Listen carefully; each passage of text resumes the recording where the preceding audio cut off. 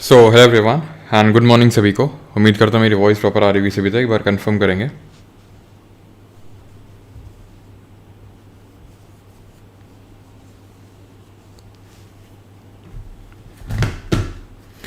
जल्दी से कंफर्म करिए एक बार कि सारी चीज़ें प्रॉपर हैं कि नहीं।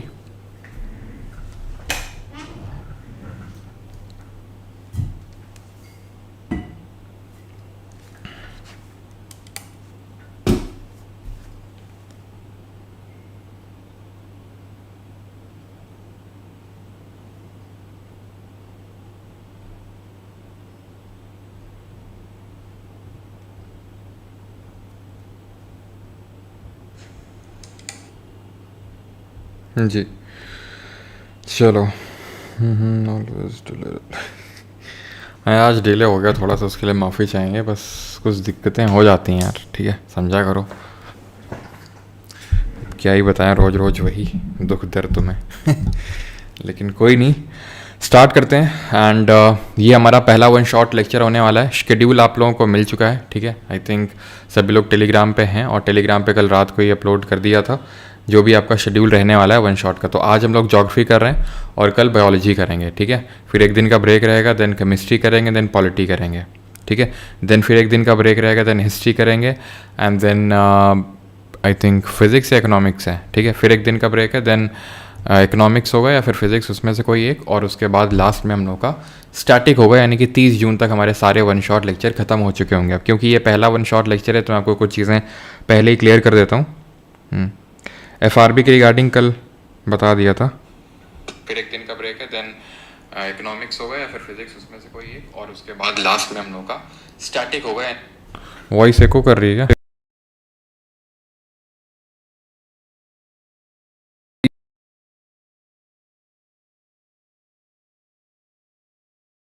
ठीक है, अभी आई थिंक प्रॉपर होगी वॉइस, इसमें भी कोई इशू नहीं होगा, ठीक है। तो ये हमारा ऑर्डर रहने वाला है और किस तरह से चीज़ें रहेंगी, कौन कौन से मतलब क्वेश्चंस यहाँ पे मैंने लिए हैं वो भी मैं क्लियर कर दूँ आपको। अभी सही है सर, आप वंदे भारत अभी आई थिंक प्रॉपर होगी वॉइस, इसमें भी कोई इशू नहीं। अभी भी कर रही है क्या इको? रहेंगी कौन कौन से मतलब क्वेश्चंस यहाँ पे मैंने लिए हैं वो भी मैं क्लियर कर दूँ आपको।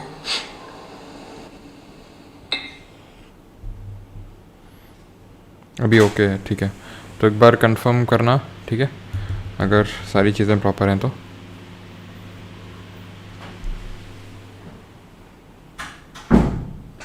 ठीक है, तो जो यहाँ पर हम लोगों ने क्वेश्चंस लिए हैं ध्यान से सुनिएगा, वो मोस्टली जो हमारा NTPC के एग्ज़ाम्स के जो क्वेश्चंस हैं वो मैंने लिए हैं, लेकिन कहीं कहीं बीच बीच में आपको कुछ क्वेश्चन SSC के भी मिलेंगे। तो वो देख के ये मत सोचिएगा कि ये हम तो रेलवे के कर रहे हैं लेक्चर्स और ये SSC क्वेश्चंस यहाँ पे क्या कर रहे हैं, ठीक है।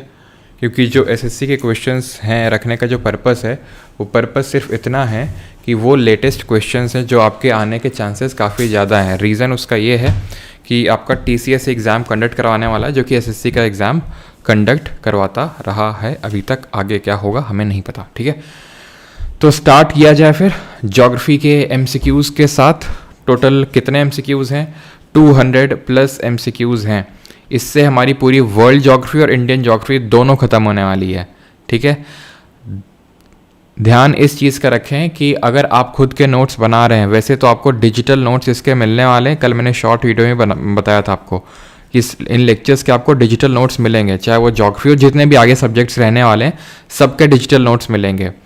और अगर आपको खुद से बनाने हैं तो प्लीज़ कॉपी पेन लेके बैठिएगा, सो दैट कि आपको बाद में इस तरह से डिले ना हो जाए। क्योंकि बाद में होता ही है कि फिर हमें ऐसा लगता है कि बाद में बनाएंगे, लेकिन बाद में हो नहीं पाता है, ठीक है।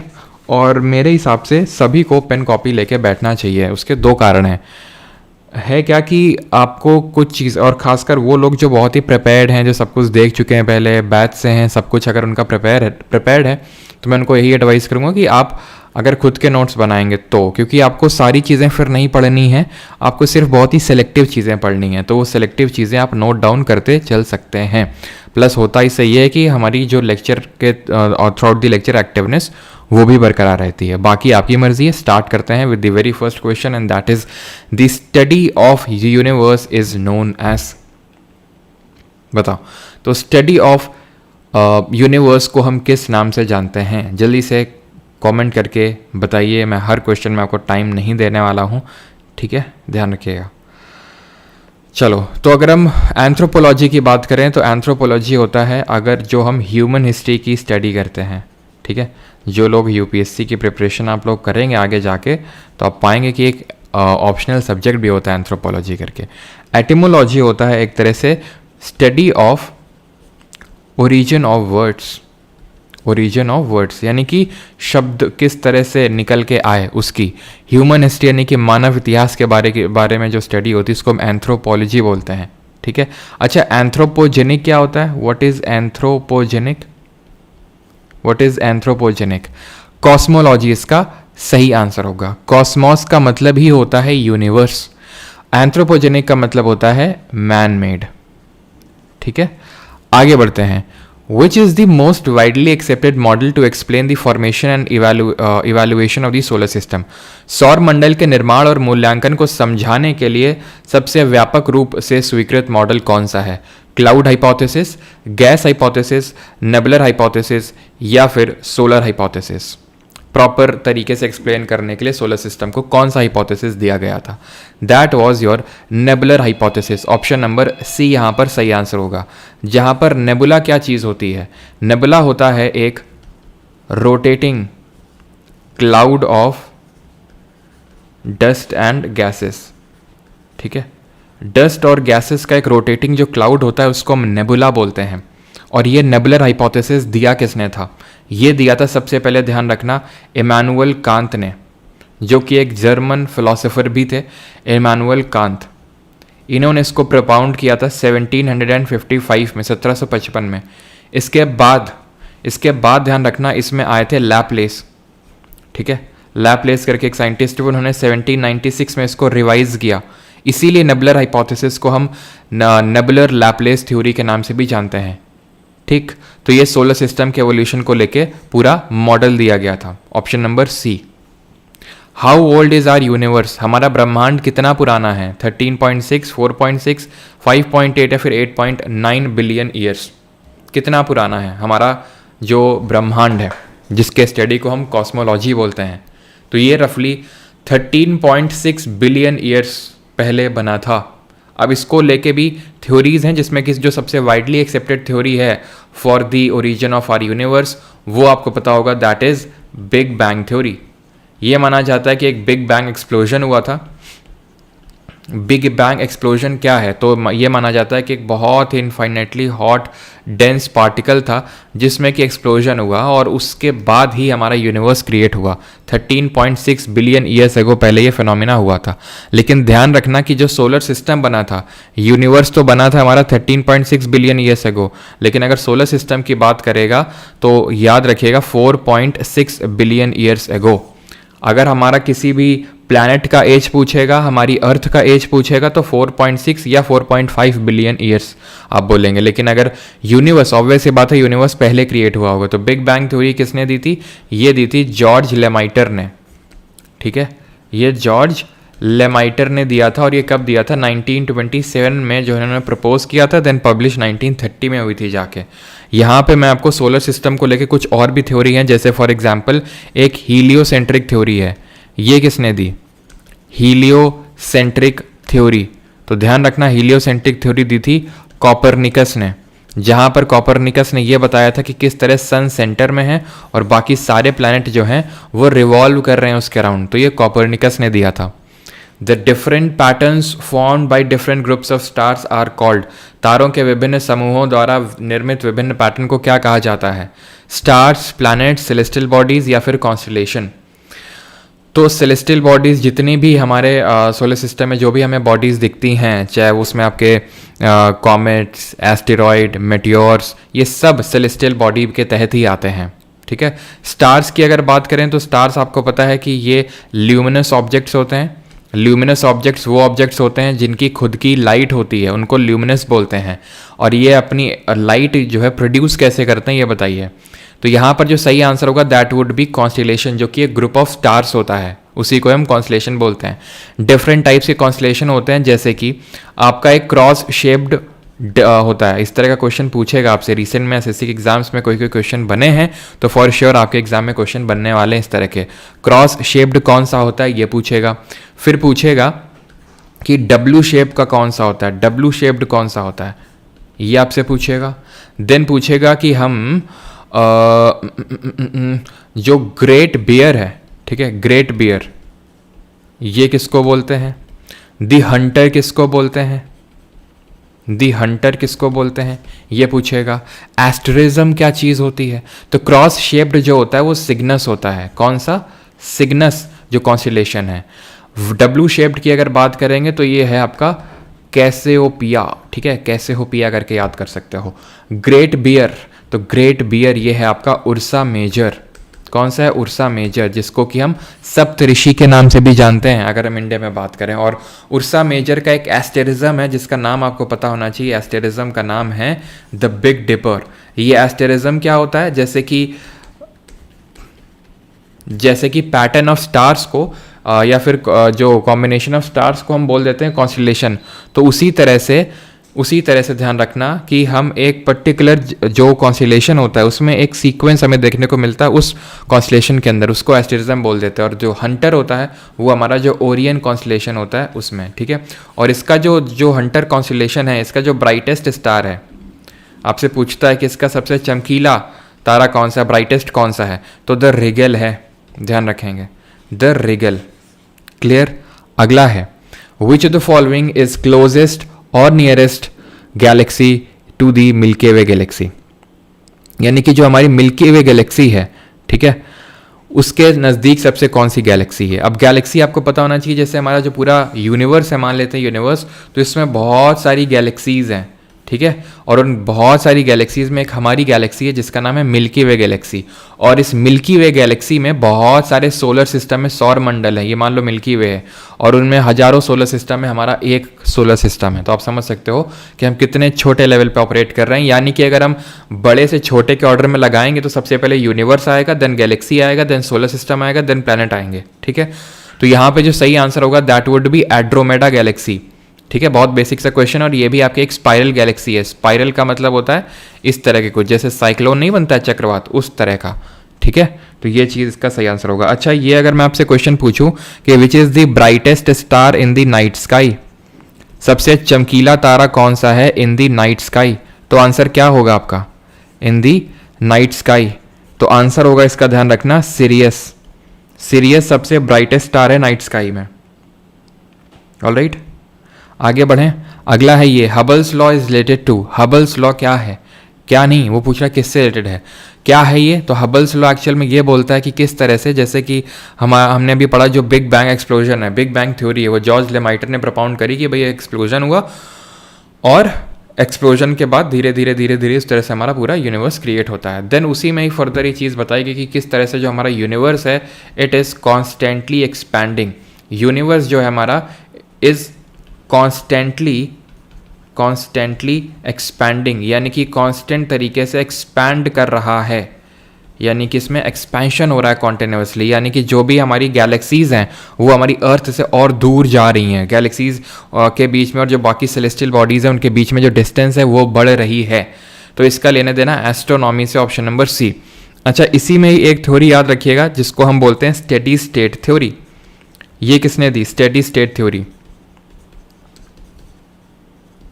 तो ये फ्रेड हॉयल, ध्यान रखना, फ्रेड हॉयल, हरमन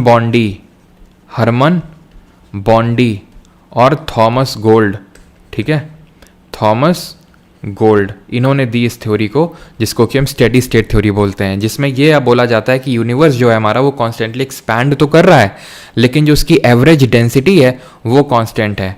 एवरेज यानी कि औसत घनत्व वो कांस्टेंट है, ठीक है, इज कांस्टेंट, ये ध्यान रखना है आपको। तो वैसे तो अगर ये पूछेगा तो हो सकता है कि सिर्फ फ्रेड हॉयल का ही नाम लिखा हो, हरमन बॉन्डी और थॉमस गोल्ड ना हो उसमें। Cosmic snowballs of frozen gas, rock and dust that orbit the sun are known as. तो सूर्य की परिक्रमा करने वाली जमी हुई गैसों, चट्टानों और धूल के ब्रह्मांडीय हिमगोलों का डैश के नाम से जाना जाता है। मेटियोर्स, स्टार, मेट्योराइट्स या फिर कॉमेट्स, किस नाम से जानते हैं इनको। सबका सही है और आंसर देते रहें बिल्कुल। ठीक है, आंसर्स देते रहें। तो सही आंसर क्या है यहाँ पर? सही आंसर है, अब देखो, cosmic snow balls of frozen gas rock and dust that orbit the sun, ये होते हैं आपके कॉमेट्स। जैसे आपने एक नाम सुना होगा, हेलीज कॉमेट, सुना है आपने? कितने लोगों ने सुना है हेलीज? आई थिंक स्पेलिंग कुछ इसी तरह से, हेलीज, ठीक है, कॉमेट, जो हर 75 से 76 साल में देखने को मिलता है, नहीं रफली 75 ईयर्स में देखने को मिलता है ये हेलीज कॉमेट। मेटियोर्स, मेटियोराइट, ये सब क्या होते हैं? तो देखो मैं आपको थोड़ा सा डिफरेंस बताता हूँ। एस्टेरॉइड क्या होते हैं? ये रॉक, चट्टान के बने हुए होते हैं, जैसे जो हमारे ग्रह जिस चीज़ के बने होते हैं, जो प्लैनेट हमारे होते हैं, कौन से? अब प्लैनेट भी अभी हम पढ़ेंगे, दो तरह के होते हैं। एक होते हैं टेरेस्ट्रियल, यानी कि जिनको स्थलीय बोलते हैं, जो रॉक के, चट्टान के बने हुए होते हैं, और एक ऐसे होते हैं जो गैस के बने होते हैं। तो जैसे हमारे रॉक के, चट्टान के जो प्लैनेट होते हैं, ग्रह होते हैं, वैसे ही बने होते हैं एस्टेरॉइड, बड़े बड़े पत्थर होते हैं, ठीक है।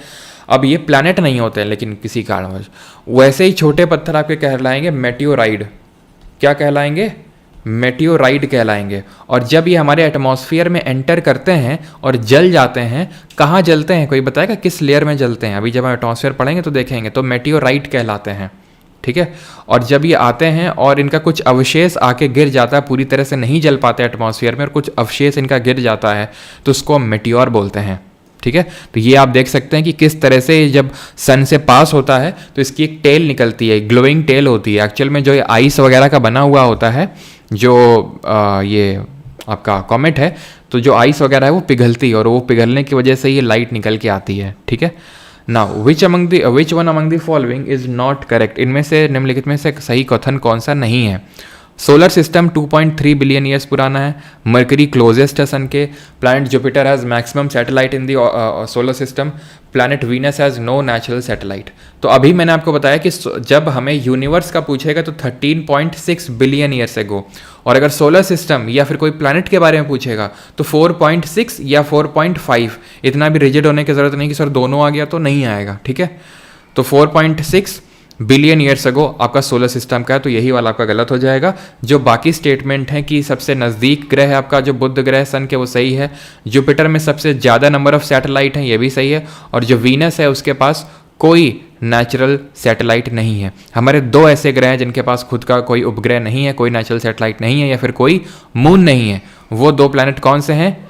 मरकरी और वीनस, ठीक है। मरकरी और वीनस के पास कोई हमारा नहीं है, इनके पास जो सैटेलाइट की अगर बात करें। और ध्यान रखना, Mercury is the only planet, Mercury is the only planet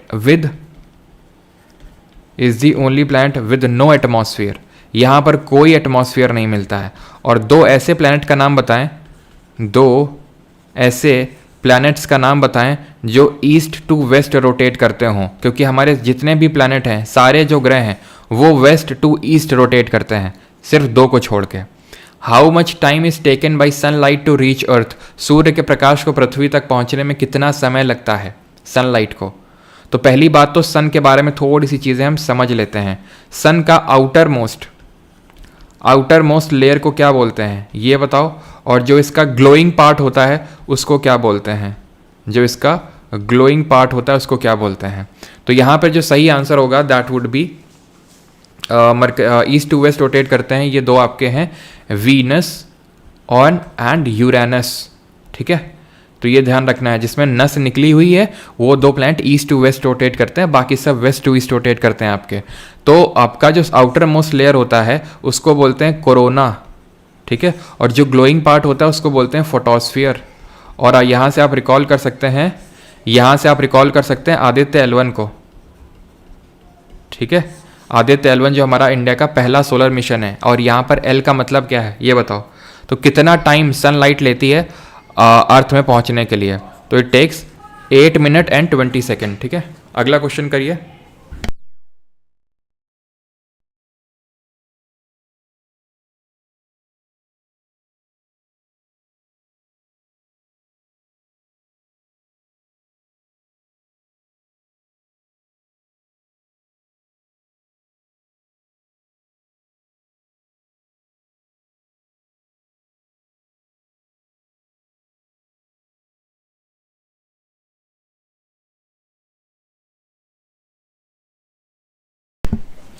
तो which of the celestial body shines in the sky at night, तो कौन सा खगोलीय पिंड रात में आकाश में चमकता है? मार्स, मून, जुपिटर या फिर स्टार? बहुत आसान सा क्वेश्चन है ये, ठीक है, आरबी जेई में पूछा गया है 2019 में, and that is your moon, option number B. इसीलिए हम मून को बोलते हैं एक non luminous object. Non luminous object क्यों बोलते हैं? बिकॉज इसकी खुद की लाइट नहीं होती है, सन लाइट को क्या करता है? रिफ्लेक्ट करता है। मून में हाईएस्ट पॉइंट कौन सा है? हाईएस्ट पॉइंट कौन सा है? और मून में ग्रेविटी अर्थ के कंपैरिजन में कितनी होती है, ये आपको बताना है। और यहाँ पर मैंने कुछ क्वेश्चन पूछा था जहाँ पे एल का मतलब क्या होता है, तो एल का मतलब होता है लैग्रैंज। और इंडिया सोलर मिशन भेजने वाला सक्सेसफुली अगर देखें तो 4th कंट्री बना after USA, Russia and China, ठीक है। और ऐसे ये बताओ कि ऐसे टोटल कितने लैग्रैंज पॉइंट होते हैं? Total number of Lagrange point हमारे सन और अर्थ के बीच में कितने टोटल नंबर ऑफ लैग्रैंज पॉइंट्स होते हैं, जल्दी से। तो यहाँ पर अगर बात करें हाईएस्ट पॉइंट की तो इट इज़ लेबनेट्स, ठीक है। और ग्रेविटी की बात करेंगे तो इट इज़ 1/6 जो अर्थ में ग्रेविटी है। एंड मून के बारे में आपको पता होना चाहिए कि इसका सिर्फ हमें एक ही साइड विजिबल है, और वो इसका रीज़न ये है कि इसका जो रोटेशन टाइम है, ठीक है, वो इसके रेवोल्यूशन टाइम के बराबर है, ठीक है। Rotation is equal to revolution, और वो कितना है? रफली टोटल 27 डेज का रोटेशनल रेवोल्यूशन का टाइम है। Total number of Lagrange point है 5 between the sun and earth. अगला, what is the source of energy of the sun and other stars? सूर्य एवं अन्य तारों की ऊर्जा का स्रोत क्या है? Combustion of helium gas, nuclear fusion, nuclear fission, combustion of hydrogen gas? बताइए जल्दी से, इसमें से सोर्स ऑफ यानी सूर्य एवं अन्य तारों की ऊर्जा का स्रोत क्या है? तो सही आंसर यहां पे क्या होगा? सही आंसर होगा option number B, nuclear fusion. देखो, फ्यूजन और फिजन में अंतर क्या होता है? तो फ्यूजन में होता है कि जहां पे दो छोटे न्यूक्लियस कंबाइन करके एक बड़ा न्यूक्लियस बनाते हैं, ठीक है। जैसे फॉर एग्जांपल हाइड्रोजन के 2 न्यूक्लियस कंबाइन कर जाएंगे और एक बड़ा सा हीलियम का न्यूक्लियस बना देंगे। फिजन होता है जिसमें चीजें टूटती हैं, ऑपोजिट ऑफ फ्यूजन होता है। फ्यूजन का मतलब होता है विखंडन, परमाणु विखंडन, जिसमें चीज़ें टूटती हैं। जो हमारे न्यूक्लियर पावर प्लांट होते हैं या फिर जो हम एटॉमिक एनर्जी बनाते हैं, न्यूक्लियर जो पावर प्लांट होते हैं या फिर जो हम एनर्जी बनाते हैं, ठीक है, एटॉमिक एनर्जी, वो इसी प्रोसेस के थ्रू बनाते हैं, न्यूक्लियर फ्यूजन के थ्रू। अब फ्यूजन में क्या होता है? फ्यूजन के थ्रू जितने भी हमारे जैसे सन है या फिर जितने भी हमारे स्टार्स हैं वो फ्यूजन के थ्रू ही बनाते हैं energy.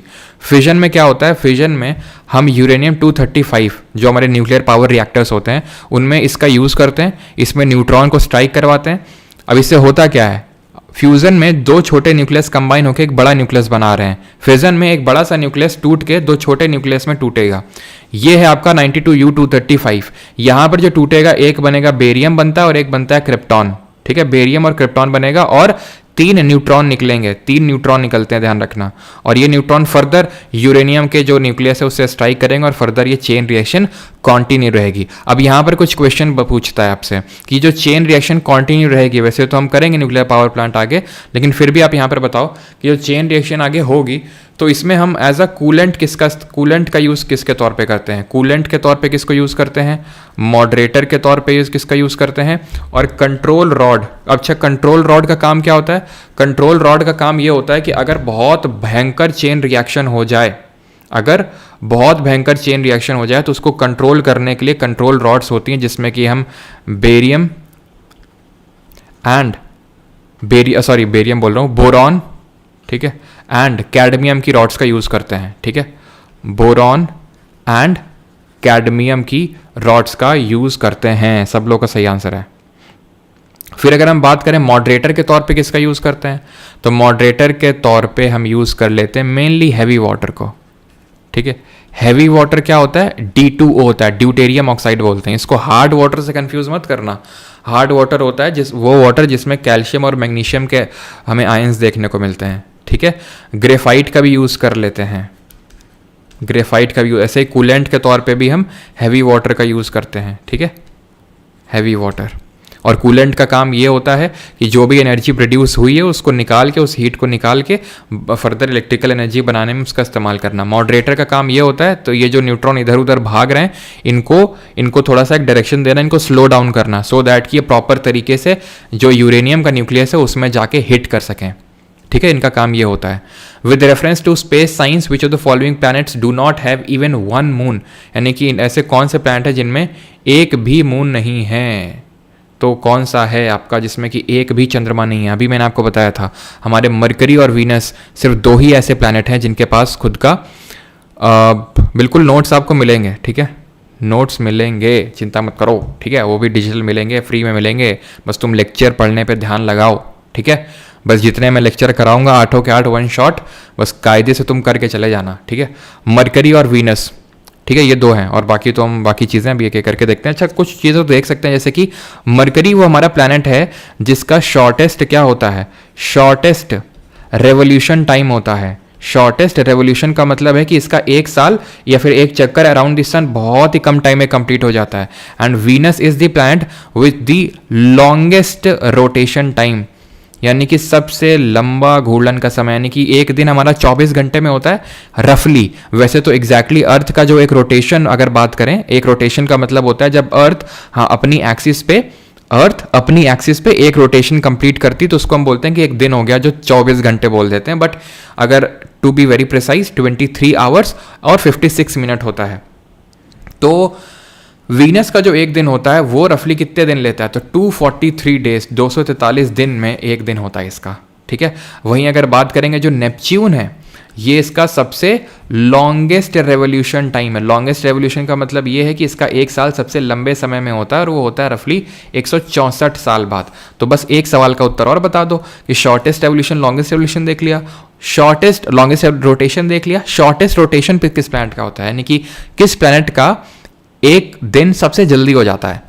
Total solar Eclipse occurs when, तो पूर्ण सूर्य ग्रहण कब होता है, जल्दी से बताइए। तो इक्लिप्स पे क्वेश्चन है, तो ध्यान रखना जो जुपिटर है इसका होता है शॉर्टेस्ट रोटेशन, यानी कि शॉर्टेस्ट रोटेशन का मतलब है एक दिन सबसे जल्दी हो जाता है कब, 9 घंटे और 55 मिनट में ही मात्र इसका एक दिन कंप्लीट हो जाता है, ठीक।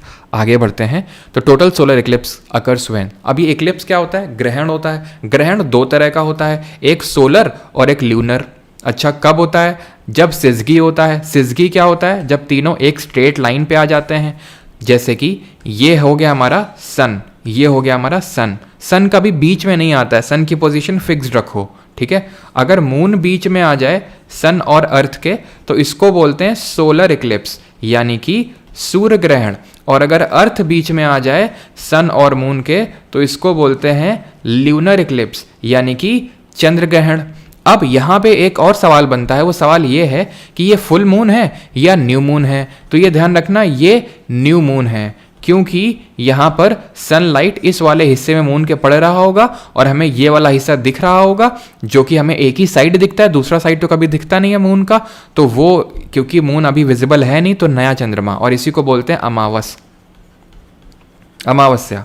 और यहाँ पर क्या है, सनलाइट पूरी जा रही होगी मून पे, वो आपको लग रहा होगा कहाँ से जा रही होगी, अर्थ बीच में आ गया, लेकिन तीनों एक प्लेन पे नहीं है। मैं उस पर डीप में नहीं जाना चाहूँगा, क्योंकि हम ये कोई एक मतलब इक्लिप्स नहीं पढ़ रहे हैं यहाँ पर, सिर्फ बैठ के हम पूरी ज्योग्राफी को पढ़ रहे हैं, ठीक है।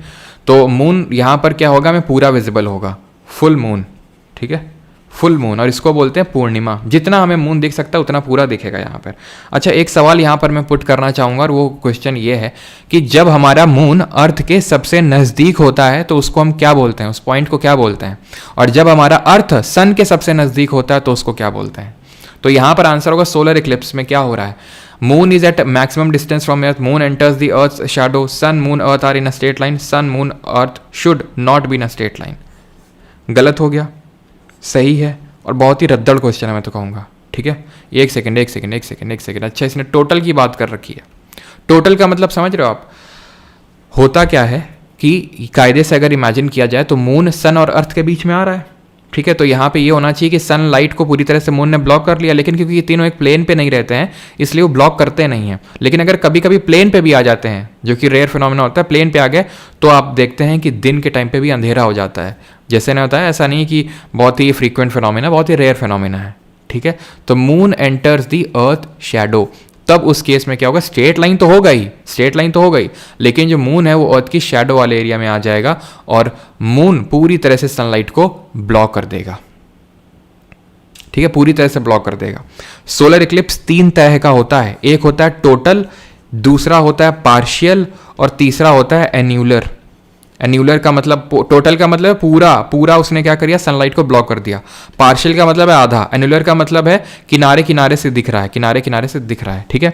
अच्छा, मैंने आपसे सवाल पूछा था कि पास में जब होता है तो उसको क्या बोलते हैं, तो पेरिजी बोलते हैं। पेरिजी कब बोलते हैं, पेरिजी तब बोलते हैं जब मून अर्थ के सबसे पास में होता है, और एपोजी वो कंडीशन होती है जब मून अर्थ के सबसे दूर में होता है। पेरीहीलियन वो होता है जब अर्थ सन के सबसे पास में होता है, और एपीहीलियन वो होता है जब अर्थ सन के सबसे दूर में होता है, सबसे दूर में होता है। पेरिजी एपोजी की कोई डेट नहीं होती है फिक्स्ड, पेरीहीलियन एपीहीलियन की होती हैं। यानी हमारा अर्थ सन के सबसे नज़दीक होता है 3 जनवरी को, 3 जनवरी को, और सबसे दूर होता है 4 जुलाई को, ये ध्यान रखना है। The shape of earth is, यानी पृथ्वी का आकार क्या है, सर्कुलर है, फ्लैटेंड है, स्फेरिकल है या इलोंगेटेड है। तो जो हमारी अर्थ का शेप है वो है जियोइड, या फिर इसको हम और किस नाम से जानते हैं, ऑब्लेट स्फीरॉइड। और ऐसा क्यों है, कोई बताएगा? हमारी अर्थ ऑब्लेट स्फीरॉइड या जियोइड क्यों है? अब ये जियोइड शेप क्या होता है, तो जियोइड शेप ये होता है, जियोइड शेप का मतलब होता है जहां पर पोल्स, ये तो पता होगा, इनको ध्रुव बोलते हैं, पोल्स बोलते हैं। पोल्स पे, ध्रुवों पे हमारी जो पृथ्वी है वो चपटी हुई है, और सेंटर पे बल्ज्ड है, बीच में फूली हुई है। तो ऐसा इसलिए है क्योंकि यहां पे सेंट्रीफ्यूगल फोर्स की वजह से, ऐसा सेंट्रीफ्यूगल फोर्स की वजह से है। अच्छा, सेंट्रीफ्यूगल फोर्स और इक्लिप्स, इससे मैं कुछ कनेक्ट कर पा रहा हूं, क्या आप भी कुछ कनेक्ट कर पा रहे हो?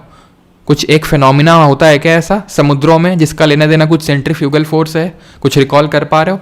तो सेंट्रीफ्यूगल फोर्स की वजह से ये सेंटर पे बल्ज्ड हो जाता है और पोल्स पे फ्लैट हो जाता है। ऑब्वियस सी बात है, वो जो चीज़ यहाँ पर आ गई तो उसकी वजह से यहाँ चपटा हो जाएगा। और ये क्यों आता है, ये अर्थ के रोटेशन की वजह से ऐसा होता है, जो पृथ्वी का घूर्णन होता है उसकी वजह से ये क्रिएट होता है, ध्यान रखिएगा, ठीक है। और मैं सेंट्रीफ्यूगल फोर्स और ये सिजगी पोजीशन जो है, ये सब इक्लिप्स वगैरह से मैं टाइड्स को रिलेट कर पा रहा हूँ। टाइड्स यानी कि ज्वार भाटा। टाइड्स भी तो तभी आते हैं, देखो टाइड्स भी तो तभी आते हैं जैसे मून है यहाँ पे, ठीक है।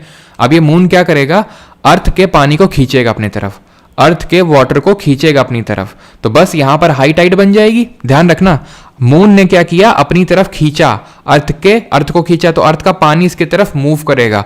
सन भी खींचेगा अपनी तरफ। अब क्योंकि सन बहुत दूर है अर्थ से एज कंपेयर टू मून, तो सन उतनी जोर से नहीं खींचेगा जितनी जोर से मून खींचेगा। तो यहां एक हाई टाइड बनेगी और ऑपोजिट साइड में यहां भी एक हाई टाइड बनेगी। यहां जो हाई टाइड बनी, यहां जो उच्च ज्वार बना, वो gravitational pull of moon and sun की वजह से बना। यहां जो ऑपोजिट साइड बना उसमें ग्रेविटेशनल पुल का कोई लेना देना नहीं है, ये सेंट्रीफ्यूगल फोर्स की वजह से बना। और यहां पर लो टाइड बनती है। और ध्यान रखना, दिन में 2 हाई टाइड और 2 लो टाइड आती हैं, 2 हाई टाइड और 2 लो टाइड आती हैं। और टाइड जो होती हैं वो 2 तरह की होती हैं, एक होती है स्प्रिंग टाइड, ठीक है, और एक होती है नीप टाइड। स्प्रिंग टाइड और नीप टाइड। स्प्रिंग टाइड होती है जब तीनों एक लाइन पे हों, सन अर्थ मून तीनों एक लाइन पे हों, यानी जिसको हम बोलते हैं सिजगी। और नीप टाइड तब होती है जब सन अर्थ और मून 90 डिग्री में हो, जिसको कि हम क्वाड्रेचर बोलते हैं। क्या बोलते हैं, क्वाड्रेचर। ये हो गया सन, ये हो गया अर्थ और ये हो गया मून, तो ये कैसा है, ये एक आपका 90 डिग्री का एंगल बनाता हुआ, तो इसको नीप टाइड बोलेंगे। और स्प्रिंग है जब तीनों स्ट्रेट लाइन पे है। क्लियर है यहां तक? तो लगे हाथ, जरा ये बता दो कि पहले चलो 15th क्वेश्चन करो। When 3/4 of moon is visible what is it is called. जब चंद्रमा का 3/4 भाग दिखाई देता है तो उसे क्या कहते हैं, half moon, gibbous moon, new moon या फिर फुल मून। तो यार 2 ऑप्शन तो आप आराम से एलिमिनेट कर सकते हो यहाँ पे बिना किसी प्रॉब्लम के साथ। वो 2 ऑप्शन कौन से हैं पता है आपको, ये वाले। क्यों? क्योंकि अभी मैंने बताया कि न्यू मून का मतलब होता है जितना हमें पार्ट मून का दिख सकता है उतना दिख रहा है। ऐसा कब होता है? ऐसा ल्यूनर इक्लिप्स के केस में होता है, पूर्णिमा जिसको बोलते हैं। ल्यूनर इक्लिप्स के केस में होता है और 100% विजिबल। 100% का मतलब ये मत समझना कि मून 100%, नहीं, मून जितना हमें दिख सकता है अर्थ से उतना दिखता है पूरा। फुल मून, सॉरी क्या मैंने लिख दिया, उल्टा लिख दिया, सॉरी, ये सोलर इक्लिप्स है, ठीक है। तो यहां पर 0% दिखता ही नहीं है। और यहां पर होता है लूनर इक्लिप्स का केस, जहां पर हमें जितना दिख सकता है पूरा दिखता है 100%। इसको गिब्बस मून बोलते हैं, गिब्बस मून। क्योंकि होता यह है कि ये अमावस है जैसे न्यू मून, तो अमावस के बाद धीरे धीरे धीरे धीरे चांद इस तरह से पहले दिखेगा क्रीसेंट शेप का, ठीक है, फिर धीरे धीरे धीरे धीरे पूरा हो जाता है, इस तरह का चांद हो जाता है, ठीक है। तो वही गिब्बस मून क्या होता है, डिफरेंट फेजेस होते हैं, ये देख रहे हो, ठीक है। वैक्सिंग गिब्बस का मतलब क्या होता है और वेनिंग गिब्बस का मतलब क्या होता है? वैक्सिंग का मतलब होता है कि उसका जब साइज़ बढ़ रहा होता है, ठीक है, फर्स्ट क्वार्टर से इधर में आएंगे तो उसका जब साइज़ बढ़ रहा है उसको वैक्सिंग गिब्बस बोलते हैं, और वेनिंग गिब्बस होता है जब उसका साइज़ घट रहा होता है, ठीक है। देख रहे हो ऐसा क्रीसेंट शेप हो गया है, ईद का चांद टाइप, ठीक है। अगला है which dwarf asteroid planet is present in asteroid belt. Now what is this asteroid belt? तो जितने भी हमारे प्लैनेट हैं, जैसे कि हमारा सन है, ये हमारा सूर्य है, तो इसके बाद है Mercury, Venus, Earth, Mars, Jupiter, Saturn, Uranus, Neptune, ठीक। तो यहाँ पर क्या है, बीच में एक गैप टाइप है, एक बेल्ट है, उसी को एस्टेरॉइड बेल्ट बोलते हैं। पूछता है ये किन दो ग्रहों के बीच में, तो जरा बताओ जल्दी से किन दो प्लैनेट के बीच में एस्टेरॉइड बेल्ट पड़ेगी। तो यहाँ पर जो ये क्या है, ड्वार्फ प्लैनेट क्या है? तो ड्वार्फ प्लैनेट मतलब होते हैं बौने ग्रह। बौने ग्रह वो ग्रह होते हैं जो ग्रह नहीं होते हैं, सिंपल सी बात है। जैसे प्लूटो पहले ग्रह था, Pluto was a planet earlier, लेकिन 2006 में 2006 में जब एक मीटिंग हुई इंटरनेशनल एस्ट्रोनॉमिकल यूनियन की, IAU की, तो उसने प्लूटो को प्लैनेट की कैटेगरी से हटा दिया, क्योंकि कुछ कंडीशन होती हैं कि आप सन के अराउंड चक्कर लगा रहे हो, अपना जो पाथ है, अपना जो रास्ता है, उसमें आने वाली चीज़ों को क्लियर कर रहे हो, तो वो चीज़ें प्लूटो फुलफिल नहीं कर पाया कुछ कारणों की वजह से, तो फिर इसको हटा दिया गया। तो अभी ये क्या है, ड्वार्फ प्लैनेट है, और ये सबसे बड़ा ड्वार्फ प्लैनेट है अभी प्लूटो, ठीक। और कौन कौन से ड्वार्फ प्लैनेट हमें देखने को मिलेंगे? एरिस है, ठीक है, एरिस है जो सेकेंड लार्जेस्ट है, होमिया है, मेक है। तो ये सारे ग्रह आपको ध्यान रखना है, एरिस, होमिया, मेक, प्लूटो, ये पता है कहाँ है? ये नेपच्यून के बियॉन्ड है। जैसे ये तुमको एस्टेरॉइड बेल्ट दिख रही है, किसके बीच में? मार्स और जुपिटर के बीच में, यानी कि मंगल और बृहस्पति के बीच में। ऐसे ही एक और बेल्ट है नेपच्यून के बियॉन्ड, उसको बोलते हैं क्यूपर बेल्ट, और उस क्यूपर बेल्ट में पड़ते हैं ये प्लूटो, एरिस, होमिया, मेक। सेरिस जो है ना, ये पड़ता है यहाँ पर। सेरिस is the only dwarf planet जो यहाँ पर पड़ता है आपकी एस्टेरॉइड बेल्ट में। और ये एस्टेरॉइड बेल्ट ही क्या काम करती है, इन सारे प्लैनेट्स को डिवाइड करने का काम करती है, इंटीरियर और एक्सटीरियर में। इनको बोलते हैं आंतरिक ग्रह, और इनको बोलते हैं बाहरी ग्रह, आंतरिक और बाहरी। ये जो आंतरिक ग्रह होते हैं 4, यानी कि मरकरी, वीनस, अर्थ और मार्स, ये जो 4 प्लैनेट हैं, इनकी डेंसिटी ज़्यादा होती है, साइज छोटा होता है, साइज जो होता है इनका स्मॉलर होता है, यानी कि इन सब की डेंसिटी इन सब से ज़्यादा होगी, इन सब का साइज इन सब से छोटा ही होगा, ये ध्यान रखना। और इनको हम टेरेस्ट्रियल यानी कि स्थलीय ग्रह भी बोलते हैं, क्योंकि ये रॉक्स के बने होते हैं, चट्टान के बने हुए होते हैं। इनकी बात करें तो ये गैस के बने हैं, ये दोनों तो प्योर गैस के बने हैं, और ये दोनों बर्फ के बने हुए हैं। इनको बोलते हैं गैस जायंट और इनको बोलते हैं आइस जायंट, ठीक। याद रहेगा इतना, क्लियर? तो तुम ये बता दो जल्दी से, किस प्लैनेट को ल्यूसिफर बोलते हैं? Which planet is also known as ल्यूसिफर?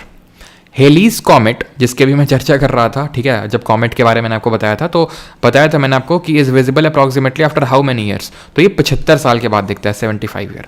ल्यूसिफर का मतलब होता है लाइट ब्रिंगर, यानी कि लाइट लाने वाला। अब लाइट कौन लाएगा भैया? लाइट वो लाएगा जो सबसे ब्राइटेस्ट होगा, जो सबसे चमकीला होगा, जो सबसे गर्म होगा, जो अर्थ की ट्विन सिस्टर है, जो कि मॉर्निंग और इवनिंग में आएगा और लाइट लेके आएगा। तो मॉर्निंग और इवनिंग स्टार है ये है कौन? ये है हमारा वीनस यानी शुक्र ग्रह। और यहां ध्यान रखना, वीनस में थिक क्लाउड्स मिलते हैं, किसके? थिक क्लाउड्स मिलते हैं H2SO4 के, सल्फ्यूरिक एसिड के बादल देखने को मिलते हैं यहाँ पे। Which of the following statement is incorrect about longitude और लैटिट्यूड के बारे में कौन सा कथन गलत है? The latitude lines are parallel to each other, longitudes never intersect each other, longitudes never, एक सेकेंड, ओके ठीक है, latitude never intersect each other, 180 degree east and 180 degree west refer to the same longitude line. बताइए कौन सा इसमें से गलत है, ये आपसे पूछ रहा है। बहुत आसान है। अब लैटिट्यूड लॉन्गिट्यूड बिल्कुल सभी लोग सही आंसर दे रहे हैं, बढ़िया, बहुत बढ़िया, ठीक है। लैटिट्यूड और लॉन्गिट्यूड होते क्या हैं? ये दोनों होती हैं हमारी इमेजिनरी लाइंस होती हैं। ये इमेजिनरी लाइंस का मतलब कहीं आपको पृथ्वी में देखने को नहीं मिलेंगी, बस अब इनको ड्रॉ करते हैं। क्यों ड्रॉ करते हैं? क्योंकि अगर किसी भी पॉइंट का हमें लोकेशन बताना है तो लोकेशन बताने के लिए लैटिट्यूड यानी अक्षांश और लॉन्गिट्यूड यानी देशांतर की ज़रूरत पड़ती है। अब लैटिट्यूड क्या होते हैं? लैटिट्यूड इस तरह की पैरेलल लाइन होती हैं, ये और ये, ठीक है, ये पैरेलल लाइंस होती हैं। और लॉन्गिट्यूड क्या होती हैं? लॉन्गिट्यूड इस तरह से वर्टिकल लाइंस होती हैं, ठीक है, लॉन्गिट्यूड इस तरह से वर्टिकल लाइंस होती हैं। तो latitude lines are parallel to each other, बिल्कुल सही बात है, ये आपस में इस तरह से पैरेलल होती हैं, ठीक है, ये आपस में इस तरह से पैरेलल लाइंस होती है। Longitudes never intersect each other, ये स्टेटमेंट गलत है, क्योंकि आप देखो लॉन्गिट्यूड यहां पर आके और यहां पर आके, यानी पोल्स पे आके, ये है नॉर्थ पोल, ये है साउथ पोल, पोल्स पे आके मिल जाती हैं, तभी तो हम बोलते हैं क्या, ये स्टेटमेंट नोट करना बहुत इंपॉर्टेंट है, बहुत इंपॉर्टेंट है। Distance between each latitude remains same, हर लैटिट्यूड के बीच की जो दूरी है वो समान रहेगी। ये जो लैटिट्यूड दिख रहा है आपको पैरेलल, इनके बीच की जो डिस्टेंस है वो सेम रहती है, but distance between each longitude decreases, कम होती है, फ्रॉम इक्वेटर टू पोल्स, ठीक है, फ्रॉम इक्वेटर टूवर्ड्स पोल्स, यानी कि आप जब जाओगे इक्वेटर से पोल की तरफ, जैसे कि फॉर एग्जांपल ये मैं ड्रॉ करता हूं, ठीक है, ये है एक लॉन्गिट्यूड और ये है एक लॉन्गिट्यूड, एक ये इस तरह से है और ये एक इस तरह से है, ठीक है, इनकी बीच की जो डिस्टेंस है वो मैक्सिमम है इक्वेटर पे, इक्वेटर से पोल की तरफ, चाहे नॉर्थ पोल यानी उत्तरी ध्रुव, चाहे साउथ पोल यानी दक्षिणी ध्रुव, कहीं भी जाओगे तो डिस्टेंस क्या होती जाएगी, डिक्रीज होती जाएगी, और पोल्स पे जाके जीरो हो जाएगी, क्योंकि वहां पर जाके सब इंटरसेक्ट कर जाते हैं, और इक्वेटर पे मैक्सिमम होगी। इक्वेटर पे कितनी होगी? 111.32 किलोमीटर। और अभी मैंने बताया हर लैटिट्यूड के बीच की डिस्टेंस सेम होती है, तो जरा बताइए कि 1 डिग्री लैटिट्यूड 1 डिग्री लैटिट्यूड कितने किलोमीटर के बराबर होता है, यानी कितनी डिस्टेंस होती है दो सक्सेसिव लैटिट्यूड के बीच में। लैटिट्यूड कभी इंटरसेक्ट नहीं करते हैं, बिल्कुल सही बात है, ठीक है। 180 degree east and west refer to the same longitudinal line, बिल्कुल सही बात है, अभी बताता हूं इसके बारे में आपको। तो एक लैटिट्यूड के बीच में जो डिस्टेंस होती है वो 111 किलोमीटर होती है। अब ध्यान से समझना जो मैं आपको बता रहा हूं, इसको यहां से हटाता हूं, ठीक है, तो यहां पर लिख देता हूं इसको साइड में, यहां पर, कि लॉन्गिट्यूड के बीच की डिस्टेंस जो है सेम नहीं रहती है, डिक्रीज होती है फ्रॉम इक्वेटर टुवर्ड्स पोल्स, और मैक्सिमम होती है कहां पर, इक्वेटर पे 111.32 किलोमीटर होती है। अब है क्या कि कुछ हमारे महत्वपूर्ण, कुछ हमारे इंपॉर्टेंट लैटिट्यूड होते हैं और कुछ इंपॉर्टेंट लॉन्गिट्यूड होते हैं। इंपॉर्टेंट लैटिट्यूड को पहले समझो, ये ठीक है, इंपॉर्टेंट लैटिट्यूड को पहले समझो, ये है लैटिट्यूड, ये 0 डिग्री है, क्यों इंपॉर्टेंट है बताओ जल्दी से। ये है 23.5 डिग्री नॉर्थ, ये इंपॉर्टेंट है, इसको क्या बोलते हैं, ये है 23.5 डिग्री साउथ, ये किसको क्या बोलते हैं, ये है 66.5 डिग्री नॉर्थ, ठीक है, और ये है 66.5 डिग्री साउथ, इसको क्या बोलते हैं, और ये है आपका 90 डिग्री नॉर्थ, और ये है 90 डिग्री साउथ। अब ये जो इक्वेटर है ये इसलिए इंपॉर्टेंट है क्योंकि ये पूरे अर्थ को 2 इक्वल पार्ट में डिवाइड करता है। कोई भी लैटिट्यूड और लॉन्गिट्यूड जो अर्थ को 2 इक्वल पार्ट में डिवाइड करता है उसको हम बोलते हैं ग्रेट सर्कल, उसको हम ग्रेट सर्कल यानी कि महान वृत्त बोलते हैं, जो 2 इक्वल पार्ट में डिवाइड करता है। जैसे इक्वेटर है, ठीक है, एक second,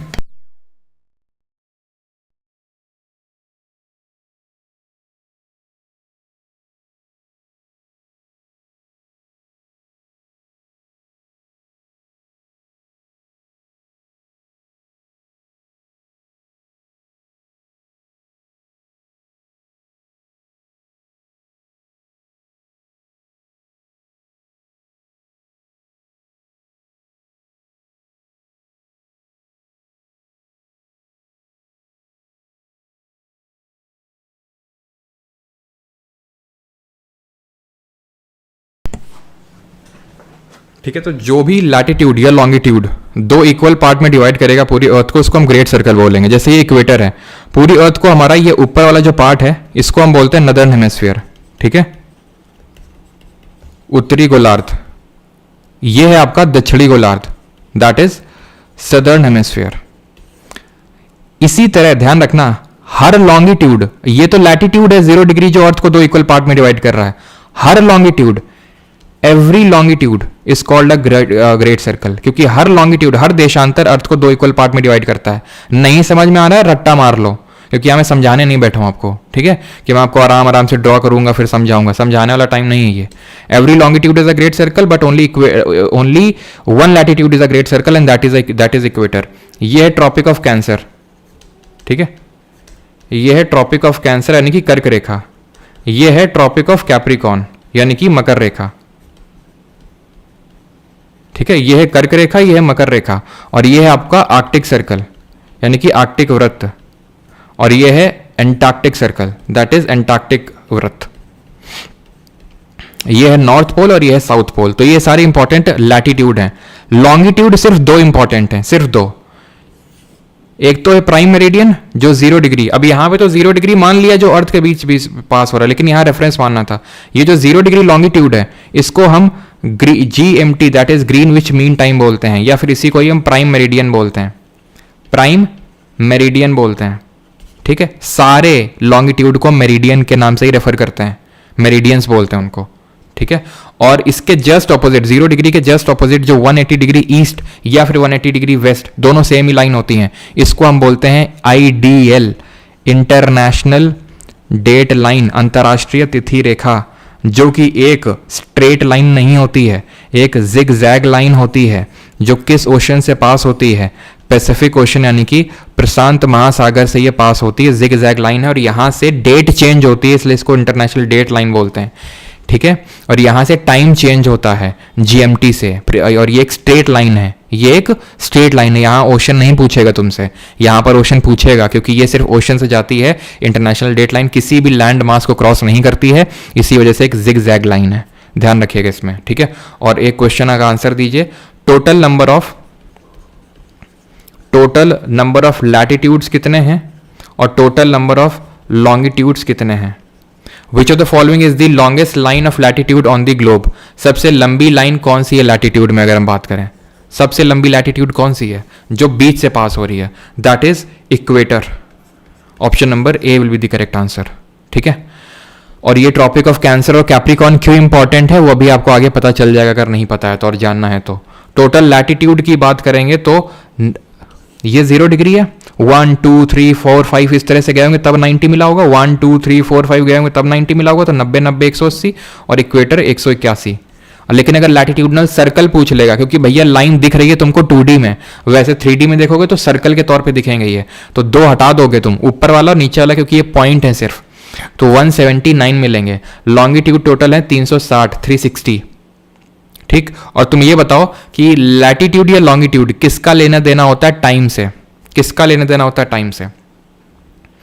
on 21 March to 23rd September, sun rays are perpendicular on the equator, due to which the length of days and nights are equal. It is known as 21 मार्च और, ठीक है, ऑन 21 मार्च 2 नहीं होना चाहिए इसमें, ठीक है, या फिर चलो ठीक है जो लिखा है, क्योंकि एक्चुअल में ये NTPC क्वेश्चन है और इसमें कोई मैंने कुछ भी चेंज नहीं किया, जो लिखा हुआ है वही है, ठीक है। तो 21 मार्च और 23 सितंबर को डायरेक्ट रेस पड़ती हैं इक्वेटर पे, ठीक है। तो इस दिन क्या होता है, तो इस दिन इक्विनॉक्स होता है। अब इक्विनॉक्स और सॉल्स्टिस का कॉन्सेप्ट समझ लो, यहाँ पे समझा देते हैं आपको, ठीक है।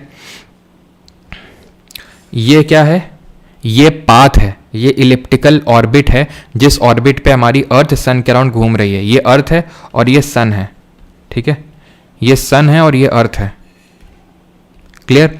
तो होता क्या है कि ये एक पोजीशन है, ठीक है, देन ये एक पोजीशन है, देन ये एक पोजीशन है और ये एक पोजीशन है। ये पोजीशन होती है, इसको थोड़ा सा इस तरह से हम ड्रॉ करते हैं, थोड़ा सा ध्यान से समझिएगा, तभी इक्विनॉक्स, सॉल्स्टिस और ये सब कॉन्सेप्ट आपको समझ में आएगा, ठीक है। ये मान लेते हैं इस तरह से टिल्ट है और ये इस तरह से टिल्ट है। अरे नहीं नहीं नहीं, एक सेकेंड, देखो है क्या कि हमारी अर्थ टिल्टेड है। कितनी टिल्टेड है, 23.5 डिग्री टिल्टेड है अपनी एक्सिस पे। अपनी एक्सिस पे हमारी अर्थ टिल्टेड है 23.5 डिग्री और 66.5 डिग्री टिल्टेड है अपने ऑर्बिटल प्लेन पे, ठीक। जिसकी वजह से कभी क्या होता है, कभी कोई लैटिट्यूड तो कभी कोई लैटिट्यूड सन की तरफ इंक्लाइंड होता है, लेकिन वो लैटिट्यूड ट्रॉपिक ऑफ कैंसर और कैप्रिकॉर्न के बीच वाले ही होंगे। ट्रॉपिक ऑफ कैंसर के ऊपर, ट्रॉपिक ऑफ कैप्रिकॉर्न के नीचे, कर्क रेखा के ऊपर और मकर रेखा के नीचे कभी भी डायरेक्ट रेज सन की नहीं पड़ती हैं, सिर्फ स्लैंटिंग रेज पड़ती हैं।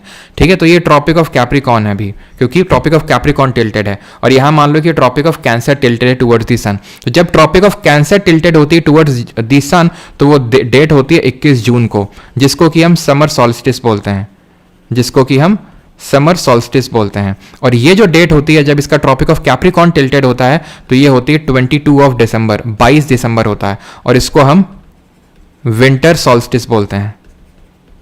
ठीक है, शीतकालीन अयनांत, ये है ग्रीष्मकालीन और ये शीतकालीन अयनांत। और ये जो दो पोजीशंस होती हैं, यहां पर इक्वेटर पे ओवरहेड रेज पड़ रही हैं सन की, भूमध्य रेखा पे, तो इनको बोलते हैं इक्विनॉक्स। ये तो सॉल्स्टिस कहलाए, और ये पोजीशन को इक्विनॉक्स बोलते हैं। इक्विनॉक्स मतलब इक्वेटर पे जब ओवरहेड रेज पड़ रही हैं सन की, तो इसको बोल देंगे स्प्रिंग या फिर वर्नल इक्विनॉक्स। और ये डेट होती है आपकी 21 मार्च, डेट याद होनी चाहिए। और यहां जब इक्वेटर पे डायरेक्ट रेज पड़ती हैं सन की, तो इसको बोलते हैं ऑटमनल इक्विनॉक्स। ठीक है, इसको बोलते हैं वसंत ऋतु, इसको वसंत विषुव, और इसको बोलते हैं शरद विषुव। ठीक है, ऑटमनल इक्विनॉक्स को। और ये कब होता है? 23 ऑफ सितंबर को, 23 सितंबर को होता है ये, याद रहना चाहिए। इस दिन क्या होता है? नदर्न हेमिस्फीयर में लॉन्गेस्ट डे होता है, सबसे लंबा दिन होता है, और सबसे शॉर्टेस्ट नाइट होती है, सबसे छोटी रात होती है, शॉर्टेस्ट नाइट होती है। और यहां पर क्या होता है? सिंपल सी बात है, विंटर सॉलिस्टिस के केस में सबसे इन लोगों के छोड़ दो तुम, नहीं तो फिर कंफ्यूजन होगा तुम्हें। बस ऐसे याद रखो कि सबसे लंबा दिन नदर्न हेमिस्फीयर या फिर इंडिया के लिए 21 जून है, सबसे छोटी रात होगी, और 22 दिसंबर को सबसे लंबी रात होगी और सबसे छोटा दिन होगा। ठीक है, तो अब यहाँ पर आप सब कुछ सॉल्स्टिस और इक्विनॉक्स को लेके सब कुछ क्लियर हो गया होगा आपका। ठीक है, which of the following cities lies on the equator? निम्नलिखित में से कौन सा शहर भूमध्य रेखा पर स्थित है, इक्वेटर पे? पॉन्टियानक, कायरो, पोर्ट ब्लेयर या फिर अदीस अबाबा? तो पॉन्टियानक कहाँ पर है? ये इंडोनेशिया में पड़ता है। ठीक है, कायरो इजिप्ट में है। पोर्ट ब्लेयर आपको पता है, पोर्ट ब्लेयर जो अभी श्री विजयपुरम हो चुका है, अभी रिसेंट में ही हमारे अंडमान निकोबार की कैपिटल है ना, श्री विजयपुरम हो चुका है। और जरा बताओ अंडमान निकोबार के किस आइलैंड में आपको पोर्ट ब्लेयर जो अभी श्री विजयपुरम हो चुका है देखने मिलेगा? अदीस अबाबा, ये कहाँ है? इथियोपिया। ठीक है, ये ये इक्वेटर के ऊपर है, हट जाएगा। ये इक्वेटर के और ऊपर है, हट जाएगा। पोर्ट ब्लेयर भी ऊपर है। पॉन्टियानक जो इंडोनेशिया में पड़ता है वो इक्वेटर पे लाई करता है। ठीक है, अंडमान निकोबार की बात करेंगे तो north Andaman, middle Andaman, south Andaman, Little Andaman, Car Nicobar, Little Nicobar, Great Nicobar. तो ये Andaman Nicobar group of island है, और इनको डिवाइड करने वाला कौन सा चैनल है बताओ? यहाँ पर आपका सिचुएटेड है अंडमान निकोबार की सबसे जो ऊंची चोटी है, जिसको बोलते हैं सैडल पीक।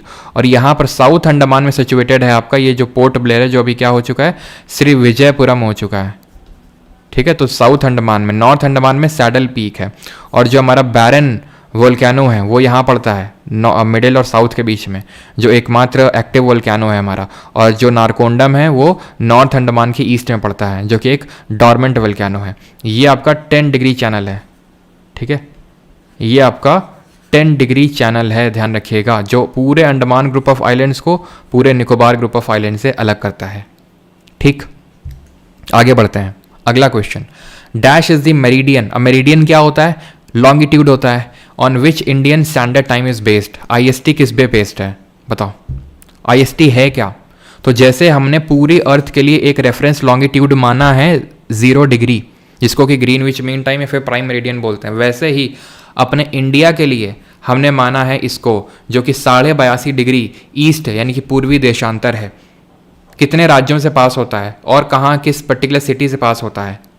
तीसरा सवाल, ये ग्रीनविच मीन टाइम से कितना आगे या कितना पीछे है बताओ? तो पहला सवाल, कितने राज्यों से पास होता है, यही था ना? तो ये पास होता है 5 राज्यों से, जिनको कि हम मौका करके याद रखते हैं। मौका से आपका MP, उड़ीसा, UP, छत्तीसगढ़ और आंध्रा। ठीक है, इन 5 राज्यों से ये होकर गुजरता है जो आपका इंडियन स्टैंडर्ड टाइम है। ये 5.5 आवर्स अहेड। ठीक है, ये 5.5 आवर्स अहेड है, ऑफ GMT, यानी 5.5 घंटे आगे है। ध्यान रखना ये टाइम का कॉन्सेप्ट कहाँ से निकल के आता है। तो ध्यान ये रखना है आपको कि अर्थ को हम टोटल कितने टाइम जोन्स में डिवाइड करते हैं। Earth total divided into 24 time zones, 24 time zones में डिवाइड करते हैं पूरी अर्थ को। तो यानी कि 360 डिग्री का रोटेशन मारती है, चक्कर मारती है 24 घंटे में। तो 24 घंटे मतलब 360 डिग्री। तो यहाँ से 1 घंटा कितना निकल के आएगा, 1 घंटा निकल के आएगा 15 डिग्री। तो 1 घंटे में 15 डिग्री हमारी घूमती है अर्थ। या 1 मिनट में सॉरी यहाँ पर एक ये निकालोगे कि 1 डिग्री घूमने में कितना टाइम लेती है, तो 4 मिनट निकल के आएगा यहाँ से। तो यहीं से ये कॉन्सेप्ट ऑफ टाइम निकल के आता है। तो option number A will be the correct answer. और क्या मैंने पूछा था, हाँ, कि इसको ध्यान रखना ये मिर्ज़ापुर से पास होती है। यहाँ पर एक क्लॉक टावर भी है, मिर्ज़ापुर क्लॉक टावर। इलाहाबाद के नैनी से भी पास होती है। ठीक है, आगे बढ़ते हैं। विच of the following countries has more than one standard meridian का, जैसे हमारा जो कंट्री है वहाँ पर सिर्फ एक ही मेरिडियन को हम स्टैंडर्ड मानते हैं, वो 82.5 डिग्री पूर्व है। सभी का सही है, भावना, निखिल, पिंटू, ईशा, तो एक ही है। लेकिन कई सारे ऐसे कंट्रीज हैं जिनका लॉन्गिट्यूडनल एक्सटेंट बहुत ज़्यादा है, यानी देशांतरीय विस्तार बहुत ज़्यादा है। तो वो देश अपने मल्टीपल टाइम जोन बना लेते हैं। क्योंकि अगर आप देखो जैसे इंडिया का, अगर हम ये इंडिया को माने, ठीक है, तो आप बताना चाहोगे ये अरुणाचल और ये गुजरात, इतना तो पता होगा, इनके बीच में टाइम गैप कितना है, एक्चुअल टाइम गैप कितना निकल के आएगा, बताओ जल्दी से। तो यहाँ पे जो सही उत्तर होगा that is more than one. USA का, यूएसए के टोटल 9 हैं। रशिया के पता है कितने हैं, 6000। रशिया के हैं 11, ठीक है। और फ्रांस के सबसे ज़्यादा हैं, फ्रांस के 12 या कहीं कहीं 13 मिलेंगे आपको, मतलब उसके पीछे का लॉजिक है, लेकिन छोड़ दो तुम, 12 और 13 दोनों याद रखो, ठीक है। तो फ्रांस के सबसे ज़्यादा हैं, ठीक। ये नहीं कि भाई मतलब 12, मतलब छोड़ो उसको, मतलब लॉजिक है कि 12 हैं और अगर एक टेरिटरी को मिला लेते हैं तो फिर वो 13 हो जाते हैं। खैर, तो ये है आपका 68 डिग्री लगभग, ये आपका लगभग 97 डिग्री। तो लगभग 30 डिग्री का अंतर आता है दोनों में। 15 डिग्री में 1 घंटा होता है, तो 30 डिग्री में 2 घंटे का, तो 2 घंटे का अंतर होता है। तो हम ये बीचों बीच खींच लेते हैं तो उतना फिर अंतर आ नहीं पाता है। दोनों जगह के लोगों को, चाहे गुजरात के और अरुणाचल या फिर कहीं और भारत के, सबको अपनी जो घड़ी है वो इसी के हिसाब से सेट करनी होती है, इस इंडियन स्टैंडर्ड टाइम। अब सोचो कोई देशांतरी विस्तार इतना ज़्यादा होता है कि यहाँ और यहाँ के बीच का जो टाइम गैप होता है वो 4 घंटे का होता, तो बहुत दिक्कतें होने लगती हैं। तो मल्टीपल टाइम जोन फिर वहाँ से निकालने पड़ते हैं कंट्रीज़ को। The TOC does not pass through which of the following state. तो TOC कहाँ से नहीं पास होती है, इंडियन स्टेट से। तो आपको पता है कि इक्वेटर, ट्रॉपिक ऑफ कैंसर और ट्रॉपिक ऑफ कैप्रिकॉर्न में सिर्फ ट्रॉपिक ऑफ कैंसर इंडिया से पास होती है, और वो भी बीचों बीच से, कहाँ से नहीं होती है। तो बड़ा आसान है। खैर, ये तो बहुत ही बेसिक सा सवाल है, इसको हम ऐसे याद रखते हैं कि Gujarati raja made chief justice win the meeting, ठीक है। इस तरह से इसको हम याद रखते हैं, Gujarati raja made chief justice win the meeting. तो ये से गुजरात हो जाएगा, राजा से राजस्थान हो जाएगा, ये आपका मध्य प्रदेश हो जाएगा, ये आपका छत्तीसगढ़ हो जाएगा, ये आपका झारखंड हो जाएगा, ये आपका वेस्ट बंगाल हो जाएगा, पश्चिम बंगाल, ये त्रिपुरा हो जाएगा, और ये हो जाएगा आपका मिज़ोरम। तो असम से नहीं पास होती आपकी, ठीक है, सिंपल। बाकी हर जगह से पास हो रही है। अच्छा, ये बताओ कि ये जो जैसे ये आपकी क्या है, इंडियन स्टैंडर्ड टाइम, भारतीय समय मानक, ट्रॉपिक ऑफ कैंसर ऐसे गुजरती है, दोनों मिलती कहाँ पे हैं, मीटिंग पॉइंट क्या दोनों का। The asthenosphere is the highly viscous, mechanically weak and ductilely form deforming region of the upper dash of the earth. तो एस्थेनोस्फीयर कहाँ पर पाया जाता है, तो ये है आपका कोरिया करके जगह पड़ती है छत्तीसगढ़ में, बैकुंठपुर डिवीजन में, वहाँ पर आता है ये, ठीक है। Crust, mantle, crust and core, या फिर कोर कहाँ पर, तो ये एक्चुअल में हमें इसको समझना पड़ेगा। इसको समझने के लिए अर्थ की डिफरेंट लेयरिंग स्ट्रक्चर को, तो अर्थ की हमने एक पीस को निकाल लिया, ठीक है। और जब पीस को निकाला और उसको जब स्टडी करने गए तो क्या हुआ कि इसमें हमें पता चला कि इसमें 3 लेयर्स हैं, ठीक है। ये हैं इसकी 3 लेयर्स, ऊपर वाली है क्रस्ट, बीच वाली है मैंटल, और अंदर वाली है कोर, ठीक है। क्रस्ट, मैंटल, कोर, समझ में आई बात। बाई वॉल्यूम अगर बात करेंगे तो ये 1% है मात्र, और उससे भी थोड़ी कमी होगी, ये 84% है और ये 15% है, ठीक है, बाई वॉल्यूम, बाई मास तो 168 और 31 होता है, लेकिन वो शायद आपसे पूछेगा नहीं, ठीक है, एक 68 और 31 होता है, तो ये आपको याद रखना है। अब ये जो क्रस्ट होता है ये किसका बना हुआ होता है? ये बना हुआ होता है सिलिका और एल्यूमिनियम का, जिसको सियाल बोल देते हैं। ये जो मेंटल बना होता है ये सीमा, दैट इज सिलिका और मैग्नीशियम बोल देते हैं। ये बना होता है कोर आपका नीफे, दैट इज निकल और आयरन का बोल देते हैं इसको बना हुआ। अब इस कोर को भी हम फर्दर डिवाइड कर देते हैं दो हिस्सों में, दो पार्ट में। ऊपर वाला आ जाता है आउटर कोर जो कि लिक्विड फॉर्मेट में होता है, और जो इनर कोर होता है वो आपका सॉलिड फॉर्म में होता है, ठीक। और ये किसका बना हुआ होता है? नीफे का बना हुआ होता है, ठीक है। अब मेंटल पे जाना जरा, बीच वाली पे। बीच वाली का ये जो एक लेयर होता है, अब होता क्या है ना, ये मेंटल, इसको भी दो पार्ट में डिवाइड कर देते हैं, अपर मेंटल लोअर मेंटल, ठीक है।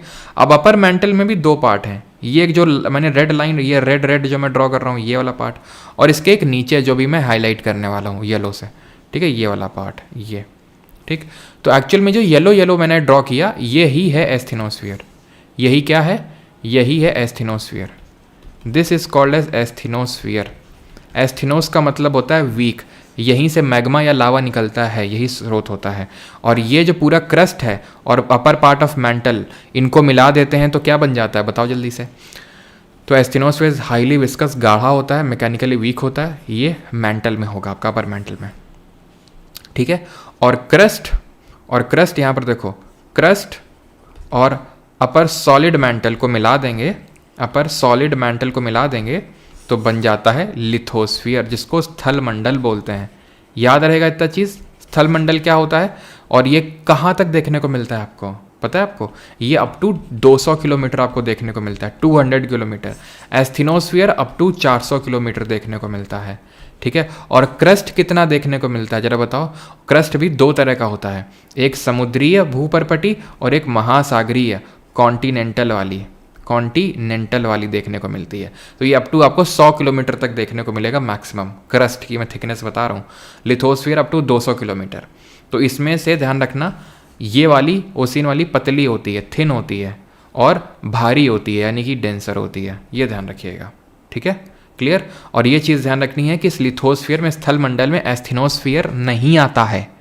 एस्थेनोस्फीयर स्थल मंडल के नीचे है, पूरा क्रस्ट और ये ऊपर वाला मेंटल है, इसको बोलते हैं लिथोस्फीयर। फिर ये एक सवाल बनता है कि जहाँ से क्रस्ट खत्म हो रहा है और मेंटल शुरू हो रहा है, यानी कि ये वाली लाइन डॉटेड, ये वाली लाइन, ये इसको क्या बोलते हैं?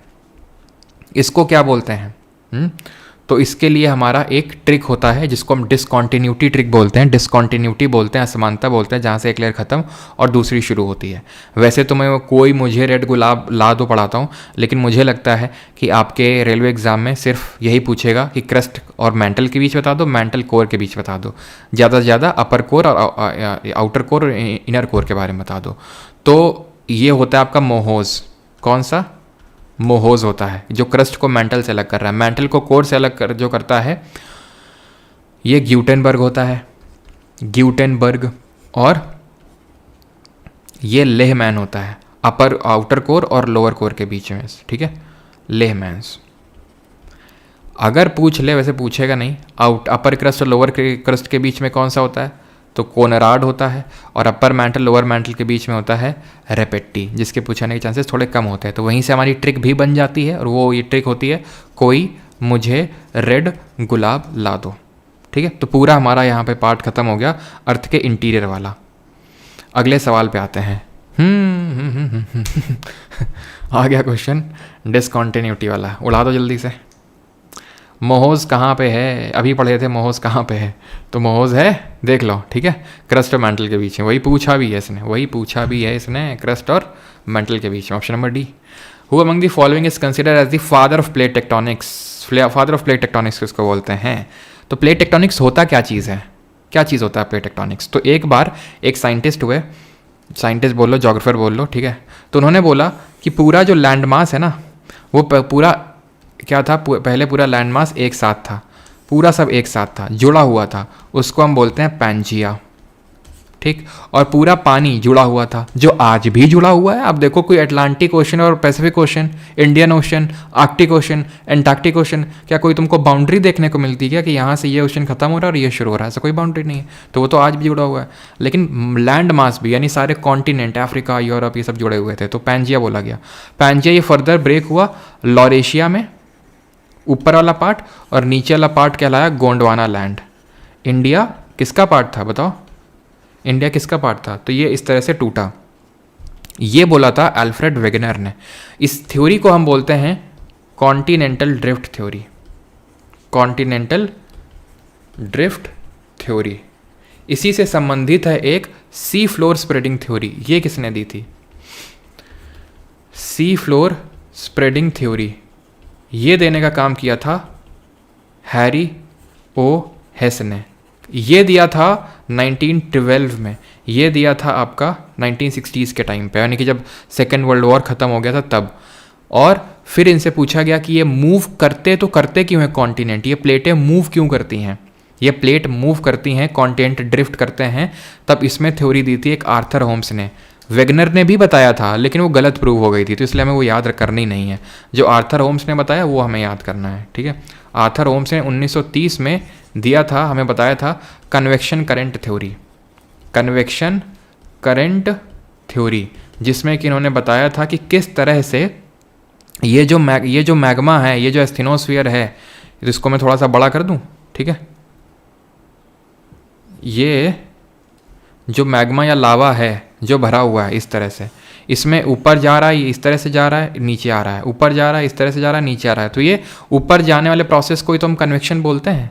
आपको ये पता है ना, कंडक्शन, कन्वेक्शन, रेडिएशन, एडवेक्शन, क्या अंतर होता है?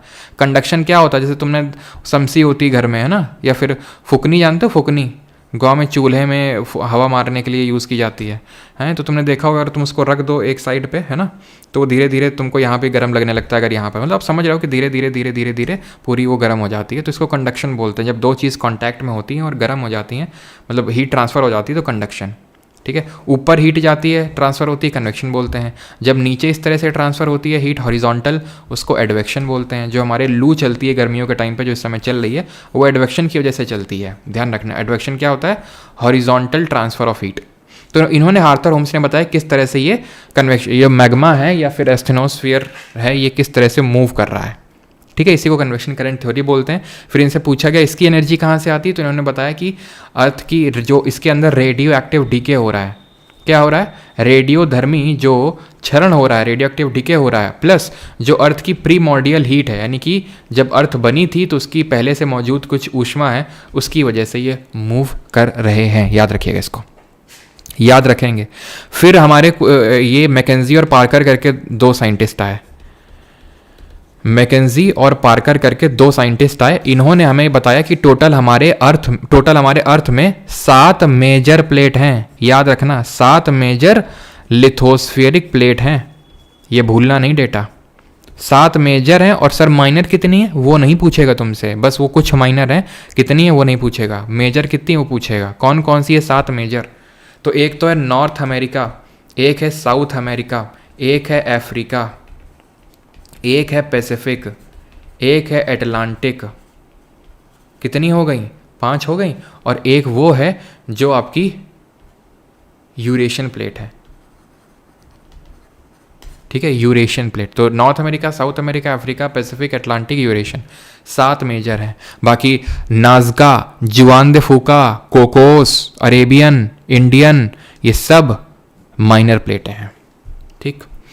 विच, वो सर वो लिखनी नहीं है क्या? नहीं लिखनी है, वो मैंने नाम बता दिए हैं। और फिर अगर पूछेगा इनमें से बताओ माइनर कौन सी है, तो तुमने तो पढ़ी नहीं, तो भाई इनमें से माइनर कौन सी, तो 4 ऑप्शन में एक ही होगी, बाकी तो मेजर होगी। तो मेजर तुमने याद कर ली हैं, आराम से एलिमिनेट करके कर दोगे। Which earthquake waves involve transfer displacement, तो कौन सी भूकंप तरंगों में अनुप्रस्थ विस्थापन शामिल होता है। अब भूकंपी तरंगें होती क्या हैं, तो भूकंप आता कैसे है? तो भूकंप ऐसे आता है, ये ज़मीन है, ठीक है, ये क्या है? ज़मीन है।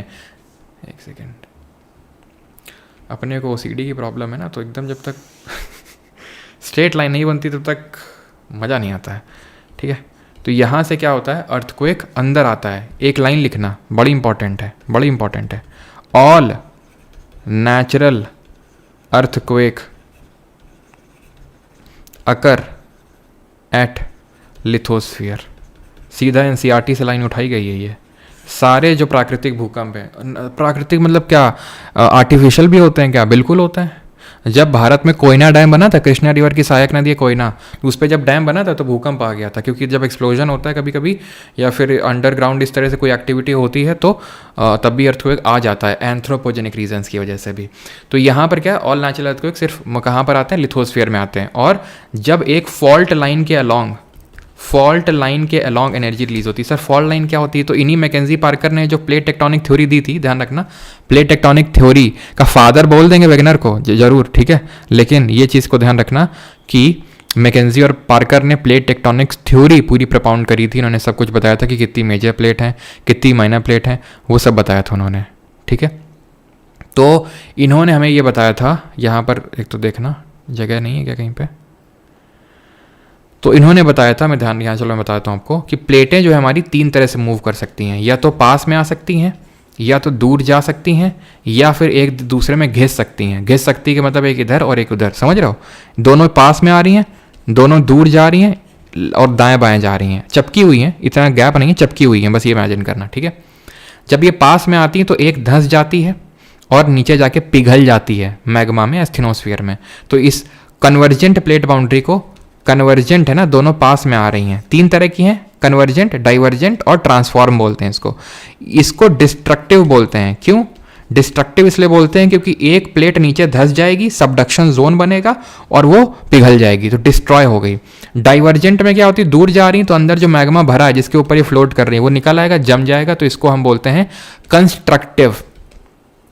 हम डाइवर्जेंट प्लेट बाउंड्री को कंस्ट्रक्टिव भी बोलते हैं। और ट्रांसफॉर्म वाली जो होती है, ये ना तो नया बना रही है ना तो बिगाड़ रही है, नीदर कंस्ट्रक्टिव नॉट डिस्ट्रक्टिव, ठीक। तो जब ये ट्रांसफॉर्म प्लेट बाउंड्री होती है, ट्रांसफॉर्म होती है इस तरह से इधर उधर जा रही हैं, तो ये क्या होती हैं, इतनी स्मूथ नहीं होती, इस तरह से होती हैं, तो लॉक हो जाएंगी।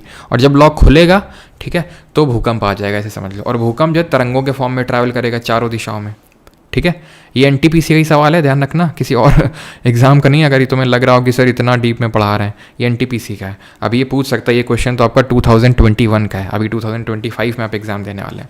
तो अर्थक्वेक वेव्स इस तरह से ट्रैवल करेंगी, ठीक। अर्थक्वेक वेव्स जो होती हैं वो 2 तरह की होती हैं।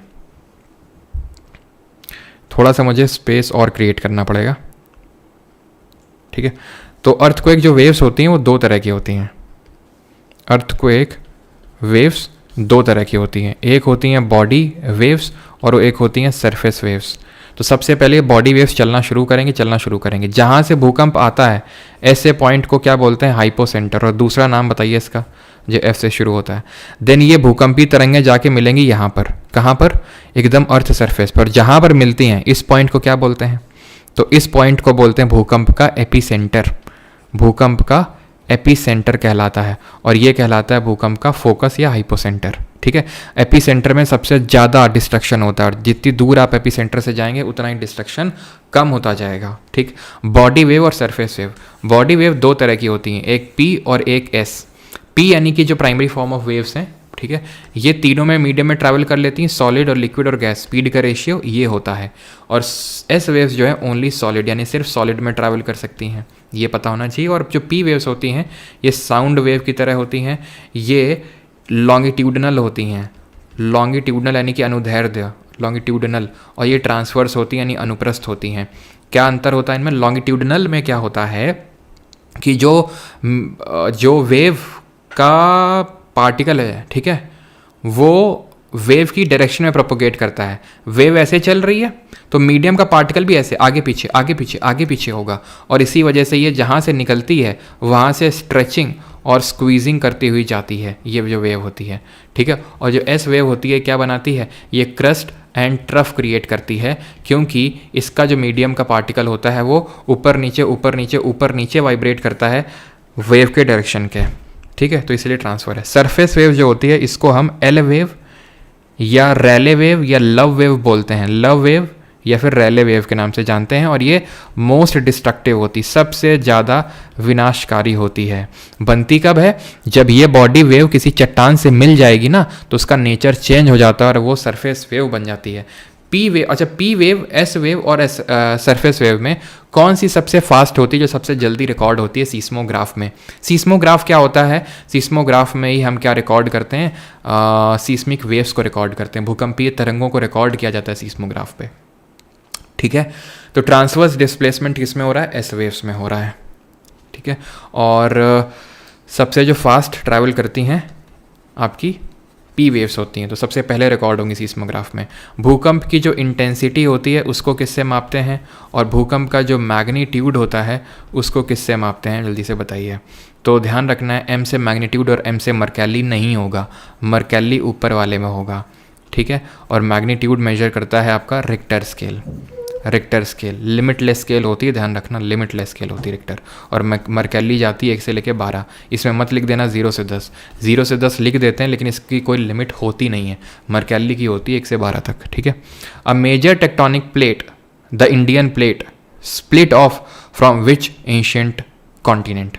तो इंडियन प्लेट किससे टूट के बनी है? तो अभी मैंने थोड़ी देर पहले आपको बताया, पहले पूरा लैंड मास एक था जिसको कि हम बोलते हैं पैंजिया, फिर वो फिर और पानी था आपका पैंथलासा, देन वहाँ से हमारा जो इंडियन सब कॉन्टिनेंट है that was part of the Gondwana land. Kareena, Tanishk, Vivek, Rakhi, Satish, Viplav, Kunti, Eva, Nikki, Devasmita, सबका सही है। Which of the following options can cause tsunami? कौन सुनामी कर सकता है? एक earthquake within the sea, severe storm, volcanic eruption over गर्मांग, या फिर ड्रॉट, या फिर फेमाइन। सुनामी है क्या चीज़? सुनामी का मतलब होता है हार्बर वेव्स, वेब नहीं, हार्बर वेव्स। ये जापानीज टर्म है जिसका मतलब हार्बर वेव्स होता है। ठीक, ये कब आता है? तो जब भूकंप समुद्र तल के अंदर आ जाए तो सुनामी बन जाता है वो, ऑप्शन नंबर ए।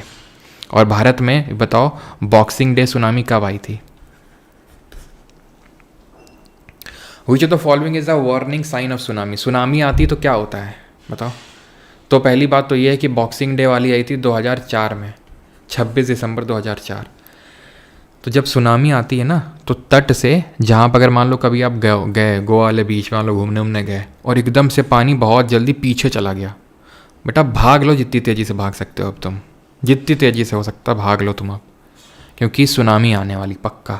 सुनामी ऐसा नहीं रोज़ रोज़ आती है, वेव्स आती रहती हैं। ठीक है, वेव्स आती रहती हैं, वेव्स तो हवा की वजह से आती हैं, वेव्स आ सकती हैं मेनली जो दिन में आती रहती हैं। वेव्स टाइड की वजह से भी आ सकती हैं, ज्वार की वजह से। वेव्स हो सकता है कि साइक्लोन कोई आए, साइक्लोन चक्रवात। सुनामी उससे भी भयंकर वाला है, सबसे कम भयंकर है हवा वाली वेव, उससे बाद टाइड वाली, उसके बाद साइक्लोन वाली, और सबसे भयंकर सुनामी वाली जनरली होती है। जब आती है ना तो बहुत भयंकर डिस्ट्रक्शन करती है। ठीक है, तो जब water falling back quickly from the beach, अब हुआ क्या था 2004 वाली में, जब ये एकदम से पानी पीछे गया तो भागने की बजाय और लोग वहाँ इकट्ठा हो गए वो नज़ारा देखने के लिए। अरे भाई पानी कहाँ तक चला गया, अभी तो यहाँ था पानी वहाँ चला गया, तो और लोग इकट्ठा हो गए और डिस्ट्रक्शन और ज़्यादा हुआ। उसकी वजह से कैजुअलिटीज़ यानी लोग को उतनी लोगों की ज़्यादा जान गई वहाँ पे।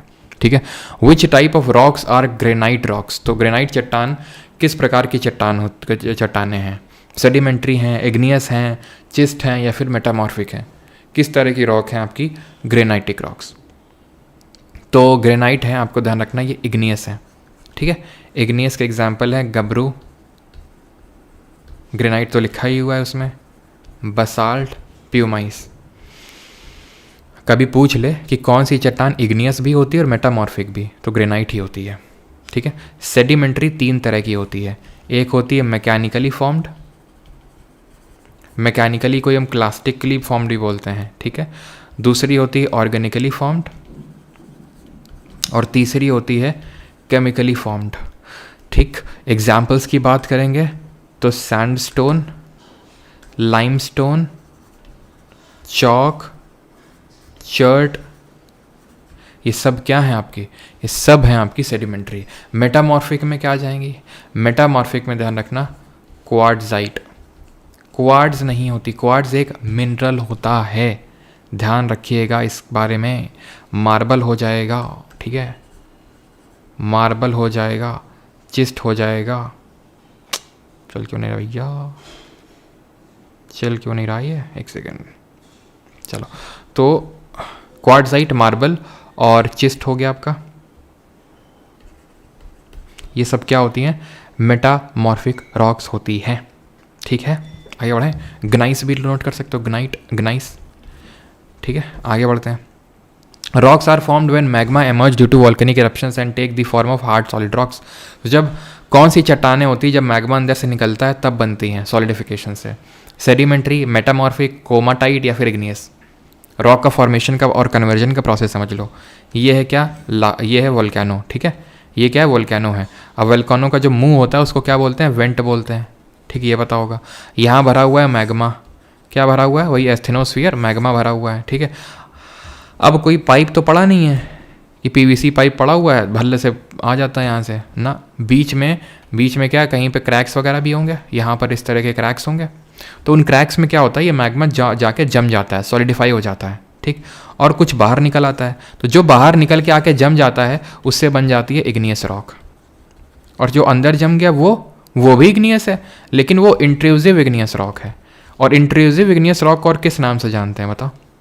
तो ये इग्नियस रॉक इसीलिए बेसिक रॉक कहलाती है, सॉरी बेसिक बोल, प्राइमरी फॉर्म ऑफ रॉक कहलाती है, प्राइमरी रॉक। क्यों? क्योंकि सबसे पहले यही चट्टान बनती है, तब बाकी की चट्टानों का जन्म होता है। तो इंट्रूसिव इग्नियस को हम प्लूटोनिक भी बोलते हैं, ध्यान रखना, ठीक। अब ये जो एक्सट्रूसिव इग्नियस रॉक है, इसमें अगर हम क्या करें, मान लो कि हवा, मतलब पानी आ रहा है, पानी तोड़ रही है उस चट्टान को, हवा आ रही है, ग्लेशियर आ रहा है, तो टूट फूट के सेडिमेंट धीरे धीरे डिपॉजिट होंगे। और प्रोसेस ऑफ लिथीफैक्शन से, लिथीफैक्शन क्या होता है, सारे जो अवशेष हैं, जो चट्टान के अवशेष हैं, वो धीरे धीरे धीरे धीरे layer by layer by layer by layer by layer by layer by जम जाएंगे। लिथीफैक्शन या कॉम्पैक्शन हो जाएगा और ये चट्टान बन जाएगी सेडिमेंट्री रॉक।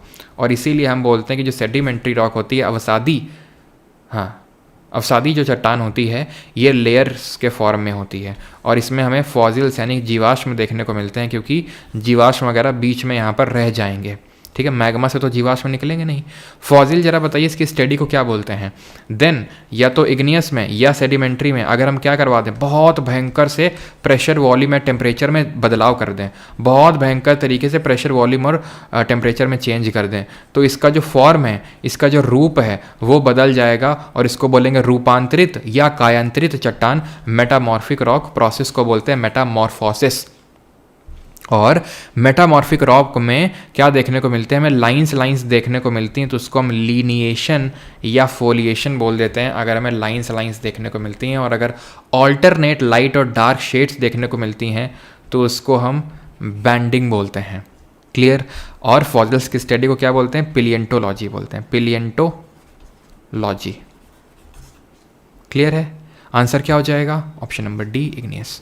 कोमाटाइट करके कोई रॉक नहीं होती है, सिर्फ 3 तरह की रॉक होती हैं। और ये जो हुआ पूरा, जैसे कि हमने इग्नियस से सेडिमेंट्री बनाया, इग्नियस सेडिमेंट्री से मेटामॉर्फिक बनाया, क्या हम मेटामॉर्फिक से सेडिमेंट्री बना सकते हैं? बिल्कुल बना सकते हैं। इसको तोड़िए फोड़िए और लिथीफैक्शन करवा दीजिए, सेडिमेंट्री बन जाए। क्या सेडिमेंट्री और मेटामॉर्फिक से इग्नियस बना सकते हैं? बिल्कुल बना सकते हैं। अभी जो कन्वर्जन प्लेट बाउंड्री पढ़ा रहा था, तो एक प्लेट जब नीचे धंसेगी, प्लेट क्या है, रॉक ही तो है, चट्टान ही तो है, तो पिघल जाएगी, पिघल के मैग्मा बनेगा, मैग्मा फिर बाहर निकल आएगा, इग्नियस बन जाएगी, खत्म।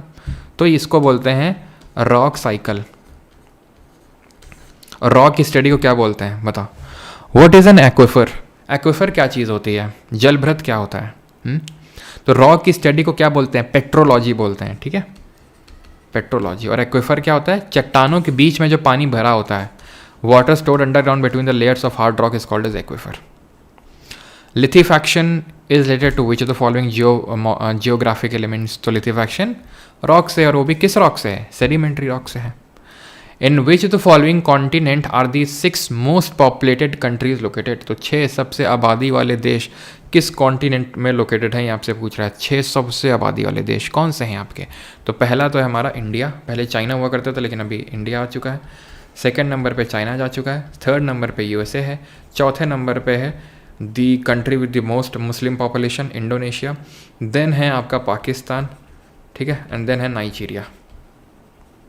ये 6 सबसे वो हैं। और इनमें से अगर बात करेंगे, इनमें जो following are the 6 most populated countries located, तो ये एशिया में, ये एशिया में है, ठीक है, और ये एशिया में आता है, ये एशिया में आता है, बाकी ये आपका नॉर्थ अमेरिका में, और ये आता है अफ्रीका में। तो आंसर होगा इसका एशिया, ऑप्शन नंबर ए।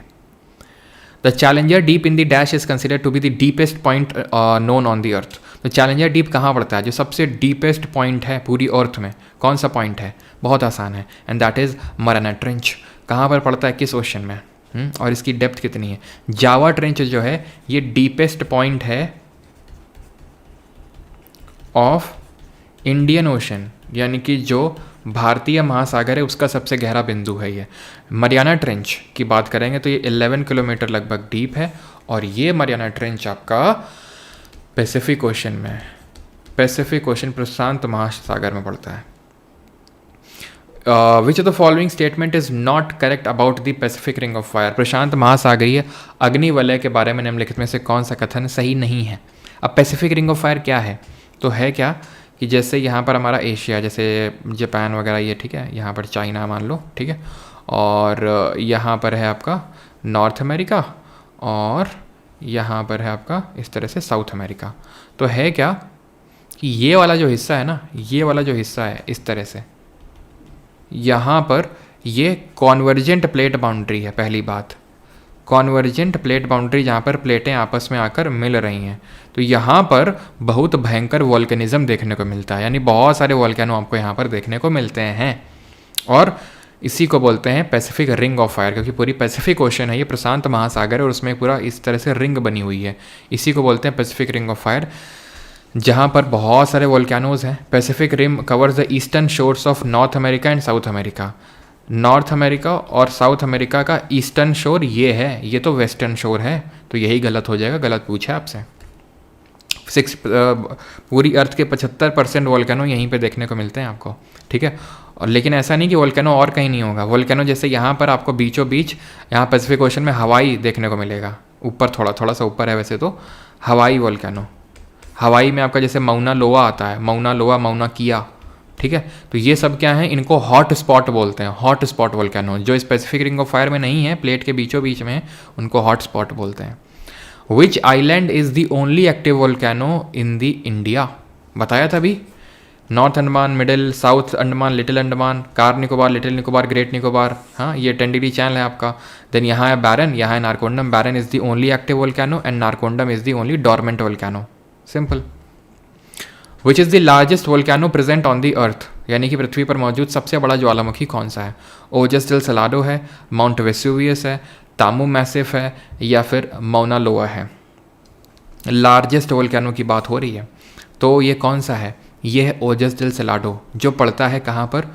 जो पड़ता है चिली एंड अर्जेंटीना के बॉर्डर पे। चिली और अर्जेंटीना के बॉर्डर में पड़ता है ये।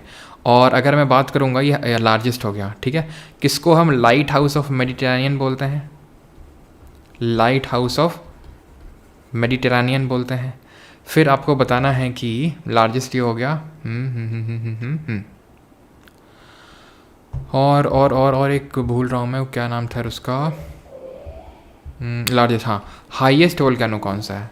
सबसे ऊंचाई पर स्थित कौन सा है? तो लाइट हाउस ऑफ मेडिटेरेनियन ध्यान रखना, ये आपका माउंट स्ट्रोम्बोली, ठीक है। हाईएस्ट ध्यान रखना कोटोपैक्सी, जो कहाँ पड़ता है? इक्वेडोर में पड़ता है, इक्वेडोर में। जो अफ्रीका की सबसे हाईएस्ट पीक है, अफ्रीका की जो हाईएस्ट पीक है सबसे, वो भी आपकी एक वोल्केनो ही है, वोल्केनिक पीक ही है, हाईएस्ट पीक, और उसका नाम क्या है? माउंट किलिमंजारो है। और ये किस कंट्री में पड़ता है, ये आगे मैंने क्वेश्चन रखा हुआ है, तो अभी मैं बताऊंगा नहीं इसको, ठीक है। टी से नाम शुरू होता है उस कंट्री का, बताओ।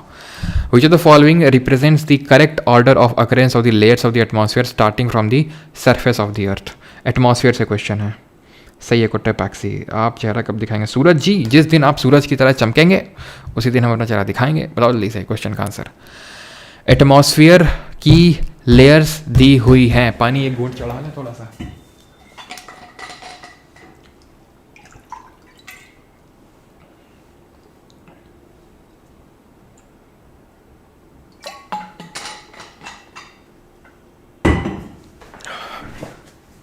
तो एटमॉस्फेयर की यहाँ पर लेयर्स दी हुई हैं, ठीक है।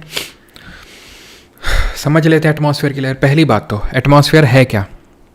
एटमॉस्फेयर है एनवेलप ऑफ गैसेस। क्या है? Atmosphere, atmosphere envelope of gases है। और ये जो एटमॉस्फेयर है ये क्यों टिका हुआ है? मरकरी के पास खुद का एटमॉस्फेयर क्यों नहीं है? क्योंकि मरकरी सन के बहुत नज़दीक है। तो हमारे एटमॉस्फेयर में, हमारे पास भी पहले एटमॉस्फेयर नहीं हुआ करता था, हाइड्रोजन और हीलियम था। तो सन ने क्या किया, पहला स्टेज में उस हाइड्रोजन और हीलियम को क्या कर दिया, उड़ा दिया। उसको हम बोलते हैं लॉस ऑफ प्रीमॉर्डियल एटमॉस्फेयर, जो पहले से था। देन क्या हुआ, अंदर से वोल्केनो एल्कोनो ज्वालामुखी खूब फूटे, खूब जितने मतलब समझ सकते हो खूब फूटे, ठीक है, उसको बोलते हैं डी गैसिंग, अंदर से गैसेज निकली। और फिर तीसरा स्टेज में हुआ modification by the living world, जो बैक्टीरिया वगैरह है उन्होंने धीरे धीरे धीरे जीवन को पनपाना शुरू किया। तो 3 स्टेजेस में एटमॉस्फेयर बना हमारा, और ये एटमॉस्फेयर ग्रेविटी की वजह से टिका हुआ है। इसकी वजह से, ग्रेविटी की वजह से। इसमें 5 लेयर हैं, कितनी, 5। ये मान लो हमारी अर्थ है। ध्यान से समझना, ये पूरा टॉपिक खत्म हो जाएगा इसी डायग्राम में, ठीक है। बहुत इंपॉर्टेंट है, एटमॉस्फेयर से क्वेश्चन आता है आपके एग्जाम में, ठीक है। तो ये इस तरह से, ये मैंने पहली लेयर ड्रॉ कर दी, ठीक है। अब इसी को पहले देख लेते हैं। तो ये है ट्रोपोस्फियर। इससे क्या क्या सवाल बनेगा? पहला सवाल, ट्रोपोस का मतलब क्या होता है? तो ट्रोपोस का मतलब होता है रीजन ऑफ मिक्सिंग, ठीक है। एक एक को हम डिटेल में देखेंगे कि क्या क्या क्वेश्चन बन सकता है। तो इसको रीजन ऑफ मिक्सिंग बोलते हैं, ट्रोपोस्फियर। क्यों? क्योंकि जितने भी वेदर फिनोमिना होते हैं,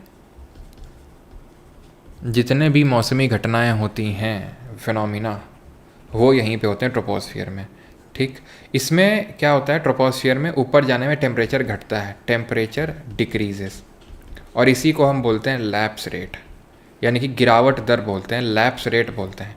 और लैप्स रेट कितना है, कितना डिक्रीज़ होता है? तो 165 मीटर में 1 डिग्री सेल्सियस टेम्परेचर डिक्रीज़ होता है। 1 किलोमीटर में 6.5 डिग्री सेल्सियस का गिरावट देखने को मिलता है। क्लियर हो गई इतनी चीज़ यहाँ तक।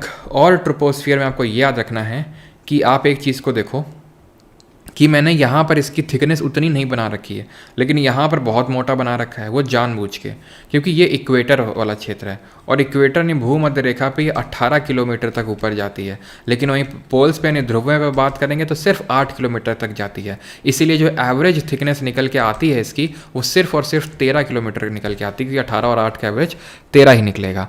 अब ये जहाँ से ख़त्म होती है, ये जो डॉटेड लाइन है, और अगली लेयर शुरू होती है, उसको बोलते हैं ट्रोपोपॉज।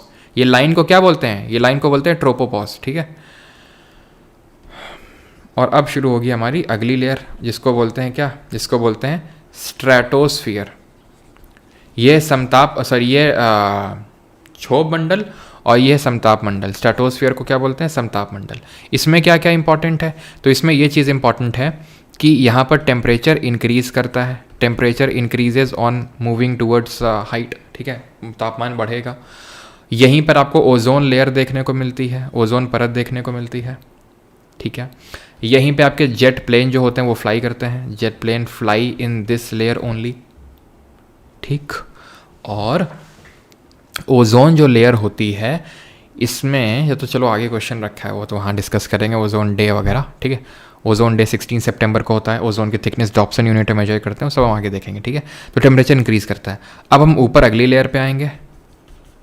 ये कौन सी लेयर है? और यहाँ से ये लेयर खत्म होती है स्ट्रेटोस्फीयर, और अगली लेयर शुरू होती है, उसको हम इस लाइन को स्ट्रेटोपॉज बोलते हैं, ठीक है। ये है आपकी मेसोस्फीयर। मेसोस्फीयर में क्या होते हैं? यहीं पे मेटियोराइट्स, मैंने आपको बताया था, जलते हैं, वो यहीं पे आके जलते हैं, ठीक है, मेटियोराइट। और ये आपकी कोल्डेस्ट लेयर होती है, सबसे ठंडी लेयर होती है, और यहाँ पर ऊपर जाने में टेम्परेचर डिक्रीज करता है, टेम्परेचर डिक्रीज करता है। तो यानी पहले डिक्रीज करेगा, फिर इंक्रीज करेगा, फिर डिक्रीज करेगा, और ऊपर वाली लेयर में फिर इंक्रीज करेगा। ऊपर वाली लेयर कौन सी है? ऊपर वाली लेयर है थर्मोस्फीयर, ठीक है, चौथी लेयर है हमारी थर्मोस्फीयर। और ये कहाँ तक है? Stratosphere.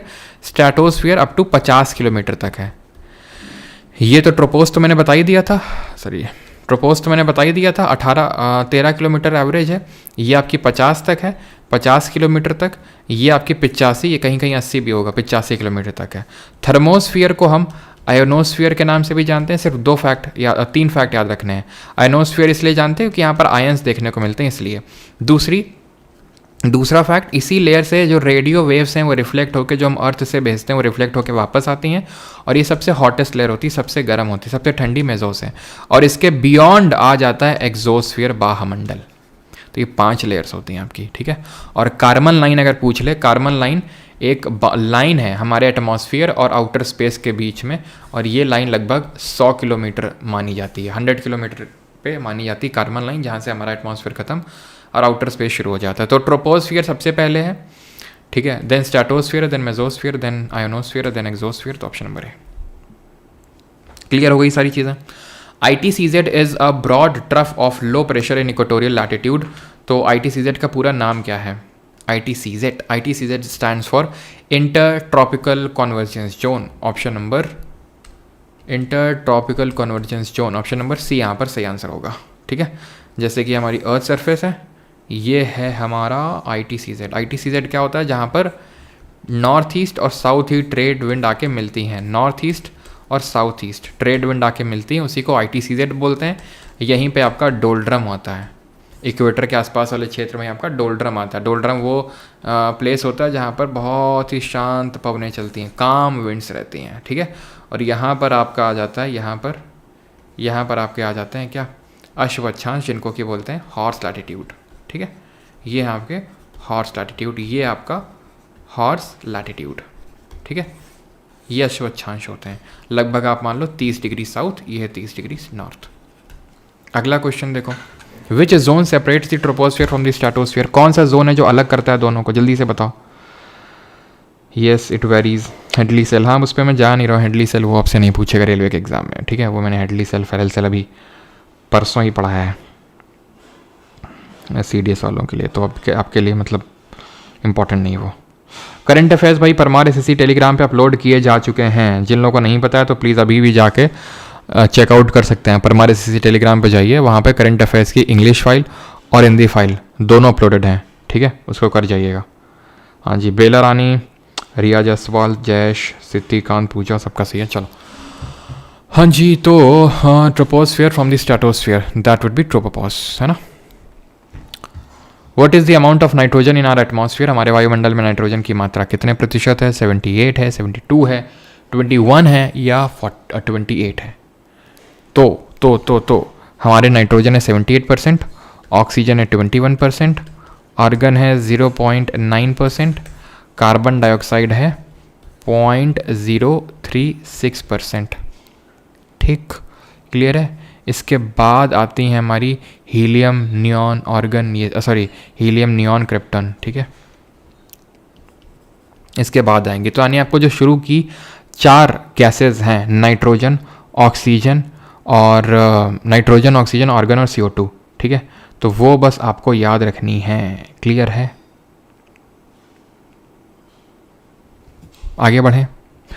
Where is the ozone hole located? आ गया क्वेश्चन ओजोन पे। तो ओजोन होल कहाँ पे लोकेटेड है, ये आपसे क्वेश्चन पूछ रहा है, जल्दी से बताओ। सर इसमें कहाँ पे? नहीं भैया, नियॉन पहले ही आएगी, ध्यान रखिए। वो परसेंटेज में लिखवा नहीं रहा क्योंकि पूछेगा नहीं, सिर्फ 4 का ही पूछेगा। नियॉन पहले आएगी, देन हीलियम आएगी, देन क्रिप्टन आएगी। वैसे तो मेथेन आ जाती है बीच में, लेकिन क्योंकि इनर्ट गैसेज हैं तो उनका ऑर्डर बता रहा हूँ इनर्ट गैसेज का, नियॉन, हीलियम, क्रिप्टॉन। ठीक है, ओजोन होल आपको एंटार्क्टिका में देखने को मिलेगा। 2022 का क्वेश्चन है, क्योंकि ये 2022 में करंट में था थोड़ा सा, इसलिए। ठीक है, अभी तो वो होल भर चुका है। होल का मतलब ऐसा नहीं कि ओजोन लेयर है तो बीच में छेद था तो यहाँ से, क्योंकि ओजोन क्या करता क्या है? ओजोन हमें प्रोटेक्ट करता है, protects from harmful ultraviolet rays. जो अल्ट्रावायलेट रेज हार्मफुल होते हैं उनसे प्रोटेक्ट करता है। बिकॉज हमें ये चीज़ पता होनी चाहिए कि जो हमारा सन होता है वो क्या करता है, इस तरह से एनर्जी भेजता है। इसको हम बोलते हैं insolation, incoming solar radiation. Hindi में बोले तो आतपन, तपा दे मुझे। ठीक है, फिर ये जो यहाँ से गया इसको बोलते हैं क्या? Terrestrial radiation. ठीक है, और हमारा जो एटमॉस्फेयर हीट होता है, वायुमंडल, वो इसी की वजह से होता है, ना कि इसकी वजह से। क्योंकि यहाँ पर हमारी कुछ गैसेस होती हैं, ये जो गैसेस होती हैं ये इसको तो आने देती हैं, यानी इसके लिए इंसोलेशन के लिए तो ट्रांसपेरेंट होती हैं, लेकिन ये टेरेस्ट्रियल रेडिएशन के लिए ओपेक होती हैं, मतलब इसको जाने नहीं देती हैं, रोक लेती हैं। और ऐसी गैसेस को हम बोलते हैं ग्रीन हाउस गैसेस, जिसमें कि हमारी सबसे ज़्यादा जैसे कि वाटर वेपर है, ये भी ग्रीन हाउस में ही आता है। इसके बाद सबसे CO2 है, इसके बाद मीथेन है, इसके बाद नाइट्रस ऑक्साइड है। ध्यान रखना सल्फर डाइऑक्साइड नहीं होती है आपकी ग्रीन हाउस गैस। क्लोरोफ्लोरोकार्बन भी ग्रीन हाउस गैस में आएंगे। और ये क्लोरोफ्लोरोकार्बन ही क्या करते हैं, ये इस ओजोन लेयर को डिस्ट्रॉय करने का काम करते हैं, जिसकी वजह से ओजोन लेयर में पतलापन होना शुरू हो जाता है। इसकी थिकनेस को हम मेजर करते हैं डॉप्सन यूनिट में, और जब पतली हो जाती है तो उसी को हम बोलते हैं ओजोन होल। ये ओजोन डे हम कब सेलिब्रेट करते हैं, ये आप कमेंट में जल्दी से बताइएगा। अब ऐसा क्यों होता है कि इंसोलेशन तो आ जाता है लेकिन टेस्लेशन जा नहीं पाता है? उसका कारण ये होता है कि इंसोलेशन शॉर्ट वेवलेंथ का होता है। ये शॉर्ट वेवलेंथ, इसकी जो तरंग दैर्ध्य होती है वो कम होती है, और ये जो होती है इसकी तरंग दैर्ध्य यानी कि वेवलेंथ वो ज़्यादा होती है। ठीक है, वेवलेंथ हम ये सब फिजिक्स में पढ़ेंगे, और कल तो बायो का लेक्चर है, ठीक है, मिस मत करना कल बायो वाला। तो डे ओजोन डे कब होता है? 16 सितंबर को, 16 सितंबर को होता है ओजोन डे, बिकॉज इसी दिन 1987 में ओजोन को प्रोटेक्ट करने के लिए मॉन्ट्रियल प्रोटोकॉल हुआ था। क्या हुआ था? मॉन्ट्रियल प्रोटोकॉल हुआ था कनाडा में, क्लोरोफ्लोरोकार्बन को फेज आउट करने के लिए। Any form of water which fall from the cloud is called as, जो भी पानी गिरता है क्लाउड से उसको क्या बोलते हैं? इवापोरेशन, कंडेंसेशन, प्रेसिपिटेशन या फिर ट्रांसपिरेशन। अब क्योंकि यहाँ पर पानी की बात आ रही है और पानी की बात और हम पानी की चर्चा ना करें, ऐसा कैसे हो सकता है? तो ध्यान रखिए रखना है कि हमारी अर्थ सरफेस में 97.2% वाटर, ध्यान रखना हमारी अर्थ में 70% लगभग क्या है, या फिर 71% लगभग पानी है, और लैंड मास सिर्फ 29% है। ठीक, अब है क्या कि ये पानी में 97.2% एल्कलाइन है या फिर सेलाइन है, यानी कि ये सॉल्टी या पीने योग्य नहीं है। सिर्फ 2.8 या फिर 2.7% ही वाटर पीने योग्य है, जिसको कि हम फ्रेश वाटर बोलते हैं। अब इस फ्रेश वाटर में भी जो सबसे बड़ा परसेंटेज निकल के आता है that is your eyes caps और ग्लेशियर्स का। ग्लेशियर सबसे ज़्यादा है, देन ग्राउंड वाटर में सबसे ज़्यादा है। ऑर्डर याद रखना, मैं परसेंटेज चलो इसका बता देता हूँ। 68% है, यानी इस 2.8 का 68% आइस कैप और ग्लेशियर में है। ठीक है, आइस कैप और ग्लेशियर। और ग्लेशियर का जो अल्बीडो होता है वो सबसे हाईएस्ट होता है, ध्यान रखना अल्बीडो हाईएस्ट होता है। अल्बीडो क्या होता है? तो अभी हमने देखा कि ये जो रिफ्लेक्ट होके सनलाइट जा रही है टेस्लेशन, तो ये अर्थ सरफेस में डिफरेंट चीज़ों से स्ट्राइक करेगी। बर्फ़ जो पड़ी हुई है उससे, रोड में जो असफाल्ट पड़ा हुआ है उससे, ट्रीज से, इन सब से रिफ्लेक्ट होकर जाएगा, उसी को अल्बीडो बोलते हैं। सबसे ज़्यादा होता है फ्रेशली प्रिपेयर्ड स्नो का, जो सफ़ेद चीज़ें होती हैं। तभी आप लद्दाख वगैरह में जाओगे तो आपको सन ग्लासेस लगाने पड़ते हैं, क्योंकि वहाँ पे सनलाइट पड़ती है जब बर्फ़ में, फ्रेशली प्रिपेयर्ड स्नो में, तो बहुत भयंकर से रिफ्लेक्शन होता है। ठीक है, तो आपकी आँखें चौंधिया जाती हैं। तो glaciers, ground water, then atmosphere,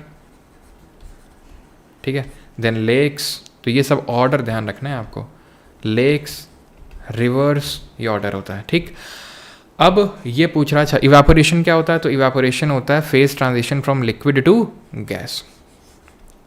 ठीक, लेटेंट हीट ऑफ इवापोरेशन वो हीट होती है जहाँ से लिक्विड से गैस में कोई कन्वर्ट हो जाता है। इवापोरेशन जरा बताइए, फेवरेबल कंडीशंस क्या हैं इवापोरेशन के लिए? What are the favourable conditions for evaporation? Condensation उल्टा होता है इवापोरेशन का, जहाँ गैस लिक्विड में कन्वर्ट हो जाती है। ठीक है, जैसे कि जो आपका बादल है वो क्या है, जब यहाँ से इवापोरेशन हुआ तो वो क्या हुआ, वो कंडेंस हो गया, लिक्विड की ड्रॉपलेट बन गई वो, और वो लिक्विड की ड्रॉपलेट जब गिरेगी हमारे सिर में तो उसको प्रेसिपिटेशन बोलेंगे। तो क्लाउड हो गया, कोहरा हो गया, कुहासा हो गया, मिस्ट हो गया, हेज हो गया, ड्यू यानी शबनम की वो बूंदें, फ्रॉस्ट हो गया, ये सब डिफरेंट फॉर्म्स ऑफ कंडेंसेशन, संघनन के प्रकार हैं। प्रेसिपिटेशन में जिस तरह से पानी नहीं गिर सकता है, रेन तो गिरेगी ही, ठीक है, इसके अलावा ओलावृष्टि हो सकती है, स्लीट, छोटे छोटे बर्फ़ के टुकड़े गिर सकते हैं, बड़े बड़े होते हैं, हेल बोलते हैं उसको। स्नोफॉल हो सकता है, जो कि हिमाचल और उत्तराखंड और JNK वगैरह में होता है स्नोफॉल। ठीक है, तो ये डिफरेंट फॉर्म्स ऑफ प्रेसिपिटेशन होते हैं। फेवरेबल कंडीशंस क्या होती हैं इवापोरेशन के लिए? तो फेवरेबल कंडीशन ये है कि टेम्परेचर ज़्यादा होना चाहिए। ठीक, सरफेस एरिया अगर बढ़ा दोगे तो, अगर विंड की स्पीड बढ़ा दोगे तो, हवा जब तेज़ चलती है तो कपड़े जल्दी सूखते हैं, होते हैं कि नहीं? और ह्यूमिडिटी यानी कि आर्द्रता को कम करना पड़ेगा, आर्द्रता कम रखनी पड़ेगी। Select the odd one out, ये क्या फेवरेबल कंडीशन का मतलब, जब आपको रेट ऑफ इवापोरेशन तेज करवाना है तो temperature, surface area, wind speed बढ़ानी और ह्यूमिडिटी कम करनी है। Select the odd one out from the following type of cloud, यानी कि आपको इनमें से ऑड वन बताना है, इनमें से कौन सा अजीब, मतलब बाकी तीनों से अलग है। टेम्परेचर ज़्यादा, यस, लो ह्यूमिड, पवन चलती रहनी चाहिए, यस पवन चलती है। स्नोफॉल राजस्थान में भी होती है, अच्छा स्नोफॉल राजस्थान में भी होती है क्या, ये कब हुआ? कितनी देर और है क्लास है जी? सूरज जी बस अब मैंने बोला है जब तक तोड़ेंगे नहीं तब तक फोड़ेंगे नहीं, हैं सारी चीज़ें करनी भी हैं, हमें अच्छे से करनी है, सो दैट कि कोई चीज़ मिस ना हो हमसे, है ना, सो दैट एग्ज़ाम के दिन प्रॉब्लम ना हो, इसलिए हम आज खुद को प्रॉब्लम दे रहे हैं। एग्ज़ाम के दिन आपको कष्ट ना हो इसलिए थोड़ा सा आज कष्ट दे दीजिए। मैं आपसे सिर्फ कितने दिन मांग रहा हूँ, आपके बस कितने दिन मांग रहा हूँ, बस 10 दिन मांग रहा हूँ आपसे। आप 10 दिन दीजिए मुझे, पूरा मैं आपको एकदम टकाटक करके भेजूँगा, ठीक है। NTPC के लिए टकाटक नंबर आएंगे आपके। देखो क्लाउड को समझो आप, तो बादल अलग अलग तरह के होते हैं, ठीक है। 4 किलोमीटर तक, 7 किलोमीटर तक और 12 किलोमीटर तक, क्या समझे, ठीक है। तो ये होते हैं लो लेवल क्लाउड, नीचे वाले लो लेवल क्लाउड बोलते हैं इनको, निचले स्तर के। ये होते हैं मिडिल लेवल, ये होते हैं हाई लेवल, ठीक। लो लेवल में आते हैं 2 तरह के, कौन, एक तो निम्बस भैया आएगा और एक स्ट्रेटस भैया आएगा। जो निम्बस भैया होता है ये बारिश करके ही जाएगा, ये है मास्टर गोगो की तरह कि आया हूँ तो बारिश करके जाऊँगा, ठीक है। तो रेन बियरिंग है, निम्बो का मतलब ही रेन बियरिंग होता है। ये ग्रे कलर के होते हैं या डार्क कलर के होते हैं, ये ओपेक होते हैं सनलाइट के लिए, सनलाइट को ब्लॉक कर लेते हैं, ये सनलाइट को ब्लॉक कर लेते हैं, अंधेरा छा जाता है, आपने देखा होगा। स्टेटस ये लेयर्ड क्लाउड होते हैं, लेयर होते हैं। कल परमार ऑफिसर वाले टेलीग्राम पे मैंने डाला था, कल सुबह मेरे यहाँ इन दोनों का कॉम्बिनेशन छाया हुआ था जिसको हम निम्बो स्टेटस बोलते हैं। परमार ऑफिसर वाले पे मैंने कम्युनिटी पोस्ट भी किया था, खैर ठीक। तो ये लो लेवल हो जाएंगे। मिडिल लेवल में आता है क्यूमुलस। क्यूमुलस की क्या खासियत होती है सर जी? इनका बेस फ्लैट होता है और ये होते हैं कॉटन या फिर कॉलीफ्लावर, बंद गोभी के शेप, सॉरी फूल गोभी होती है उसके शेप के, इस तरह से ये होते हैं क्यूमुलस।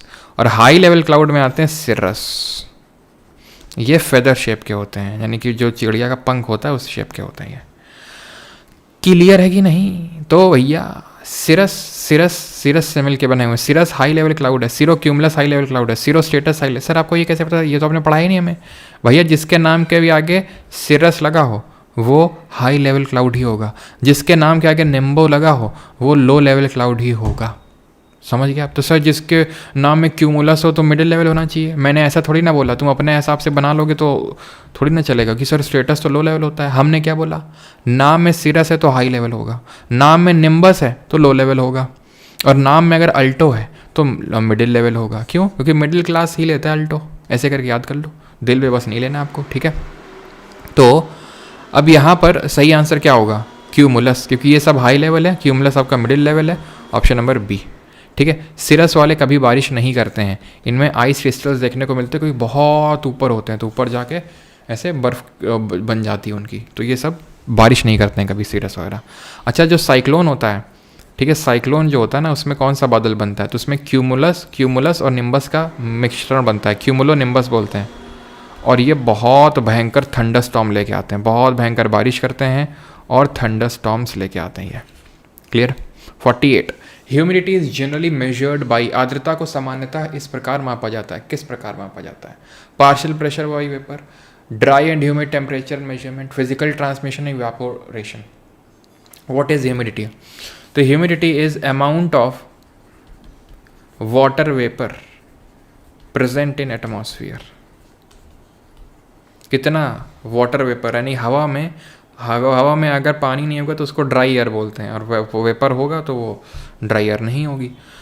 तो it is dry and humid temperature measurement. तो इसको मेजर किससे करते हैं? It is measured by hygrometer.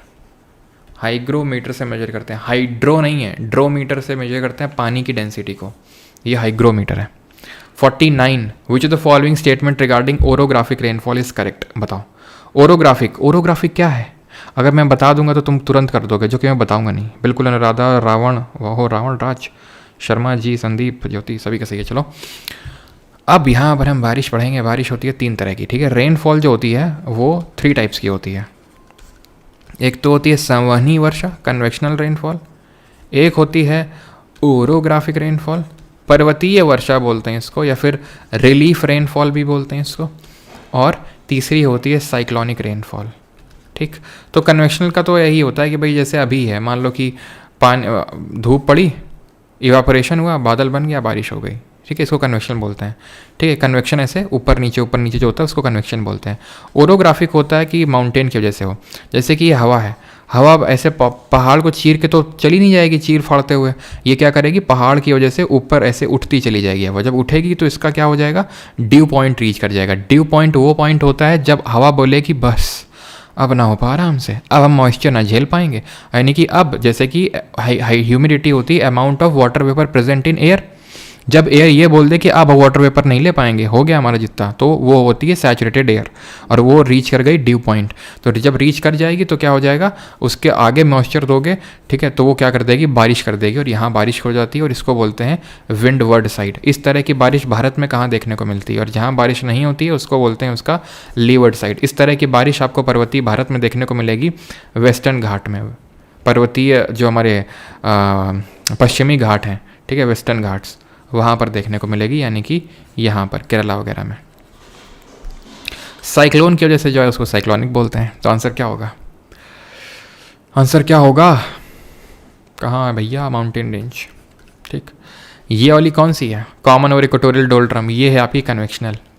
Equator के आसपास वाले एरिया में बारिश ही बारिश होती है, दबादब बारिश होती है, उसको हम बोलते हैं 4 o'clock शावर्स, उसको हम बोलते हैं 4 o'clock शावर्स, खूब बारिश होती है वहाँ पे। 50th question, which is the main factor which provides rainfall in winter to northwest part of the country? देश के उत्तर पश्चिमी भाग में शीतकाल में वर्षा प्रदान करने वाला मुख्य कारक कौन सा है? Western disturbance, south west monsoon, south east, या फिर eastern disturbance? North west part of country,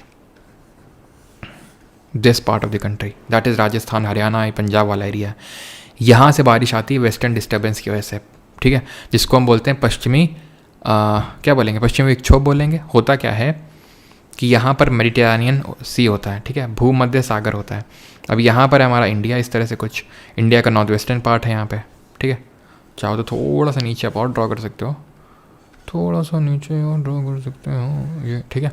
तो होता क्या है कि यहाँ पर आते हैं फ्रंट। अब मैं ज़्यादा डीप में नहीं जा रहा हूँ, ठीक है, डीप में पढ़ना है परसों ही क्लास ली है वर्ल्ड ज्योग्राफी पे CDS में, रात को 5 घंटे 5.25 घंटे, वो देख लेना आपके लिए नीड नहीं है उतना, ठीक है, डीप में। लेकिन ठीक है, यहाँ पर क्या होता है, यहाँ पर टेम्परेट साइक्लोन आते हैं, यहाँ पर टेम्परेट साइक्लोन बनते हैं, और वो टेम्परेट साइक्लोन क्या है, अपर ट्रोपोस्फियर में, ऊपरी क्षोभ मंडल में चलने वाली इस तरह से जो जेट स्ट्रीम है, जेट धारा है, जेट धारा कहाँ मूव कर रही हैं, जेट धारा मूव कर रही हैं आपकी कहाँ पर, 8 से लेकर लगभग 13 किलोमीटर के बीच में, ठीक है, 8 से 9 किलोमीटर से समझ लो, 8 से 9 किलोमीटर के बीच में जेट स्ट्रीम चल रही हैं बहुत तेज़ स्पीड में। तो वो इनको यहाँ लेके आती हैं पाकिस्तान और north western part of India में बारिश करती हैं, जिसको कि हम मावठ के नाम से जानते हैं। कहाँ पर, राजस्थान में इसको जानते हैं मावठ के नाम से। ये राबी की फसलों के लिए बहुत इंपॉर्टेंट होता है क्या, टेम्परेट साइक्लोन, जिसको कि हम वेस्टर्न डिस्टर्बेंस भी बोलते हैं। जो फ्रंट कैसे बनते हैं, फ्रंट क्या होते हैं, जब एक गर्म हवा एक ठंडी हवा से मिलती है तो उसको फ्रंट बोलते हैं, ठीक है। तो आंसर ऑप्शन नंबर ए होगा। राबी की फसल के लिए बहुत इंपॉर्टेंट है, मावठ के नाम से जानते हैं, और ये विंटर्स के टाइम पे होती है, विंटर्स के टाइम पे। 50 सवाल हो चुके हैं हमारे, कैसा फील कर रहे हैं अभी आप, ये बताइए, आपकी फीलिंग मैं जानना चाहूँगा, तब अगले 50 पे बढ़ना चाहूँगा। ब्रेक चाहिए आदित्य को, है क्यों, ट्रेन से क्लास कर रहे हो, अच्छा सर 5 मिनट ब्रेक चाहिए, 5 मिनट नहीं 2 मिनट ले लो बस, ठीक है, 2 घंटे हो गए इसलिए दे रहा हूँ बस 2 मिनट का ब्रेक, 3 घंटे होंगे तो 3 मिनट का। सर तो ऐसे पढ़ा रहे हैं जैसे हमें नोबेल प्राइज जीतना हो और नहीं पढ़ाएंगे सर उतना डीप में तो आके सर कोई गरियाएंगे कि बस खुश हो गए, टीचर वीचर कोई काम नहीं आएंगे, भैया किताब से पढ़ो क्यों यही बोलोगे फिर, कोई माइक तुम्हें जब सेंटर से बाहर निकलोगे तो कोई माइक तुम्हारे मुंह में डालेगा, तुम बोलोगे टीचर वीचर सब फाइल हैं सब, ये सब किताब से पढ़ना शुरू करो ज़्यादा डीप पढ़ा तो दिक्कत है, क्यों बेटा पढ़ लो, हैं कुछ काम ना आएगा ये सब। अच्छी फीलिंग आ रही है। हाँ।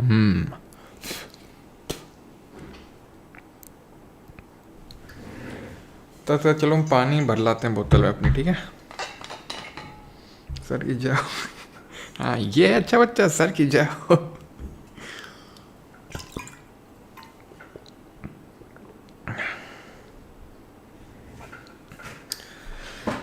चलो भाई 51 क्वेश्चन जल्दी से करो। पानी में बोतल भर के लाते हैं, मतलब सॉरी बोतल में पानी भर के लाते हैं।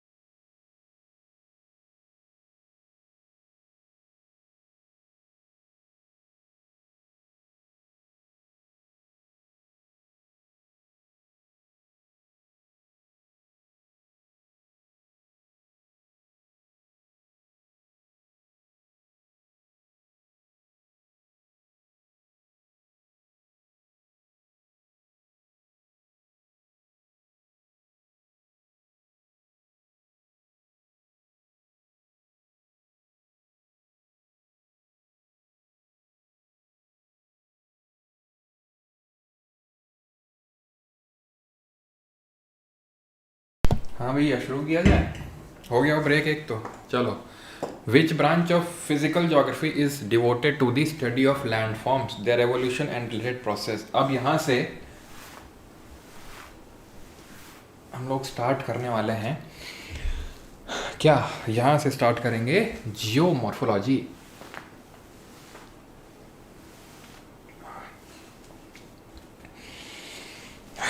तो इसका आंसर क्या हो जाएगा, इसका आंसर हो जाएगा जियोमॉर्फोलॉजी, ठीक है। बिल्कुल सही। इसका आंसर हो जाएगा ऑप्शन नंबर डी, जियोमॉर्फोलॉजी। भाग के देखो काफ़ी लोग, इसी से ब्रेक नहीं देता हूँ, बस भागने के बस एक्सक्यूज़ चाहिए, बस तुरंत भाग जाओ। ये क्लास सर आपको ये मत सोचना कि पब्लिक मिलेगी, प्राइवेट हो जाएगी ये लाइफ के बाद, ध्यान रखना।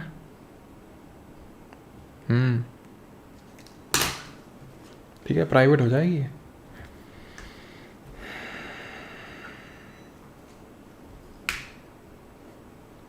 अगर नीट जैसा क्वेश्चन आए तो बस उसी के लिए तो तैयार करना है।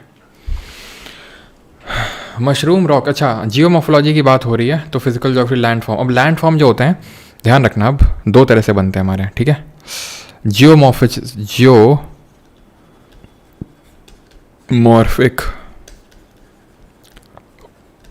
प्रोसेसेस को हम दो पार्ट में डिवाइड करते हैं। एक होते हैं हमारे एंडोजेनिक यानी अंतर्जात, और दूसरे होते हैं एक्सोजेनिक बाहर जात, आंख दिखाता है। ठीक है, तो एंटोजेनिक जो होते हैं इनमें क्या होता है, जो अंदर अंदर चेंजेस होते हैं, यानी कि इंटीरियर जो प्लेट टेक्टोनिक्स पढ़ रहे थे हम, वो एंडोजेनिक है। इनको एंडोजेनिक फोर्सेस या फिर एंडोजेनिक प्रोसेस को हम डाइस्ट्रोफिज्म के नाम से जानते हैं। ठीक है, डाइस्ट्रोफिज्म ये तीन तरह के होते हैं वैसे। एक होता है आपका ओरोजेनिक, जहाँ पर माउंटेन बिल्ड होता है, पर्वत बनता है, पर्वत के अलावा कुछ बनता है तो उसको एपिरोजेनिक बोलते हैं। और क्या होते हैं, और होते हैं इसमें जैसे कि अर्थक्वेक आ गया आपका, वो भी इसी में आएगा, अंदर ही अंदर क्योंकि हो रहा है। वोल्केनो अंदर से मैग्मा निकल रहा है, वो भी इसी में आएगा आपका। ठीक है, आपका प्लेट टेक्टोनिक्स जो भी प्लेट विवर्तकनी है वो सब इसी में आएगा आपका। ठीक, और इसके लिए एनर्जी कहाँ से आती है, मैंने बताया था अर्थ के इंटीरियर से, वो कन्वेक्शन करंट आर्थर होम्स ने जो बताया था, है ना। कन्वेक्शन करंट डेवलप होते हैं प्रीमोडियल हीट और रेडियो एक्टिविटी के। एक्सोजेनिक जो होते हैं, एक्सोजेनिक को हम बोलते हैं डेन्यूडेशन। ठीक है, एक्सोजेनिक को हम बोलते हैं डेन्यूडेशन, जो बाहर ही बाहर हो रहा है। बाहर क्या हो रहा है, जैसे कि अरावलीज जो हैं एक टाइम पे हिमालय से भी ऊंचे थे लेकिन आज नहीं है, तो जो चीज़ बनती है वो एंडोजेनिक, जो बिगड़ती है वो एक्सोजेनिक। इसकी जो एनर्जी मिलती है वो प्राइमरी फॉर्म ऑफ एनर्जी होता है सन, ध्यान रखेंगे इसको। ठीक है, डिफरेंट एक्सोजेनिक एजेंट होते हैं जैसे कि हवा चल रही है, ठीक है, रिवर वाटर हो गया, ग्लेशियर हो गया, तो ये सब क्या होते हैं, ये एक्सोजेनिक एजेंट कहलाते हैं। Mushroom rocks are form due to, तो मशरूम चट्टानों चट्टानें डैश के कारण बनती हैं, glacial deposition, deposition of sea waves, running sea water erosion या फिर विंड इरोजन। तो मशरूम जो चट्टानें बनती हैं वो हवा की वजह से चलने की वजह से बनती हैं, विंड इरोजन की वजह से। ग्लेशियर से क्या क्या बनते हैं? तो सर ग्लेशियर से अब बताऊं या फिर आपको ना बताऊं? बताओ जल्दी से इस पे। ये तो एमटीएस का क्वेश्चन तो है, लेकिन मुझे लग रहा है कि आ जाएगा। ये तो एनटीपीसी का क्वेश्चन है, ठीक है, ये भी एनटीपीसी क्वेश्चन है, लेकिन चलो बता देते हैं आपको अगर पूछ ले तो। बस मैं ज़्यादा डीप में नहीं जाऊँगा। ग्लेशियर की वजह से आपके इरोजन, यानी कि ग्लेशियर जब चलता है तो उसके अपर्दन की वजह से जो चीज़ें बनती हैं वो होती हैं आपकी, ठीक है। अगर ना ज़्यादा लोड लगे तो फिर स्किप कर सकते हो अगर बहुत ज़्यादा लोड लगे, लेकिन मैं बता देता हूँ आपको, ठीक है। सर्क बनता है, अरीट्स बनता है, सिरेटेड रिज बनती है, हॉर्न बनता है, वैली बनती है, यू शेप वैली बनती है, हैंगिंग वैली बनती है, कोई भी तरह की वैली हो वो बनेगी, ठीक है। डिपोजिशन से बनता है esker, drumlin, moraine, outwash plain, ये सब बनते हैं। विंड के इरोजन की वजह से आपने देखा रॉक बनती हैं कई तरह के, मशरूम रॉक, ज़्यूगेन होता है, मतलब डिफरेंट तरह की चीज़ें होती हैं, ठीक है, जो कि आपसे नहीं पूछेगा। और डिपोजिशन में अगर पूछेगा तो बर्कन हो जाते हैं, बर्कन, सीफ, ठीक है। सैंड ड्यून्स और भी होते हैं बर्कन सीफ के अलावा, ट्रांसवर्स ड्यून होते हैं, पैराबोलिक ड्यून्स होते हैं, लेकिन ठीक है तुम बर्कन और सीफ याद रखो बस, ठीक है। चलो, which of the following options has the correct types of planetary wind? तो निम्नलिखित में से किस विकल्प में ग्रहीय पवनों का सही प्रकार है? अब प्लैनेटरी विंड क्या होती है? हाँ, तो प्लैनेटरी विंड होती हैं ये, अब बताते हैं तुम्हें। ये है प्लैनेट हमारा, ये है इक्वेटर हमारा, ठीक है। मैंने आपको बताया था इस तरह से पवनें चलती हैं, इनको बोलते हैं नॉर्थ ईस्ट ट्रेड विंड। अब क्यों चलती हैं वो तो यार डीप में सब हमें पढ़ना होता है, सीडीएस वगैरह में, एसएससी वगैरह में, लेकिन मतलब ठीक है यहाँ पर मतलब डेप्थ में नहीं जाना है। एसएससी में भी जब पढ़ते हैं तो इतना डेप्थ में नहीं जाना है, ठीक है, कि हेडली सेल, फेरल सेल, वो सब शायद ही पूछे आपसे, ठीक है। तो होता क्या है कि यहाँ पर ये जो आप ये देख रहे हैं एरिया जहाँ से चलना शुरू, इसको बोलते हैं सब ट्रॉपिकल हाई। क्या बोलते हैं इसको? सब ट्रॉपिकल हाई के नाम से जानते हैं यहाँ से। और ये भी आपका सब ट्रॉपिकल हाई होगा यहाँ से, जहाँ से रिवर चलना स्टार्ट करी, ठीक है, जहाँ से ये हवा चलना स्टार्ट करी, ठीक है, सब ट्रॉपिकल हाई। इनको बोलते हैं ट्रेड विंड। ये हैं आपकी नॉर्थ ईस्टर्लीज और ये कहलाती हैं साउथ ईस्टर्लीज।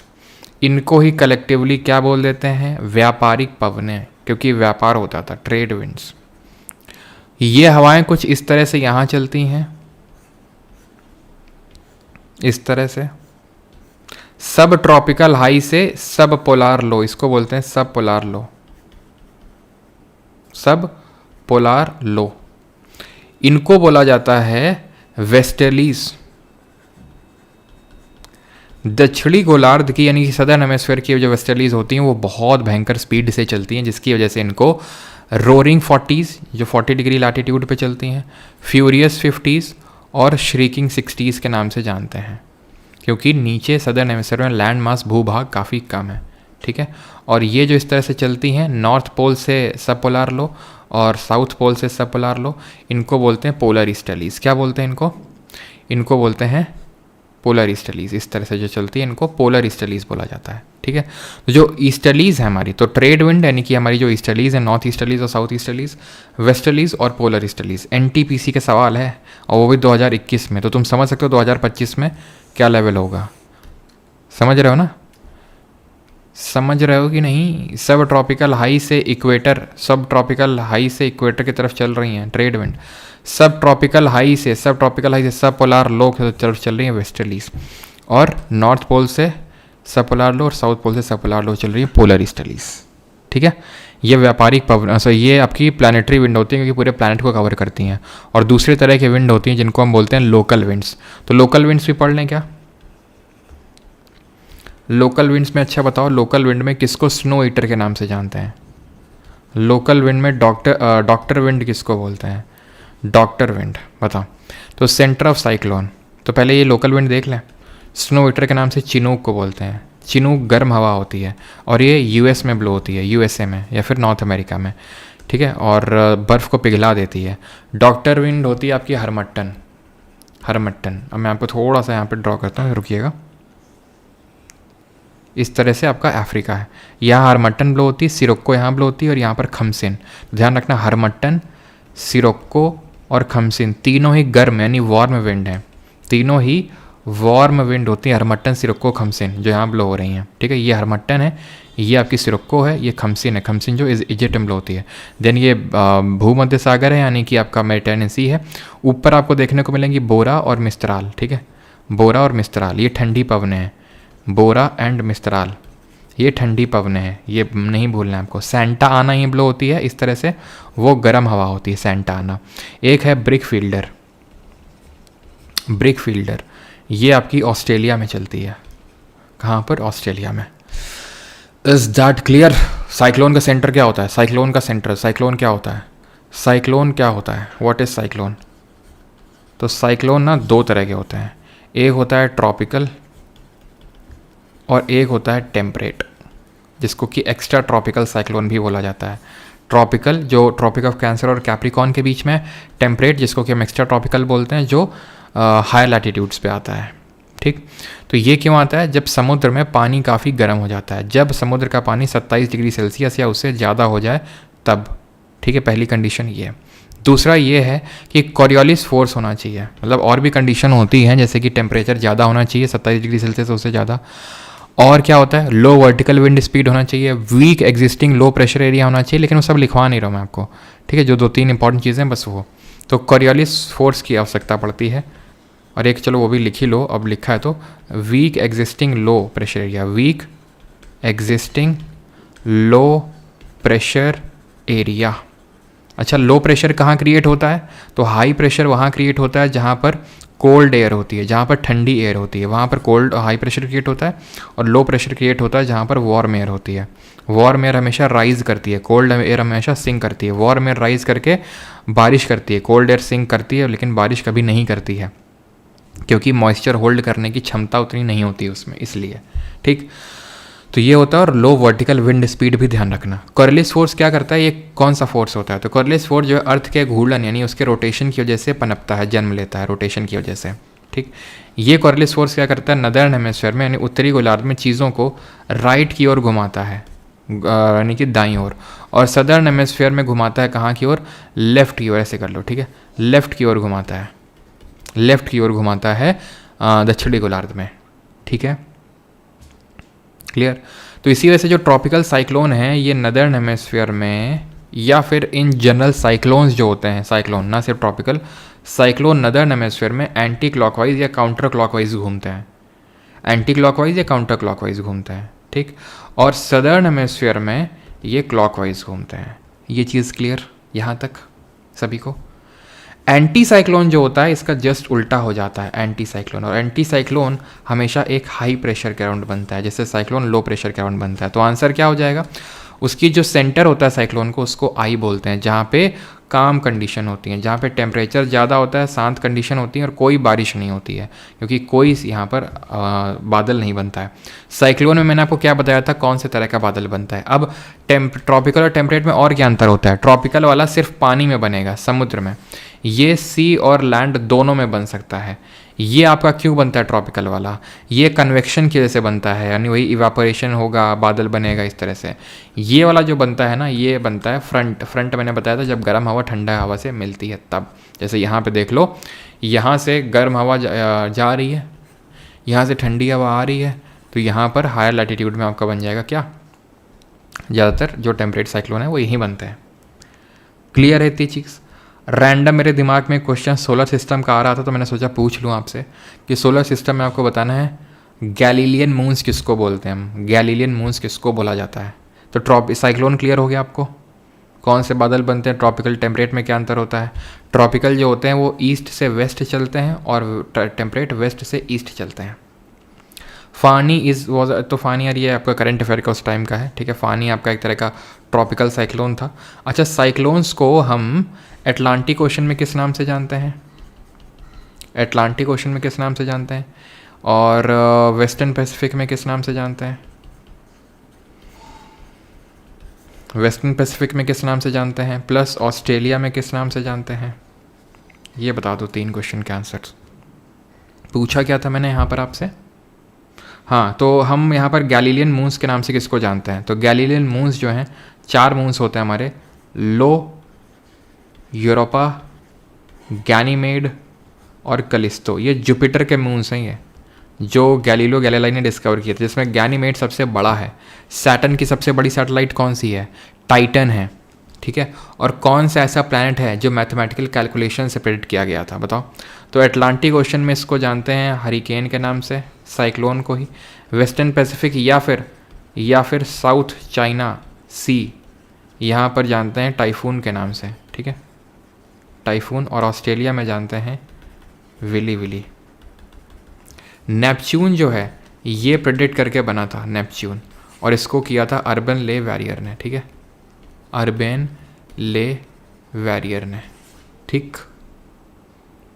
चलो अगला है which among the following is a warm current. अब आ जाएंगे हम ओशन करंट में। तो इनमें से कौन सा, निम्नलिखित में से कौन सी गर्म धारा है? लैब्राडोर है, फॉकलैंड है, कैनरी है या गल्फ स्ट्रीम है? Warm current. तो हमारे समुद्र में 2 तरह के करंट्स हैं, एक गर्म और एक ठंडा। हमें बस ठंडे वाले याद करने, गर्म अपने याद हो जाते हैं। हमें याद ऐसे रखना होता है कि एक BP कंपनी है जिसने कि गोल्फ का वर्ल्ड कप खेला था। गोल्फ का इसने क्या खेला था? वर्ल्ड कप खेला था। गोल्फ का वर्ल्ड कप खेला था कहाँ पर? कैलिफोर्निया में, ठीक। तो B से है बेंगुला, B से बेंगुला है, P से पेरू है जिसको कि हम बोल्ट के नाम से भी जानते हैं, हम बोल्ट करंट। G से है ग्रीनलैंड, गल्फ स्ट्रीम नहीं है, ध्यान रखना है। O से क्या है? O से है आपका ओयाशियो। L से क्या है? लैब्राडोर। F से क्या है? फाकलैंड। W से क्या है? Waste Australian current, waste Australian current. C से क्या है? कैनरी। और कैलिफोर्निया से कैलिफोर्निया करंट है। ये हैं सब ठंडे, ऑल आर कोल्ड। इसके अलावा जितने बच गए वो सब क्या हैं? गर्म। लैब्राडोर ठंडा है, फाकलैंड ठंडा है, कैनरी ठंडा है, गल्फ स्ट्रीम गर्म हो गया, खत्म। ठंडे वाले याद कर लो, गर्म अपने आप याद हो जाएंगे। जहाँ पर गर्म और ठंडे का मिलन होता है, वार्म और कोल्ड जहाँ पर मीट करता है, वहाँ पर क्या होता है? क्या होता है वहाँ पे? ये वाला क्वेश्चन छूट गया है कुछ, अच्छा ठीक है। तो अर्बन ले वैरी, ये वाला क्वेश्चन है छूट गया, इसको करो जल्दी से। Which of the following pressure belt is known as hot latitude. तो अरे तो देख चुके हैं, ये डोल्ड्रम है, ये हॉट लैटिट्यूड है। सब ट्रॉपिकल हाई पे 30 डिग्री वाला जो है, सब ट्रॉपिकल हाई पे। वार्म और कोल्ड जहाँ मिलता है वहाँ पर बेस्ट फिशिंग जोन होते हैं, यानी कि बहुत बढ़िया मछली ही मछली होगी, चारों तरफ मछली मछली है। फॉगी कंडीशन होती हैं। फॉगी कंडीशन का मतलब होता है एकदम धुआं धुआं होगा, ठीक है, जिसकी वजह से शिप जो होते हैं वो डूब जाते हैं। तो हार्बरिंग नहीं करनी चाहिए ऐसी साइट पे, यानी शिप्स को डॉक नहीं करना चाहिए। Where is the famous Bermuda Triangle located. तो प्रसिद्ध बरमूडा त्रिभुज कहाँ स्थित है? क्यों?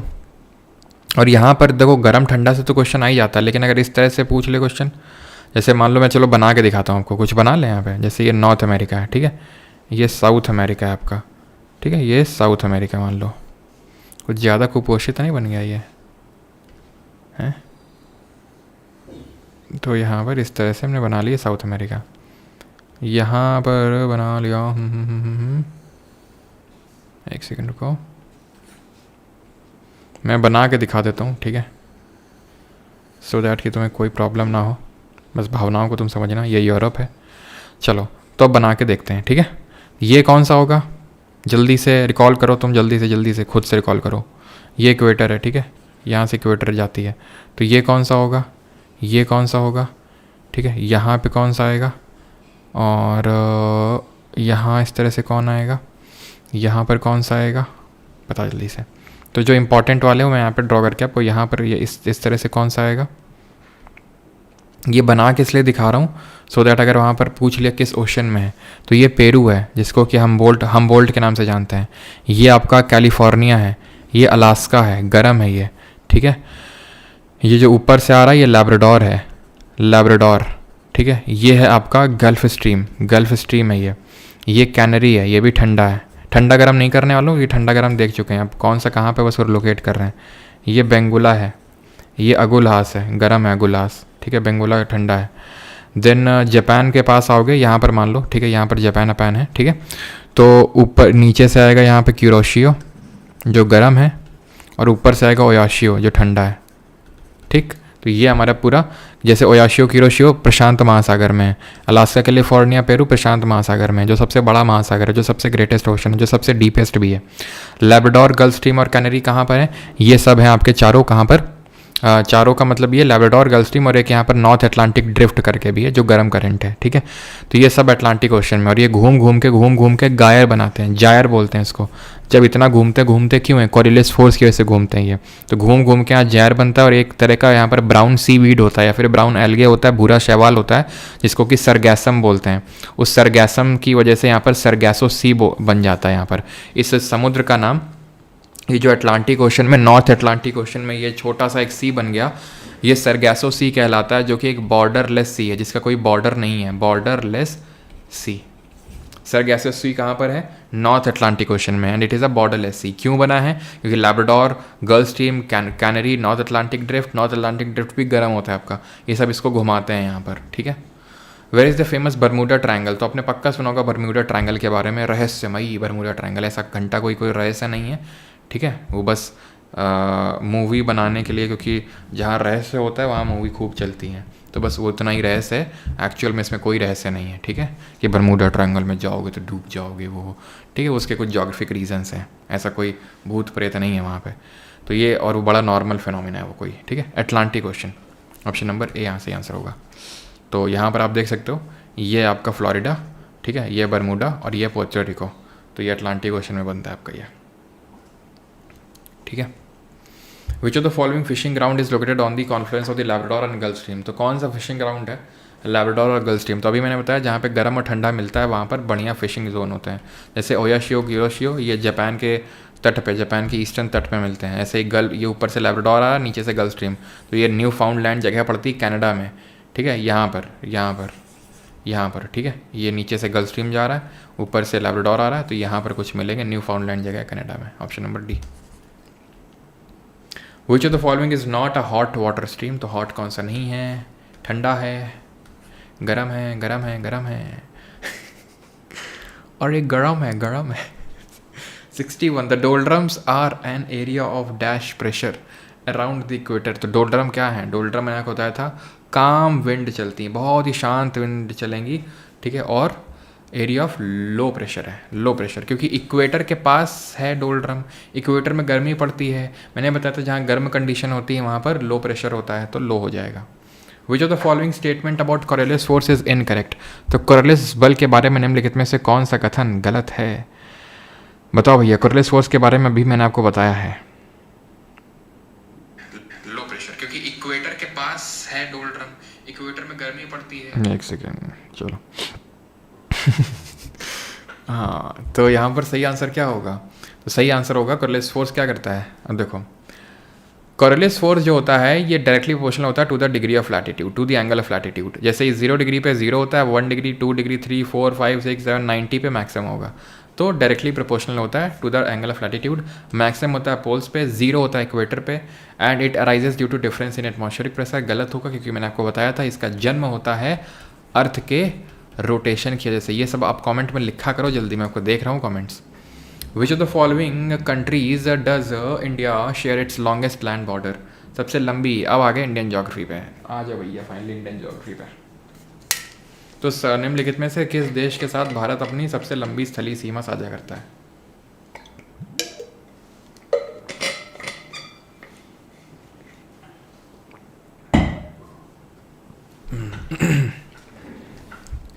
तो भूटान, पाकिस्तान, बांग्लादेश या Myanmar?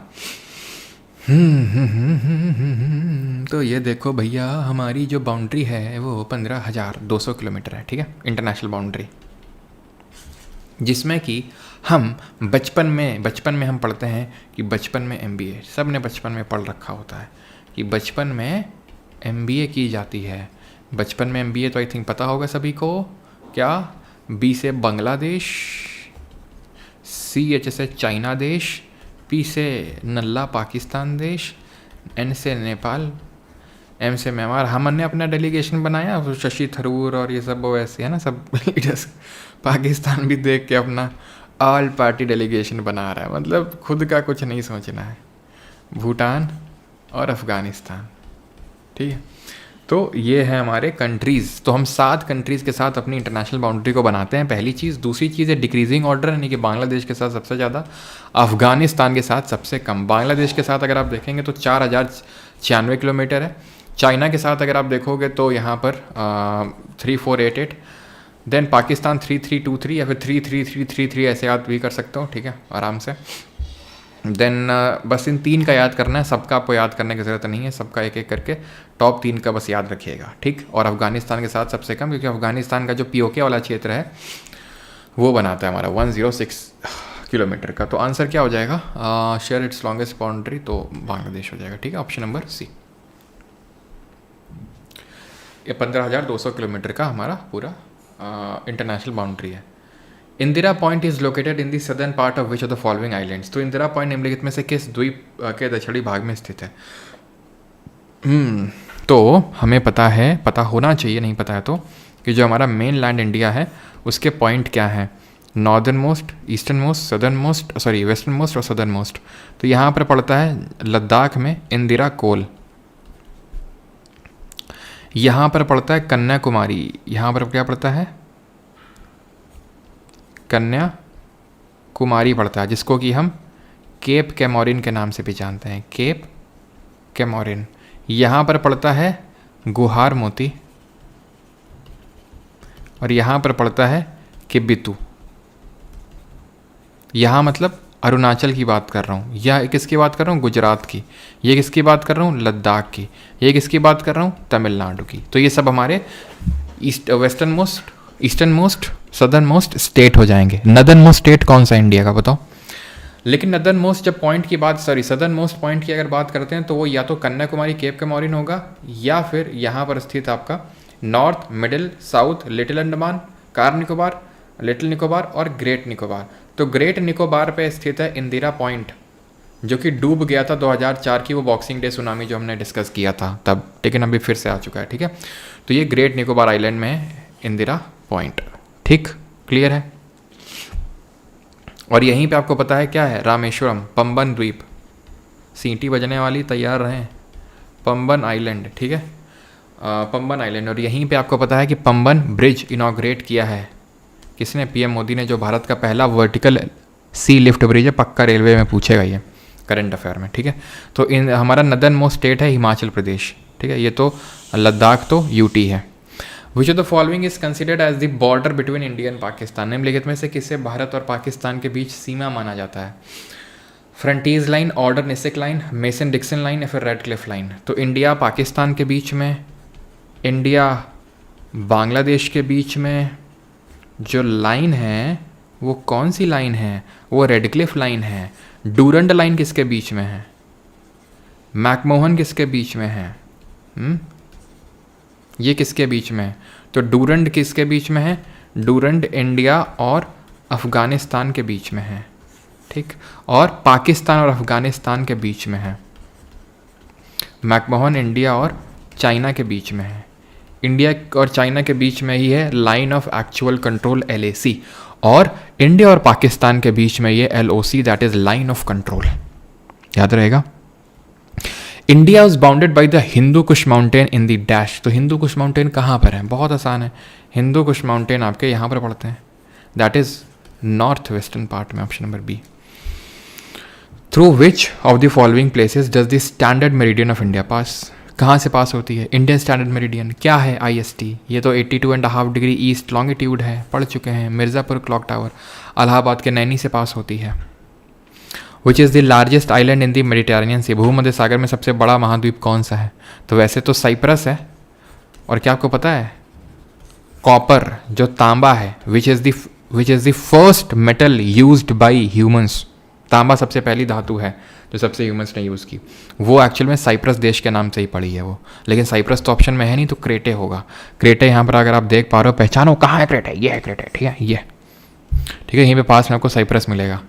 Which is the lowest point of India. तो इनमें से पूछ रहा है सबसे न्यूनतम बिंदु कौन सा है भारत का। इंडियन ओशन का तो पड़ा था, जावा ट्रेंच है, लेकिन अगर इंडिया की बात करेंगे पूरे सब कॉन्टिनेंट की, भूमध्य सागर में सबसे बड़ा क्रेटेयस। और तुमको पता है क्या, तुमको पता है गाइस, हे गाइस, मेडिटेरेनियन सी में विंटर्स में रेनफॉल होती है, इतना तो पता होगा ना तुम लोगों को। विंटर्स में रेनफॉल होती है यहाँ पे, समर ड्राई होता है यहाँ पे। हाँ जी, ये कौन सी स्टेट है बताओ भैया जल्दी से, कौन सी स्टेट है ये? है ये है बॉस्फोरस स्टेट, फॉस्फोरस नहीं बेटा, बॉस्फोरस, जो ब्लैक सी और सी ऑफ मरमरा को कनेक्ट करने का काम कर रहा है। ठीक है, आपको बताना कर्च स्ट्रेट किसको कनेक्ट करता है, कर्च स्ट्रेट। तो कर्च स्ट्रेट ध्यान रखना, ये ब्लैक सी को सी ऑफ अजोव से कनेक्ट करता है, सी ऑफ अजोव से कनेक्ट करता है कर्च स्ट्रेट। ऐसे ही पाक स्टेट किसको अलग करता है, यहीं पे तुमको मेडिटेरेनियन के पास में जिब्राल्टार देखने को मिलेगा। जिब्राल्टार स्ट्रेट क्या होता है, स्ट्रेट वो होता है एक नैरो वाटर बॉडी होती है जो दो बड़े वाटर बॉडीज़ को जोड़ती है और दो लैंड मासेस को अलग करती है। इसका सबसे जीता जागता उदाहरण है हमारा इंडिया और श्रीलंका। नहीं है क्या यहाँ पे? चलो कोई नहीं, जैसे कि यहाँ पर इंडिया है, यहाँ पर श्रीलंका, इस तरह से। तो एक नैरो वाटर बॉडी है जो ये अरेबियन सी को बे ऑफ बंगाल से जोड़ रही है, प्लस इंडिया को श्रीलंका से अलग कर रही है। ठीक है, तो जिब्राल्टार जो है ध्यान रखना, इस पूरे भूमध्य सागर को अटलांटिक महासागर से जोड़ती है। It connects Mediterranean. और हाँ बेटा बेटियों ध्यान से सुनो, मेरे दिमाग में कुछ आया। क्या आया? तुम्हें बताना भूल गया था मैं, बताता हूँ मेरे को, पहले पूरा कर दूँ। ये मेडिटेरेनियन एंड ये अटलांटिक को जोड़ता है। ठीक, ये ध्यान रखना है। और किसको अलग करता है? ये अफ्रीका को यूरोप से अलग करता है, अफ्रीका एंड यूरोप को अलग करता है। प्लस साथ ही साथ एक और स्टेट के बारे में मैं आपको बताना चाहूँगा, और वो कौन सा है? State of Malacca, Malacca state. और यही नहीं भाइयों और बहनों, बेरिंग स्टेट के बारे में हम पढ़े ना, ऐसा कैसे हो सकता है? बेरिंग जल मरुमध्य। तो मैं आपको ये बताना चाहता हूँ भाइयों और बहनों कि क्या फ्री में लेक्चर हो रहा है, फ्री में डिजिटल नोट्स मिल रहा है?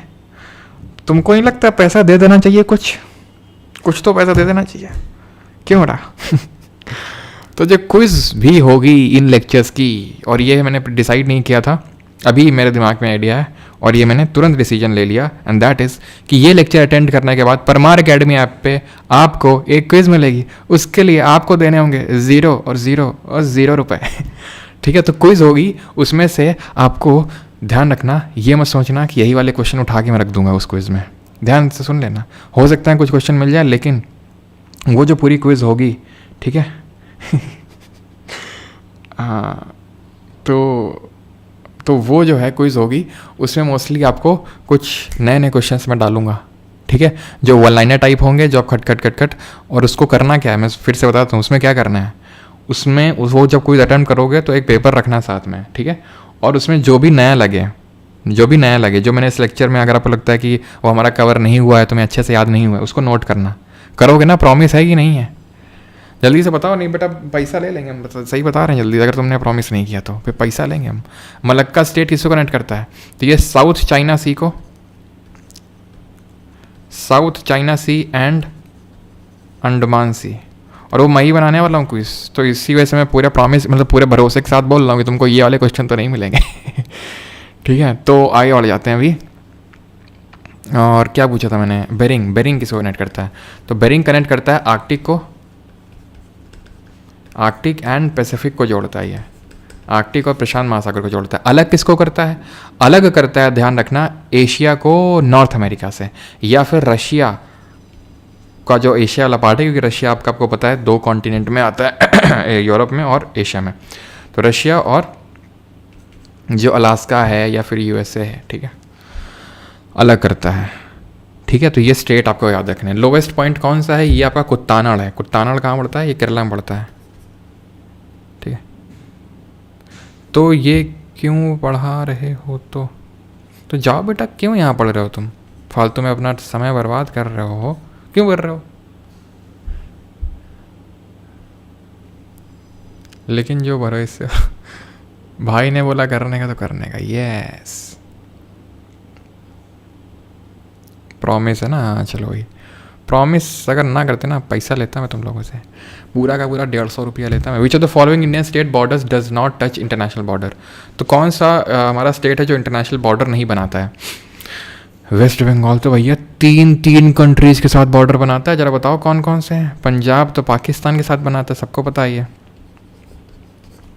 हिमाचल प्रदेश बनाता है जो तिब्बत वाला पार्ट है, नहीं कि जो चाइना के तहत आता है, चाइना ने उस पर कब्जा कर रखा है। वेस्ट बंगाल जो है, ये 3 कंट्रीज़ कौन सी हैं? तो ये 3 कंट्रीज़, एक तो है बांग्लादेश। अच्छा तुमको लिखवा ही देते हैं, रुकना 1 सेकंड, रुकना लिखवा देते हैं तुमको 1 सेकंड, ध्यान से लिखना आप, ठीक है? यहाँ पे कि कौन से इंडियन स्टेट हैं जो बांग्लादेश के साथ बाउंड्री बनाता है, पहले वो देखते हैं, ठीक है? बांग्लादेश के साथ। तो इसको हम याद ऐसे रखते हैं, मैम पानी ले लो, टेक वाटर, ठीक है? तो एम से हो जाएगा क्या? एम से हो जाएगा मेघालय, ए से हो जाएगा असम, एम से हो जाएगा मिज़ोरम, टी से हो जाएगा त्रिपुरा, और डब्ल्यू से वेस्ट बंगाल।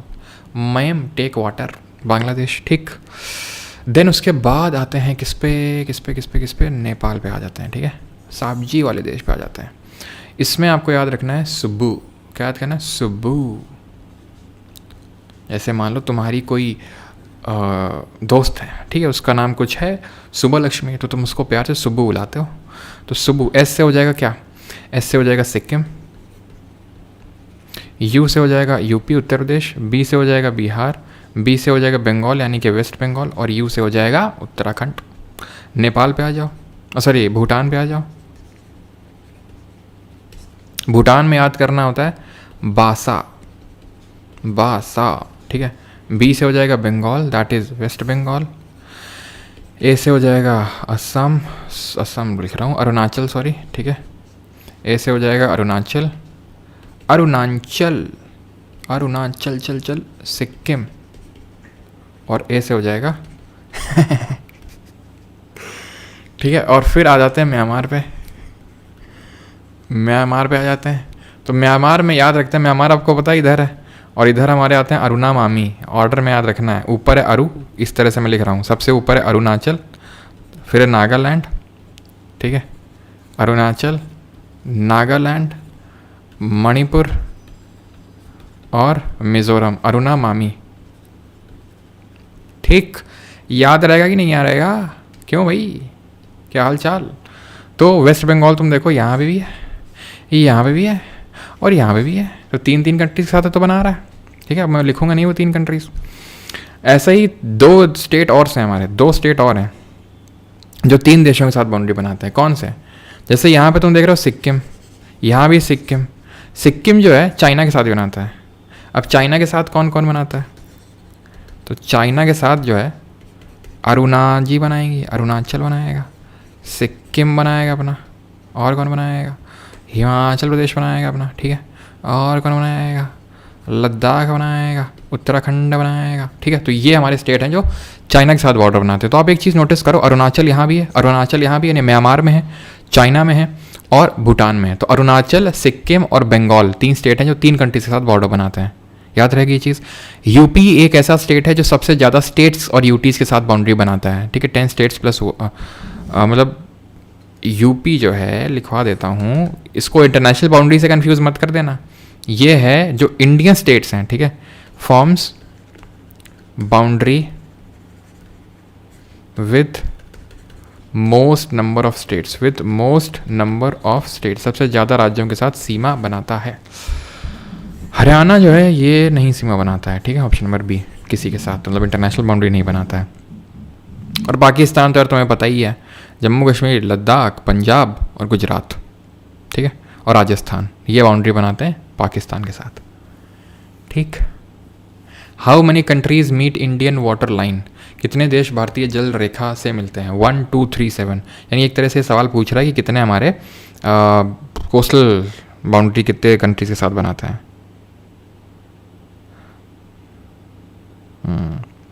बेटा सर को नशा नहीं हो गया है? सर तुम जैसे लोग जो पढ़ते पढ़ते जो झपकी मार रहे होंगे ना बीच में, पता है आराम से टेक लगा के बैठे होंगे, हैं सर जी कुछ पढ़ा रहे थे क्या? तो ऐसे लोगों के लिए मुझे अपनी टोन को चेंज करना पड़ता है बीच बीच में, सो दैट वो जाग उठें, सो दैट बीच बीच में भी मैं बोल दूँ रशियन कुछ ऐसा बोल दूँ, सारी उनके जो इंद्रियां हैं तुरंत अभी केंद्रित हो जाएंगी यहाँ पे। करना पड़ता है बीच बीच इसीलिए तुम जैसे लोगों के लिए करना पड़ता है, जो लोग आराम से टेक लगा के बढ़िया क्या पढ़ा रहे हैं सर, मज़ा आ रहा है, मज़ा आ रहा है, वाह वाह वाह वाह। How many countries meet Indian water line, तो कितने देश भारतीय जल रेखा से मिलता है? 1 2 3 7। तो भैया दो कंट्रीज़ हैं, कौन कौन सी हैं? एक तो है हमारा श्रीलंका। अच्छा, श्रीलंका और इंडिया के बीच में कौन सा डिस्प्यूटेड आइलैंड है, क्वेश्चन पूछ सकते हैं करंट अफेयर में। और दूसरा है मालदीव्स। इंडिया और मालदीव्स को कौन सा डिग्री चैनल जो अलग करता है, और मालदीव्स की लैंग्वेज क्या है, कैपिटल क्या है? तो श्रीलंका इंडिया पाक स्टेट से अलग होते हैं, और जो एक आइलैंड है वो है कच्चा तीवू, ठीक है, कच्चा तीवू आइलैंड, ठीक है। और मालदीव्स और इंडिया को अलग करता है 8 डिग्री चैनल, ठीक है, पूरा लिख नहीं रहा हूँ, समझ जाओ। 8 डिग्री चैनल इंडिया मालदीव को अलग करता है। 9 डिग्री किसको अलग करता है? मिनी कॉय को लक्षद्वीप से अलग करता है, और ये मालदीव्स और लक्षद्वीप को अलग करता है, ठीक है। यहाँ की जो कैपिटल है माले, मोहम्मद मुइज़्ज़ू यहाँ का प्रेसिडेंट है। और मालदीव्स की अगर लैंग्वेज की बात करेंगे तो दिवेही है यहाँ की लैंग्वेज, ठीक है। अफ़गानिस्तान की ध्यान रखना डारी और पश्तो है। डारी और पश्तो कहाँ की है? अफ़गानी है। यहाँ की दिवेही है। याद रहेगा कि नहीं याद रहेगा? विच ऑफ द फॉलोइंग स्टेट, और श्रीलंका में 2 लैंग्वेज चलती हैं, एक तो तमिल और एक सिन्हली, ध्यान रखना। लैंड ऑफ थंडरबोल्ट किसको बोलते हैं? Which country is known as land of thunderbolt, जल्दी बताओ। और लैंड ऑफ 1000 लेक्स किसको बोलते हैं? लैंड ऑफ 1000 लेक्स किसको बोलते हैं? लैंड ऑफ वाइट एलिफेंट, सफ़ेद हाथियों का देश किसको बोलते हैं? जल्दी जल्दी जल्दी। और लैंड ऑफ राइजिंग सन किसको बोलते हैं? Land of rising sun. Land of midnight sun, मध्य रात्रि के सूर्य वाला देश कौन सा है? Which of the following state lie along the border of Pakistan के बॉर्डर कौन बनाता है? जल्दी से बताओ। तो यहाँ पर क्या होगा? थंडरबोल्ट, भूटान। भूटान का राष्ट्रीय खेल क्या है? तीरंदाजी है, आर्चरी। यहाँ के लोग तीरंदाजी बहुत करते हैं, ठीक है। 1000 लेक्स कौन सा है? फिनलैंड है, फिनलैंड होगा, ठीक है। देन सफ़ेद हाथियों का देश, मेरा प्यारा देश थाईलैंड। कैपिटल क्या है? बैंकॉक है। फिनलैंड की क्या है? हेलसिंकी है। भूटान की क्या है? थिम्फू है। Rising sun, rising sun Japan, Tokyo. Midnight sun Norway, Oslo, ठीक है। चलो अगला है, तो गुजरात बनाता है, पंजाब बनाता है, राजस्थान बनाता है, हरियाणा नहीं बनाता है। 1 2 3, ऑप्शन नंबर बी 73, ठीक है। अच्छा हाँ गुरु जी मेरे चरणों में आपका कोटि कोटि प्रणाम। बेटा वहीं से घसीटता हुआ लाऊंगा तुमको, अभी बता रहा हूँ। Which of these cities has the longest coast line of India situated, तो सबसे लंबी तटरेखा कहाँ पर स्थित है? मैंगलोर में, मुंबई में, कोच्चिन में, या फिर चेन्नई में? Longest coast line of India, तो लॉन्गेस्ट कोस्ट लाइन है आपकी कहाँ पर बताओ भैया। अच्छा कोस्ट लाइन को डिस्कस कर लेते हैं पहले, कोस्ट लाइन को डिस्कस कर लेते हैं। कितनी है? 7516। लेकिन ध्यान रखना अभी गवर्नमेंट का एक रिपोर्ट रिलीज़ हुआ था 29 अप्रैल को, गवर्नमेंट की ऑफिशियल वेबसाइट पे आया था, और वो बोला था गवर्नमेंट कि भैया हमने फिर से कोस्ट लाइन को मापा है और वो चेंज हो गई है। लेकिन अब पता नहीं कि चेंज वाला पूछेगा या नया वाला पूछेगा, वो तो मुझे नहीं पता। लेकिन भैया जो भी पूछेगा उस हिसाब से हम ये देख लेते हैं, क्या उस हिसाब से हम देख लेते हैं जो पहले है जो हमसे पूछ सकते हैं उस हिसाब से। बाकी नया वाला भी मैं आपको बता दूंगा, और नया वाला आपको फैट मैन में मिलेगा। अब रेलवे का एग्ज़ाम तो आपको ज़्यादा दिन बाकी नहीं है, तो फिर मैं बता दूंगा आपको वाल, है ना, क्योंकि आप फैट मैन का इंतज़ार तो करोगे नहीं। हाँ जी, अब ध्यान से समझना मैं जो बताने जा रहा हूँ आपको। तो हमने पढ़ा 7 देशों के साथ हम बनाते हैं तटीय सीमा, और सॉरी इंटरनेशनल बाउंड्री यानी कि अंतर्राष्ट्रीय सीमा। इसी तरह हम 7516 किलोमीटर लंबी हमारी कोस्ट लाइन है। ध्यान से सुनिएगा, अगर इसमें से हम अंडमान निकोबार और ये सब हटा दें, यानी कि जो आइलैंड ग्रुप है उसको हटा दें, तो ये 6100 आ जाता है, 6100 किलोमीटर आ जाता है, 6100 किलोमीटर, ठीक है। ये वो डेटा स्टैट्स हैं जो आपसे पूछता है, ठीक है। तो ये क्या है, मेन लैंड की। मेन लैंड में मतलब ये होता है कि ये वाला हिस्सा, ये, इसमें हम आइलैंड को इंक्लूड नहीं करते हैं, लक्षद्वीप और अंडमान निकोबार को, ठीक है। अच्छा, अंडमान निकोबार जो ग्रुप ऑफ आइलैंड है, ये किसका एक्सटेंशन है, और 7516 जो है आपका ये टोटल है, ठीक। इसमें से अब ध्यान रखना, हमारे 9 राज्य, 9 स्टेट्स और 4 यूटीज़ यानी कि 4 केंद्र शासित प्रदेश हैं जो तटीय सीमा बनाते हैं। सबसे लंबी तटीय सीमा जो राज्य बनाता है वो है गुजरात, 1600 किलोमीटर लगभग। और यूटी की बात करेंगे तो सबसे लंबी जो तटीय सीमा बनाता है वो अंडमान और निकोबार ग्रुप ऑफ आइलैंड है, जो लगभग 1962 किलोमीटर बनाता है। यानी कि अगर हम स्टेट यूटीज़ में ओवरऑल देखेंगे तो उसमें भी गुजरात को ओवर परफॉर्म कर रहा है अंडमान और निकोबार। सबसे शॉर्टेस्ट कौन सा बनाता है, सबसे शॉर्टेस्ट बनाता है गोवा। और गुजरात के बाद कौन बनाता है, गुजरात के बाद कौन बनाता है, तो जीटीए, ध्यान रखना, तमिलनाडु देन आंध्रा, जीटीए, ठीक है। गुजरात, तमिलनाडु, आंध्रा। फिर क्या मैंने पूछा था आपसे, अंडमान निकोबार जो है अराकान योमा का एक्सटेंशन है, they are the extension of Arakan Yoma, ठीक है। चलो, which of the following statement is incorrect, निम्नलिखित में से कौन सा कथन गलत है। The Radcliffe line is the, मतलब जो हमारे लक्षद्वीप हैं वो प्राइमरीली कोरल से बने हुए, अंडमान निकोबार एक्सटेंशन है अराकान योमा का, ठीक है।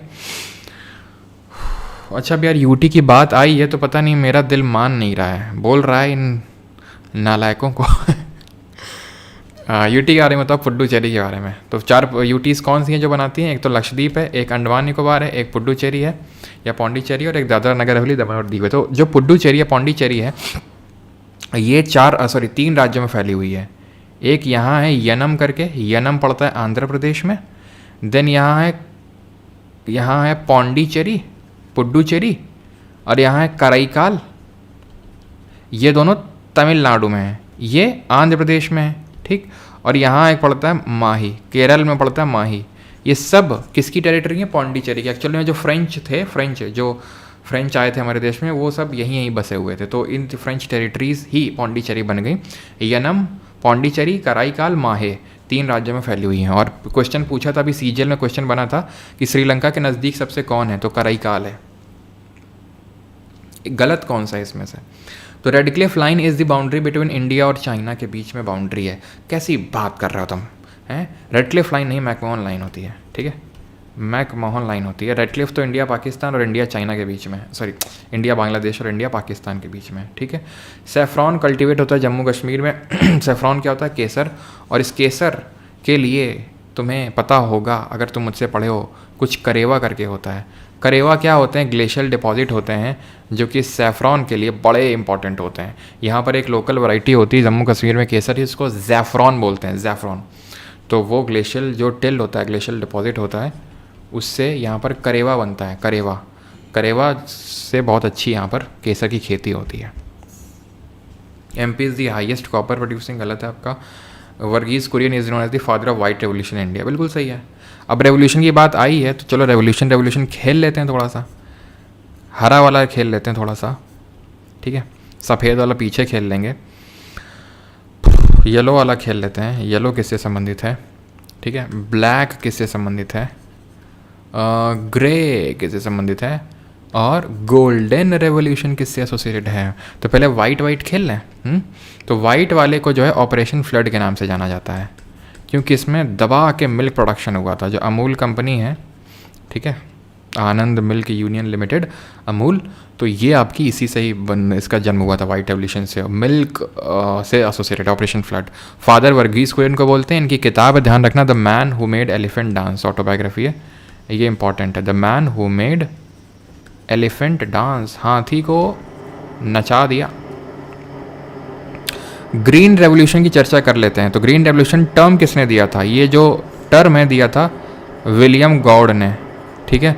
इसका फादर किसको बोलते हैं, इसका फादर हम बोलते हैं 2 लोगों को, नॉर्मन बोरलॉ को, ठीक है।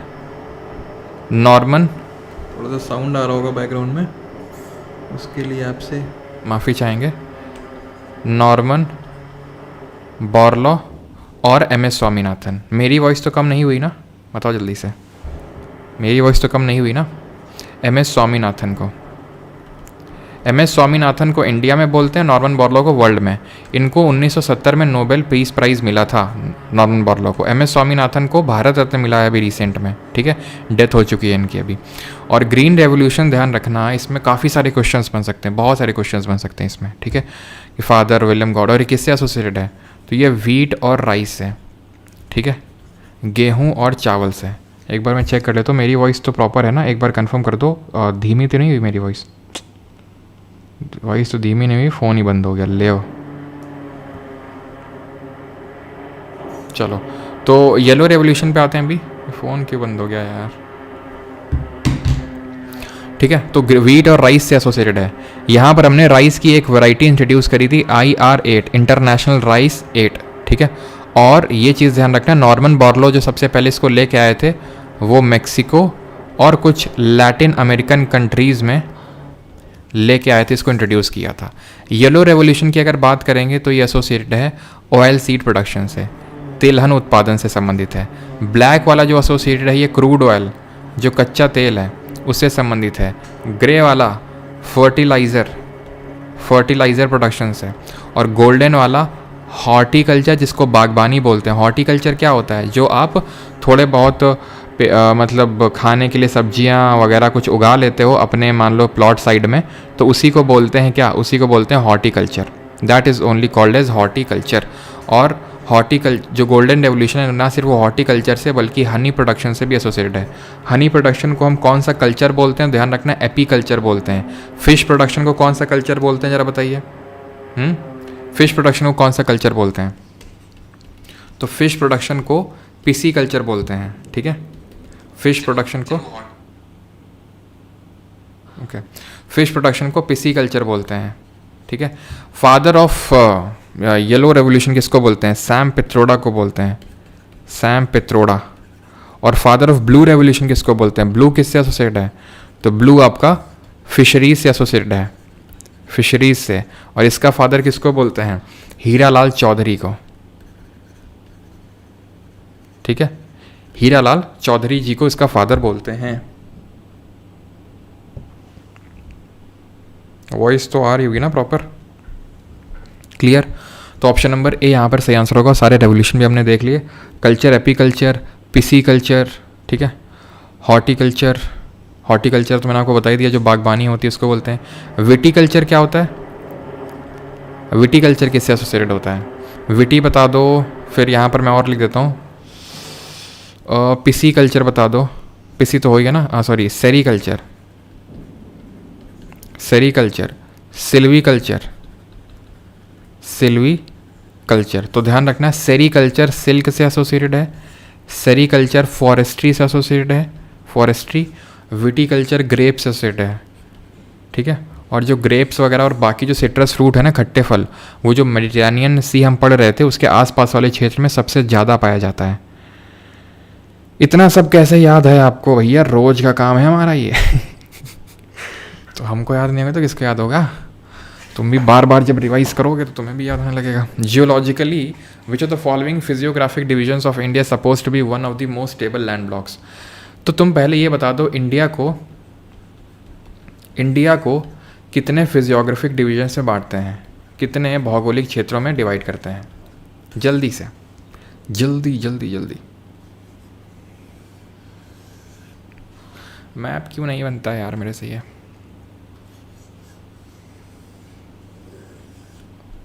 अब जैसा है ठीक है, ठीक है। तो सबसे एक एक करके मैं ज्योग्राफिक डिवीजन आपको बता रहा हूँ। अब ये वाला जो सेक्शन है ना बहुत इंपॉर्टेंट है, और इसके बाद ऑलमोस्ट ज्योग्राफी भी ख़त्म ही समझो, ठीक है। यहाँ है पहाड़, इनको बोलते हैं नदर्न माउंटेन। क्या बोलते हैं? नदर्न माउंटेन, या फिर प्यार से हिमालय का नाम दे देते हैं इनको, ठीक। यहाँ आओगे तो अरावली, अरावली की इधर साइड में है डेजर्ट, जिसको बोलते हैं द ग्रेट इंडियन डेजर्ट, मरुस्थल। तो ये पहला फिजियोग्राफिक डिवीजन, ये दूसरा फिजियोग्राफिक डिवीजन, ठीक है। देन इसके नीचे आओगे तो यहाँ पर समतल मैदान मिलेगा आपको, एकदम मैदान ही मैदान होगा, चारों तरफ मैदान ही मैदान है, ठीक है। तो नदर्न प्लेन्स बोलते हैं इनको, उत्तर के मैदान। देन इसके नीचे आओगे तो यहाँ पर पठार है आपका, ठीक है। क्या है? पठार है ये, इसको बोलते हैं पेनिनसुलर प्लेटिव। ऐसा कोई ऑर्डर नहीं होता है, ठीक है। पेनिनसुलर प्लेटिव, प्रायद्वीपीय पठार। ठीक, यहाँ पर जो आपको मिल रहा है इनको बोलते हैं तटीय मैदान, कोस्टल प्लेन्स, कोस्टल प्लेन्स। यहाँ है लक्षद्वीप, यहाँ है अंडमान निकोबार, इनको बोलते हैं group of islands, group of islands. और ये है हमारे 6वां फिजियोग्राफी डिवीजन, यानी कि टोटल 6 फिजियोग्राफी डिवीजन में इंडिया को डिवाइड करते हैं। और मोस्ट स्टेबल जो है सबसे लैंड ब्लॉक वो है पेनिनसुला प्लेटो, सबसे बड़ा जो एरिया ऑक्यूपाई करके रखता है और सबसे स्टेबल है लैंड मास वो है पेनिनसुलर प्लेटो, प्रायद्वीपीय पठार। जल्दी से 100 क्वेश्चन कंप्लीट करेंगे, बट जैसे ही 100 क्वेश्चन कंप्लीट हुए उसके बाद तो पता है आपको, ठीक है, जैसे ही शतक होता है, ये रूल है, ये नियम है कि जैसे ही शतक कंप्लीट होता है तो फिर चौवो छक्कों में डीलिंग होती है और मैच तुरंत ख़त्म होता है। फिर तो बस 100 बस हमें शतक बनाना है और उसके बाद मैच तुरंत खत्म होगा। फिर the oldest mountain range in India is, तो भारतीय सबसे पुरानी पर्वत श्रृंखला कौन सी है? नल्ला मल्ला है, अरावली है, धौलाधर है या फिर जंस्कार है? सबसे पुरानी अरावली है। ठीक, नल्ला मल्ला कहाँ पड़ती है? तो देखो नल्ला मल्ला भी तुमको बता ही देते हैं, नहीं तुम यही बोलोगे लो सर बताए नहीं सर नहीं। तो देखो यहाँ पर जो हमारा इस तरह से पेनिनसुलर प्लेटो है, इसको हम 2 पार्ट में डिवाइड करते हैं। कितने पार्ट में? 2 पार्ट में। मैं फिर से ड्रॉ करता हूँ, आप समझिएगा इसको, मेरी भावनाओं को। यहाँ पर हमारा पूरा पेनिनसुलर प्लेटो है, ठीक है, इस तरह से।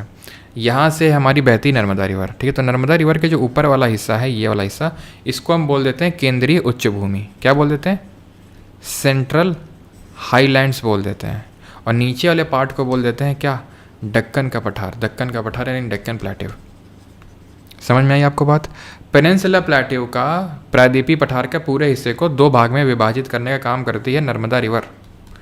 नर्मदा रिवर, ऊपर वाला हिस्सा सेंट्रल आइलैंड, नीचे वाला डेक्कन प्लेटो, दक्कन का पठार। अब ये जो सेंट्रल आइलैंड है, ये छोटे छोटे आइलैंड से मिलकर बना, सॉरी आइलैंड बोलो, सेंट्रल आइलैंड छोटे छोटे, ये जो कुछ हमारे प्लेटो हैं, जैसे मेवाड़ का प्लेटो, मेवाड़, मारवाड़, मालवा, बुंदेलखंड, बखेलखंड और छोटा नागपुर प्लेटो। तो ये प्लेट्यूज वेस्ट से ईस्ट या ईस्ट से वेस्ट के ऑर्डर में याद करना, ठीक है। मैं लिख नहीं रहा हूँ, मेवाड़ नोट्स में लिखेंगे जो नोट्स बना रहे हैं। मेवाड़, मारवाड़, बुंदेलखंड, मेवाड़, मारवाड़, मालवा, बुंदेलखंड, बघेलखंड और छोटा नागपुर प्लेटो, ठीक है। इसके नीचे वाला जो पार्ट है ये आपका डेक्कन प्लेटो है, जो कि ट्रायंगुलर लैंड मास है। कैसा लैंड मास है? त्रिकोणीय शेप है, ट्रायंगुलर लैंड मास है, ठीक है। तो इसका ध्यान रखना, डेक्कन प्लेटो का दक्कन पठार का उत्तरी सीमा तो बना रही नर्मदा रिवर, और यहाँ पर जो वेस्टर्न बाउंड्री बना रहा है वो है वेस्टर्न घाट। क्या बना रहा है? पश्चिमी घाट, ठीक। और यहाँ पर जो है आपकी हिल्स, इनको बोलते हैं पूर्वी घाट, ईस्टर्न घाट्स, ठीक है। तो इन्हीं ईस्टर्न घाट्स की हिल्स का नाम है क्या? ऊपर से नीचे आएंगे तो जैसे कि यहाँ पे है नल्ला मल्ला, ठीक है। बस कुछ याद कर लो आप, ठीक है। अगर आपसे पूछ ले तो, देख रहे हो आप अरबी ग्रुप डी का ही है तो पूछ सकता है। नल्ला मल्ला है, नल्ला हम इस तरह से याद करते हैं, नल्ला वेणु, नल्ला वेणु, वेणुकोंडा। पाल को ना जा सका तो पालकोंडा, ना से नागरी, जा से जावड़ी, नागरी, जावड़ी, जा सका तो सा से शवरॉय। तो 5 सिर पाल लिए, तो 5 सिर पाल लिए, 5 से 5 पंचमलाई, पंचमलाई। और इतना भी नीचे नहीं होगा, ऊपर में एक्चुअल में स्टार्ट करोगे तो बस बना रहा हूँ इसलिए वो इतना स्पेस बनाना पड़ रहा है, नहीं तो यहाँ पे जैसे हो जाएगी नागरी वाली तो मतलब उतना स्पेस नहीं है। तो पंचमलाई और नीचे सबसे सिरुमलाई, ईस्टर्न घाट के सबसे नीचे में। ये मत सोचना कि यहाँ तमिलनाडु के एकदम नीचे, नहीं नहीं, ऊपर ही ख़त्म हो जाती हैं ये थोड़ा सा, ठीक है। देन यहाँ पर आपको देखने को सबसे, अगर पूछेगा ना सबसे नीचे कौन सी है, तो कार्डमम हिल करके है जो वेस्टर्न घाट का पार्ट है। कार्डमम, इलायची हिल्स, कार्डमम।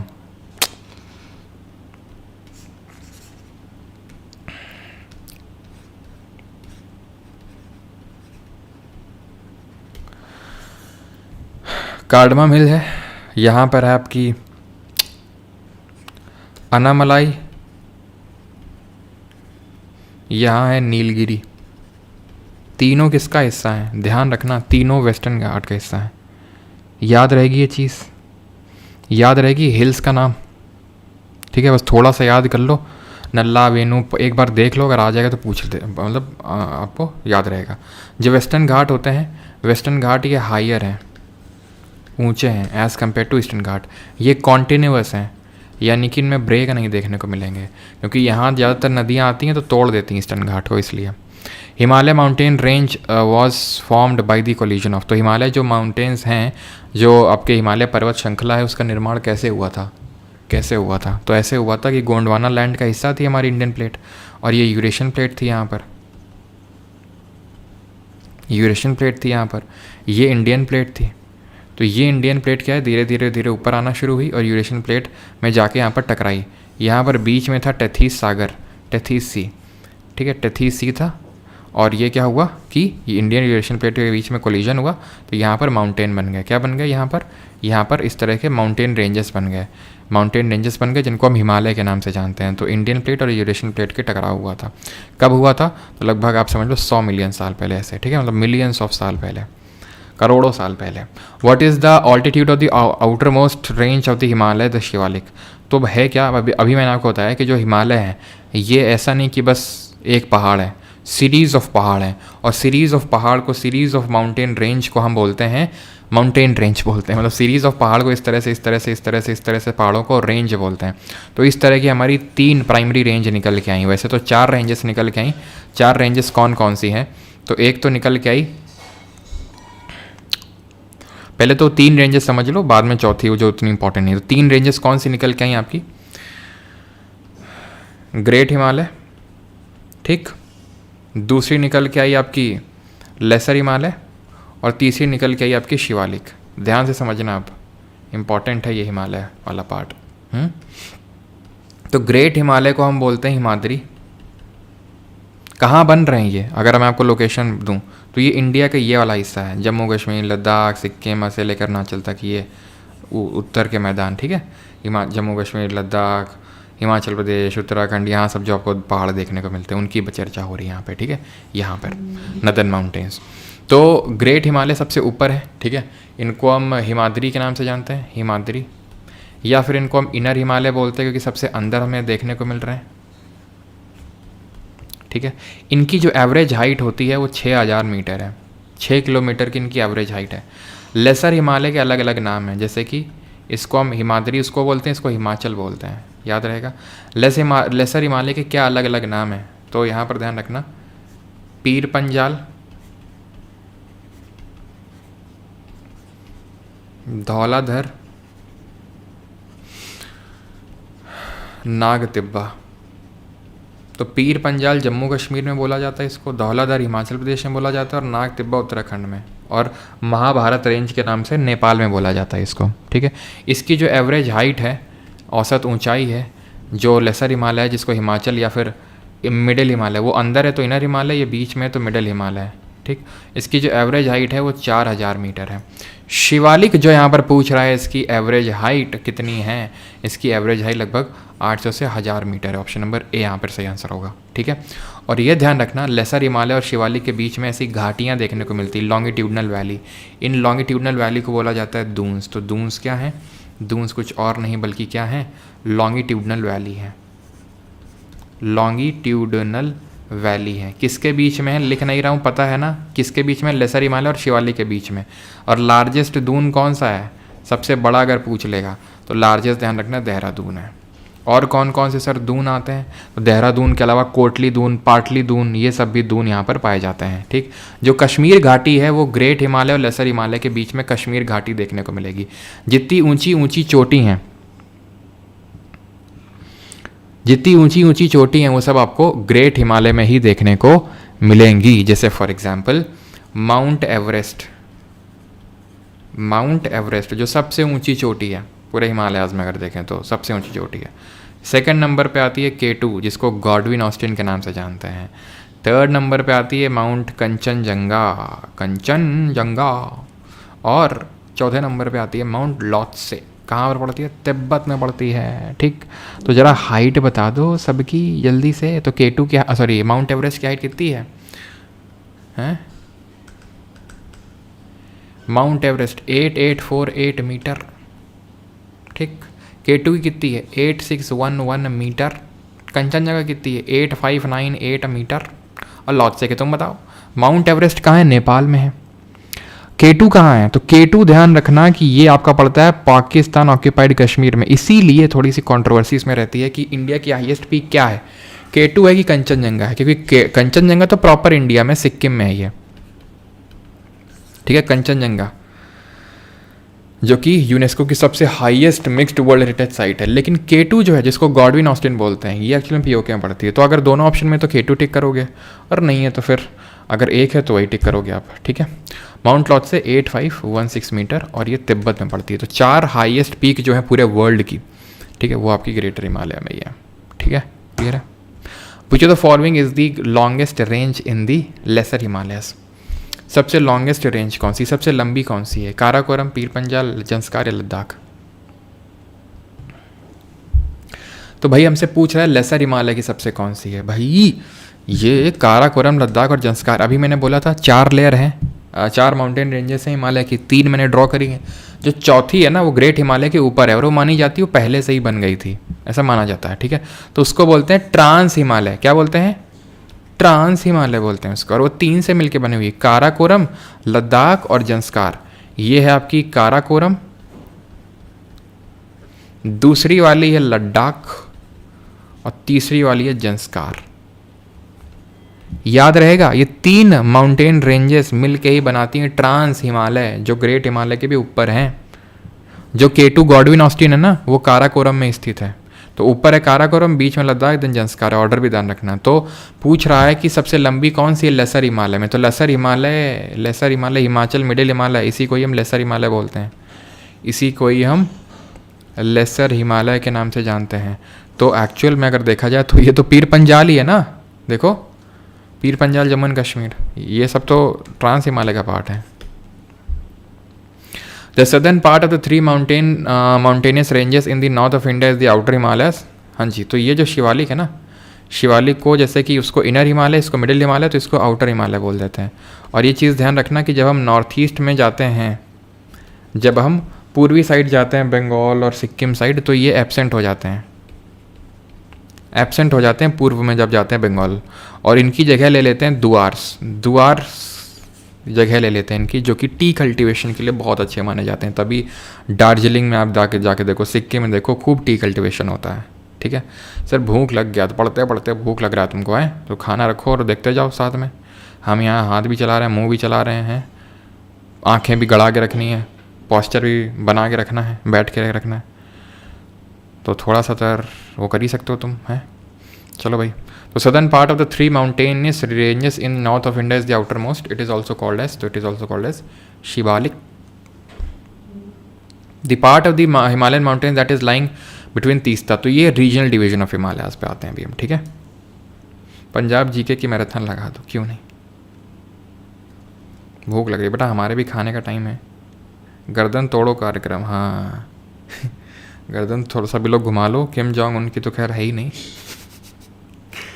अच्छा, लाइब्रेरी में थे क्या तुम, किम जोंग उन? अरे कहाँ लाइब्रेरी में घूम रहा है यार तुम, क्यों आतंक फैलाए हुए हो लाइब्रेरी में।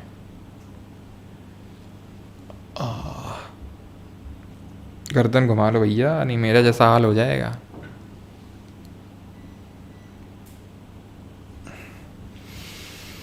हाँ, तो फाइनली हमें 3 घंटे हो चुके हैं, बस आधे घंटे की बात और है। संभाल के रखो खाना, भूख ज़्यादा लग रही, मना नहीं कर रहे। खाना रख के मतलब खाते जाओ, देखते जाओ बढ़िया आराम से। The part of the Himalaya mountains that is lying between Teesta and Dihang. तो अब ये रीजनल डिवीजन ऑफ हिमालयाज है, जहाँ पर हम पढ़ेंगे IPS ऑफिसर के बारे में।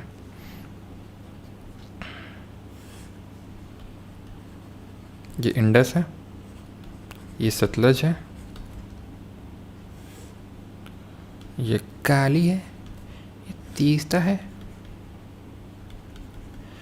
ब्रह्मपुत्र है, आलू है, बैंगन है, ठीक है। तो यहाँ पर जो है इंडस और सतलज के बीच में क्या आएगा? चलो भाई, यहाँ पर आएगा पंजाब हिमालयस। ये क्या है? पंजाब हिमालयस, IPS ऐसे याद हो जाएगा। सतलज और काली के बीच में है आपका Kumaon Himalayas, Nepal Himalayas, Assam Himalayas. याद रहेगा कि नहीं रहेगा बताओ। तो पूछ रहा है तीस्ता और दिहांग के बीच में। तीस्ता और दिहांग सर ये तो ब्रह्मपुत्र है। बेटा यही दिहांग होती है, अरुणाचल में इसका नाम दिहांग ही रहता है, अभी पढ़ेंगे सब, ठीक है। तो इसको बोलेंगे असम हिमालय, ऑप्शन नंबर ए, ठीक है, क्लियर है। कश्मीर हिमालय बता दिया आपको, यहाँ पर वो करेवा मिलता है, याद रखना उसको। और उत्तराखंड हिमालय में ध्यान रखना भोटिया ट्राइब मिलती है। भोटिया जो ट्राइब होती है ये बुग्याल में चली जाती है। बुग्याल क्या होते हैं? समर ग्रासलैंड होते हैं, यानी कि गर्मियों के समय जो ग्रासलैंड घास के मैदान देखने को मिलते हैं, समर ग्रासलैंड्स वो होते हैं। 82 गलत कौन सा है हिमालय के बारे में बताओ।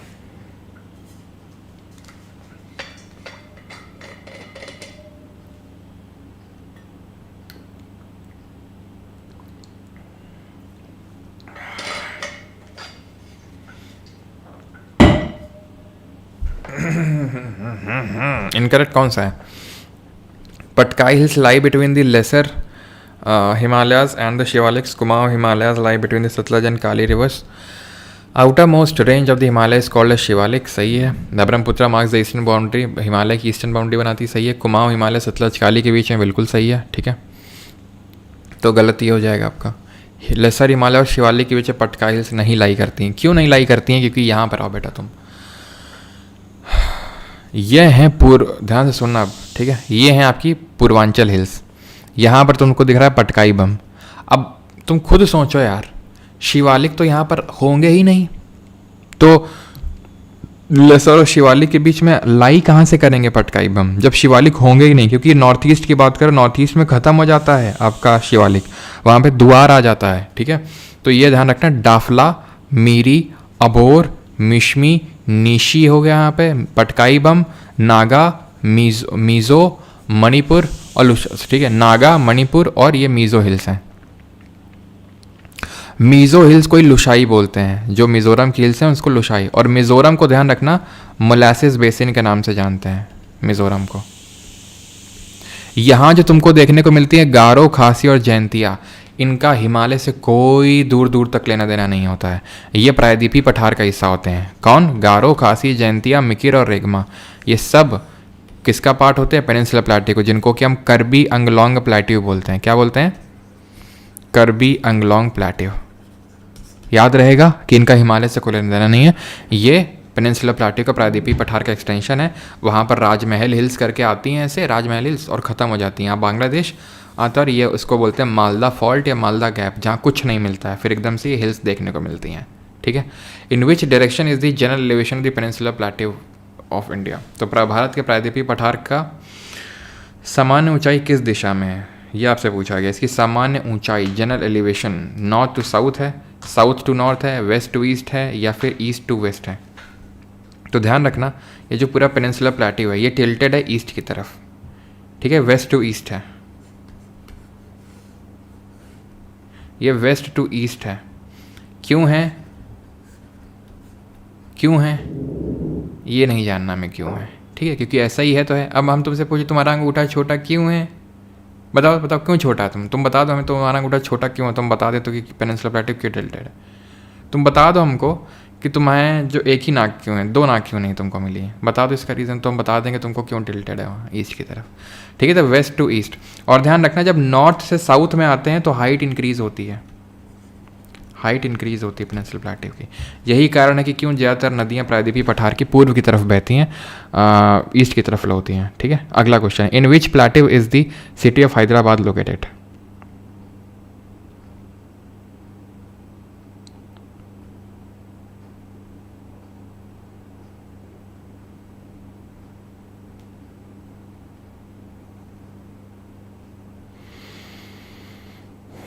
क्या चीज़?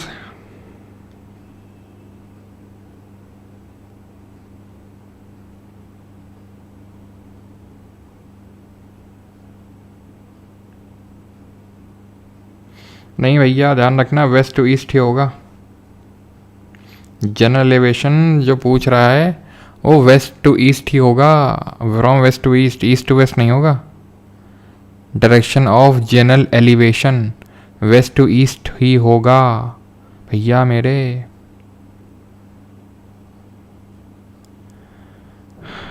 डेक्कन चार्जेस मतलब बेटा आदित्य शाह, IPL घुस गया दिमाग में तुम्हारे। तो यहाँ पर गुरु शिखर कौन सा क्वेश्चन छोड़ा है ना एक, इनविजिलिटी हैदराबाद, तो हैदराबाद है डेक्कन चार्जर्स, हाँ तो ऑप्शन नंबर ए सही आंसर होगा। मेघालय प्लेट्यू बता दिए, गारो खासी जयंती मेघालय प्लेट्यू का पार्ट है। मिकिर रेगमा वो कार्बी एंगलोंग बोलते हैं। मालवा भी पढ़ चुके, छोटा नागपुर को बोलते हैं रूर स्टेट, ठीक है रूर स्टेट, क्योंकि रूर एक प्रोविंस है जर्मनी में जहाँ पर मिनरल्स बहुत खनिज बहुत मिलते हैं, वैसे छोटा नागपुर में इंडिया में बहुत खनिज मिलते हैं। Guru Shikhar peak is the highest point of which of the following mountain ranges, तो गुरु शिखर निम्नलिखित में से किस पर्वत श्रृंखला की सबसे ऊंची चोटी है? पश्चिमी घाट, हिमालय, पूर्वी घाट या फिर अरावली? कहाँ की सबसे हाईएस्ट पीक है? तो ये है आपकी अरावली। इसकी हाइट कितनी इसकी? What is the height? 1722 metres, ठीक है। वेस्टर्न घाट ईस्टर्न घाट कहाँ मिलते हैं? तो इन दोनों का मिलन कहाँ होता है? मिलन या आधा अधूरा है कहाँ पे? नीलगिरी में, ऑप्शन नंबर बी। और नीलगिरी की, चलो भी आगे बढ़ते हैं। अमरकंटक, अमरकंटक अमरकंटक अमरकंटक बता दें क्या तुमको? बता दें क्या? बता दें क्या? नहीं बताएंगे। The part of the northern plain of India comprising older alluvium is known as, तो उत्तर मैदान का ओल्ड एलुवियम। तो अब देखो मैंने हिमालय के बारे में पढ़ लिया सब कुछ, पेनिनसुलर प्लेटू के बारे में ज़्यादातर चीज़ें देख ली हैं। अब उत्तर के मैदान आते हैं। तो उत्तर के मैदान किस तरह से बनते हैं? तो जो पहाड़ है, पहाड़ से चीर फाड़ करते हुए नदियाँ आएंगी, बड़े बड़े पत्थर डिपॉजिट करके जाएंगी, बड़े बड़े पत्थर डिपॉजिट करेंगी, उसी में खो जाएंगी, फिर से दिख जाएंगी और फिर से आ जाएंगी। तो ये जो 3 बेल्ट बन जाते हैं, कौन से बेल्ट? इसको बोलते हैं भाबर, ठीक है। तुमने वो किल्वेश वाला शो देखा शक्तिमान? उसमें एक वो होता है जो वो अपन लोग नहीं बचपन में छोटे में लेज़र लाइट से खेला करते थे, तो वो लेज़र लाइट लिए रहता था वो, है ना, शक्ति कपूर की तरह दिखता था, पता नहीं शक्ति कपूर ही था कि कौन था वो। तो भाबर भाबर बड़ा बोलता रहता था वो, तूने देखा था वो? अब क्यों बोलता था पता नहीं, उसका लेना देना इसी भाबर से था या फिर क्या पता नहीं। फिर आता है alluvial flood plains, alluvial flood plains. तो जो भाबर होता है ये एक नैरो बॉर्डर बेल्ट होता है, नैरो बेल्ट होता है ये बड़े, मतलब एक कीवर्ड इंपॉर्टेंट है बेटा, जहाँ से सवाल उठेगा ना वहीं से तुमको लग रहा होगा कि बस अरे सर ऐसे बोल दिए, नैरो मन में आया, नैरो तो बोल दिए, नैरो ऐसे नहीं बोल दिए।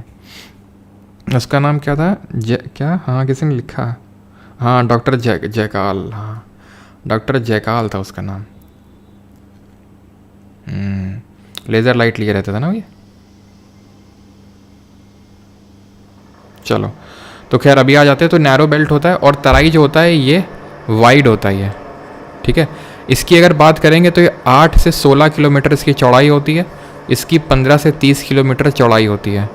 यहाँ पर क्या होता है? स्ट्रीम्स ऑफ रिवर जो है डिसअपियर हो जाती हैं। यहाँ पर क्या होता है? यहाँ पर स्ट्रीम ऑफ रिवर डिसअपियर हो जाती हैं, खो जाती हैं यहाँ पर, ठीक है। और यहाँ पर रीअपियर करती हैं, फिर से दिख जाती हैं, ठीक है। क्लियर है इतनी चीज़? यहाँ पे खो गई। ये जो तराई क्षेत्र है ये काफ़ी मार्शी और स्वैम्पी यानी दलदली क्षेत्र होता है, ठीक है, मार्शी और स्वैम्पी होता है। एलुवियल फ्लड प्लेन्स यहाँ पर क्या होती है? आपकी एलुवियल सॉइल डिपॉजिट होने लगती है। और वो जो एलुवियल सॉइल डिपॉजिट होती है वो 2 तरह की होती है। एक तो होती है नई, जिसको बोलते हैं खादर, ठीक है। क्या पूछा? ओल्डर पूछा ना। तो एक तो होती है नई जो कि बोलते हैं खादर, और एक होती है पुरानी जिसको बोलते हैं भांगर। भाबर तो बेल्ट होता है, सॉयल नहीं होती है। एलुवियल सॉयल जो नई वाली होती है उसको खादर बोलते हैं, पुरानी को भांगर। भाबर बेल्ट होता है, नैरो बेल्ट, जहाँ स्ट्रीम्स डिसअपियर होती हैं। क्लियर हो गया? इससे यही क्वेश्चन बनेगा और कुछ क्वेश्चन नहीं बनेगा इससे। Which of the following hills in India are known as the blue mountains? तो ब्लू माउंटेन, नीली माउंटेन जिसको बोलते हैं, नीलगिरी को बोलते हैं, खासी को बोलते हैं, गारो को बोलते हैं या फिर शिवालिक को बोलते हैं। तो यहाँ पर सही आंसर होगा ऑप्शन नंबर ए, नीलगिरी को बोलते हैं नीलगिरी। तो उसी से आप देख सकते हैं नील का मतलब होता है नीला, ब्लू, ठीक है। और यहीं पर हमारे वेस्टर्न घाट और ईस्टर्न घाट का भी मिलन हो रहा था। बाकी सब हम पहले डिस्कस कर चुके हैं। 89 Atlas mountains, Atlas mountain range lie in which of the following continent? Atlas पर्वत श्रृंखला निम्नलिखित में से किस महाद्वीप में स्थित है? एशिया, नॉर्थ अमेरिका, यूरोप या फिर अफ्रीका? तो एटलस ध्यान रखना, ये जो अफ्रीका है हमारा, अफ्रीका के ये नॉर्थ वेस्टर्न पार्ट में लोकेटेड है, ठीक है। Option number D. थोड़ा सा बैकग्राउंड म्यूज़िक बोल रहा हूँ मैं, बैकग्राउंड नॉइज़ आ रहा होगा, थोड़ा सा वो करना, ठीक है, थोड़ा सा वो करना। अफ्रीका, ठीक है, अफ्रीका यहाँ पर एटलस पड़ता है आपका, एटलस माउंटेन रेंज। क्लियर है यहाँ तक? अच्छा ये बताओ कि कौन सी माउंटेन रेंज है जो एशिया और यूरोप को अलग करती है? एशिया एंड यूरोप को अलग करती है, ये आपको बताना है। देन आपको बताना है कि नॉर्थ अमेरिका में कौन सी 2 माउंटेन रेंजेस हम पढ़ते हैं। नॉर्थ अमेरिका में सबसे लॉन्गेस्ट माउंटेन रेंज कौन सी है, सबसे लंबी पर्वत श्रृंखला कौन सी है, ये आपको बताना है, जल्दी से बताइए। तो एशिया और यूरोप को अलग करता है यूराल माउंटेन रेंज।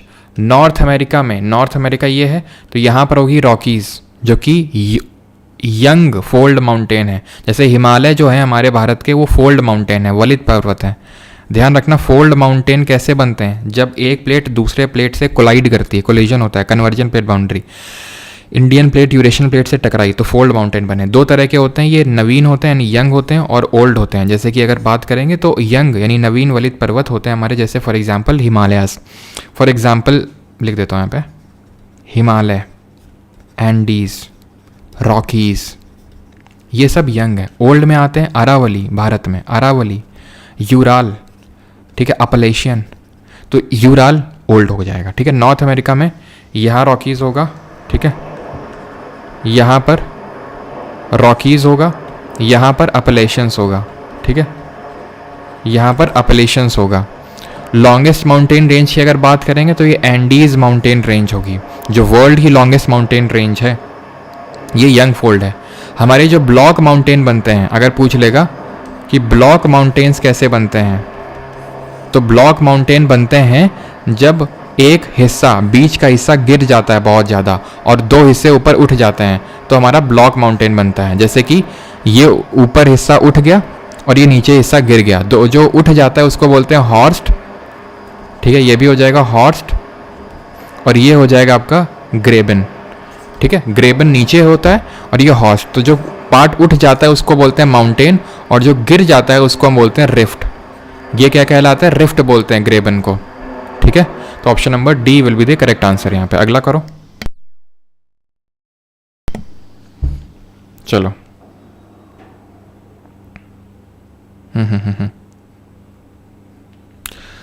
तो यूराल अलग कर रहा है और नॉर्थ अमेरिका में आप ये रॉकीज है, अपलेशियंस है, ये आपने समझिए, लॉन्गेस्ट आपकी एंडीज है। और जैसे ब्लॉक माउंटेन के अगर मैं एग्जांपल्स की बात करूंगा तो एक सेकंड रुकना,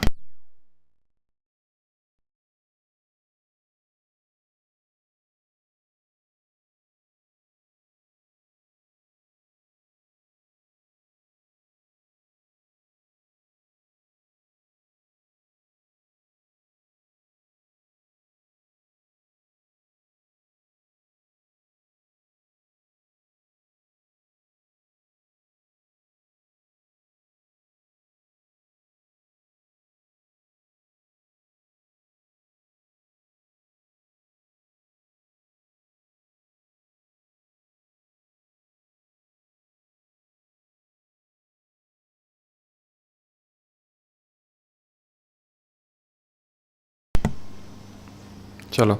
तो अफ्रीकाज हाईएस्ट माउंटेन जो किलिमंजारो है, ये किस कंट्री में लोकेटेड है, तंजानिया, नाइजीरिया, घाना या फिर साउथ अफ्रीका। तो ये मैंने आपसे पीछे पूछा भी था, ठीक है, और इसका जो सही आंसर होगा that would B Tanzania. Option number A will be the correct answer. Block mountain की अगर बात करेंगे एग्जाम्पल्स तो वॉस्जेस हो जाएगा आपका, जो कहाँ पर पड़ता है, फ्रांस में, ठीक है, वॉस्जेस फ्रांस में पड़ता है। हर्ज माउंटेन जो जर्मनी में पड़ता है। और इंडिया में आप रिकॉल कर सकते हो ब्लॉक माउंटेन के एग्जाम्पल्स, इंडिया में भी हैं ब्लॉक माउंटेन्स। इंडिया में ब्लॉक माउंटेन्स के एग्जाम्पल हैं सतपुरा, विंध्या, चलो ठीक है, इसके बारे में भी डिस्कस करेंगे आगे। तो तंजानिया इसका सही आंसर होगा। विच of the following is the highest plateau of the world. और यहाँ पर ध्यान रखना, हो सकता है करंट अफेयर में पूछ ले, IIT मद्रास ने तंजानिया में अपना ओवरसीज सेंटर मतलब पहला खोला है तंजानिया में, पहला तंजानिया में खोला है। तंजानिया में जो जंजीबार करके जगह पड़ती है, जंजीबार, और कंडी जो जगह पड़ती है श्रीलंका में, कंडी श्रीलंका में भी अभी स्टार्ट किया है, ठीक है।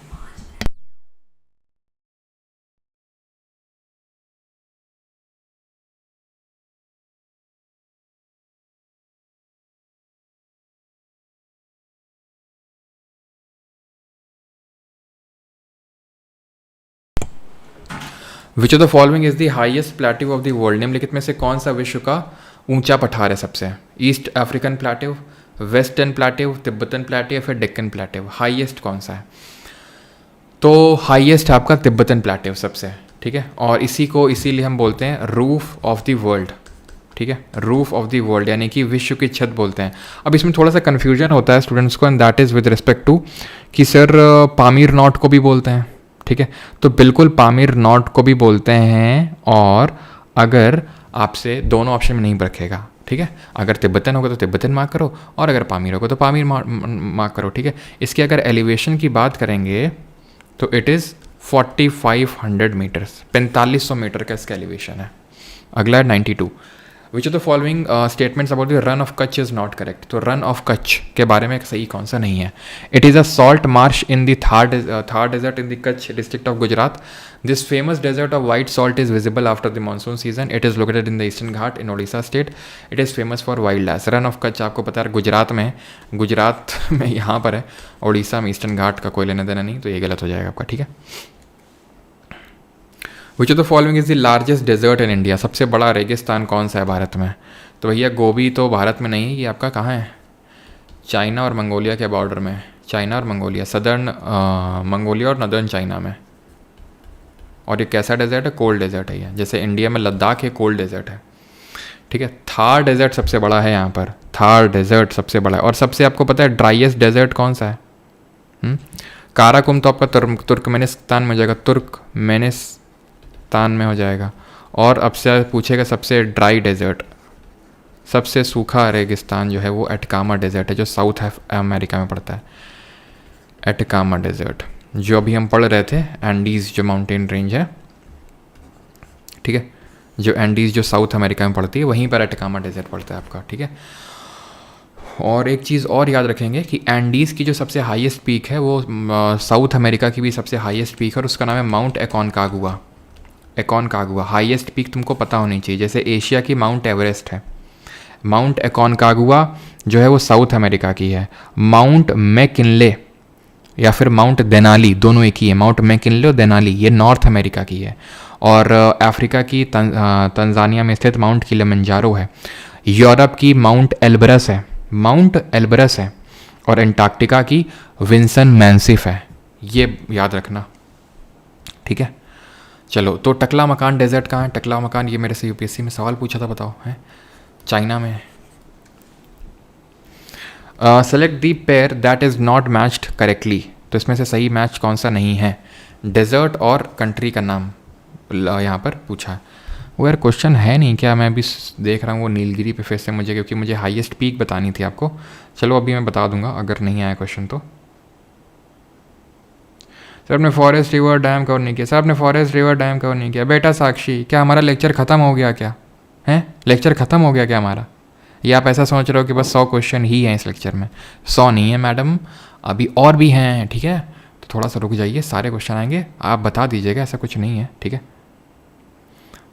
ठीक है, तो आप बता दीजिएगा आखिरी में। लेकिन जब मैं बोलूँ कि हाँ अभी लेक्चर ख़त्म हो गया तो आपको लगे कि सर ये चीज़ मिसिंग हो गई है, तो फिर आप ज़रूर बता दीजिएगा, ठीक है।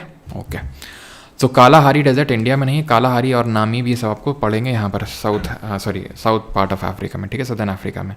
तो यहाँ पर आप देखोगे तो यहाँ पर सोनरन और एक मोजावे है, मोजावे सोनरन है, एटकामा है, पेंटागोनिया है अर्जेंटीना में, चिंचुआन है यहाँ पर, ठीक है, नॉर्थ अमेरिका में। सहारा सबसे बड़ा गर्म मरुस्थल है। सबसे बड़ा रेगिस्तान तो आपका अंटार्कटिका है, अंटार्कटिका लेकिन कोल्ड है, लेकिन अगर गर्म पूछेगा तो सहारा है। नामीब और कालाहारी डेजर्ट, क्योंकि यहाँ बेंगुला करंट है, ठंडा करंट है, यहाँ हम्बोल्ट पेरू करंट है, यहाँ कैलिफोर्निया है, यहाँ कैनरी है, तो सब क्या ठंडे ठंडे करंट है यहाँ पर। ठंडी हवा को ठंडी कर देते हैं और ठंडी हवा बारिश नहीं करती है। ग्रेट ऑस्ट्रेलियन डेजर्ट है, जिसमें कि एक यहाँ पर गिब्सन डेजर्ट पड़ता है, एक यहाँ पर गिब्सन डेजर्ट करके पड़ता है, ठीक है। ये गोभी, टकला मकान, ठीक। Which the following tri junction of India, कौन सा दर्रा है नहीं क्या यार? चलो अगर अभी देखते हैं। Tri junction of India, China Myanmar. तो यहाँ पर हमें दर्रे पढ़ने हैं, हमें पासेस पढ़ने हैं कि कौन सा इंडिया, चाइना और म्यांमार के बीच में ट्राई जंक्शन पे है। देखो, तो तुम्हें जो पासेस पढ़ने हैं तो बनिहाल और पीर पंजाल है। बनिहाल और पीर पंजाल ये जम्मू से श्रीनगर तक अगर आपको जाना है तो कनेक्ट करेंगे आपको, ठीक है। याद रहेगी इतनी चीज़, याद रहेगी कि नहीं याद रहेगी? जम्मू से श्रीनगर कनेक्ट करते हैं आपके बनिहाल पीर पंजाल। देन श्रीनगर से आपको ये गिलगित बाल्टिस्तान जाना है तो ये जोजिला सॉरी जोजिला बोल रहा हूँ,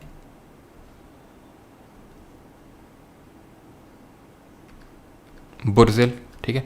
जोजिला आपको कनेक्ट करेगा अगर आपको श्रीनगर से लेह जाना है तो जोजिला। तो जितने भी सब जम्मू कश्मीर में ही है, ठीक है। बनिहाल पीर पंजाल जम्मू से श्रीनगर पहुंचाएंगे, श्रीनगर से गिलगित पहुंचाएगा आपका बुर्जिल, और जोजिला पहुंचाएगा श्रीनगर से लेह। यहाँ आ गए, ठीक है।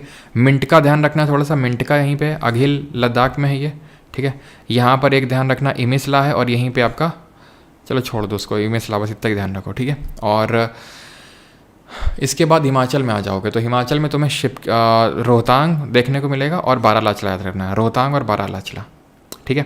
रोहतांग मनाली से लाहौल स्पीति वैली को कनेक्ट करता है रोहतांग, और लाहौल स्पीति वैली से लेह जाना है तो बारालाचला। याद रहेगा सारी चीज़, मनाली से लाहौल स्पीति रोहतांग और लाहौल स्पीति से लद्दाख आपका बारालाचला। शिपकीला वो पास है जहाँ से सतलज रिवर एंटर करती है, सतलज रिवर यहीं से एंटर करती है शिपकीला से, ठीक है। उत्तराखंड में आ जाओगे, 4 पास याद रखने, नीति, माना, लिपुलेख, मांगशा धुर्रा, ठीक है। तो नीति ये रहा, माना ये रहा, लिपुलेख, लिपुलेख देखो ये ट्राई जंक्शन पे है। किसके ट्राई जंक्शन पे है? ये इंडिया है, ये नेपाल है और ये चाइना है। तो लिपुलेख ट्राई जंक्शन पे है। अभी अपने करेंसी पे आपको पता होगा कि नेपाल ने लिपुलेख को, काला पानी को, और एक और जरा बताइए तीसरी टेरिटरी, इन तीनों को भारत का मतलब नेपाल का हिस्सा दिखा दिया था उसने खुद का, जबकि वो भारत का है, ठीक है। और ये है मांगशाधुरा। तो नीति, माना, लिपुलेख, मांगशाधुरा उत्तराखंड में। सिक्किम में आ जाओ, नाथुला, जेलेपला, नाथुला जेलेपला, ये भी अगर हम देखें तो इंडिया, भूटान और चाइना के ट्राई जंक्शन पे है। देन यहाँ पर आ जाओगे तुम अरुणाचल में, तो अरुणाचल में है ये बोमडिला, यही नीचे है बूमला। तो 2 पासेज हैं, 2 भाई हैं, दोनों जोड़ो, ऐसे याद कर लो, Bumla Bomdila, Bumla Bomdila. Then Yangyap, Yangyap है ये, यंग यप पास है ये। देन ये दिहांग पास है। देन यहाँ पर आपको दीफू पास देखने को मिलेगा, दीफू, दीफू ही है ट्राई जंक्शन पर, दीफू ही है ट्राई जंक्शन इंडिया, चाइना और म्यांमार के। याद रहेगा बूमला बूमडिला, ये ऐसे याद करो, बूमला बूमडिला, यंग यप, दीफू, ये 4 पास आपका, और यहाँ दिहांग। तो ये 5 पास दर्रे आपको याद करने हैं, ठीक है। और हिमाचल में रोहतांग, रोहतांग से रावी और ब्यास रिवर निकलती, बारालाचला से चिनाब नदी निकलती, शिपकीला से निकलती कोई नदी नहीं है, एंटर मारती सतलज इंडिया में। तीनों कहाँ हैं? हिमाचल में, ठीक। याद हो गया पासेस, दर्रे याद हो गए। रायसीना की पहाड़ियाँ कहाँ स्थित हैं? रायसीना हिल कहाँ है? It is the place where the Dogra rulers of Jammu and Kashmir built the front. तो रायसीना हिल यार कुछ नहीं, जहाँ पर राष्ट्रपति भवन है ना, वो रायसीना हिल में आता है। रायसीना हिल अरावली का हिस्सा है, अरावली का हिस्सा है। दौड़ा बेटा पीक, हाँ आ गई देखो, which means a big mountain is the highest peak of. तो दौड़ा बेटा किस हिल में सिचुएटेड है? RB group D. तो दौड़ा बेटा ध्यान रखना, दौड़ा बेटा आपका, कार्डमम किसका है? कार्डमम मैंने बताया था वेस्टर्न घाट का पार्ट है, सबसे सदर्न मोस्ट है। नीलगिरी में मिलन होता है वेस्टर्न घाट और ईस्टर्न घाट का, यहीं पे दौड़ा बेटा पीक है। दौड़ा बेटा सेकंड हाईएस्ट पीक है, दूसरी सबसे ऊंची चोटी है पूरे साउथ इंडिया की और पूरे वेस्टर्न घाट की। इसकी जो हाइट है वो 2637 मीटर है, ध्यान रखना, ठीक है। ये चीज़ क्लियर हो गई। लेकिन हाईएस्ट पीक जो है ना, हाईएस्ट वो अनामलाई पर स्थित, याद रखना, अनामलाई पर स्थित अनाईमुडी है, और इसकी जो हाइट है वो है 2695 मीटर। ये सिचुएटेड है केरला में और ये सिचुएटेड है तमिलनाडु में, ठीक। इन दोनों हिल को, अनामलाई को नीलगिरी से कौन जोड़ता है भैया? अनामलाई में अनाईमुडी है और नीलगिरी में दौड़ा बेटा है, याद रहेगा। दोनों को कनेक्ट कौन करता है ये बताओ, ये चीज़ बताओ। और एक चीज़ और है, हाँ ये चीज़ तुम ध्यान रखना कि ये तो वेस्टर्न घाट की हाईएस्ट पीक हो गई, ईस्टर्न घाट की हाईएस्ट पीक कौन सी है? ये तो पश्चिमी घाट की हो गई, पूर्वी घाट की कौन सी है? तो यहाँ की है महेंद्रगिरी, महेंद्रगिरी 1501 मीटर।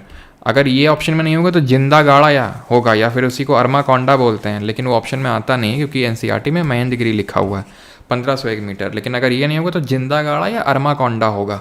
वेस्टर्न घाट की जो एवरेज हाइट है, एवरेज हाइट वो 1200 मीटर है, और ईस्टर्न घाट की जो एवरेज औसत ऊंचाई है वो 600 मीटर है, ये भी मत भूलना, ठीक। Which of the following major river system form the northern plains of India. जो उत्तर के मैदान बनते हैं वो किन 3 नदियों से मिलकर बनते हैं? आपसे सवाल पूछ रहा है, बता जल्दी से।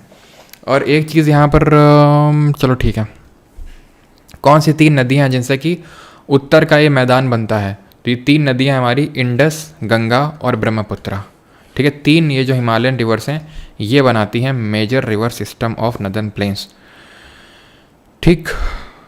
काठिया, बस कुछ क्वेश्चन और कर लो, मतलब ये वाला ख़त्म कर लें, फिर रिवर वाला सिस्टम हमारा बाकी रहेगा। तो रिवर वाला सिस्टम थोड़ा सा ब्रेक ले लेंगे 2-3 मिनट का, और उसके बाद कर लेंगे, ठीक है। तो काठियावाड़ पेनिनसुला कहाँ है आपका? तो काठियावाड़ ऑब्वियस सी बात है, आप देख लो, ये है काठियावाड़ पेनिनसुला गुजरात में, ठीक है। तो अहमदाबाद। विच of the following places is not correctly matched? तो यहाँ पर लिखा, ये NTPC का ही सवाल है 2021 का। तो पास लिखा हुआ है दर्रा, और वो किस माउंटेन रेंज पे है वो लिखा हुआ है। तो बनिहाल पीर पंजाल, बिल्कुल सही, बनिहाल दर्रा पीर पंजाल पे है। जेलेपला जस्कर, तुम खुद सोचो यार, जस्कर यहाँ है भैया, जस्कर रेंज यहाँ पर थी, है ना, जस्कर यहाँ पे होगा आपका, ये वाले पार्ट में, और जेलेपला यहाँ पड़ा हुआ है, याद है आपको, काराकोरम लद्दाख जस्कर। तो जस्कर यहाँ होगा ना, जस्कर एक नदी भी है, इंडस की ट्रिब्यूटरी है।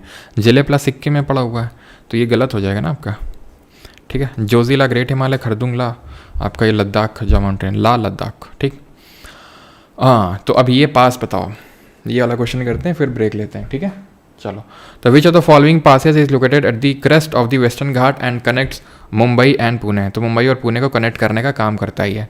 तो कौन सा घाट है? तो 3 पासेज हैं, 3 घाट हैं जो साउथ इंडिया में हमें याद करने होते हैं। एक तो है भोर घाट जो मुंबई को पुणे से कनेक्ट करता है, एक है थाल घाट जो किसको किससे कनेक्ट करता है? मुंबई को नासिक से, ठीक है, मुंबई को नासिक से। चलो, मुंबई को नासिक से कनेक्ट करता है। और जो पाल घाट है, पाल घाट, ये कनेक्ट करता है नीलगिरी को अनामलाई से, नीलगिरी टू अनामलाई। नीलगिरी वो है जहाँ वेस्टर्न घाट ईस्टर्न घाट मिलते हैं, अनामलाई वो है जहाँ पर, और नीलगिरी पे सेकंड हाईएस्ट पीक दौड़ा बेटा है, और अनामलाई जो है आसिरगढ़ का किला, ये हिस्ट्री में पढ़ेंगे हम लोग, ठीक है, जब छत्रपति शिवाजी के बारे में पढ़ेंगे। अनामलाई पे ही हाईएस्ट पीक अनाईमुडी सिचुएटेड है, ठीक है। तो ये पास हैं 3 बस साउथ इंडिया के याद करना है। चलो ठीक है, अभी हम क्या करते हैं, थोड़ा सा ब्रेक लेते हैं और उसके बाद स्टार्ट करते हैं। बस ये क्वेश्चन का आंसर और आप दे दो कि लार्जेस्ट ग्लेशियर कौन सा है।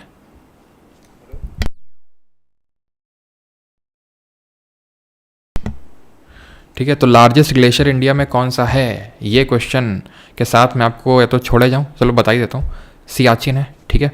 यहीं पर ही 1984 में ऑपरेशन मेघदूत चलाया गया था, ऑपरेशन मेघदूत चलाया गया था, ठीक है। और ये second longest non polar glacier है, ठीक है, second longest non polar glacier. तो लॉन्गेस्ट नॉन पोलर ग्लेशियर कौन सा है? लॉन्गेस्ट नॉन पोलर ग्लेशियर ये फेडिचेनको है, फेडिचेनको, ताजिकिस्तान में पड़ता है ये, ठीक है, ताजिकिस्तान। सेकेंड लॉन्गेस्ट है 1984। सियाचिन, हिस्पर, बाल्टोरो, बाइफो, चारों ग्लेशियर पता है कहाँ पड़ते हैं? बताना मत किसी को, काराकोरम में पड़ता है, ठीक है, काराकोरम में। काराकोरम लद्दाख जंस्कार याद आया कुछ, जो ट्रांस हिमालय का पार्ट था उसमें काराकोरम में, ठीक है। चलो 2 मिनट का ब्रेक लेते हैं और आते हैं 2 मिनट बाद, ठीक है, जल्दी से।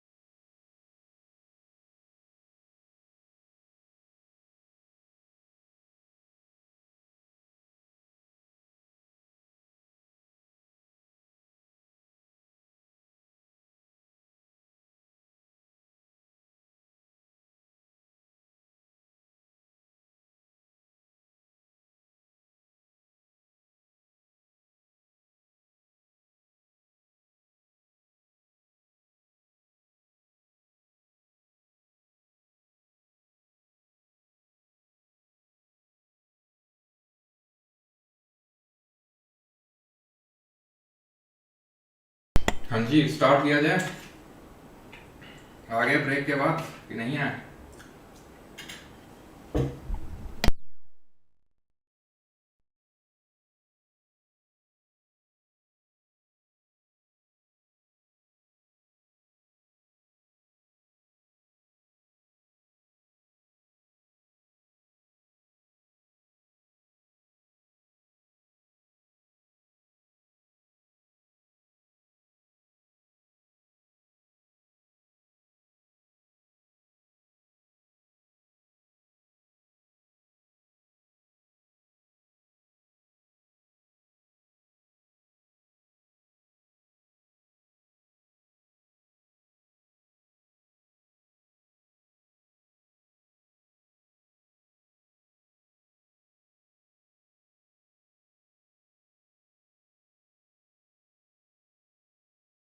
हाँ जी, मोबाइल कहाँ गया यार मेरा?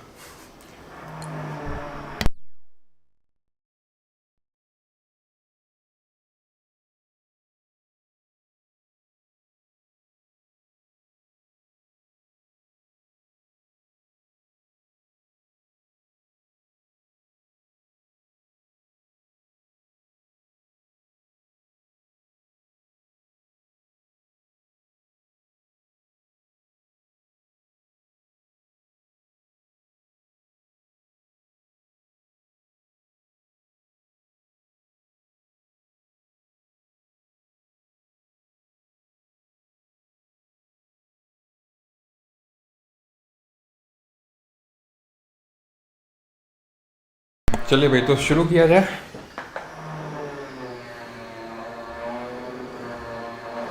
कुंटी Shah, thank you so much for effort sir. Anurag ने 1000 रुपये भेजे हैं। सर अभी मेरी ग्रेजुएशन नहीं हुई है और मैं इस बार एसएससी CHSL देने का सोच रहा हूँ। मैंने अभी तक जीके में कुछ नहीं पढ़ा है, तो क्या FRB 2 पॉइंट? यस, अभी जीके में कुछ नहीं पढ़ा है। अनुराग, आपको PYQ सीरीज़ नहीं करनी है। 2.0 जो स्टार्ट होगा, ठीक है, फ्रॉम द 1 जून ऑनवर्ड्स, वो fat man little boy enough रहेगा ये, ठीक है। PYQ सीरीज़ आपको नहीं करनी है। अगर आपने अभी तक कर रखे थे तो उसको कंटिन्यू रखो आप, ठीक है। तो उसको आप कंटिन्यू रखो। अगर आप कर रहे थे उसको रिवाइज करके रखो, बट PYQ की फर्दर आपको नीड नहीं है। 2.0 FRB वाला और फैट में लिटिल बॉय सफिशिएंट रहेगा, ठीक है। चलिए अब स्टार्ट करते हैं रिवर्स सिस्टम। वाह भैया, भैया मेरे भी कर दे। सॉरी।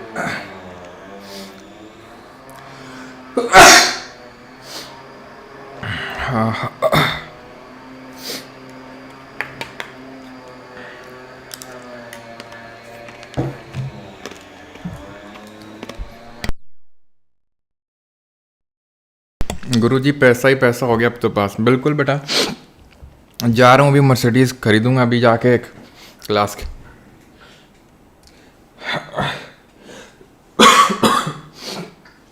छींके बहुत आ रही हैं भाई, ऐसा क्यों है? ड्रिलिंग का तुम दिक्कत मत लेना, बस 1-2 मिनट का और है ड्रिलिंग। हड़का गया हूँ अभी, मैंने कहा बेटा रोक लेना इसको, नहीं तो तुम्हारे अभी ड्रिलिंग की मशीन है तो मैं पीछे लगा दूँ। When the main rivers flow parallel to each other and the tributaries join them at right angles, such a pattern is called as। देखो, हम डिफरेंट तरह के ड्रेनेज पैटर्न्स पढ़ते हैं। क्या पढ़ते हैं? डिफरेंट तरह के ड्रेनेज पैटर्न्स। ड्रेनेज पैटर्न क्या होता है? जो नदियाँ, ठीक है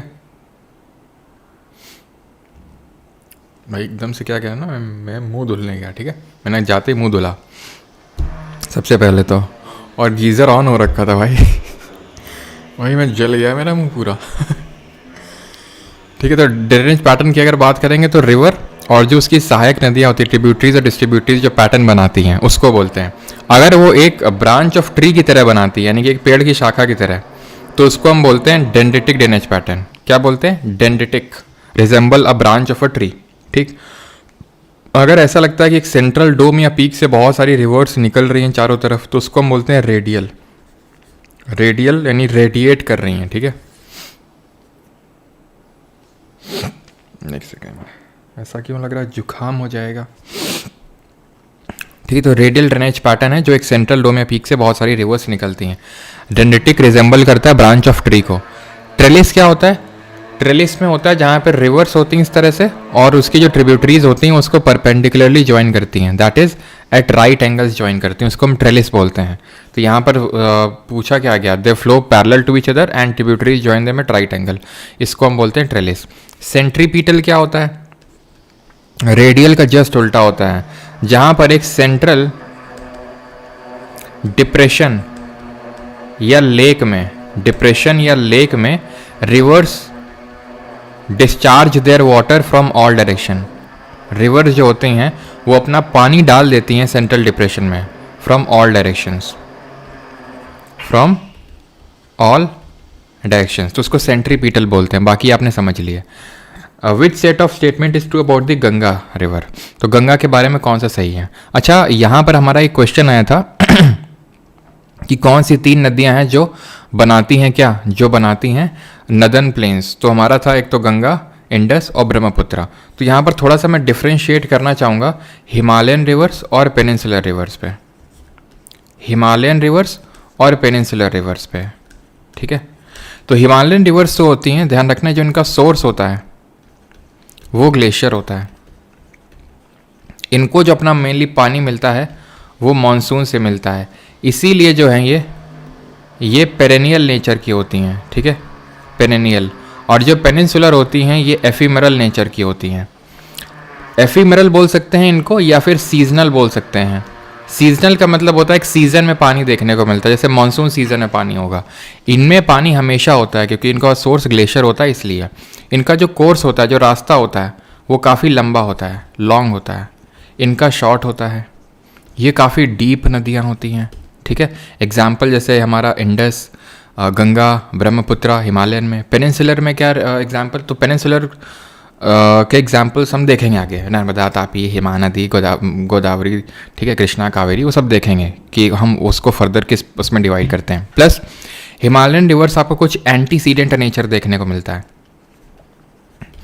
एंटीसीडेंट कौन सा नेचर होता है?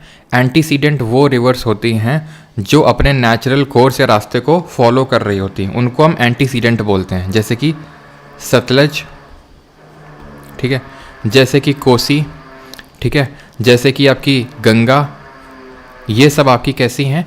एंटीसीडेंट हैं, यानी कि इनको हम पूर्ववर्ती बोलते हैं हिंदी में।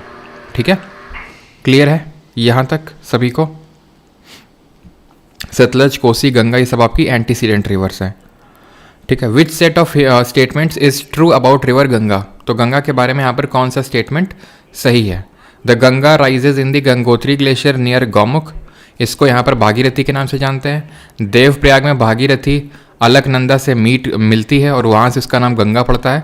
अलकनंदा का सोर्स सातोपंथ ग्लेशियर है जो कि केदारनाथ के ऊपर पड़ता है, और गंगा जो है प्लेन्स में हरिद्वार में एंटर करती है। ठीक है,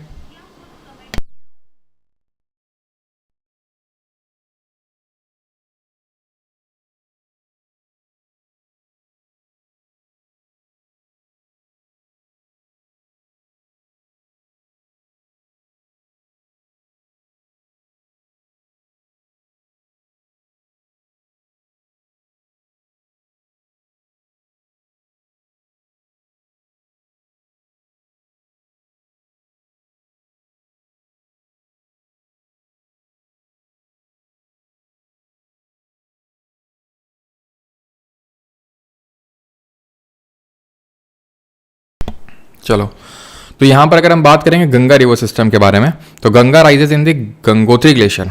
तो पहले हम प्रयाग के बारे में समझ लेते हैं। बैटरी भी डाउन हो गई, लो 1 सेकंड रुको।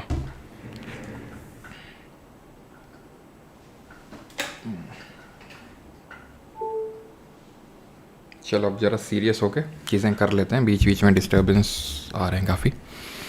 पहले तो हमें प्रयाग के बारे में पढ़ना है। जो 5 प्रयाग हैं कौन कौन से, ध्यान से अब समझना। बद्रीनाथ करके ये एक जगह पड़ती है जहाँ से ये अलकनंदा निकलती है। कौन सी जगह ये? बद्रीनाथ। रिवर कौन सी है ये? अलकनंदा। ठीक, ध्यान से अब सुनते रहना, बस ध्यान से। एक रिवर यहाँ से आएगी, धौली गंगा के वासी, ठीक है। यहाँ से आएगी आपकी एक नंदाकिनी, देन यहाँ से आएगी पिंडर रिवर,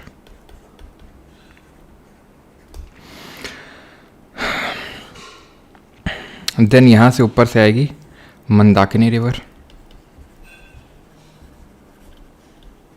और यहाँ से आएगी कौन सी, भागीरथी रिवर, ठीक है।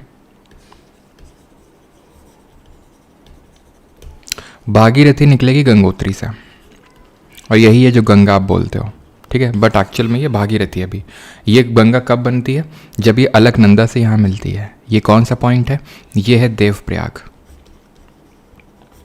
ये आपका देवप्रयाग। प्रयाग क्या होते हैं, जहाँ पे दो नदियों का मिलन होता है उसको प्रयाग बोलते हैं। जहाँ मंदाकिनी कोई बताएगा कहाँ से निकलती है, बताओ तो दिल खुश करो जल्दी से। तो ये मिलती है रुद्रप्रयाग में, किससे, अलकनंदा से, रुद्रप्रयाग।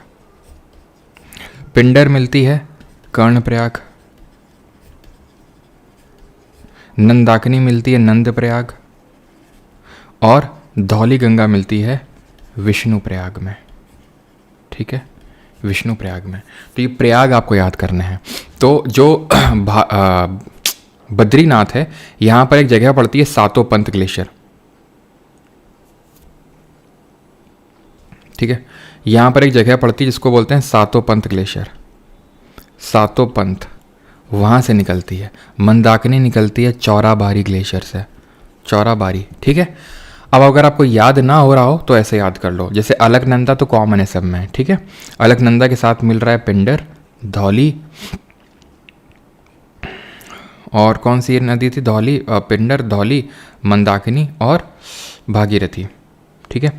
तो पीके मूवी है, डॉक्यूमेंट वेरिफिकेशन, एमआर और बीड़ी।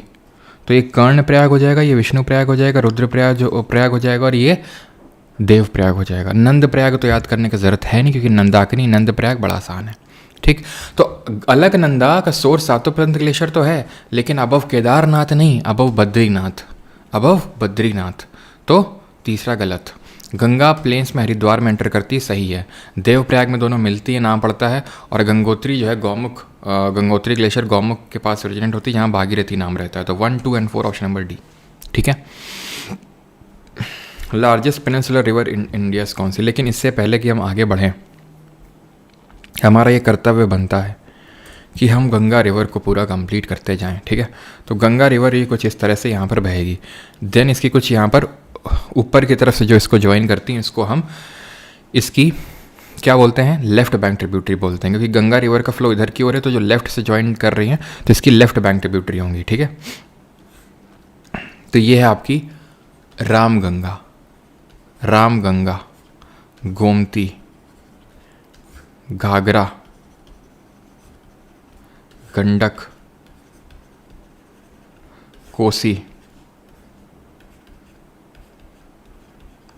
और ये महानंदा, ठीक। रामगंगा कहाँ से निकलती है, ये रामगंगा निकलती है आपकी उत्तराखंड से। गोमती फुलहर झील पड़ती है, ये फुलहर लेक पड़ता है आपका, कहाँ पर पड़ता है फुलहर लेक, तो फुलहर लेक पड़ता है आपका ये पीलीभीत उत्तर प्रदेश के पास में, ठीक है। तो ये चीज़ ध्यान रखना। देन आपका जो घाघरा है, गंडक है, कोसी है, ये सब हिमालयाज से निकलती हैं, घाघरा और कोसी, ठीक है। घाघरा और कोसी दोनों ध्यान रखना तिब्बतन हिमालयाज से, तिब्बतन हिमालयास, ये भी तिब्बतन हिमालयास। ये गंडक नेपाल हिमालय से निकलती है, ठीक है, क्लियर। और बाकी अगर रामगंगा में उत्तराखंड में अगर स्पेसिफिक पूछ ले तो स्पेसिफिक ये क्वेश्चन बनता है दूध टोली रेंजेस, कहाँ पे, दूध टोली से निकलती है। ये लेफ्ट बैंक ट्रिब्यूटरी हो गई, कौन सी, रामगंगा, गोमती, घाघरा, गंडक, कोसी, महानंदा।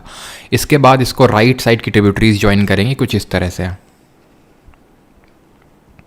ठीक है, इस तरह से ज्वाइन करेंगी। कौन सी, राइट बैंक ट्रिब्यूटरी। ये कौन सी है, सबसे बड़ी ट्रिब्यूटरी है गंगा की, जिसको हम जानते हैं यमुना के नाम से। यमुना कहाँ से निकलती है, ये यमुनोत्री जो ग्लेशियर है वो कहाँ पड़ता है, बंदरपुंछ रेंज, कहाँ पड़ता है, बंदरपुंछ रेंज, ध्यान रखना यमुना में। देन यहाँ से एक तरह से इसको ज्वाइन करती है, जिसको सोन बोलते हैं, सोन अमरकंटक प्लेट्यू अमरकंटक के पठार से निकलती है। और एक पुनपुन करके यहाँ पर क्या है, पुनपुन, ठीक है। यमुना की ट्रिब्यूटरीज की अगर बात करेंगे तो यमुना की एक चंबल, चंबल, सिंध, बेतवा, केन, चंबल, सिंध, बेतवा, केन, याद रहेगा। ऊपर से हिंडन और टोन्स, हिंडन और टोन्स ज्वाइन कर रही हैं। और ये कहाँ मिल रही है, प्रयागराज में मिल रही है ये, ठीक है, प्रयागराज में मिल रही है। क्लियर है यहाँ तक। घाघरा जो रिवर है इसका जो ओरिजिन है वो मापचा चुनगो ग्लेशियर है, मापचा चुनगो जो ग्लेशियर है वहाँ से निकलती है घाघरा। और मिलती कहाँ है, छपरा में मिलती है बिहार में। गोमती कहाँ मिलती है, गाजीपुर जो जगह पड़ती है उत्तर प्रदेश में, वहाँ मिलती है ये। आगे बढ़ते हैं। लार्जेस्ट पेनिनसुलर रिवर कौन सी है भारत में, सबसे बड़ी प्रायद्वीपीय नदी कौन सी है, ये आपसे क्वेश्चन पूछ रहा है। लार्जेस्ट पेनिनसुलर रिवर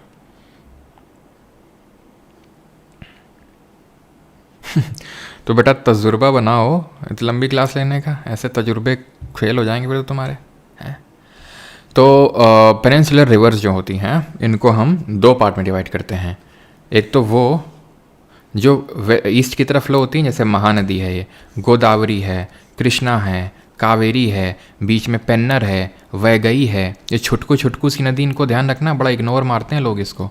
पेन्नर सबसे सदर्न मोस्ट रिवर है, वैगई लोग इग्नोर मारते हैं। पेन्नर को पेरियार से कंफ्यूज कर डालते हैं। पेन्नर जबकि आंध्र प्रदेश में बहती है, पेरियार इधर की ओर बहती है, केरल की नदी है वो, ठीक है। ये हमारी ईस्ट में फ्लो होने वाली नदियाँ हैं। तो लार्जेस्ट पेनिनसुलर रिवर कौन सी है, ये है गोदावरी, ठीक है। इसी वजह से इसको दक्षिण गंगा के नाम से जानते हैं, इसी वजह से इसको दक्षिण गंगा बोलते हैं या फिर वृद्ध गंगा के नाम से भी जानते हैं। ये ध्यान रखिएगा इसको, ठीक है। नर्मदा के बारे में बात करेंगे तो नर्मदा जो है, नर्मदा पश्चिम की ओर बहने वाली सबसे लंबी नदी है। तो पूर्व वाली हमने देख ली कौन कौन सी नदियाँ बहती हैं। पश्चिम की ओर यहाँ पर एक आपकी पड़ती है माउंटेन रेंज, इसका क्या नाम है और इसका क्या नाम है, जल्दी बताओ। 1 2, ये मत बोलना विंध्या सतपुरा, ये बताओ 1 क्या है 2 क्या है। विंध्या सतपुरा तो सबको पता है, 1 कौन सा है 2 कौन सा है, ठीक है। और ये है आपकी नर्मदा। नर्मदा कहाँ फ्लो होती है, इन दोनों के बीच में, रिफ्ट वैली में। याद करो सतपुरा विंध्या तुम्हें बताए थे क्या है, ब्लॉक माउंटेन है। ब्लॉक माउंटेन के बीच में क्या होती है, घाटी होती है, रिफ्ट वैली। तो उसी रिफ्ट वैली में नर्मदा फ्लो होती है, पश्चिम की ओर बहने वाली सबसे लंबी नदी है। ये है आपकी विंध्या। सर आपको कैसे पता, ये है सतपुरा, क्योंकि एस से साउथ, एस से सतपुरा, ऐसे याद कर रखा है मैंने इसको, ठीक है। एस से साउथ, एस से सतपुरा। विंध्या की जो सबसे हाईएस्ट पीक है वो है पीक ऑफ गुडविल, जिसको बोलते हैं सद्भावना शिखर, सद्भावना शिखर। और सतपुरा की कौन सी है, सतपुरा की बता दो जरा। पंचमढ़ी हिल्स पे, जल्दी से बताओ। धूपगढ़, ठीक है। धूपगढ़ जो क्वीन ऑफ सतपुरा में पड़ती है, क्वीन ऑफ सतपुरा किसको बोलते हैं, पंचमढ़ी हिल्स को बोलते हैं क्वीन ऑफ सतपुरा। तो यहाँ बहती नर्मदा और इसके नीचे बहती तापी। तापी कहाँ से निकलती है, तापी निकलती है बैतूल प्लेट्यू से। नर्मदा कहाँ से निकलती है, नर्मदा निकलती है अमरकंटक के पठार से, अमरकंटक के प्लेट्यू से। तो इसीलिए हम बोलते हैं कि अमरकंटक का जो पठार है वो रेडियल ड्रेनेज पैटर्न दिखाता है, क्योंकि अमरकंटक से नर्मदा निकलती है, ऊपर सोन जाती है जो गंगा की ट्रिब्यूटरी है। तो अमरकंटक रेडियल ड्रेनेज पैटर्न को दिखाता है। Which of the following is called as Dakshin Ganga के नाम से किसको जानते हैं, तो दक्षिण गंगा के नाम से जानते हैं गोदावरी को। और गोदावरी की जरा ट्रिब्यूटरी बता दो, सहायक नदियाँ बता दो। धूपगढ़ एमपी वाला है, बिल्कुल यार एमपी वाला है ये। हाँ किम भैया खा लो कुछ, हाँ यार किम तुम कुछ खा लो, नहीं पता चला दो पोप से उड़वा डालो हमको है। गोदावरी की अगर बात करेंगे तो कौन सी ट्रिब्यूटरी है, तो ऐसे याद करना होता है। MS स्वामीनाथन, वर्ल्ड वॉर 1 और परपौआ परसन, है ना, परपौआ परसन। तो M से है मंजीरा मांजरा, S से है सबरी के बेर, ठीक है। W से है वर्धा, ठीक है। W से है वेनगंगा, I से है इंद्रवती, P से है पेनगंगा, P से है पूर्णा, P से है प्राणहिता। हो गई सारी गोदावरी की ख़त्म। ऑप्शन नंबर डी आंसर दक्षिण गंगा। निकलती कहाँ से है, ओरिजिन कहाँ से होता है, जल्दी से बताओ ओरिजिन कहाँ से होता है। Which of the following is a non perennial river, बड़ा आसान है। नॉन पेरिनियल का मतलब है एफीमरल, एफीमरल मतलब सीजनल, सीजनल कौन होती है पेनिनसुलर, पेनिनसुलर कौन है Krishna. Which of the following originates from Aravalli ranges and disappears into Rann of Kutch. कौन सी निकलती है अरावली से और ख़त्म हो जाती है रन ऑफ कच्छ पे?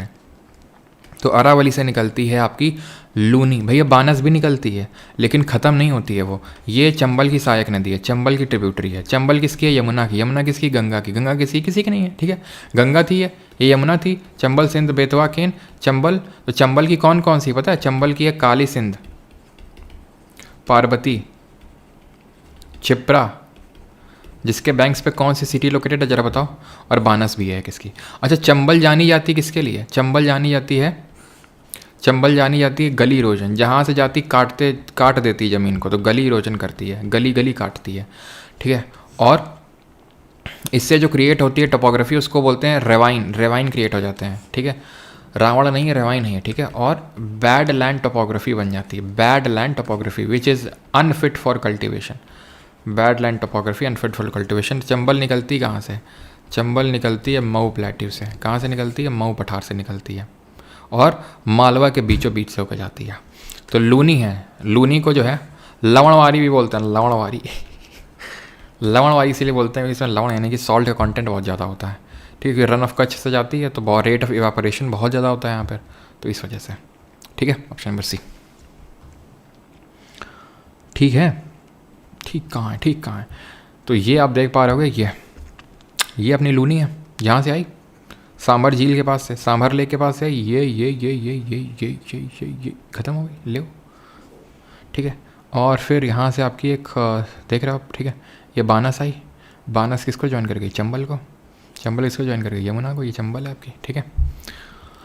Which of the following locations in the Brahmaputra river known as Tsangpo. अच्छा रुक जाओ फिर, तो ये तो बता दें, फिर हमें लगा कि हाँ ये क्वेश्चन छूट गया ना बना। देखा, मुझे सेंस हो जाता है, मुझे भाई क्वेश्चन बना है तो हमें पता है कि भाई हमने यहाँ गोदावरी का तुमसे ओरिजिन पूछा था, तो हमें पता था कि क्वेश्चन है आगे, तभी हमने यहाँ बताया नहीं था, लेकिन क्वेश्चन हमें मिला नहीं तो हम पीछे चले गए। लेकिन देखा क्वेश्चन पड़ा हुआ है।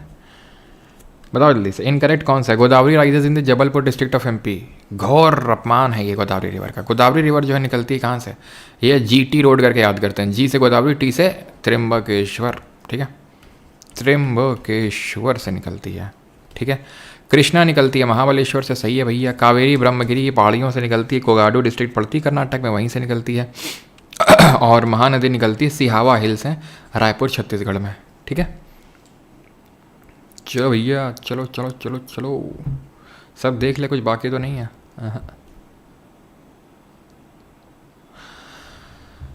In which of the following location is the Brahmaputra river known as Tsangpo? ना आशीष, लक्ष्य, बलविंदर, बिल्कुल सही है। अब जो लोग टिके हुए हैं लास्ट तक, बस बने रहना तुम लोग, ठीक है। तुम लोग को आखिरी में कुछ स्पेशल है, लेकिन सिर्फ उन्हीं के लिए है जो लाइव रहेंगे बस, ठीक है। तो ब्रह्मपुत्रा जो है सांगपो के नाम से कहाँ जानी जाती है? तिब्बत में जानी जाती है। अब ब्रह्मपुत्रा रिवर है कुछ, मैं थोड़ा सा यहाँ पहले बनाता हूँ, नहीं वहाँ समझ नहीं आएगा। ब्रह्मपुत्रा निकलती है कैलाश मानसरोवर से, मानसरोवर से निकलती है।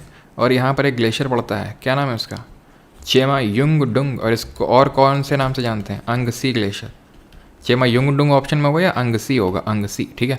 तो यहाँ से नदी निकलेगी ऐसे झर झर झर झर झर झर झर झर, और यू टर्न मार के इंडिया में एंटर करेगी। ये जगह कौन सी पड़ती है जरा बताओ जगह? और जहाँ जैसे ही एंटर करेगी, ऐसे तो यहाँ पर सांगपो है, वैसे तो यहाँ सांगपो है, जैसे ही एंटर करेगी दिहांग नाम पड़ जाएगा। दिबांग नहीं, दिहांग। दिबांग इसकी सहायक नदी है जो यहाँ से इससे ज्वाइन करती है, इसका नाम है दिबांग, ठीक। ये है आपका नामचा भड़वा, नहीं है नामचा बरवा है, ठीक है। नामचा बरवा ध्यान रखना, क्योंकि काफ़ी लोग इसको मिसप्रोनाउंस कर देते हैं, इसलिए बता रहा हूँ मैं आपको, ठीक है। क्योंकि वहाँ पे बोलने के लिए भी आ सकता है कि बोल के सुनाओ जरा। तो नामचा बरवा, यहीं पे ही चाइना जो है वर्ल्ड का लार्जेस्ट डैम बना रहा है, जो कि 3 गॉर्जस डैम से भी बड़ा होगा। फिर ये क्या करती है? साउथवर्ड टर्न मारती है, यहाँ से डुबरी नाम की जगह पड़ती है असम में डुबरी जगह पड़ती है, वहाँ से साउथवर्ड टर्न मारती है। और असम में इसका नाम ब्रह्मपुत्रा पड़ता है, ध्यान रखिएगा। तो पहले तो इसका नाम दिहांग पड़ेगा, देन इसका नाम पहले तो सियांग पड़ता है, यहाँ सियांग अरुणाचल के अपर रीचेस में, देन दिहांग, देन ब्रह्मपुत्रा असम में। और यहाँ पर एक आइलैंड बनाती है, उसका नाम बता दो जल्दी से, जो लार्जेस्ट रिवराइन आइलैंड है। तो आप देख रहे हैं यहाँ से यारलंग सांगपो आई अपनी, ये यूटर्न मारा नामचा बरवा में, देन इस तरह से साउथवर्ड टर्न मारा और बांग्लादेश में एंटर कर गई। बांग्लादेश में क्या नाम होता है? जमुना नाम होता है बांग्लादेश में इसका, जमुना। ये फिर यहाँ से जो गंगा आ रही है जिसका कि नाम पद्मा पड़ता है बांग्लादेश में, दोनों मिलती हैं। कौन? गंगा और जमुना नहीं, पद्मा और जमुना, क्योंकि गंगा पद्मा हो चुकी है और ब्रह्मपुत्र जमुना हो चुकी है, ठीक है। तो यहाँ पर गंगा पद्मा और ब्रह्मपुत्र जमुना दोनों मिलके मेघना बनती है, और मेघना यहाँ वर्ल्ड का लार्जेस्ट डेल्टा बना देते हैं। डेल्टा क्या होता है? रिवर की ओल्ड स्टेज में देखने वाला एक फीचर है, होता है डेल्टा, सुंदरबन डेल्टा होता है, ठीक है, डिपोजिशनल फीचर होता है। इसकी ट्रिब्यूटरीज भी यहीं देख लो, वहाँ पे तो समझ आ नहीं रही होंगी तुमको, ठीक है। तो यहाँ पे लोहित और धानसारी, लोहित और धानसारी यहाँ पर पड़ती हैं। यहाँ पर है सुबनसारी, कामेंग, तीस्ता, ऊपर से ज्वाइन कर रही हैं। ऊपर का मतलब है राइट बैंक। राइट और लेफ्ट कैसे डिसाइड करते हैं? रिवर के फ्लो से डिसाइड करते हैं। तो अब देखो यहाँ पर सुबनसारी है ऊपर, ठीक है, तीस्ता है, मानस है, ये है यार, ठीक है, मानस है, तुम दिख नहीं रहो खैर वहाँ पे, ठीक है, हमें पता है, तो इसीलिए तो हम फिर बनाते हैं डायग्राम। तो ये जैसे रिवर आई इस तरह से, तो यहाँ से दिबांग ज्वाइन कर रही है। यहाँ लोधा, लोधा मतलब लोहित और धानसारी, ऊपर सुबनसारी, कामेंग, तीस्ता ऊपर से ज्वाइन कर रही हैं इसको, ठीक है। विच रिवर सिस्टम, हाँ आइलैंड पूछे थे यहाँ पर आपसे। आइलैंड इज आपका मजूली, वर्ल्ड का लार्जेस्ट रिवराइन आइलैंड है वो। Which river system enters Indian territory in Jammu and Kashmir by forming a picturesque gorge. कैसा? Picturesque gorge. तो कौन सा बनाता है? Picturesque gorge. तो ये बनाता है आपका। अब ब्रह्मपुत्र जम्मू कश्मीर में तो कुछ तेल लेने तो जाएगी नहीं वहाँ पे। नर्मदा क्या जाएगी? घुइयाँ छीलने वहाँ पे। गोदावरी क्या करेगी वहाँ पे? बैंड बजाएगी। इंडस जाएगी वहाँ पे, ठीक है, इंडस रिवर सिस्टम। तो वही बनाएगी पिक्चर्स गॉर्ज, ठीक है। The bends formed in the river when river water erodes its banks on the outside of the channel is known as. तो बेंड को क्या बोलते हैं? जब river, when river water erodes its banks on the outside of the channel. Bend का मतलब होता है ये क्या है? ये मियांडर है, ठीक है। Option number D. इसी मियांडर से क्या बन जाता है? इसी मियांडर से बन जाता है ऑक्सबो लेक, ठीक है। जैसे रिवर जब ऐसे ऐसे ऐसे ऐसे ऐसे ऐसे जाएगी, ऐसे जाएगी, ऐसे जाएगी, ऐसे जाएगी, तो मिल जाएगी, और जब मिल जाएगी तो सीधा चले जाएगी, ऐसे करके जाएगी, ठीक है, और ये कट जाएगा और ये बन जाएगा ऑक्सबो लेक, ठीक है। क्या बन जाएगा? ये ऑक्सबो लेक बन जाएगा। ये एशिया का सबसे लार्जेस्ट ऑक्सबो लेक पता है आपको कौन सा है? ये है हमारा कावरताल, जो कि कहाँ पड़ता है? जरा बताओ, किस राज्य में है? भारत के किस राज्य में है ये कावरताल? तो ये बेंड जो होता है ये होता है आपका मियांडर। ब्रेडेड चैनल क्या होता है? जब नदी इस तरह से आती है तो कुछ मिट्टी विट्टी डिपॉजिट करती है इस तरह से। जब मिट्टी विट्टी डिपॉजिट करेगी कुछ इस तरह से, तो रिवर बोलेगी भैया जगह दो, जगह दो, जगह दो, जगह दो। फिर यहाँ कुछ डिपोजिशन करेगी, फिर कहेगी जगह दो, जगह दो, जगह दो। तो इस तरह से चैनल बन जाएगा, फैल जाएगी। इसी को बोलते हैं ब्रेडेड चैनल। समझ आई बात? एलुवियल पंखा क्या होता है? एलुवियल पंखा, एलुवियल फैन होता है। जब रिवर आती है हायर रीचेस से तो सब सेडिमेंट एडिमेंट लेके आती है, तो जैसे पहाड़ से उतरेगी पूरा धल्ल से फेंक देगी एकदम, ठीक है, भल्ले से फेंक देगी एकदम। एलुवियल पंखा बन जाएगा यहाँ पे। कंवरताल बिहार में, बिल्कुल सही, सभी ने बताया। The tributaries of Ganga and Brahmaputra rivers together form Ganga Brahmaputra basin in Indian सब continent, which of the following is not a feature of the river. अच्छा अच्छा अच्छा अच्छा अच्छा अच्छा अच्छा अच्छा अच्छा अच्छा अच्छा अच्छा, आप समझ में आया यहाँ पर मैंने क्यों डायग्राम लगा रखा था। क्योंकि ये इंडस रिवर सिस्टम इसका आंसर था, तो फिर मैंने सोचा होगा कि मैं इंडस रिवर का तुम्हें बताऊंगा, लेकिन मैं तो आगे निकल गया, और जब मैं आगे निकल जाता तो मुझे पीछे जाना पड़ता है, तो मैं पीछे चला गया। अपने हाथ का खेल है सब, सब हाथ का मैल है। ये क्या हो रहा है भाई, ये क्या हो रहा है? अभी सही है। तो इंडस रिवर सिस्टम पढ़ लेते हैं, लेकिन पहले इसको डिस्कस कर लेते हैं, ठीक है। कौन सा क्वेश्चन था? ये वाला। तो the tributary of Ganga and Brahmaputra rivers together form the Ganga Brahmaputra basin in the Indian सब continent, which of the following is not a feature of the river basin. It is a fertile region that covers most of the northern and eastern India. Yes, it is surrounded by Himalayan mountains and hills in the north. Yes. Gokhur are found on flat plains. Yes. To its south lies the Sundarbans Delta. The tributaries of the Ganga. इसे पूछा क्या है इसने? Which of the following tributaries of the Ganga and Brahmaputra together form the Ganga basin in the Indian subcontinent?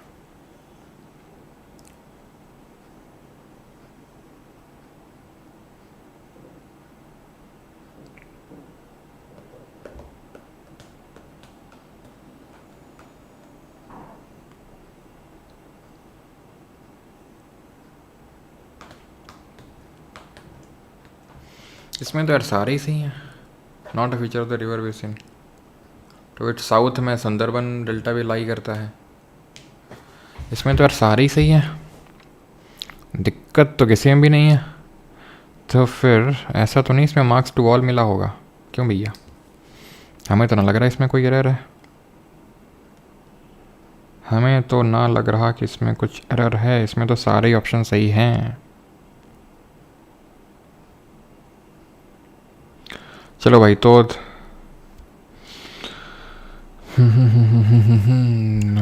अगर होगा भी इसमें तो यही हो सकता है बस, क्योंकि ये तो सुंदरबन तो पक्का से ये साउथ में होता है।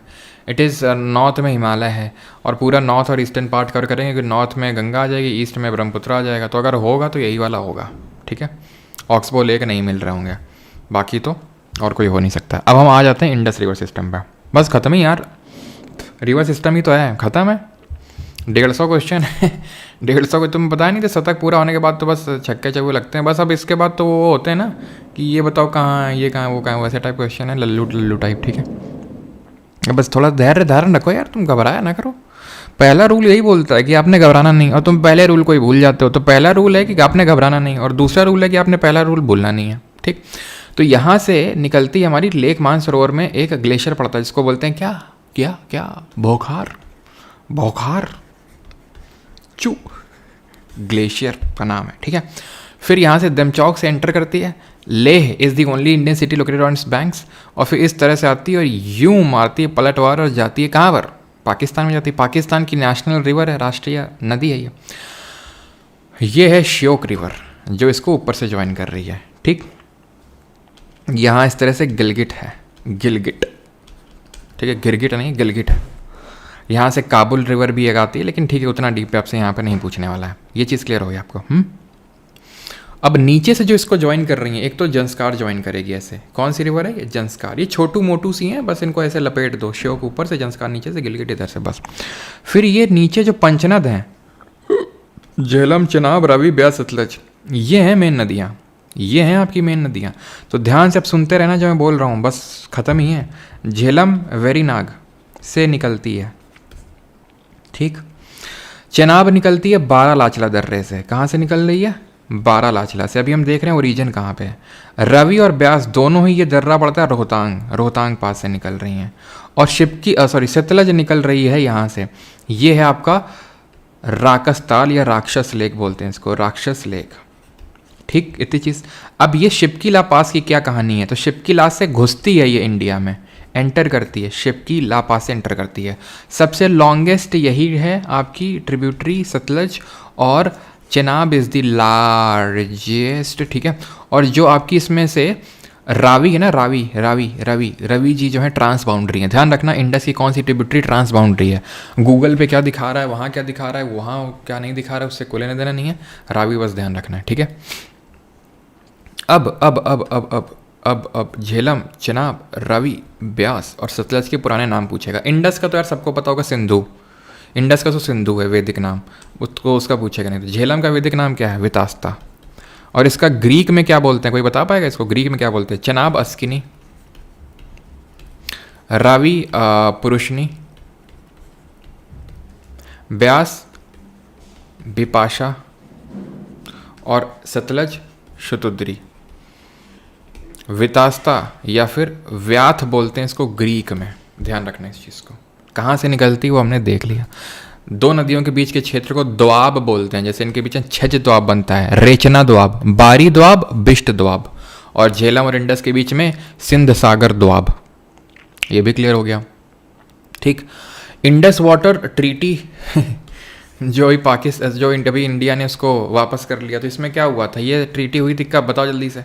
1960 में हुई थी ट्रीटी, जिसमें कि इंडिया और पाकिस्तान के बीच में हुई थी। ये ट्रीटी कराची में हुई थी, ध्यान रखना, ठीक है। कराची में ट्रीटी हुई थी, जिसकी मध्यस्थता विश्व बैंक ने करी थी। इंडिया से नेहरू गए थे, और पाकिस्तान का पहला जो उनका राष्ट्रपति था मोहम्मद आयूब, वो आया था, ठीक है। तो दोनों लोगों के बीच में हुई थी, जिसमें कि जो वेस्टर्न रिवर्स हैं, वेस्टर्न रिवर्स कौन कौन सी हैं? इंडस, झेलम, चिनाब। इस पर कंट्रोल 80% पानी पाकिस्तान, 20% भारत। और जो ईस्टर्न रिवर्स हैं, ईस्टर्न रिवर्स नीचे की, रावी, ब्यास, सतलज, इनमें कंट्रोल रहेगा इंडिया का 80% और 20% पाकिस्तान का। अभी इंडिया ने क्या किया है, इसको सस्पेंड कर दिया ट्रीटी को, क्योंकि हम नहीं मान रहे इस ट्रीटी को।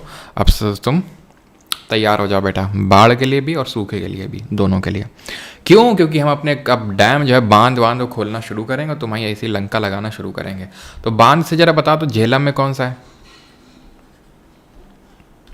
झेलम में कौन कौन से बांध हैं? चेनाब में कौन कौन से बांध हैं? रावी में कौन कौन से बांध हैं? और ब्यास में, ठीक है, रावी में कौन से और ब्यास में, जल्दी से बता दो भैया। हाँ, और एक डैम मैंने आपको पाकिस्तान का भी लिखवाया था इंडस रिवर में, अगर आपको याद हो तो, ठीक है। चलो भैया, तो पहला सबसे कौन सा है? झेलम। तो झेलम में हमने याद किया था कैसा, कि झेलम में झेल दिया किसने? किशन ने बुलबुल को झेलम में झेल दिया, ऐसे करके हमने याद किया था। तो किशन गंगा, किशन गंगा, ठीक है। तुलबुल, बुलबुल की जगह तुलबुल, ठीक है। उरी, उड़ी। चेनाब में कौन कौन से हैं? बगली हार, दुलहस्ती, सलाल। रावी में चामेरा, चामेरा, रावी, ठीक है। ब्यास में पौंग डैम, जिसको कि हम महाराणा प्रताप सागर डैम के नाम से भी जानते हैं, ये ध्यान रखना, ठीक है। महाराणा प्रताप सागर डैम के नाम से भी जानते हैं, ठीक है। और सतलज रिवर में कौन सा है? सतलज में तो देखा ही नहीं, सतलज बुरा मान जाएगी।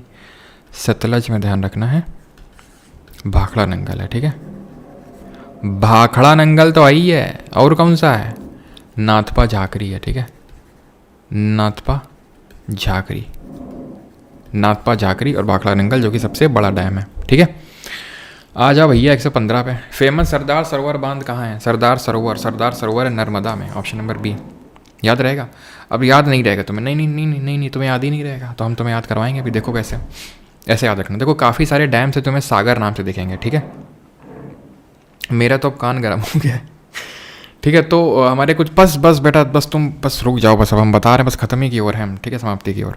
तो हमारे पास ध्यान रखना कि कुछ सागर नाम के होते हैं डैम्स, जैसे कि राणा प्रताप सागर,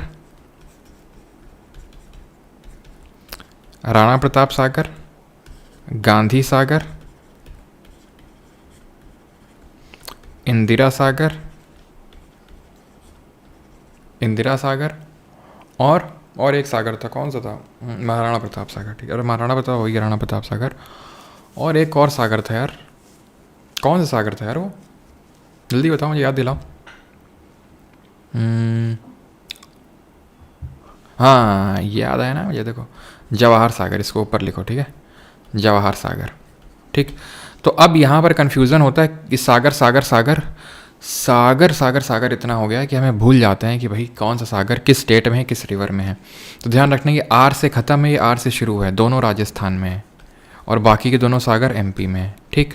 बाकी तीनों सागर आपके चंबल नदी पे हैं, चंबल पे, ठीक है, जो बैडलैंड टोपोग्राफी रिवाइंस को क्रिएट करती है।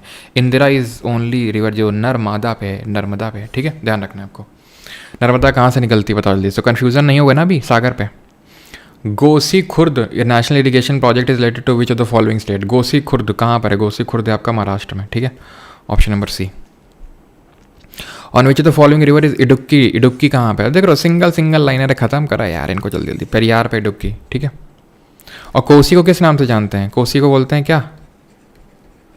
सौरो ऑफ बंगाल, बिहार, ठीक है। बंगाल का सौरो किसको बोलते हैं? बंगाल का सौरो बोलते हैं Damodar. On which of the following reverse was independent India's? पहला रिवर डैम कंस्ट्रक्ट हुआ था, इंडिया का पहला डैम कहाँ पर कंस्ट्रक्ट हुआ था? कृष्णा, गंगा, दामोदर या फिर Yamuna? Damodar valley corporation project, जिसके तहत मैथॉन डैम बनाया गया था, बड़ाकर डैम बनाया गया था, ठीक है। तो एक्चुअली में बड़ाकर एक रिवर है जो दामोदर की ट्रिब्यूटरी है। दामोदर पता है किसकी ट्रिब्यूटरी है? दामोदर हुगली की ट्रिब्यूटरी है। और हुगली पता है किसकी ट्रिब्यूटरी है? बताओ जल्दी से, किसकी ट्रिब्यूटरी है? तो बड़ाकर जो डैम है, तिलैया जो डैम है, बड़ाकर, तिलैया, मैथॉन, ये सब दामोदर वैली प्रोजेक्ट के तहत बनाए गए थे, दामोदर और उसकी ट्रिब्यूटरीज पे, ठीक है। तो ध्यान रखना, बड़ाकर कहाँ है? मैथॉन पे है, बोला नहीं आपने। हुगली किसकी ट्रिब्यूटरी? बेटा किसी की ट्रिब्यूटरी नहीं, जो गंगा लिख रहा है ना मार खाओगे। हुगली जो है ये डिस्ट्रीब्यूटरी है गंगा की, डिस्ट्रीब्यूटरी है, डिस्ट्रीब्यूटरी है, ट्रिब्यूटरी नहीं गंगा की। और हुगली की दामोदर है, दामोदर की बड़ाकर है, ठीक है, ऐसे करके याद करना है। बड़ाकर और बढ़ाकर और चलो छोड़ो भी, ठीक है, इतना याद करो और बस आगे बढ़ें। याद रहेगा ना, मैथॉन बढ़ाकर रिवर पे, बढ़ाकर ट्रिब्यूटरी है, दामोदर की तिलैया, ये सब दामोदर वाली कॉरपोरेशन जो स्टार्ट हुआ था उसी के हैं सभी है। सर जी तशरीफ़ सुन हो गई, तो बेटा सुनने तो हमारी होनी चाहिए, तुम तो खड़े भी हो सकते हो, मतलब टहल भी सकते हो हैं। विच द फॉलोइंग इज़ और एडवांटेजेस ऑफ बिल्डिंग डैम्स, क्या होते हैं डैम्स को बिल्ड करने के एडवांटेजेस?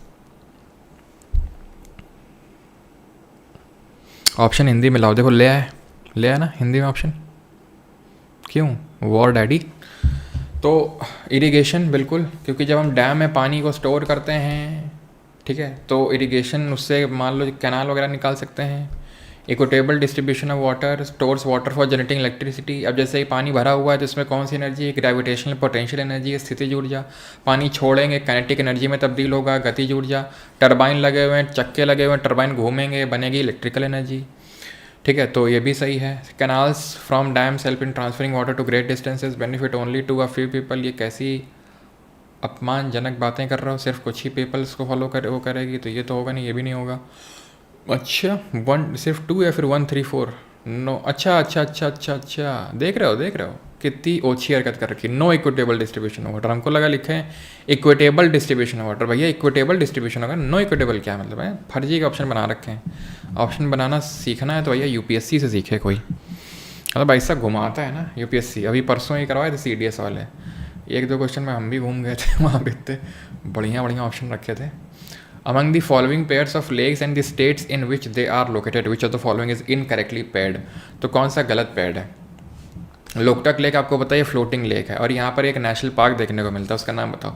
चिलिका हमारे कंट्री का सबसे लार्जेस्ट सॉल्ट वाटर लेक है, ठीक है, लार्जेस्ट सॉल्ट वाटर लेक है, ठीक है। तो उड़ीसा में ये भी सही है। सुल्तानपुर हरियाणा में, कोलेरू आंध्र प्रदेश में। कोलेरू जो है गोदावरी नदी और कृष्णा नदी के डेल्टा के बीच में बना हुआ है यहाँ पर आंध्र प्रदेश में। और इसी के नीचे पुलिकट देखने को मिलता है। क्या देखने को मिलता है? पुलिकट जो है ना, वो आंध्र प्रदेश और तमिलनाडु के बॉर्डर पे है। ये आपने भूलना नहीं है, पुलिकट आंध्रा और सब दोनों ऑप्शन में हो गए। मतलब यही क्वेश्चन आता है सबसे पहले, भाड़ में गई सारी चीज़ें, दोनों ऑप्शन में हो गए तो, और दोनों हो गए ना तो आंध्र प्रदेश में आ रहोगे फिर तुम, ठीक है। फ्लोटिंग अगर बात करेंगे तो कैबुल लैम जाओ, इधर आओ। लार्ज और ठीक है, ये हो गया, ठीक है। लार्जेस्ट सॉल्ट वाटर लेक तो ये है, लेकिन अगर पूछ लेगा largest inland salt water lake कौन सा है, तो क्या तुम उत्तर दोगे? क्या होगा तुम्हारा उत्तर? लो अगला ही क्वेश्चन आ गया। भारत की सबसे बड़ी अंतर्देशीय खारे पानी की झील कौन सी है? लोनार है, देवताल है, पुष्कर है या सांबर है? बता दो। लोनार कहाँ पे है? लोनार है महाराष्ट्र, और ये क्रेटर लेक है। क्रेटर का मतलब ये है कि कोई मेट्योराइट आया था, उसने इम्पैक्ट किया और लेक बन गया, ठीक है। और ये जो है लोनार लेक जो है, ठीक है, महाराष्ट्र में एक जगह पड़ती है, उसका नाम बी से शुरू होता है। किसी को पता है उस जगह का नाम जहाँ पे लोनार लेक स्थित है? एकदम दिमाग से जा रहा है, बी से नाम शुरू होता है उसका, कुछ बुल्धाना ऐसे करके कुछ है क्या? बुल्धाना, हाँ बुल्धाना डिस्ट्रिक्ट करके है, बुल्धाना डिस्ट्रिक्ट में ही, ठीक है। देवताल ताल जहाँ उत्तराखंड। पुष्कर लेक राजस्थान में, और यही सबसे पुष्कर लेक राजस्थान में, सांबर लेक राजस्थान में है, और यही सबसे बड़ा आपका सॉल्ट वाटर लेक है इनलैंड अगर देखें, ठीक है, अंतर्देशीय, ठीक है, Sambhar lake. The largest brackish water lake in India is present in which state? तो चिलिका है। आर्टिकल 123 में क्या दिया हुआ है बताओ? Which is the world's largest fresh water lake in terms of volume? तो आयतन की दृष्टि से विश्व की सबसे बड़ी मीठे पानी की झील कौन सी है? आयतन की दृष्टि से पूछ रहा है बेटा, और कोई दृष्टि मत लगा देना यहाँ पर। अगर तुमने सरफेस एरिया की दृष्टि लगा दी यहाँ पर तो तुम्हारी दृष्टि जो है सीधे कैस्पियन सी की तरफ जाएगी, लेकिन वो दृष्टि तो यहाँ पे पूछी नहीं है। यहाँ पे तो वॉल्यूम की दृष्टि पूछी है, और वॉल्यूम की दृष्टि से और डीपेस्ट अगर पूछ लेगा यानी कि गहराई की दृष्टि से तो बैकाल है। बैकाल कहाँ पर है? बैकाल है हमारे सबसे फेवरेट देश रशिया में। मिशिगन ह्यूरॉन कहाँ है? ये है नॉर्थ अमेरिका में, ग्रेट लेक्स का पार्ट है। जो लेक सुपीरियर है इसमें ये दृष्टि लगानी है आपको, ये लार्जेस्ट फ्रेश वाटर लेक है। अच्छा अच्छा अच्छा अच्छा, फ्रेश वाटर ही तो पूछा भैया, sorry sorry sorry sorry sorry sorry sorry, fresh water lake ही पूछा था इसमें। तो ये लार्जेस्ट फ्रेश वाटर लेक है आपका सुपीरियर वाला। Superior lake is the largest fresh water lake, superior होगा आपका, ठीक है, सुपीरियर। क्लियर है? यहाँ पर मैप नहीं लगा, चलो कोई नहीं, अगले क्वेश्चन का आंसर करो।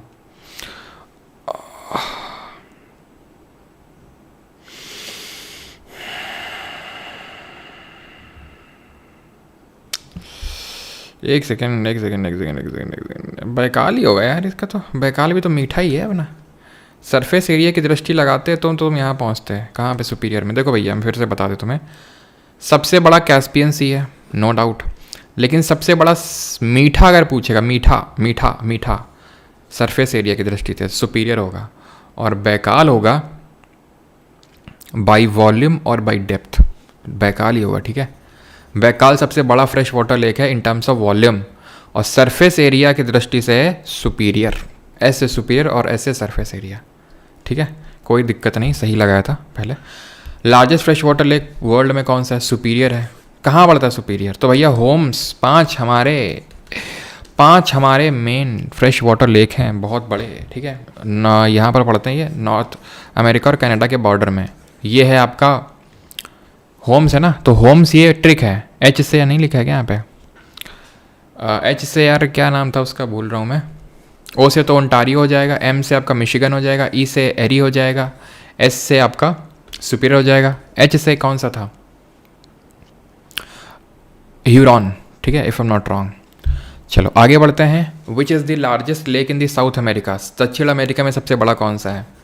टीटीकाका है। टीटीकाका कौन से देश में पड़ता है? जल्दी बताओ।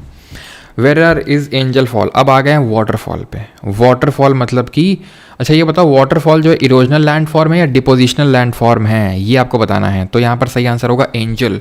जो पूरे वर्ल्ड की हाईएस्ट वाटरफॉल है इसका नाम है वेनेजुला पे ही है, ठीक है, ऑप्शन नंबर ए। टिटिकाका कहाँ पे? साउथ अमेरिका में पड़ता है, साउथ अमेरिका के पेरू और बोलिविया के बीच में पड़ता है, पेरू और बोलिविया के बीच में पड़ता है। चलो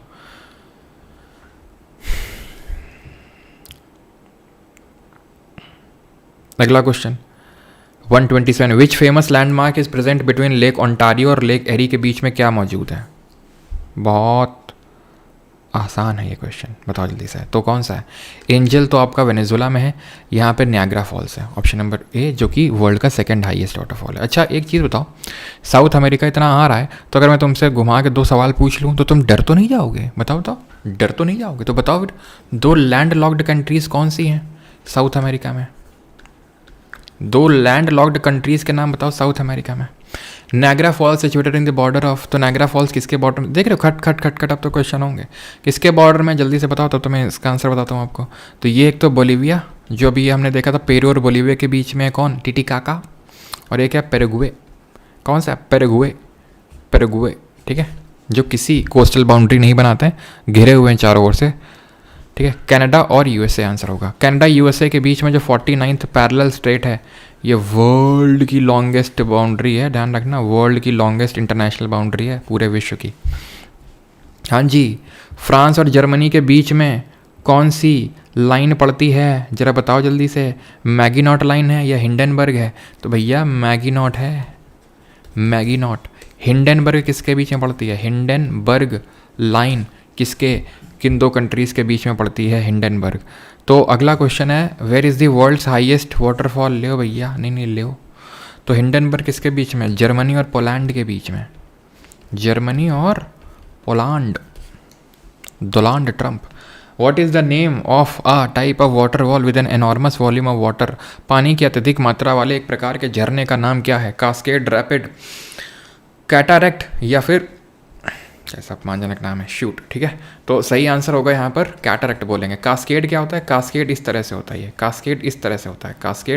कास्केड होता है जो स्टेप लाइक वाटरफॉल्स होती हैं, उसको हम बोलते हैं कास्केड वाटरफॉल। अच्छा, वाटरफॉल से एक क्वेश्चन यहाँ पर, इंडियन वाटरफॉल के क्वेश्चंस नहीं है क्या? चलो यहाँ पर जल्दी से बताओ, इंडिया में हाईएस्ट वाटरफॉल कौन सा है और वो किस रिवर में और किस स्टेट में? ठीक है, हाईएस्ट। और पहले तो ये बताओ तुम इसका आंसर दो जल्दी से। विच इंडियन वाटरफॉल, अच्छा आ गया क्वेश्चन इंडियन वाटरफॉल पे, देखा नाम लिया और आ गया, नाम लेते ही आ गया कि नहीं आ गया बताओ। राजा रानी रॉकेट रोरर, ये किसके स्प्रिंग पाए जाते हैं, कहाँ पर? बताओ जल्दी से, बताओ जल्दी से, ये कहाँ पर मिलेंगे आपको? ये जॉग वाटरफॉल में। दूध सागर कहाँ पे है? अतिरापल्ली वाटरफॉल कहाँ पर है? जल्दी से बताओ, क्योंकि दूध सागर वाली तो इंपॉर्टेंट है। और ये किस रिवर पे बनती है दूध सागर वाटरफॉल, ये भी आप बताएंगे। तो जॉग वाटरफॉल, जिसको कि हम गरसप्पा वाटरफॉल के नाम से भी जानते हैं, इसको हम गरसप्पा भी के नाम से भी जानते हैं, ये आपका पड़ता है शरावती रिवर पे, कर्नाटक में। ठीक है, कर्नाटक में पड़ता है ये। अतिरापल्ली केरला में। दूध सागर, दूध ऐसे याद करो, जो मांडवी लड़की है वो दूध पी रही है जाके गोवा में, तो जो मांडोवी रिवर है तो वहाँ पर है दूध सागर। ठीक है, और तुम बताओ। ठीक है, नायग्रा चित्रकूट, वो जो वाटरफॉल है जो इंद्रवती रिवर पे है, जो किसकी ट्रिब्यूटरी है? जो गोदावरी की ट्रिब्यूटरी हमने देखा था। ये नायग्रा वाटरफॉल्स पे सिचुएटेड है, किस स्टेट में है ये? चलो, तो ये सब हो गया। और बताओ तुम कि चूलिया वाटरफॉल कहाँ पर है? चूलिया। और हाईएस्ट एयर मैंने नहीं बताया था क्या? कुंचिकल है, ये भी कर्नाटक में है। कहाँ है? कर्नाटक में। और ये किस रिवर पे है? वराही रिवर पे है। ठीक है, ध्यान रहेगा ये। चलो, चूलिया है चंबल में, चूलिया है चंबल में, इसको नहीं भूलना है। और हुंड्रू वाटरफॉल कहाँ पर है? और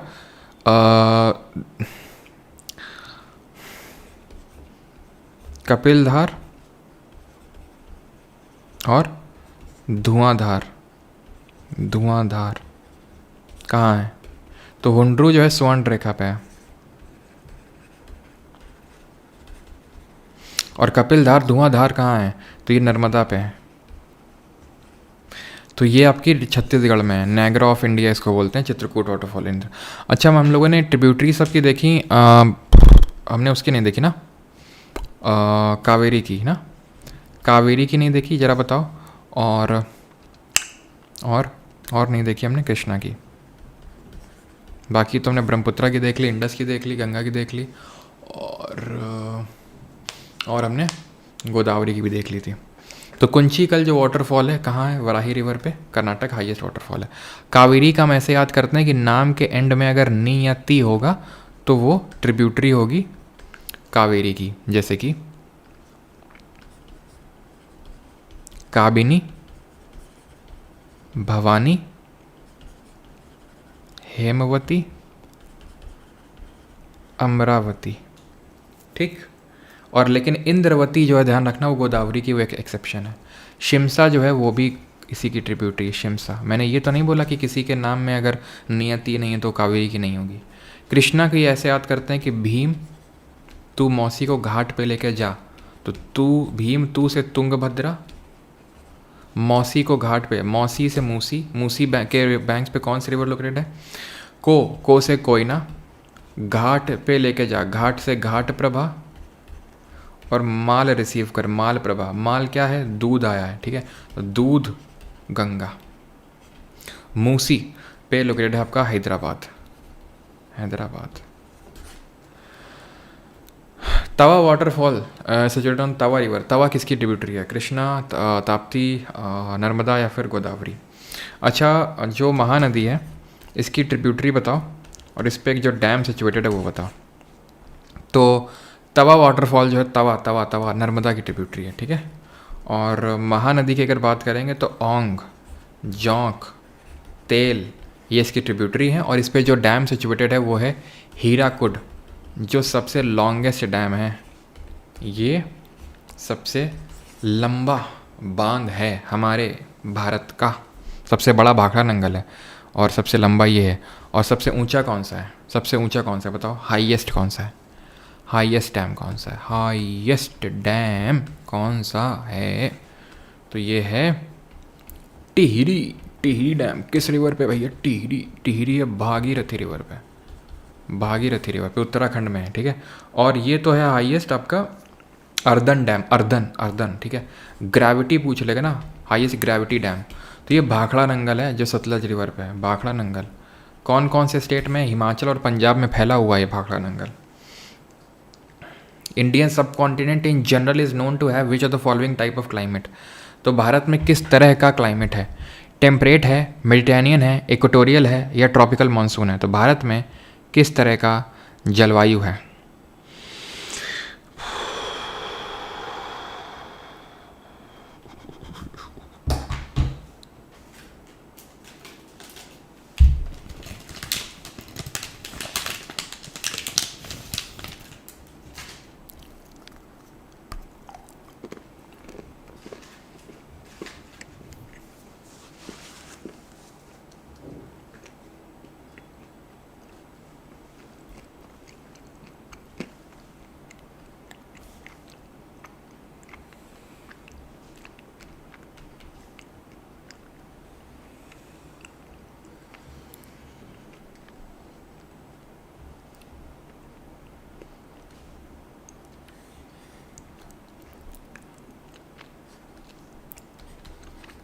ये है मेडागास्कर, ठीक है,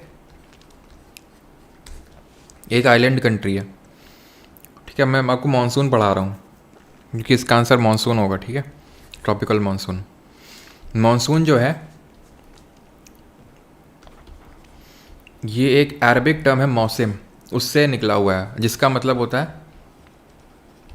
सीजनल रिवर्सल ऑफ विंड्स। इसका मतलब सीजनल रिवर्सल ऑफ विंड्स होता है, अरबिक टर्म है। तो इसके यहाँ पर ईस्टर्न साइड में एक हाई प्रेशर बनता है जिसको कि मेडागास्कर हाई या फिर मैस्करीन हाई भी बोलते हैं। मैस्करीन करके भी एक जगह पड़ती है, उसके ईस्ट साइड में हाई प्रेशर बनता है, तो उसको मैस्करीन हाई या मेडागास्कर हाई बोलते हैं। तो उसकी वजह से जो यहाँ पर हवा आती हैं वो अपना रुख इस तरह से परिवर्तित कर देती हैं, ठीक है। और इसको बोल देते हैं हम साउथ वेस्ट मानसून, क्योंकि अगर आप इसका डायरेक्शन देखो तो साउथ वेस्ट से है, तो इस मानसून को हम साउथ वेस्ट मानसून बोलेंगे, ठीक है। ये बारिश करता है लक्षद्वीप में, ये बारिश करता है Andaman Nicobar group of island में। लेकिन क्योंकि इसकी दो ब्रांच डिवाइड हो गई, ये है एक अरेबियन सी ब्रांच और ये बन गई बे ऑफ बंगाल ब्रांच, जो इधर आएगी। ये है अरेबियन सी और ये है बे ऑफ बंगाल ब्रांच, ठीक है, ध्यान से देखते रहिएगा। अब मैं बे ऑफ बंगाल ब्रांच को अरेबियन सी ब्रांच को रेड से दिखाऊंगा और बे ऑफ बंगाल ब्रांच को ग्रीन से, ठीक। तो ये यहाँ पे आएंगी, बारिश करेंगे केरला में, वेस्टर्न घाट्स में, ठीक है। अब तुम लोग तो यार बैठे हो आराम से। यहाँ पता है मैं कैसे बैठा हुआ हूँ?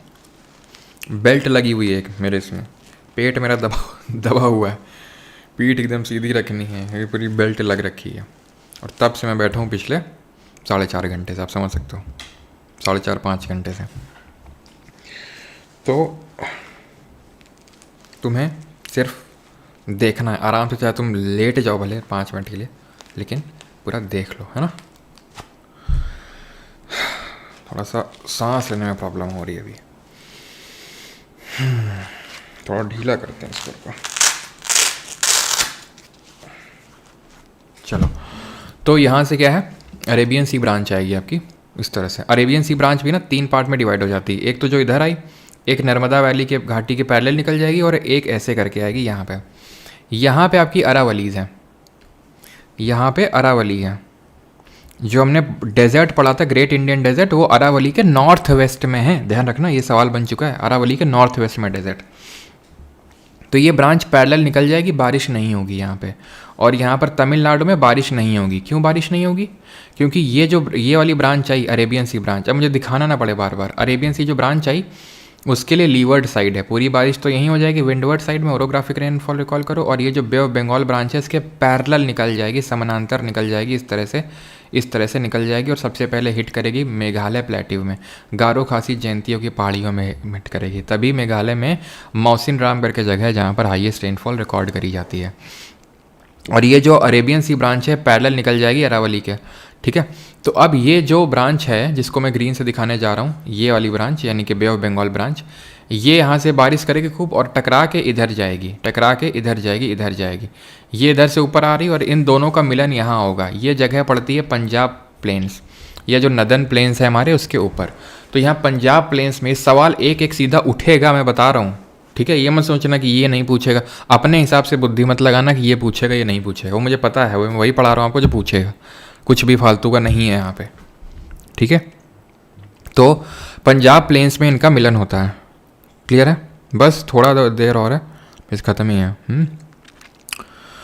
तो ये पंजाब प्लेन मिला, ठीक, क्लियर। हमने क्या पढ़ा, साउथ वेस्ट मानसून आया जो फर्स्ट वीक ऑफ जून में हिट किया यहाँ पे और यहाँ पर पहुँच गया पूरे भारत में 15 जुलाई तक। सबसे क्वेश्चन बनेगा, बता रहा हूँ।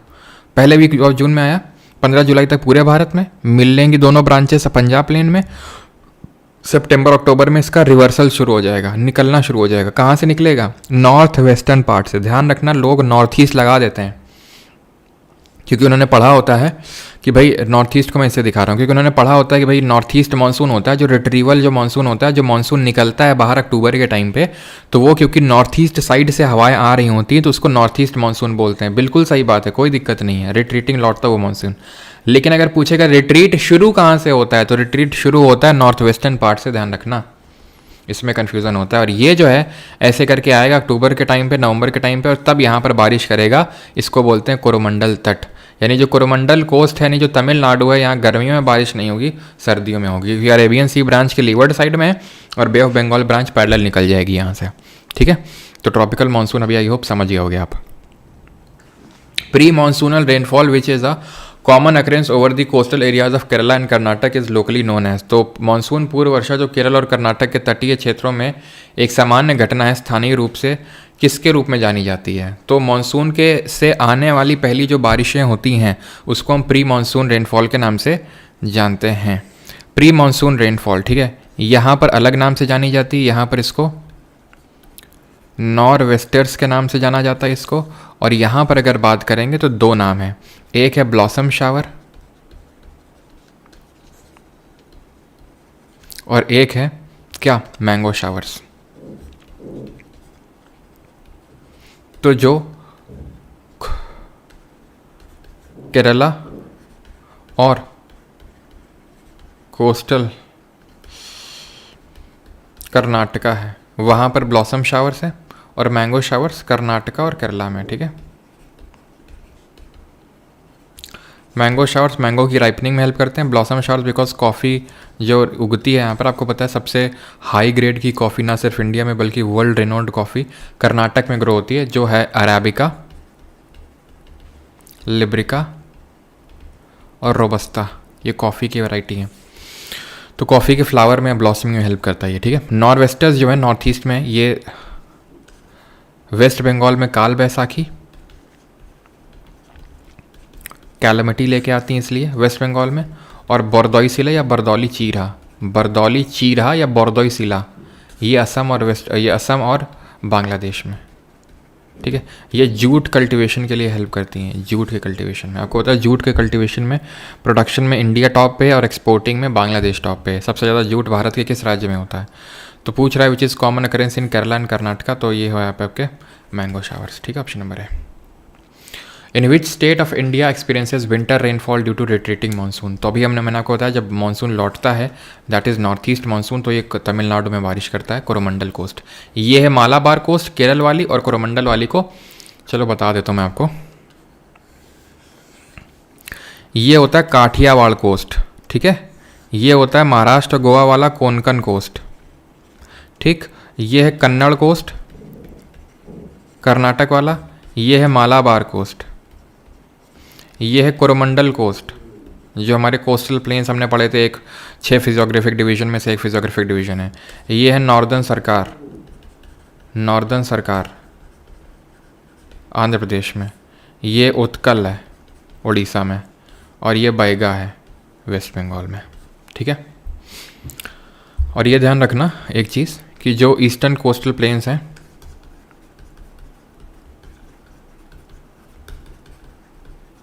आर वाइड, चौड़े हैं वेस्टर्न से। आइडेंटिफाई अ टाइप, और जो आपके ईस्टर्न कोस्टल प्लेन से एमर्जिंग नेचर के हैं, एमर्जिंग, ई से ईस्टर्न और ई से एमर्जिंग, और ये जो वेस्टर्न वाली है सबमर्जिंग है, ठीक है, सबमर्जिंग है ये। चलो 138, identify a type of season that is not a part of our seasons in India. तो इसमें से कौन सा सीज़न का मतलब नहीं है हिस्सा, भारत में कौन सा सीज़न नहीं होता है। तो ठंडा भी आता है, हॉट भी आता है, साउथ वेस्ट मानसून भी आता है, साउथ ईस्ट मानसून करके कोई नहीं होता है, ठीक है। इसमें से कोल्ड क्लाइमेट और ड्राई विंटर का कोई अपन बता दो, कोई अपन पे क्वेश्चन है ये।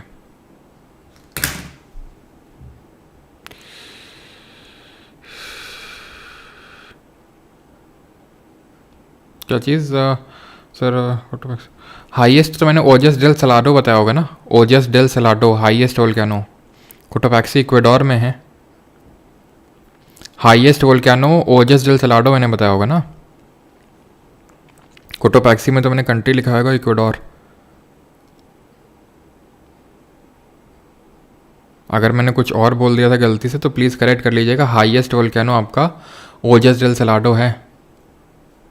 हो सकता है कि मैंने ऐसा तो लार्जेस्ट करके तो नहीं बता दिया। लार्जेस्ट आपका मौना लोआ है, ध्यान रखना।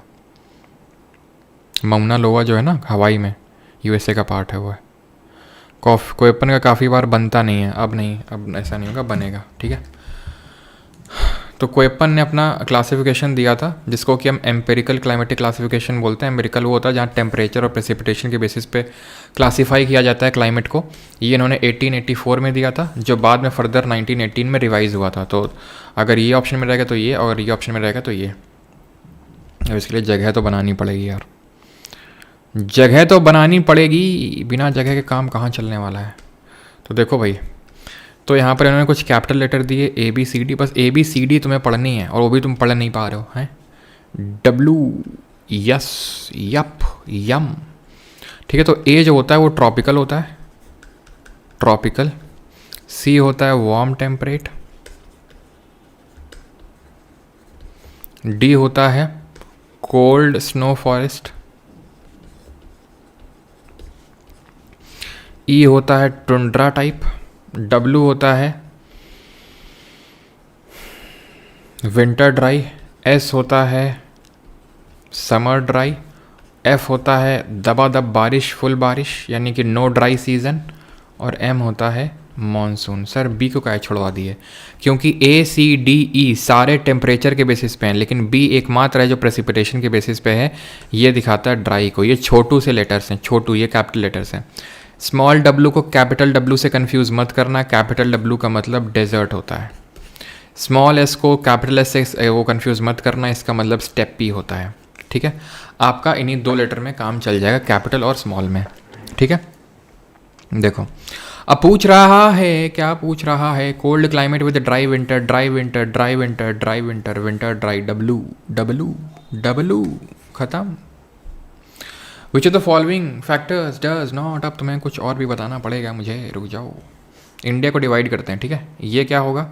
ट्रॉपिकल में है, क्योंकि ये ट्रॉपिक ऑफ कैंसर है। ट्रॉपिकल क्या होता है? ट्रॉपिकल होता है tropic of cancer, tropic of Capricorn के बीच का क्षेत्र। भारत इसके बीचे बीच से ट्रॉपिक ऑफ कैंसर जा रही, तो नीचे वाला क्षेत्र A में आएगा और इसके ऊपर वाला क्षेत्र C में आएगा, समझे तुम? क्योंकि ये वार्म टेम्परेट है, यानी कि ट्रॉपिक ऑफ कैंसर के जस्ट पास है, तो ये AM हो जाएगा क्योंकि मानसून हिट करता है। ये हो जाएगा AMW, पेनिनसुला प्लेट्यू। यहाँ पर क्या होगा? तमिलनाडु में, बताओ जल्दी से। तमिलनाडु में क्या होगा? तमिलनाडु ट्रॉपिकल एरिया में है और यहाँ गर्मियों में बारिश नहीं होती, यानी समर ड्राई होती है, तो AS हो जाएगा, ठीक। राजस्थान में डेजर्ट ही डेजर्ट है तो W, और ड्राई है तो BW लिख दो यहाँ पे, ठीक है। यहाँ पर चले जाओ नॉर्थ ईस्ट में तो DFC लिख दो, कोल्ड स्नो फॉरेस्ट। और जम्मू कश्मीर में आ जाओगे तो ET लिख देना, जम्मू कश्मीर में ET लिख देना। और यहाँ क्या लिख दोगे? गंगा प्लेन में, नदर्न प्लेन में, नदर्न प्लेन में ET तो ऊपर है जम्मू कश्मीर में, यहाँ लिखोगे CWG। वार्म टेम्परेट है, विंटर ड्राई होती है। UP बिहार में विंटर से बारिश होती है, नहीं होती है तो W लिखोगे ना यार। G क्या? G है गंगा वैली, ठीक है। तो ये बस आपको इस तरह से याद कर लेना है। Which of the following factors does not directly affect the climate of India. अब वेदर और क्लाइमेट में क्या अंतर होता है? तो वेदर होता है जो शॉर्ट टर्म चेंजेस होते हैं उसको बोलते हैं, और जो क्लाइमेट होता है वो जो लॉन्ग टर्म चेंजेस होते हैं हमारे, एटमॉस्फेरिक कंडीशन में उसको बोलते हैं। लगभग 30 साल का डेटा लेते हैं हम क्लाइमेट को कैलकुलेट करने के लिए। तो 30 साल का ले रहे हैं तो क्लाइमेट, और डे टू डे जो कंडीशन होती है एटमॉस्फेयर में चेंज, उसको बोलते हैं वेदर। ठीक है, क्लियर? सर चिल्ला के मेरा डर जाएंगे इतना इंग्लिश में मत पढ़ाइए। अच्छा, तो नॉट डायरेक्टली अफेक्ट क्लाइमेट। ऊपर जाओगे ऊंचाई में, ऑल्टीट्यूड में ठंडा ठंडा ठंडा होता है सब कुछ, तो इफेक्ट होता है क्लाइमेट। प्रेशर विंड से भी होता है। स्नोफॉल इन यूरोप, अच्छा इंडिया का पूछा है, तो भैया यूरोप में स्नोफॉल हो रही है, उससे भारत का क्या लेना देना? नहीं, भारत का क्या लेना देना। अच्छा, लेकिन ये चीज़ ध्यान रखना कि जो हिमालय होते हैं वो भारत में सर्दी की तीव्रता को रोकते हैं, क्योंकि जो चिलिंग विंड्स आती हैं कहाँ से, सेंट्रल एशिया से, जो चिलिंग विंड्स आती हैं यहाँ से, उनको रोक लेता है। तो इस वजह से यहाँ पर भारत में उतनी सर्दी नहीं पड़ती है जितनी की पड़ जाती है अगर ये ना होते तो। लैटिट्यूड का कैसे होता है, तो आपको पता है ये साउथ वाला पार्ट इक्वेटर के ज़्यादा नज़दीक है, तो यहाँ ज़्यादा गर्मी पड़ती है।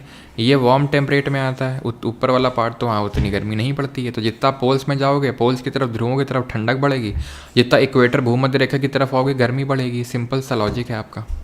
ठीक है, लैटिट्यूड लॉन्गिट्यूड सब कुछ पढ़ चुके हैं। लू क्या है भैया, लू क्या है? लू साइक्लोन है, कोल्ड वेव है, हीट वेव है, सुनामी है, क्या है? हीट वेव है। ठीक, बाकी सब पढ़ चुके हैं सब कुछ। लू किस वजह से चलती है और ना बता पाए तो तुमको देखना भी, बताए थे ना क्लास के बीच में, लू किस वजह से चलती है, कुछ बताए थे। हाँ, हीट ट्रांसफ़र के डिफरेंट। सर फॉरेस्ट वाला टॉपिक भी करवा देना। सपना जी अभी सब चल रहा है, अगर ना हो आखिरी में तो आप बताइएगा। हेमंत सीज़न कब होता है, तो हेमंत होता है वही चैत्र बैसाख वाला, मार्च अप्रैल वाला। ज्येष्ठ आषाढ़ जो चल रहा है इस समय, मई जून, ज्येष्ठ का समय चल रहा है ये। ठीक है, सावन भादव जो अगस्त सितंबर में आएगा, सावन भादव। और ये बताओ माघ और पौष कौन सा होता है? चैत्र वैशाख तो ये होता है मार्च अप्रैल। ये माघ और पौष बताओ आपका कब होता है? तो हेमंत यही होता है आपका। ठीक है, हेमंत, स्प्रिंग सीजन जिसको बोलते हैं इंग्लिश में।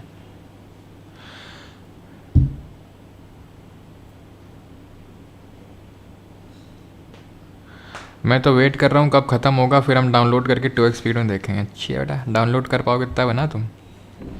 करने नहीं, किसका फ़ोन आया, रुक जाना ज़रा, कोई तो है। Hello,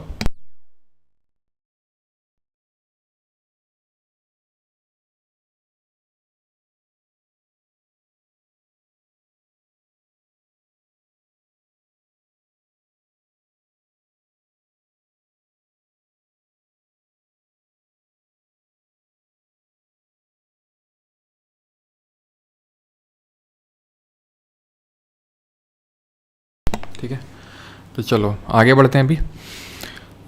which place receives the highest rainfall in the world? विश्व में सबसे अधिक वर्षा कहाँ होती है? तो ये होती है मौसिन राम में, जो कहाँ है, मेघालय में। ठीक है, मौसिन राम पता है, गारो खासी जयंतिया किस में है जरा बताओ?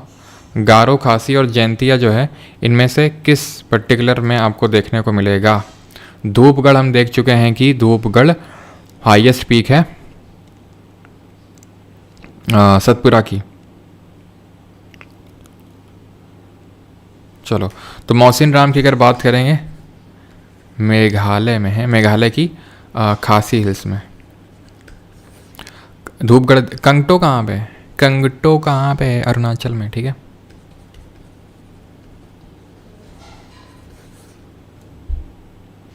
विच of the following is the most wide spread forest type in India? अब आगे देखो, फॉरेस्ट में आ गया ना, फॉरेस्ट में 1 चम्मच दही,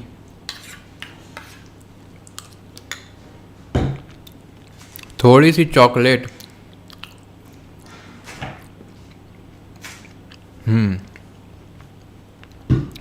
ऐसा लिखा हुआ वेदों में। क्या? जब भी फॉरेस्ट के बारे में पढ़ें तो दही और चॉकलेट का सेवन जरूर करें। अब ध्यान समझना, फॉरेस्ट। ठीक,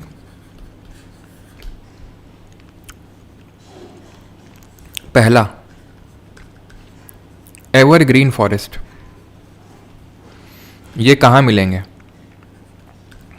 जहाँ 200 सेंटीमीटर से ज़्यादा की रेनफॉल होगी, जहाँ टेम्परेचर हाईएस्ट होगा, हाई होगा, जैसे कि जो इक्वेटोरियल रीजन है, इक्वेटर के आसपास का है, जैसे कि अमेज़ॉन बेसिन, अमेज़ॉन में जो फॉरेस्ट हैं वो एवरग्रीन है, कॉन्गो बेसिन वहाँ पे। यहाँ के जो ट्रीज़, मतलब एवरग्रीन का मतलब है हमेशा ग्रीन रहते हैं। क्यों ग्रीन रहते हैं?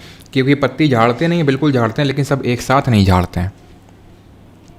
इनको लेयर्ड फॉरेस्ट बोलते हैं बिकॉज यहाँ बड़े बड़े पेड़ होते हैं, क्योंकि सनलाइट लेने के लिए होड़ मच रखी होती है, हम लेंगे हम लेंगे हम लेंगे, तो सब ऊपर वो, ठीक है, तो लेयर्ड फॉरेस्ट होते हैं, ठीक है।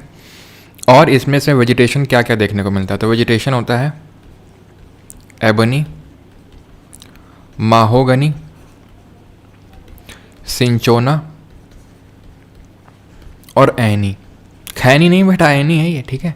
और एपीफाइट्स।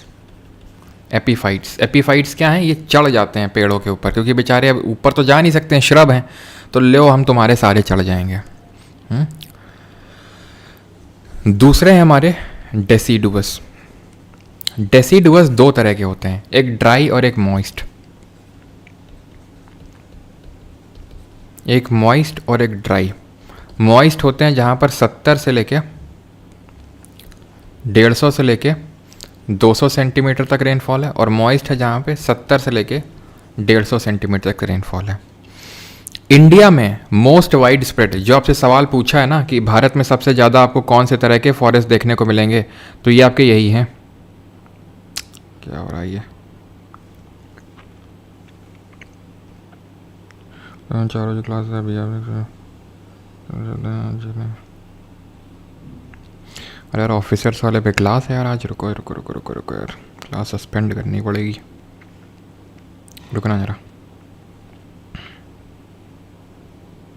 ठीक, तो आंसर इसका क्या होगा? आंसर इसका ट्रॉपिकल डेसिडुअस होगा। इंडिया में सबसे ज़्यादा यही फॉरेस्ट पाए जाते हैं और इनको हम मानसून फॉरेस्ट के नाम से जानते हैं, ठीक है। इनको हम मानसून फॉरेस्ट के नाम से जानते हैं। ये चीज़ क्लियर हो गई हमें, ठीक सर।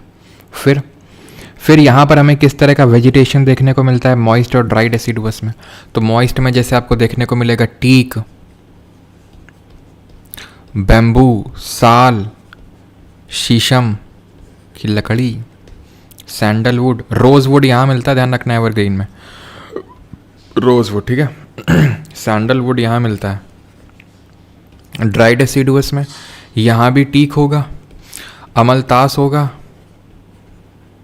ठीक है, पलास होगा, लेकिन यहाँ जो होगा ना वो कहीं नहीं होगा।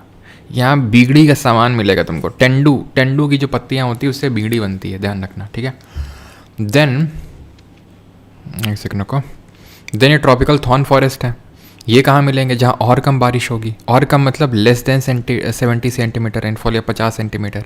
यहाँ पे थॉर्न आ जाते हैं, कांटे क्या होते हैं? Modified form of leaves. क्यों? वो लीव्स खुद को मॉडिफाई कर लेती हैं सो दैट कि वाटर लॉस ना हो, क्योंकि पत्तियों से वाटर लॉस हो जाता है। स्टोमेटा होता है, बायोलॉजी में कल पढ़ेंगे। यहाँ पर क्या मिलता है? अकासियास मिलता है, पाम मिलता है, कैक्टस मिलता है, ठीक है, यूफोर्बिया मिलता है। तो ये सब मिलते हैं यहाँ पर वेजिटेशन, ठीक है। और यहाँ पर एक ग्रास मिलती है जिसको बोलते हैं टुस्सॉकी ग्रास। लिटोरल स्वयं जो दलदलीय फॉरेस्ट होते हैं जिनको हम मैनग्रोव्स के नाम से जानते हैं, जैसे कि जो वेस्ट बंगाल वगैरह में मिलेंगे, इनको हम जो है, इनकी जो रूट्स होती हैं वो लिविंग रूट होती हैं, पानी के ऊपर आ जाती हैं, तो न्यूमैटोफोर्स बोलते हैं, और विविपायरस के नाम से जाने जाते हैं। माउंटेन जो माउंटेन में मिलते हैं, अब माउंटेन इंडिया में दो जगह हैं, एक तो ऊपर दैट इज़ नॉर्थ में, और दूसरा है कहाँ पे? दूसरा है साउथ में। तो नॉर्थ में जो हिमालयाज़ हैं, तो बस इतना ध्यान रखना, हिमालय के फुट हिल्स पे तुमको मिलेंगे ट्रॉपिकल डेसिडुअस। फुट हिल्स पे धीरे धीरे ऊपर जाओगे तो चेंज होता जाएगा। ऊपर तुम जाओगे तो तुमको कॉनीफेरस मिलेगा, कॉनीफेरस मतलब जो कोन शेप होते हैं। कोन शेप में क्या क्या क्या क्या क्या आते हैं? देवदार, पाइन, ठीक है, सिडार, ये सब आते हैं। देवदार, पाइन, सिडार, चिर, ये सब आते हैं आपके कॉनीफेरस में, ठीक है, जिनको शंकुधारी वन बोलते हैं। और एक चीज़ बस और नोट कर लेना, साउथ इंडिया में भी तो माउंटेन है, वेस्टर्न घाट, ईस्टर्न घाट। तो वेस्टर्न घाट के जो टेम्परेट ग्रासलैंड है, इंपॉर्टेंट लाइन है, वेस्टर्न घाट के जो टेम्परेट ग्रासलैंड है उनको शोला के नाम से जानते हैं। वेस्टर्न घाट के टेम्परेट फॉरेस्ट या टेम्परेट ग्रासलैंड को शोला, किसी भी नेशनल पार्क के नाम में शोला दिख जाए तो वो कहाँ का होगा? वो साउथ इंडिया का ही होगा, मोस्ट प्रॉब्ली वो केरला का होगा, ठीक है, ये मत भूलना। चलो, तो what is the range of the annual average, what is the range of the annual average the temperature in subtropical vegetation zones in India? तो सब ट्रॉपिकल वेजिटेशन 17 से 24 के बीच में होता है सब tropical. Which type of forest is the main source of shrub and resource like silver fir, Juniper, pine, birch, ठीक है, गुज्जर, बकड़वाल, ये सब आपका ये माउंटेन फॉरेस्ट। ठीक है, अभी बताया चिर, पाइन, सिडार, बर्च, ये सब आपके कॉनिफेरस, और कॉनिफेरस आपके माउंटेन्स में होंगे। ठीक है, क्योंकि इंडिया में अगर देखो आप तो उतनी ज़्यादा ठंडी पड़ती नहीं है, स्नोफॉल वो माउंटेनियस इलाकों में ही पड़ती है। ठीक है, ऑप्शन नंबर सी। मैनग्रोव आपके दलदली वन होते हैं, डेसिडुअस देख चुके हैं, एवरग्रीन भी देख चुके हैं। Major plantation are found in the dash region, तो plantation tropical, grassland, temperate या डेजर्ट। मेजर प्लांटेशन, तो मेजर प्लांटेशन, प्लांटेशन क्रॉप क्या होती है?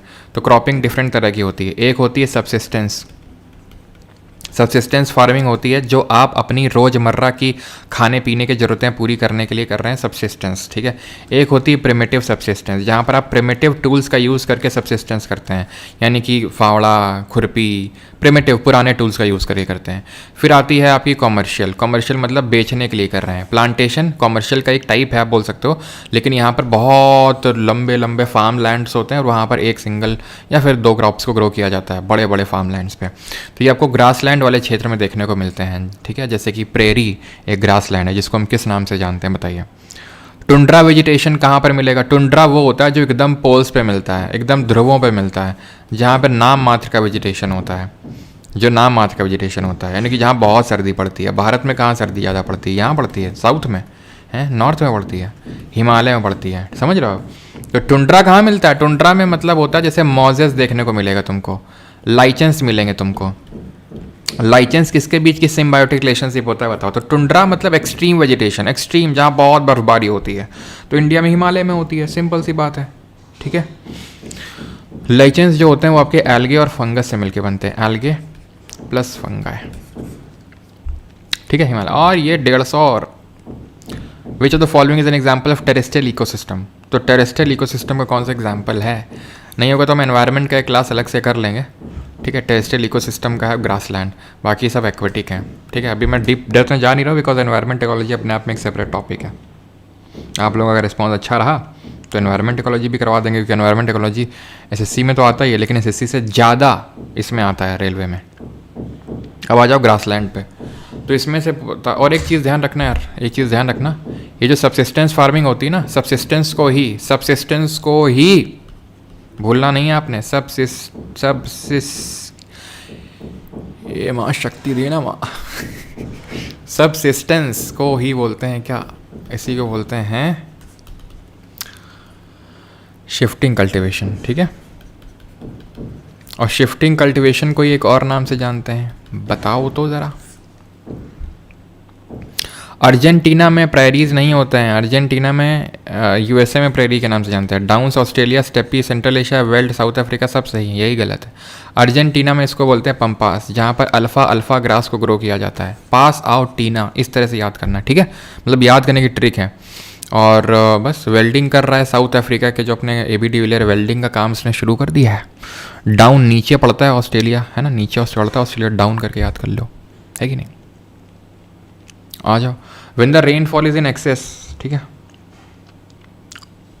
150 हुआ नहीं सर, क्या हुआ नहीं मतलब? When the rainfall is in excess of soil moisture requirement of plants during rainy season, it is referred to as, जब रेनफॉल बहुत एक्सेस में soil moisture, अच्छा वेटलैंड बोलेंगे इसको। ठीक है, वेटलैंड। इंटेंसिव गहन, गहन का मतलब होता है जहाँ पर लेस लैंड में थोड़ी सी कम ज़मीन हो और उस पर आप फार्मिंग करते हो, उसकी एकदम धज्जियाँ उड़ा देते हो ज़मीन की। क्यों? इतनी छोटी सी लैंड है, यहाँ आलू, यहाँ बैंगन, यहाँ मिर्ची, यहाँ मूली, यहाँ बंधा, यहाँ गोभी, यहाँ पालक, यहाँ बो दिया तुमने सलजम, और यहाँ पे तुमने वो चुकंदर मार, एकदम सब बोए पड़े हो, हालत ख़राब करी तूने लैंड की। उसको बोलते हैं इंटेंसिव। यहाँ पर लैंड कम होती है, पॉपुलेशन ज़्यादा होती है, रिलाइट। ठीक है, clear? 153 which country is the largest producer of wheat in the world, तो वीट का सबसे बड़ा प्रोड्यूसर कौन सा है?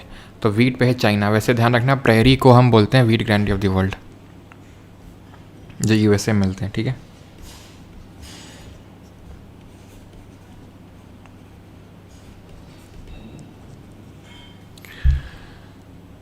Which country is the biggest producer of coffee?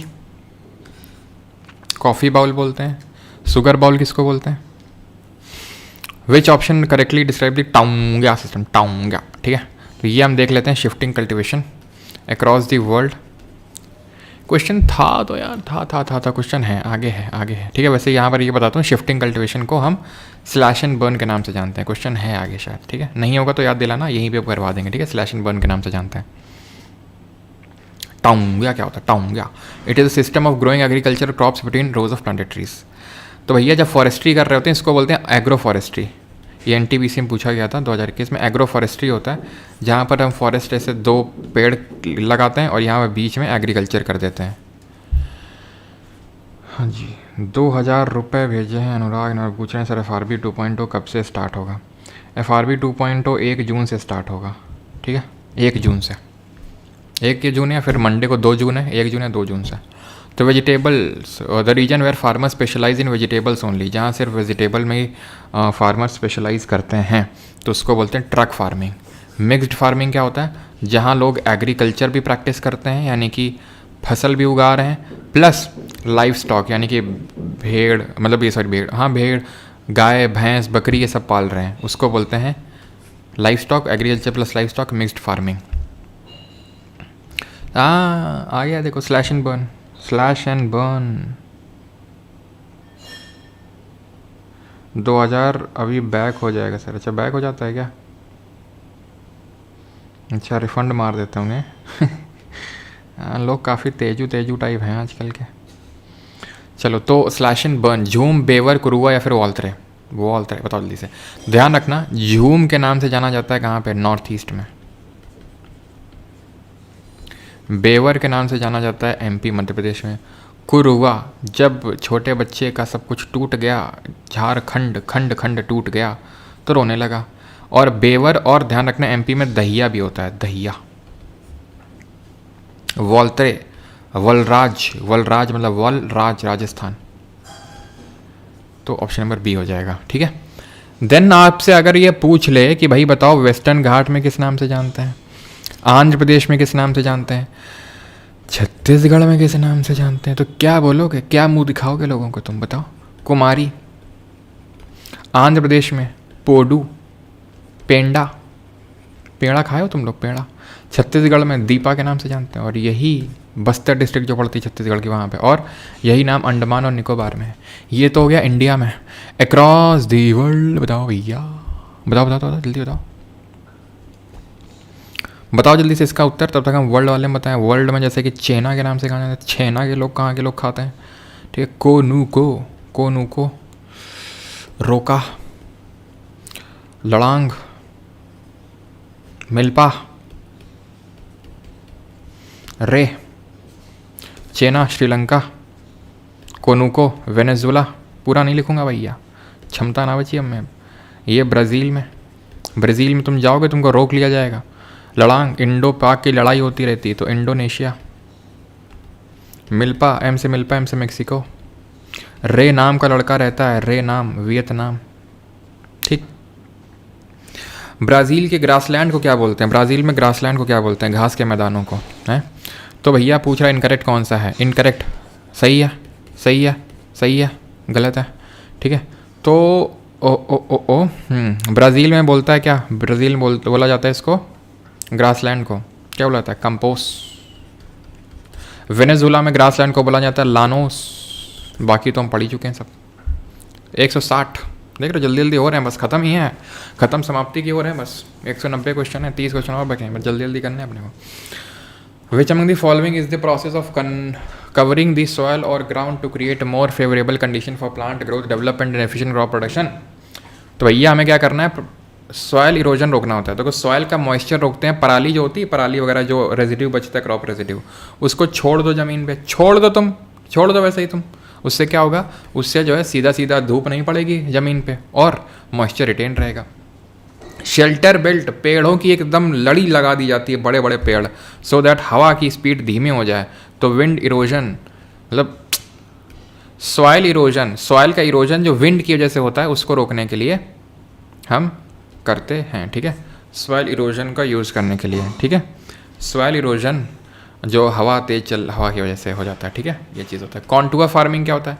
Contour क्या होता है? इस तरह से कॉन्टूर बंडिंग कर दी जाती है, कॉन्टूर बैरियर लगा दिए जाते हैं, कॉन्टूर बैरियर लगा दिए जाते हैं ऐसे, तो कॉन्टूर प्लॉइंग बोलते हैं उसको। मतलब इस तरह से जब पानी की वजह से सॉइल का इरोजन हो, ढलान है, तो ऐसे पानी बह के टॉप लेयर को उड़ा ले जाएगा, जिसको हम बोलते हैं शीट इरोजन, ठीक है। शीट इरोजन की वजह से उसको रोकने के लिए यहाँ पर हम इस तरह से कॉन्टूर बैरियर्स लगा देते हैं, ठीक है, तो उसको बोल देते हैं हम, ठीक है। और इसी तरह से एक टेरेस फार्मिंग होती है, इस तरह से हिली एरियाज़ में ऐसे टेरेस बना देते हैं और फिर इन टेरेस पे क्या की जाती है? फार्मिंग की जाती है।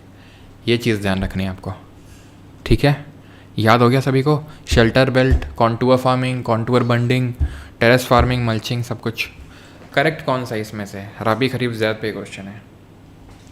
खरीफ और विंटर क्रॉप्स, हाँ, गलत है, ये मानसून क्रॉप्स होती हैं, ठीक है, मानसून होती है। इनकी बुआई कब होती है? सोइंग कब होती है? सो किया जाता है इनको मानसून के टाइम पे, जुलाई। हार्वेस्टिंग कब होती है? हार्वेस्टिंग अक्टूबर के टाइम पे होगी, ठीक। राबी मानसून नहीं होती है, राबी विंटर होती है, राबी इंटरचेंज कर दिया इसने। इनकी सोइंग कब होती है? तो ये ख़त्म होता है, तो यही तभी शुरू हो जाता है राबी। और हार्वेस्टिंग कब होता है? हार्वेस्टिंग अप्रैल में हो जाता है। और जायद कब आता है? जायद कब आता है जरा बताओ, जायद के एग्जाम्पल बताओ। वीट राबी क्रॉप है, ये सही है आपका, सही है, ठीक है। मस्टर्ड खरीफ है, ना, मस्टर्ड ले लो, लिनसीड ले लो, रेप सीड ले लो, पी ले लो, ठीक है, पी ले लो, वीट ले लो, ये सब की सब क्या होती हैं? सब की सब क्या होती हैं? राबी होती हैं। सब के सब एवरीबडी राबी होते हैं, ठीक है। और अगर बात करेंगे खरीफ के एग्जाम्पल्स, खरीफ में आ जाइए सोयाबीन, कॉटन को कितने फ्रॉस्ट फ्री डेज की रिक्वायरमेंट होती है? सॉयल कौन सी चाहिए होती है? तो कॉटन हो गया, और सोयाबीन आ जाएगा, मेज़ आ जाएगा, बाजरा आ जाएगा, ज्वार आ जाएगा, ठीक है, ये सब आ जाएंगे आपके। जैद होता है मई और जून का शॉर्ट क्रॉपिंग सीज़न, मई जून का, जिसमें कि फॉडर क्रॉप यानी चारा वाली जो फसलें होती हैं, फॉडर क्रॉप, जैसे कि आपने देखा हो गाँव में जो भैंसों का चारा, गायों का चारा होता है, किसी का चारा, तो उसको इसी टाइम पे तो गाया जाता है, मई जून में। क्या बात कर रहे हो तुम? फॉडर क्रॉप्स को, ठीक है। ज़ैद की अगर बात करेंगे तो ककम्बर, ठीक है, वाटरमेलन, मस्क मेलन, खीरा, ककड़ी, फॉडर क्रॉप, ये सब ज़ैद के टाइम पे उगाया जाता है, ठीक है। 162 विच इकोनॉमिक रेवोल्यूशन इन इंडिया में स्वामीनाथन पढ़ चुके हैं यार, पढ़ चुके हैं, ठीक है। येलो पढ़ चुके हैं, वाइट पढ़ चुके हैं, सब पढ़ चुके हैं। पिंक नहीं पढ़ा था, पिंक किससे सोसाइटी? पिंक, अनियन यानी प्याज, और श्रिम्प यानी झींगा, ठीक है। चलो, what is the another term for pedology? Pedology का दूसरा शब्द क्या है? पीडोलॉजी का मतलब क्या होता है? बस खात्मे की ओर है हम लोग, आपने घबराना नहीं है। हेलो सर, राहुल कुमार, मैंने आपका जीके 3.0 बैच बाई किया है था, तो एक आईडी से 2 फ़ोन में चल सकता है? भाई को दोनों चल सकता है, बिल्कुल चल सकता है। एक टाइम पे नहीं चल सकता है दोनों पे, लेकिन हाँ चल सकता है, बिल्कुल। हाँ चलो भाई, तो बस ख़त्म है यार, तुम बस अपना धैर्य धारण रखना बस, ठीक है। अंतिम विदाई की ओर है बस। पीडोलॉजी, पीडो का मतलब होता है सॉइल, फाइटो का मतलब होता है सनलाइट। अच्छा तुम बताओ थर्मोक्लाइन क्या होता है? तुम बताओ हेलोक्लाइन क्या होता है? तुम बताओ आइसोथर्म क्या होता है? और तुम बताओ आइसो बार क्या होता है? तुम बताओ आइसो नेफ क्या होता है? और तुम ही बताओगे कि आइसो हाइट क्या होता है, मैं नहीं बताने वाला। ये वो लाइन होती है जिससे टेम्परेचर एकदम डिक्रीज़ हो जाता है समुद्र में। ये वो लाइन है जहाँ से टेम्परेचर एकदम डिक्रीज़ हो जाता है। ये वो लाइन है जहाँ से सॉल्टीनेस यानी सैलिनिटी एकदम से बढ़ जाती है। ये वो लाइन होती है जो उन पॉइंट्स को कनेक्ट कर रही होती है जिनका टेम्परेचर सेम होता है। ये वो लाइन होती है जो उन पॉइंट्स को कनेक्ट कर रही होती है जिनका प्रेशर सेम होता है। ये वो लाइन होती है जो उन पॉइंट्स को कनेक्ट कर रही होती है जिनका क्लाउडीनेस लेवल सेम होता है। ये वो लाइन होती है जो उन पॉइंट्स को कनेक्ट कर रही होती है जिनका रेनफॉल लेवल सेम होता है। क्या समझे? विच of the following types of soil found in India cover? और जरा बताओ विंड का जो स्पीड है उसको किससे मेजर करते हैं? विंड स्पीड किससे मेजर करते हैं? विंड का डायरेक्शन किससे मेजर करते हैं? जल्दी बताओ जल्दी बताओ। ठीक है, तो 40% एरिया कवर करती है कौन सी सॉइल, कौन सी मिट्टी है ये?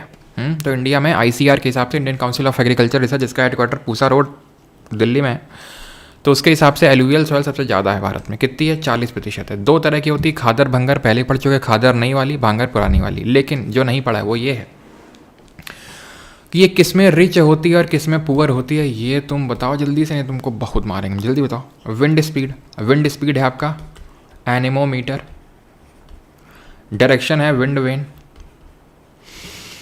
ठीक। और तुमसे कुछ पूछी हुई पीछे पूछे थे, हम भूल गए हैं, पता नहीं ऐसा मैं क्यों लग रहा है, कुछ तो पूछे थे। क्या पूछे थे, क्या पूछे थे?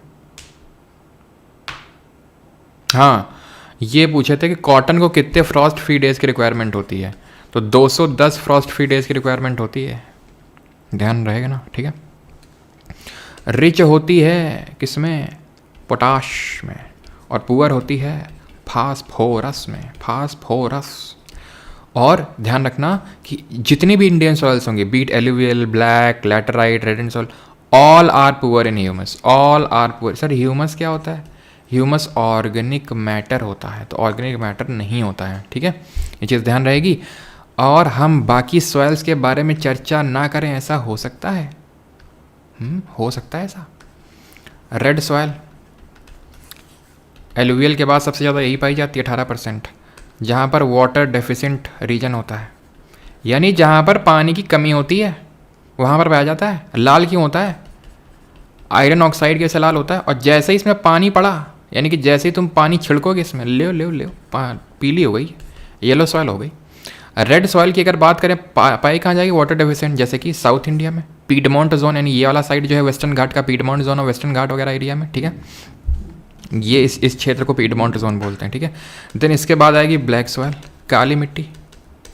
काली मिट्टी कैसी मिट्टी है? काली मिट्टी को रेगर के नाम से जानते हैं, बहुत ही इम्परमिएबल है। इम्परमिएबल मतलब क्या होता है?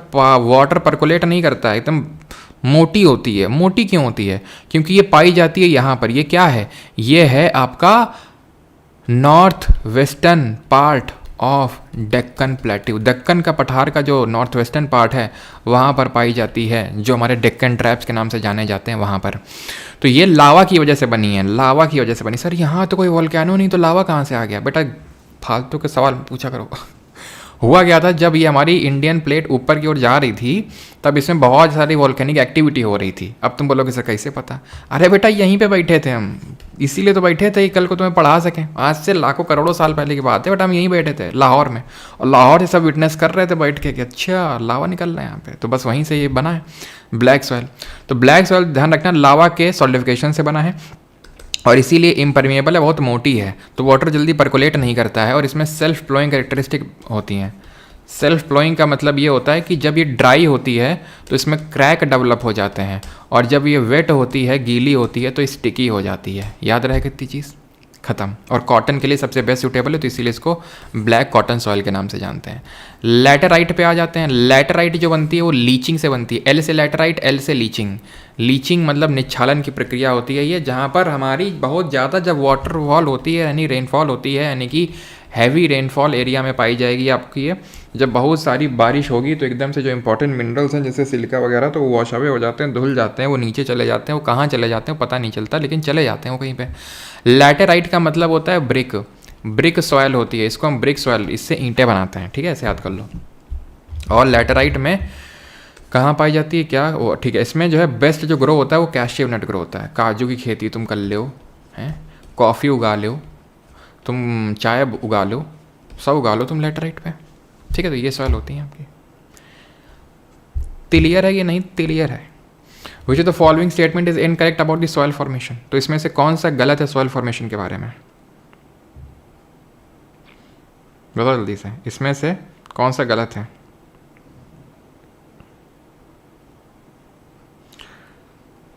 Which of the following is incorrect? तो altitude and slope determine the rate of humus formation.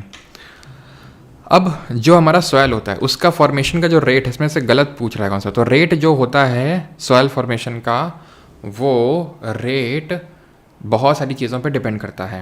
एक तो ऑल्टीट्यूड स्लोप यानी रिलीफ फीचर पे डिपेंड करेगा, बिल्कुल सही है। ओके ठीक है।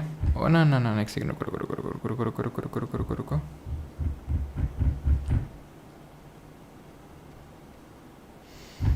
Altitude and slope determine the rate of humus, ये थोड़ा सा दिक्कत वाला बात है भाई। ये ह्यूमस होता है ऑर्गेनिक मैटर, तो वहाँ पर कितना ऑर्गेनिक मैटर है और रेट ऑफ डिपोजिशन क्या है, रेट ऑफ डिकम्पोजिशन। और जैसे एवरग्रीन फॉरेस्ट हैं, एवरग्रीन मतलब सदाबहार वन जो भी पढ़ रहे थे, अब वहाँ पे होता क्या, वहाँ पे तो जंगल जंगल है, तो वहाँ तो तुम सोचो खूब खूब पत्तियाँ गिरेंगी, खूब वहाँ पे ऑर्गेनिक मैटर होगा, लेकिन ऐसा होता नहीं है। क्यों? ऑर्गेनिक मैटर तो है, लेकिन टेम्परेचर इतना ज़्यादा है कि तुरंत डिकम्पोजिशन हो जाता है, साला कुछ बचता ही नहीं है ह्यूमस के लिए, तो मतलब ह्यूमस बन ही नहीं पाता है। ठीक है, तो ऑल्टीट्यूडल स्लोप बिल्कुल होता है एक फैक्टर सॉइल के फॉर्मेशन में, लेकिन वो ह्यूमस को डिटरमाइन नहीं करता है। टाइम बिल्कुल टाइम एक फैक्टर होता है जिससे ये पता लगता है कि भाई सॉइल की परत कितनी मोटी होगी, ज़्यादा टाइम होगा तो ज़्यादा मोटी परत होगी, सही है। टेम्परेचर और रेनफॉल से rate of weathering, rate of weathering, weathering क्या होता है? चट्टानों वट्टानों का जो टूटना होता है उसको वेदरिंग बोलते हैं। फिजिकल वेदरिंग होती है, केमिकल वेदरिंग होती है और बायोलॉजिकल वेदरिंग, 3 तरह की वेदरिंग होती है। Weathering is a in situ process, ध्यान रखना। Parent rock determines the colour. अब parent rock determines the colour का मतलब क्या है? अब ये यहाँ की सॉइल ब्लैक क्यों है? क्योंकि जो लावा यहाँ से निकला था वो बसाल्टिक नेचर का था, बेसिक लावा था, बसाल्टिक नेचर का था। ठीक है, तो इसीलिए जो सॉइल बनी वो ब्लैक सॉइल बनी, इसीलिए। समझ रहे हैं आप? यहाँ पर जो आपकी चट्टान से जो रेड सॉइल बनी होगी, ये मेटामॉर्फिक टाइप ऑफ रॉक से बनी होगी। तो है क्या कि डिफरेंट होराइजन्स होते हैं, C horizon, B horizon, A horizon. ठीक है, तो सी में क्या है? पेरेंट रॉक पड़ी हुई है, फिर ये रॉक पेरेंट रॉक टूटेगी यानी वेदरिंग होगा, तो ये बनेगा बी जिसको बोलते हैं सब सॉइल, और फिर बनेगा ए जिसको बोलते हैं टॉप सॉइल, और फिर इसके ऊपर अगर एक लेयर देखने को मिलती है तो उसको ओ लेयर बोलते हैं, ऑर्गेनिक लेयर, वही होता है ह्यूमस, जो कि इंडियन सॉइल में नहीं होता है। इंडियन सॉइल में ना तो ह्यूमस होता है ज़्यादा, ना तो नाइट्रोजन ज़्यादा होता है। ठीक है, यानी कि डेफिशिएंट ही होती हैं इसमें। जो ये ब्लैक है ना, ये लाइम, आयरन और एल्यूमिना में रिच होती है, बाकी ह्यूमस में डेफिशिएंट होगी। फॉस्फोरस में जैसे एलुवियल डेफिशिएंट है तो ये भी फॉस्फोरस में डेफिशिएंट होगी। ठीक है, तो ये रिच होती है लाइम, आयरन, एल्यूमिना में। Most intensively cultivated soil India, largest available है, सबसे ज़्यादा कौन सी? एलुवियल। अब मिनरल पे आ जाओ, इनकरेक्ट कौन सा है? तो कोयला और पेट्रोलियम के संबंध में निम्नलिखित में से कौन सा कथन गलत है? दे कॉज एनवायरमेंटल पोल्यूशन, बिल्कुल ठीक है, करते हैं। Their use leads to global warming, बिल्कुल, बिकॉज गैसेस वगैरह रिलीज होती हैं। ठीक है, और they have been found by the degradation of living organism और मिलियन ऑफ ईयर, बिल्कुल, जो हमारे फॉसिल्स होते हैं, जीवाश्म होते हैं, वो दबे रहते हैं काफ़ी सालों तक, तो उन्हीं से तो बनते हैं। और they are unlimited resources, these are unlimited, unlimited थोड़ी ना, लिमिटेड भैया। तभी तो हम बोल रहे हैं कि कोयला मत इस्तेमाल करो, सोलर पैनल लगाओ, अलग अलग एनर्जी के सोर्सेज ढूंढ रहे हैं, क्योंकि कोल और पेट्रोलियम, कोल से एनर्जी जो बनती है उसको बोलते हैं थर्मल एनर्जी, उसको बोलते हैं थर्मल एनर्जी। और ये एनर्जी होती है नॉन रिन्यूएबल। नॉन रिन्यूएबल क्या होती है? जो क्या है, ख़त्म हो जाएगी अगर हम यूज़ करते रहेंगे, उसको रिन्यू नहीं कर सकते। तो नॉन रिन्यूएबल में आपका क्या क्या आता है? कोल, पेट्रोलियम आता है। ठीक है, कोल है, पेट्रोलियम है, और क्या क्या आ जाता है आपका नॉन रिन्यूएबल में? तो जो एटॉमिक एनर्जी है वो भी नॉन रिन्यूएबल में आ जाएगी, यानी कि न्यूक्लियर एनर्जी। रिन्यूएबल में क्या आ जाएगा? रिन्यूएबल में तुम ले लो सोलर को, तुम ले लो विंड को, है ना, सोलर को ले लो, विंड को ले लो, बायोगैस को ले लो, तो ये सब रिन्यूएबल में आ जाते हैं। क्लियर है? और मुझे याद दिलाना, कोल के बारे में तुम्हें पढ़ाना है। ठीक है, छत्तीसगढ़ और Jharkhand are rich with which deposits? क्या होता है?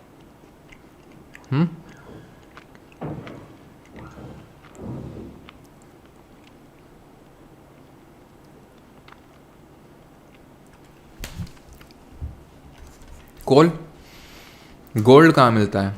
कर्नाटक में। कौन सी माइंस हैं? कोलार गोल्ड फील्ड और हुट्टी, दोनों कर्नाटक में। ठीक है, कोल ध्यान रखना 4 प्रकार का होता है। एंथ्रेसाइट, ये गोंडवाना वाला कोल है। ठीक है, एंथ्रेसाइट, बाइट्यूमिनस, लिग्नाइट और पीट। ठीक है, याद रखना इसको। ठीक है, याद रहेगा।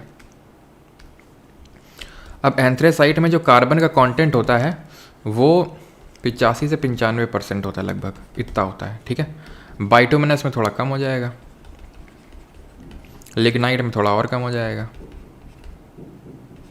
ठीक है, 60 से, ठीक है, और लेस देन 50% है तो पीट है। पीट मतलब ये पिटा हुआ कोल है, एकदम ख़राब है।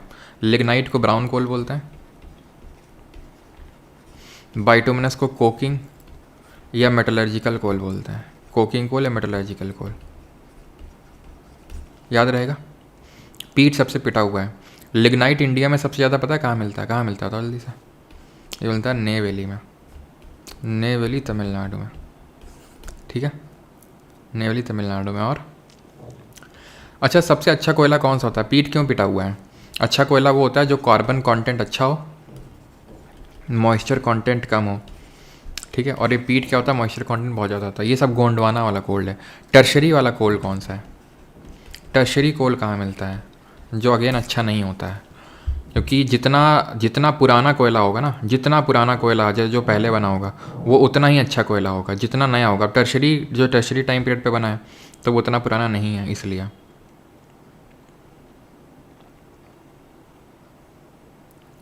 ठीक है, तो यहाँ पर कोल फील्ड की अगर बात करेंगे, बोकारो, झरिया, क्या पूछ रहा है? लार्जेस्ट कौन सी है? मुझे तो फॉलोइंग द लार्जेस्ट झरिया होगी जो झारखंड में आपकी, ठीक है, झरिया होगी जो झारखंड में आपकी, ठीक है, ऑप्शन नंबर बी। टर्शरी कोल मिलता है आपको मेघालय में, मेघालय असम, ठीक है, मेघालय असम नॉर्थ ईस्ट में। झरिया झारखंड में, बोकारो झारखंड में। रानीगंज कहाँ पड़ता है बताओ? पहली ऑयल फील्ड, पहली ऑयल फील्ड कहाँ बनी थी बताओ जल्दी से? तो पहली ऑयल फील्ड दिग्बोई असम, ठीक है, दिग्बोई असम में। और ये कब पता है? ना सिर्फ इंडिया की, कहाँ पड़ती है? तिनसुकिया डिस्ट्रिक्ट में ही है। ना सिर्फ इंडिया की बल्कि पूरे वर्ल्ड की, मतलब पूरी सर वर्ल्ड बोल रहा हूँ, पूरे एशिया की। 1866 में इसको डग किया गया था।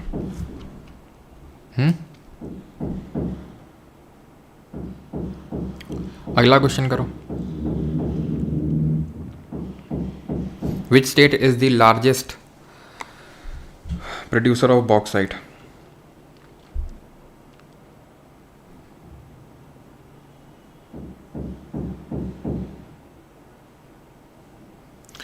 बॉक्साइट किसकी ओर है? एल्यूमिनियम की। कहाँ है? उड़ीसा। सबसे ज़्यादा वर्ल्ड में कहाँ पाया जाता है? ध्यान रखना, ऑस्ट्रेलिया में, ठीक है। क्या चीज़ और भी हैं, जैसे कि चलो, नहर कटिया बताओ कहाँ है? नहर कटिया बताओ कहाँ है? ठीक है।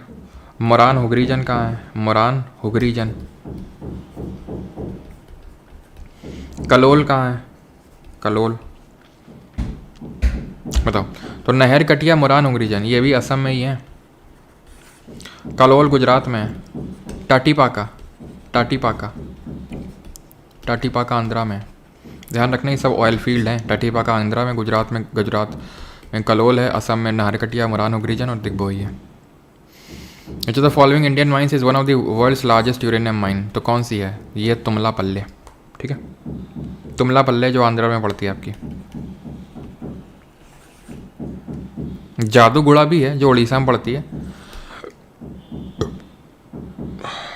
लेकिन अगर सबसे लार्जेस्ट पूछेगा तो आपकी तुमला पल्ले होगी, ठीक है। सॉरी, जादूगुड़ा उड़ीसा में नहीं होगी ना, झारखंड में होगी। ये तो जादूगुड़ा झारखंड में होगी। जैसे जादूगुड़ा, जैसे Jharkhand. Identify the wrong pair from the following. Wrong बताना है आपको। भाई कश्मीर सैफरॉन देख चुके हैं, केसर, ठीक है। मुरादाबाद में ब्रास, ब्रास किसका अलग होता है? डायमंड सूरत, सही है। खेतड़ी, खेतड़ी कॉपर है। खेतड़ी कहाँ है? राजस्थान में। कॉपर खेतड़ी, और कॉपर आपका मलजखंड है, एमपी में पड़ता है मलजखंड। मलजखंड कहाँ है? मध्य प्रदेश में। ब्रास किसका है? कॉपर और जिंक का है। डायमंड कहाँ मिलता है? डायमंड कहाँ मिलता है? ये तो पॉलिशिंग होती है सूरत में। सबसे ज़्यादा मिलता कहाँ से? एमपी में जगह पड़ती है, पी से नाम शुरू होता है, बताओ जल्दी से।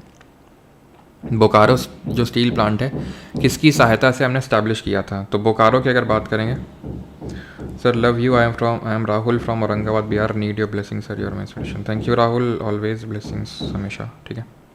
चलो, तो हमने 3 स्टील प्लांट सेटअप किए थे सेकेंड 5 ईयर प्लान के दौरान। और 3 स्टील प्लांट कौन कौन से हैं? एक तो बोकारो है, बोकारो झारखंड में है, आपको पता है। और ये हमने यूएसएसआर की हेल्प से सेटअप किया था।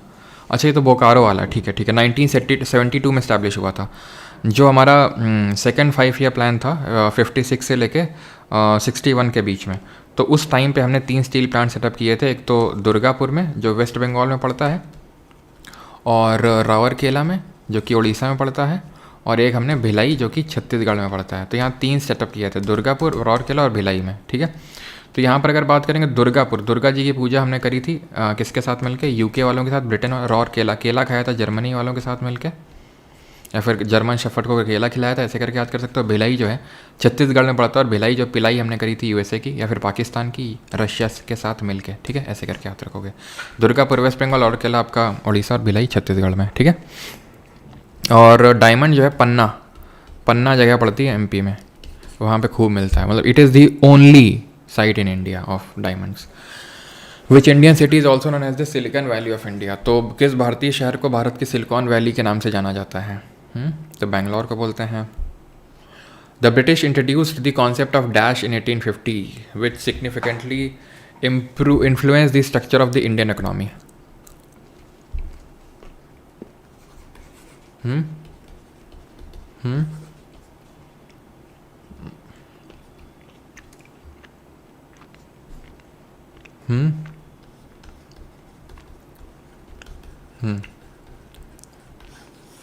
ठीक है,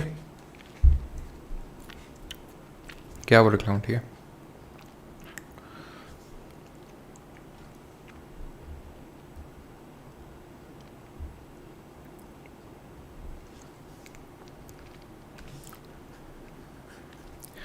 किसके टाइम पे हुई थी ये पहली रेलवे लाइन चली थी?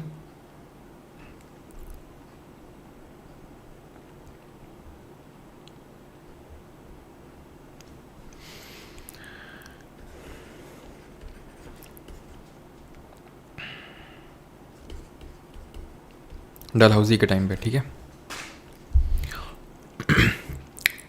चलो, which of these railway station in India has the largest number of platform. सबसे ज़्यादा प्लेटफॉर्म कहाँ है?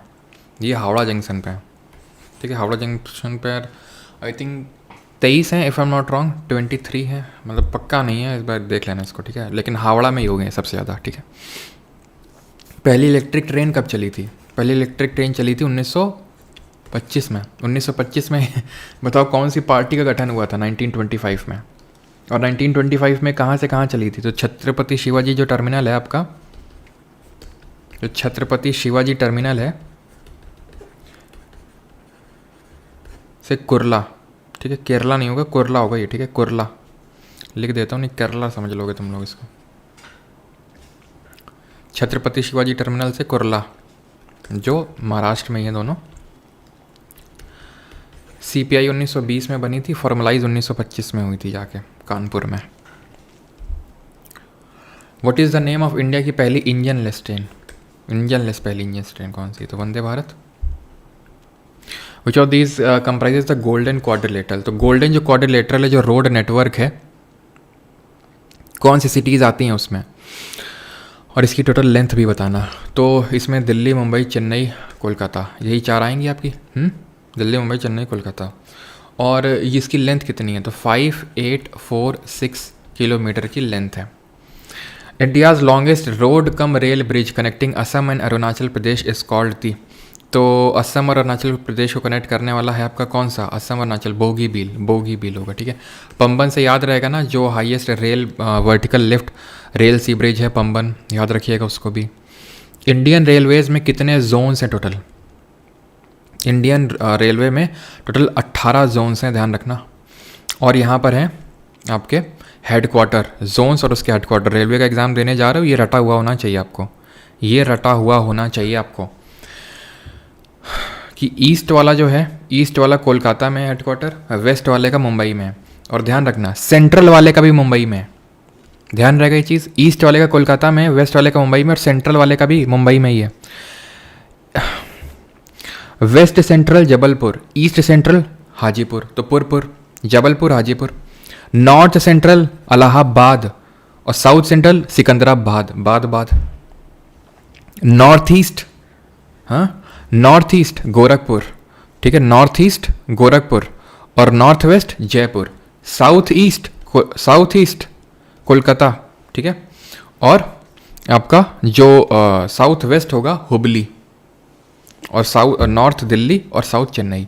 तो ये आपको भूलना नहीं है, ठीक है, आपने भूलना नहीं है ये, क्योंकि आप रेलवे का एग्ज़ाम देने जा रहे हैं। और कितने रेलवे जोन्स होते हैं? हेडक्वार्टर किस जोन का जो इम्पोर्टेंट है उसके आपको हेडक्वार्टर भी पता होना चाहिए, ठीक है। क्लियर, आगे बढ़ते हैं। Which is the longest railway line in the longest railway line in the world.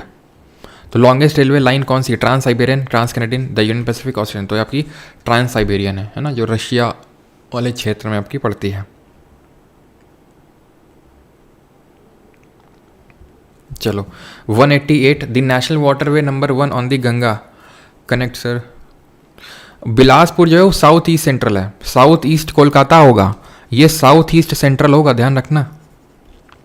जो बिलासपुर है छत्तीसगढ़ में, ये साउथ ईस्ट सेंट्रल होगा, ध्यान रखना इस चीज़ को। ये आपका कर्नाटक में हो हुबली, भूलना नहीं है आपने, क्योंकि ये इम्पोर्टेंट है। नहीं होगा तो मैं इस पर पूरा बना के वो PDF डाल दूंगा, ठीक है। वैसे तो आई थिंक इतने में हो जाएगा आपका, जो मैंने आपको बताया यहाँ पे। चलो, तो नेशनल वाटरवे नंबर 1 ये इलाहाबाद को यानी प्रयागराज को हल्दिया से कनेक्ट करता है, और इसको हम गंगा भागीरथी हुगली सिस्टम भी बोलते हैं। Ganga Bhagirathi Hooghly system. 189, which of the following national waterway runs along the Coromandel coast and also through part of Krishna and Godavari? पहला तो होगा नहीं यार, क्यों नहीं होगा पहला? क्योंकि पहला वाला तो यार इसका आपका यहाँ पड़ता है, क्या बोलते हैं, यही अभी जो बताया आपको, ये गंगा भागीरथी हुगली, ये तो होगा नहीं। दूसरा वाला भी नहीं होगा क्योंकि ये ब्रह्मपुत्रा में है, डुबरी सादिया बोलते हैं इसको, ब्रह्मपुत्रा में ये डुबरी सादिया में। नेशनल वे वाटरवे 3 की अगर बात करेंगे, कोट्टापुरम से कोल्लम को कनेक्ट करता है ये, ठीक है। और चौथा वाला होगा इसका आंसर, ठीक है, चौथा आंसर होगा इसका, ये कृष्णा रिवर के पास में। तो पहला वाला इलाहाबाद, वो मतलब गंगा भागीरथी हुगली, 2 वाला ब्रह्मपुत्रा चले जाओ, 3 वाला साउथ चले जाओ, कोट्टापुरम और कोल्लम जो केरल में पड़ते हैं। इसमें रिवर नहीं पूछेगा तीसरे वाले में, पहले में पूछेगा, दूसरे में पूछेगा, तीसरे में नहीं पूछेगा आपसे, ठीक है कि नहीं है? जल्दी बताओ। और 5वां वाला भी बता दें क्या? चलो छोड़ो भी 5वां वाला, 4 याद कर लो, काफ़ी है। और ये पड़ेगा कहाँ चौथा वाला? अगर कृष्णा गोदावरी की बात हो रही है तो ये आपका आंध्रा में पड़ेगा, ठीक है, आंध्रा में। 190 पे आ चुके हैं हम लोग। Which of the following Indian sea port? खत्म है बस। अब अगर जिसने धैर्य खोया तो पछताएगा, मैं बता रहा हूँ। हाउ इज़ द जोश? क्यों भाई, हाउ इज़ द जोश? बस अब जो उसने छोड़ा तो वो पछताएगा कि भैया हमने इतने पहुँच गए थे बस, और हमने जो लास्ट में जाके छोड़ दिया, बड़ा पछतावा हुआ। पछतावा नहीं होना चाहिए आपने। Is located for far south as compare to, देखो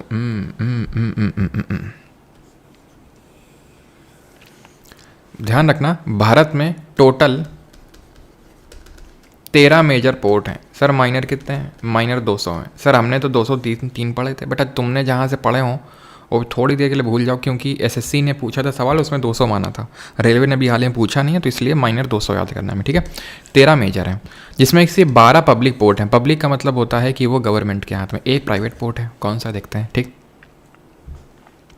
तो यहाँ पर है कांडला पोर्ट, जिसको कि दीनदयाल पोर्ट के नाम से जानते हैं, ठीक है। कांडला पोर्ट दीनदयाल पोर्ट के नाम से।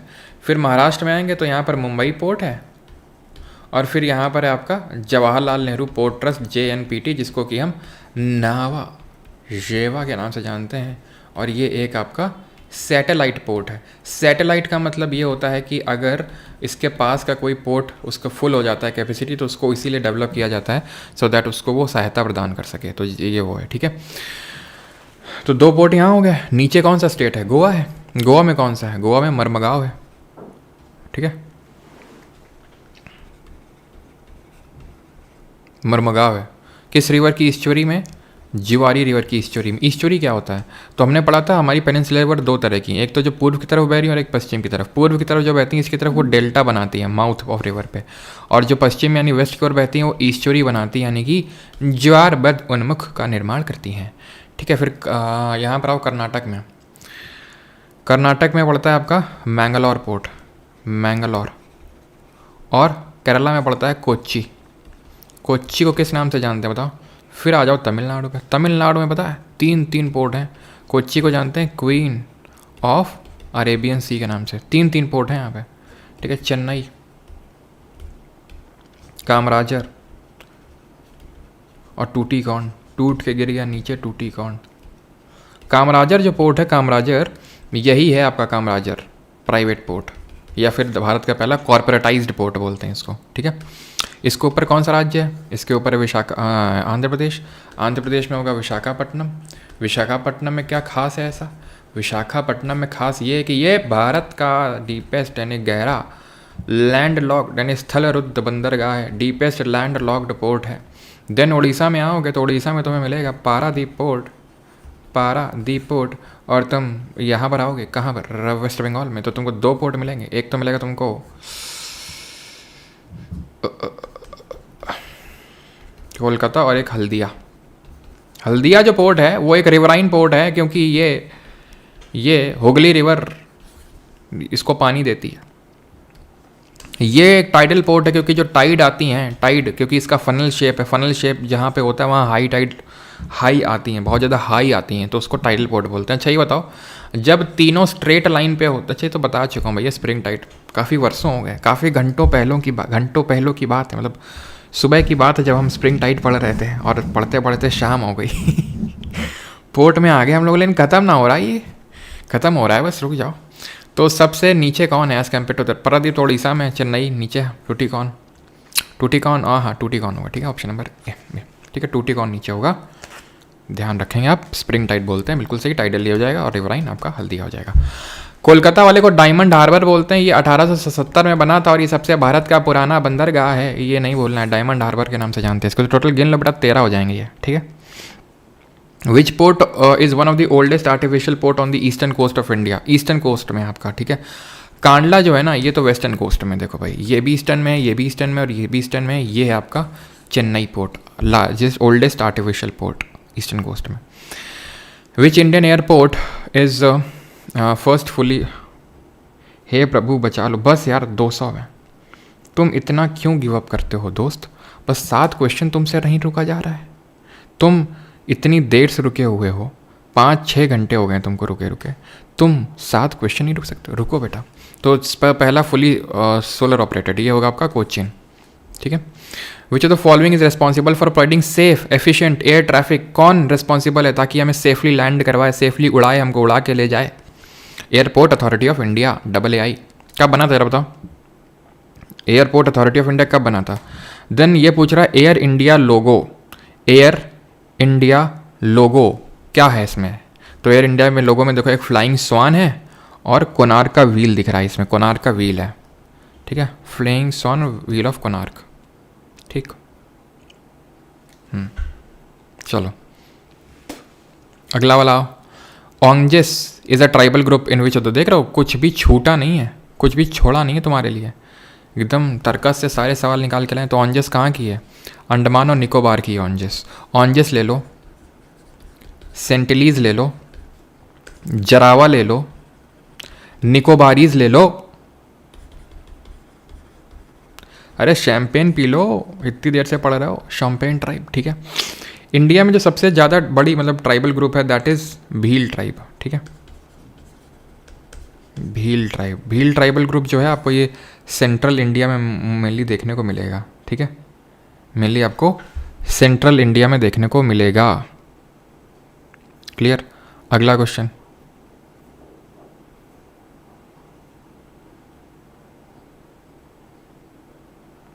Dash people of Chota Nagpur plateau Bengal and some parts in Bihar were inhabited and they are originally they are primarily lined as hunter gatherers. तो छोटा नागपुर प्लेट्यू में क्या देखने को मिलेगा, कौन सी tribe?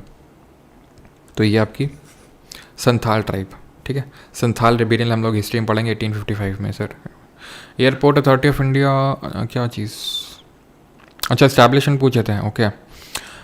Airport authority of India ये आपका 1995 में स्टैब्लिश हुआ था, 1995 में। तो इस साल मतलब 1 अप्रैल को इसको 30 साल पूरे हो चुके हैं, क्योंकि आपको पता है। क्या आप बिलीव करोगे? नहीं बिलीव करोगे ना, यही उम्मीद थी तुमसे। Select the correct statement from the given options. Mundra thermal power plant is in Madhya Pradesh. इसमें से आपसे पूछा है सही कौन सा है। तालचर आंध्र प्रदेश में है, कुंडनकुलम केरला में है, नरोरा उत्तर प्रदेश में। तो नरोरा उत्तर प्रदेश में आपको पता होना चाहिए, क्योंकि तालचर जो है ये आपका उड़ीसा में है, कुंडनकुलम तमिलनाडु में और मुंद्रा गुजरात में। मुंद्रा गुजरात में, कुंडनकुलम तमिलनाडु में और तालचर उड़ीसा में। कलपक्कम भी तमिलनाडु में। ककरापार कहाँ है? ककरापार चल जाओ भैया, ककरापार कहाँ है? ककरापार कहाँ है? रावत भाटा कहाँ है? रावत भाटा। और कैगा कहाँ है? कैगा। ककरापार। खाखरा कहाँ के लोग खाते हैं? घाघरा कहाँ के लोग पहनते हैं? गुजरात के लोग। रावत भाटा, आर से रावत भाटा, आर से राजस्थान। कैगा, कैसे कैगा, कैसे कर्नाटक। इंडिया का पहला एटॉमिक पावर स्टेशन कब कमीशन किया गया था और कौन सा था? कहाँ पे सेटअप किया गया था? जल्दी से बताओ। तो ये सेटअप किया गया था 1969 में, ठीक है। तो 1969 में बना था तारापुर।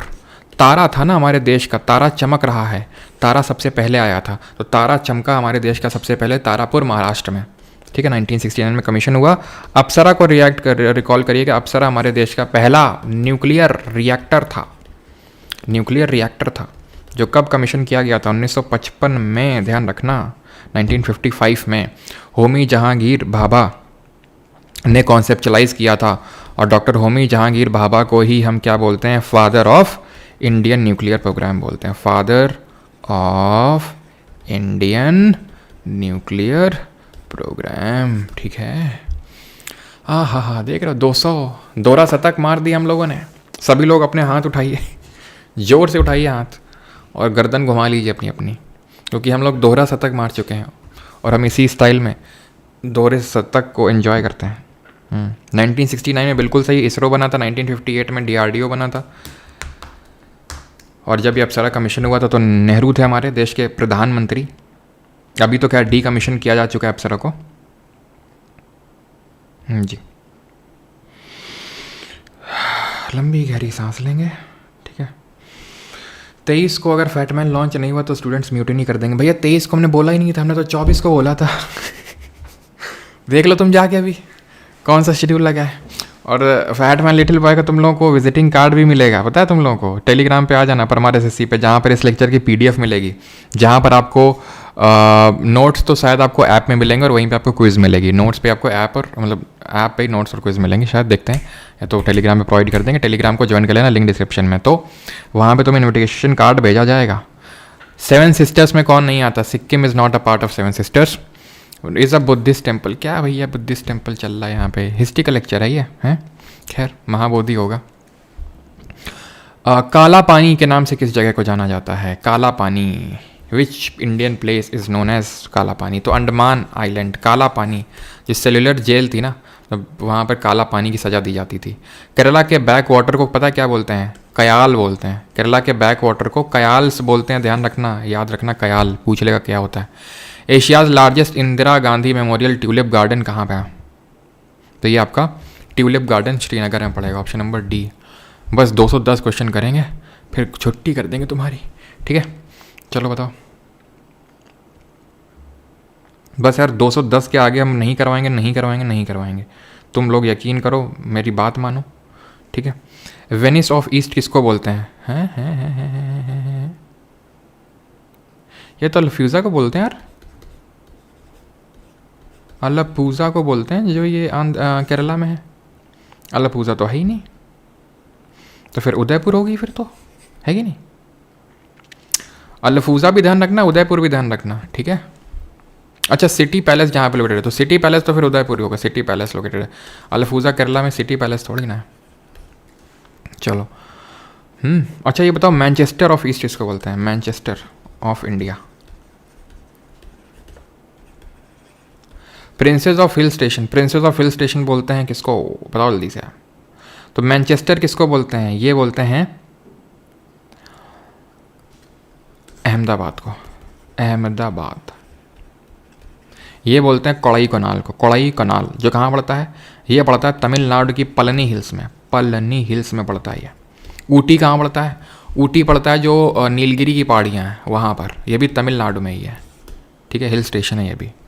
साथ में चलेंगे बेटा, ठीक है, साथ में चलेंगे जब सिलेक्शन हो जाएगा तुम्हारा। Not correctly matched. Ujjain, Shipra नदी के रिवर बैंक्स पे सूरत, ताप्ती, जबलपुर, झेलम, लखनऊ, गोमती, सब सही हैं एक्सेप्ट जबलपुर।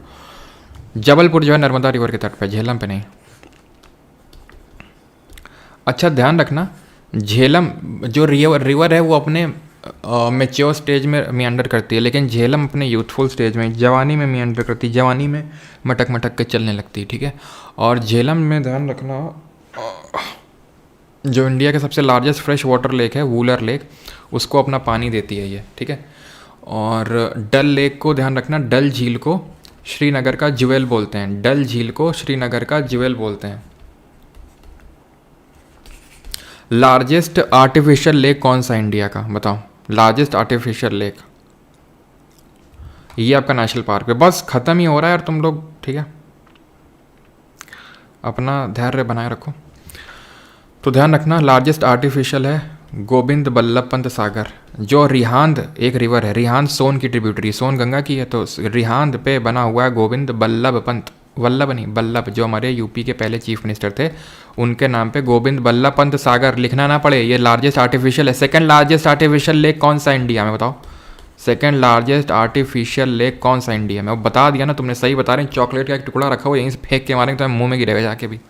गिर नेशनल पार्क कहाँ पे, गिर नेशनल पार्क है आपका गुजरात में। फेमस है किसके लिए, लायंस के लिए। राजा जी, अरे राजा जी कहाँ पर है, राजा जी आपका राजा जी कहाँ पर है, उत्तराखंड में, ठीक है, उत्तराखंड में है आपका, ध्यान रखना। काजीरंगा तो होगा किसके लिए, काजीरंगा तो राइनोस हो जाएगा, ठीक है। क्यूलादेव कहाँ है, क्यूलादेव राजस्थान में, क्यूलादेव घाना नेशनल, तो ये साइबेरियन क्रेन्स के लिए फेमस हो जाएगा। ये एलिफेंट के लिए हो जाएगा, CDB है option number C. Keoladeo national park हमने देखा था, नहीं देखा था, अच्छा। ये आपका मॉन्ट्रेक्स रिकॉर्ड में शामिल है। मॉन्ट्रेक्स रिकॉर्ड में सिर्फ 2 हैं, एक तो आपका लोकटक लेक में जो कैबुल लैमजाओ नेशनल पार्क है, ठीक है, लोकटक लेक, और क्यूलादेव नेशनल जो पार्क है, ये आपके 2 ऐसे भारत के वेटलैंड हैं जो रामसार कन्वेंशन के मॉन्ट्रेक्स रिकॉर्ड में शामिल हैं, सिर्फ 2। याद रहेगा ये चीज़, याद रहेगी ये चीज़। ये है आपका देबार लेक, देबार लेक पड़ता है राजस्थान में, देबार, ठीक है, जिसको जयसमंद के नाम से भी जानते हैं। इसको जयसमंद भी बोलते हैं, राजसमंद नहीं, जयसमंद, राजसमंद अलग है, जयसमंद। बताओ भैया, नहीं बता दो तुम आज कौन सा कहाँ पे है। तो टंसा कहाँ है, ये क्या पूछ रहा है, अच्छा ठीक है।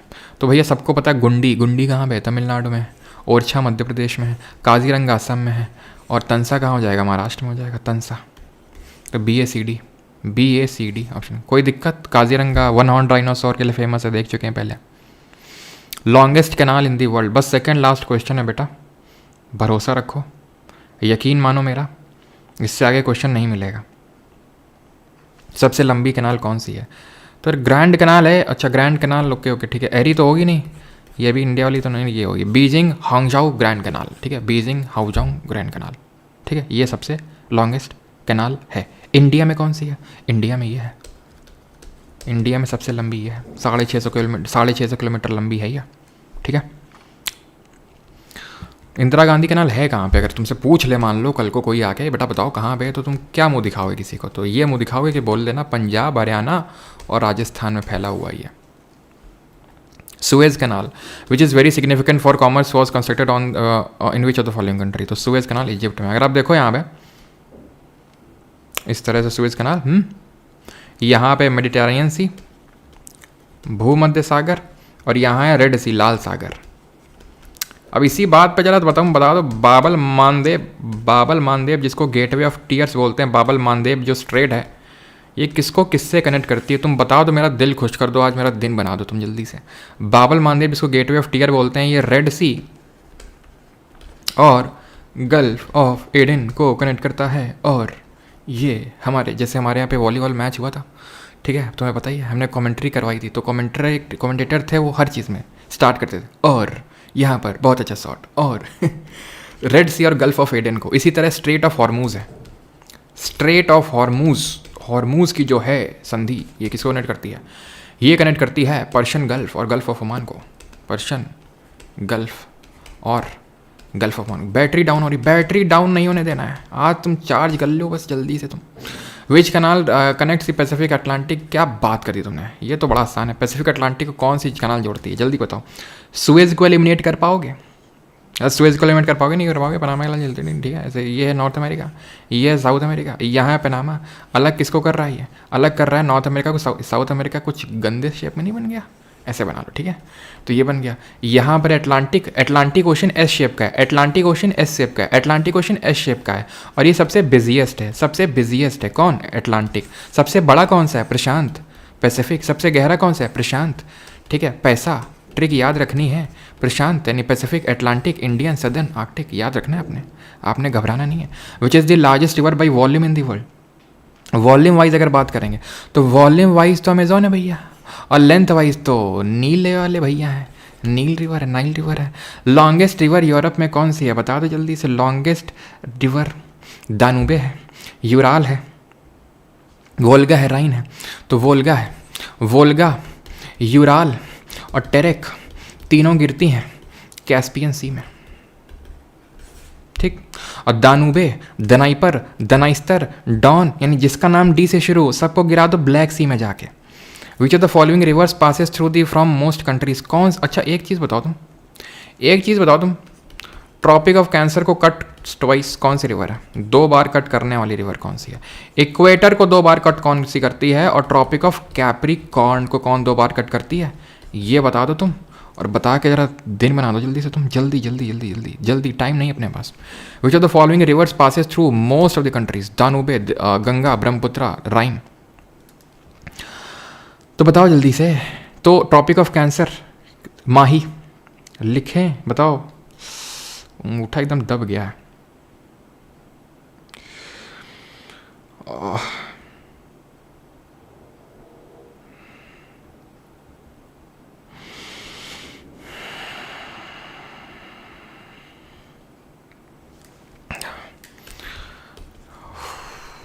माही रिवर है, ठीक है। इक्वेटर को कट करती है कॉन्गो, और कैप्रिकॉर्न को लिम्पोपो, लिम्पोपो। सबसे ज़्यादा कंट्री भाई गंगा तो नहीं होगी यार, गंगा तो 2 ही कंट्री है ना, एक तो इंडिया और दूसरा बांग्लादेश। ब्रह्मपुत्रा 3 है, कौन कौन सी, एक तो चाइना है, एक इंडिया है और एक बांग्लादेश है, ठीक है। तो ये भी नहीं होगा, दानूबे होगा आपका, ठीक है। Danube river will be the correct answer, Danube नहीं होगा, दानूबे होगा, दानूबे, जो कहाँ गिरती है, ब्लैक सी में। Which among the following countries has the largest land area, सबसे बड़ा लैंड एरिया किसका है, तो सबसे बड़ा लैंड एरिया इसमें से किसका है, कनाडा का है। इंडिया 7th नंबर पे आता है, ऑस्ट्रेलिया 6th नंबर पे आता है, पता है ना आपको। और इंडिया आपको पता होना चाहिए, इंडिया इज़ कितने % ऑफ पूरे वर्ल्ड का एरिया। ले भैया, ले नहीं ले लो तुम, पहले कर चुके हैं, नहीं कर चुके हैं कि नहीं कर चुके। तो साउथ अमेरिका की 2 कौन सी ऐसी कंट्रीज है जो लैंड लॉक्ड हैं, पूरी तरह से लैंड से लॉक कर दिया गया उनको। The black cotton soil in India has been form due to the weathering of, Rahul Kumar ने क्वेश्चन पूछा। ऑप्शन है brown forest soil, fisher volcanic rock, granite and chips. Option number B सही आंसर होगा, फिशर वॉल्केनिक रॉक, जो basaltic rock थी, Rahul Kumar, option number B, ठीक है। नहीं ले लो तुम, आज कौन सा होगा इसका, बताओ। यही होगा। इंडिया इज़ 2.4% ऑफ, नहीं ऑफ वर्ल्ड एरिया है। Which of the following is not a correct pair of a country and it's capital, कौन सी नहीं है बताओ भैया। ब्रुसेल्स बेल्जियम, जहाँ पे किसका हेडक्वार्टर है, नेटो का, जिसकी वजह से मार लड़ाई बढ़ाई हुई पड़ी है पूरी, पता है ना तुमको, कि पूरी लड़ाई जो हो रही है इन दोनों के बीच में, वो इन्हीं किन दोनों, रशिया और यूक्रेन के बीच में, इसीलिए हो रही है वो, ठीक है। तो आंसर क्या हो जाएगा, आंसर हो जाएगा कजाकिस्तान। बिश्केक ताशकंद की है भैया, कजाकिस्तान की तो अस्ताना है ना, अस्ताना है इसकी कैपिटल। बिश्केक इसकी है किर्गिस्तान की, किर्गिस्तान।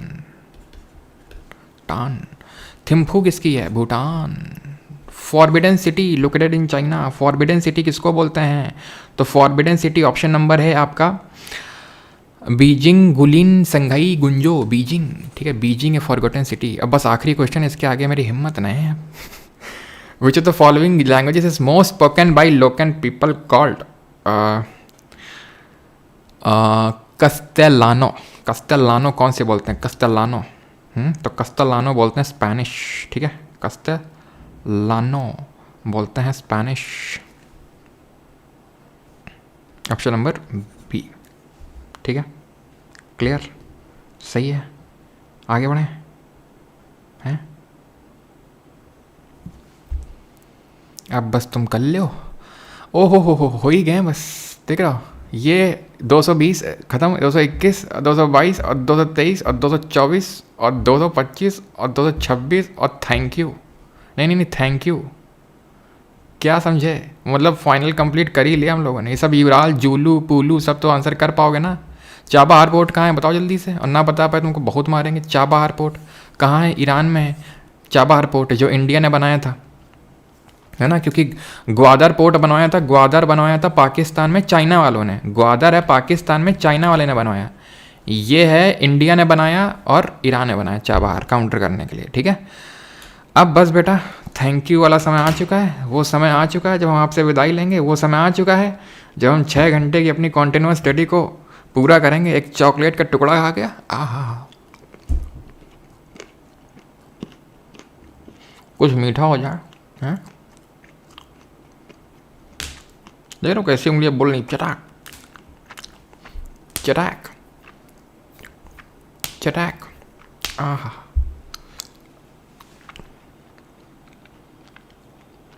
सर माफ़ कर दो, आज गलत फंस गया।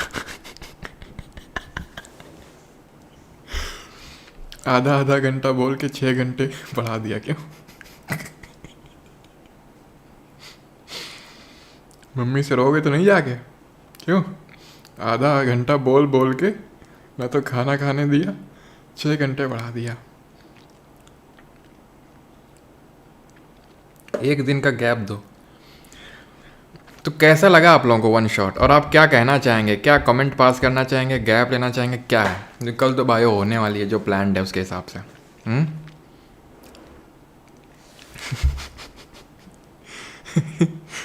अच्छा आदित्य तुम भी गलत फंस गए क्या? सर आप एक डिस्कॉर्ड सर्वर बनाओ। डिस्कॉर्ड सर्वर क्या होता है ये? मैं सुना तो है डिस्कॉर्ड, मैंने कुछ होता है डिस्कॉर्ड, ग्रुप अप होता है शायद टेलीग्राम की तरह। हाँ क्या होता है ना?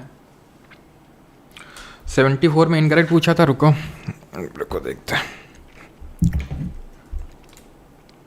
एक सेकंड। पीडीएफ टेलीग्राम पे मिलेगी, नोट्स आप लोगों को परमार एकेडमी ऐप पे मिलेंगे, ठीक है। नोट्स परमार एकेडमी ऐप पे मिलेंगे, क्विज भी वहीं पे मिलेगी, सब फ्री है। इनकरेक्ट पूछा है, ओके। तो इनकरेक्ट ही तो लगाया यार। रेड क्लिफ लाइन इंडिया और चाइना के बीच में नहीं है ना, इंडिया पाकिस्तान के बीच में, तभी तो। कैसी बात कर रहे हो यार आप, फिर से लौटा रहे हो वहीं पे, हैं जहाँ पर हम घंटों पहले थे। थैंक यू होना चाहिए था यहाँ पे, नहीं? बताओ भैया ग्लूकोज चढ़वा दो। जल्दी बताओ। आज दिन ख़त्म भी हो गया, पता नहीं चला।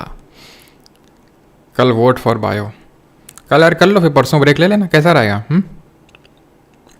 कल कर लो और परसों ब्रेक ले लेना। ये वन शॉट सीधा हेड शॉट, पट्टे से हेड शॉट है। Realisation with Labani, thank you. Trust issues और ज़्यादा बढ़ गए। सोचा ही नहीं था इतना टाइम लगेगा, टू डू लिस्ट का ऐसा तैसा हो गया। बड़ा तुमको पता होना चाहिए, मेरी आदतों से वाकिफ होना चाहिए। तुम लोग पहली बार फंसे हो गए मेरे चंगुल में। तुमको क्या लगा था 2-3 घंटे में ख़त्म हो जाएगी क्या क्लास? वो तो मुझे पहले से ही पता था, लेकिन शुरू में तुम्हें बताया था तो तुम भाग भाग के चले जाते। तो 6 घंटे तो पढ़ा लिए आप, अब कुछ खाने पीने का भी जुगाड़ कर दो। छोटू समोसे लेके आओ जल्दी से, जल्दी से समोसे मंगवाते हैं, रुको ठीक है। हाँ यूट्यूब पे रहेगा भैया, रहेगा। One shot OP head shot, हाँ।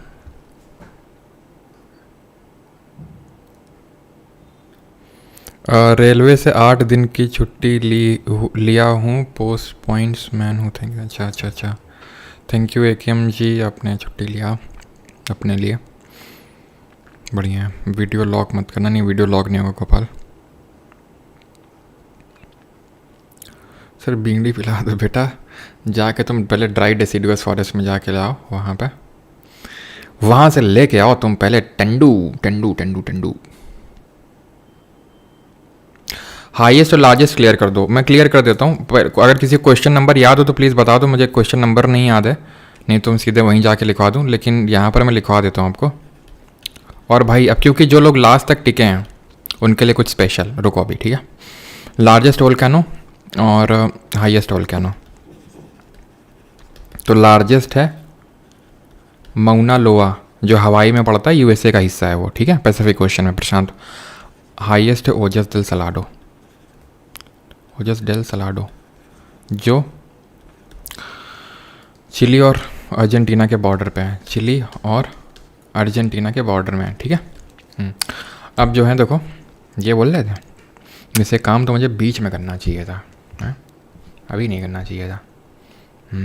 देखो, जो हमारे सीरियस बच्चे हैं उनके लिए, मतलब हम ये बोल रहे थे तुमको कि अगर तुमको कभी कुछ क्वेरी वेरी आया करे तो तुमको नंबर दे देते हैं उस क्वेरी पे। मतलब है क्या कि ये वाला जो नंबर मैं दे रहा हूँ, ये नंबर है 9235798380।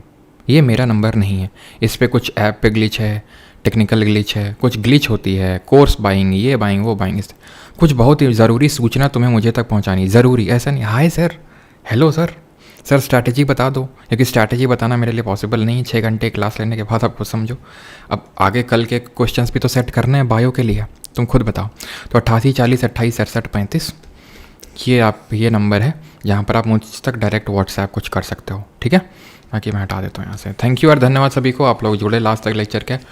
आप लोगों को कॉन्फिडेंट फील हो रहा होगा, अभी प्राउड फील हो रहा होगा खुद पे, सेटिस्फाइंग फील हो रहा होगा कि यार जहाँ पर लोग इंस्टाग्राम की रीलें स्क्रॉल कर रहे हैं वहाँ पर मैंने 6 घंटे पढ़ाई को दिया।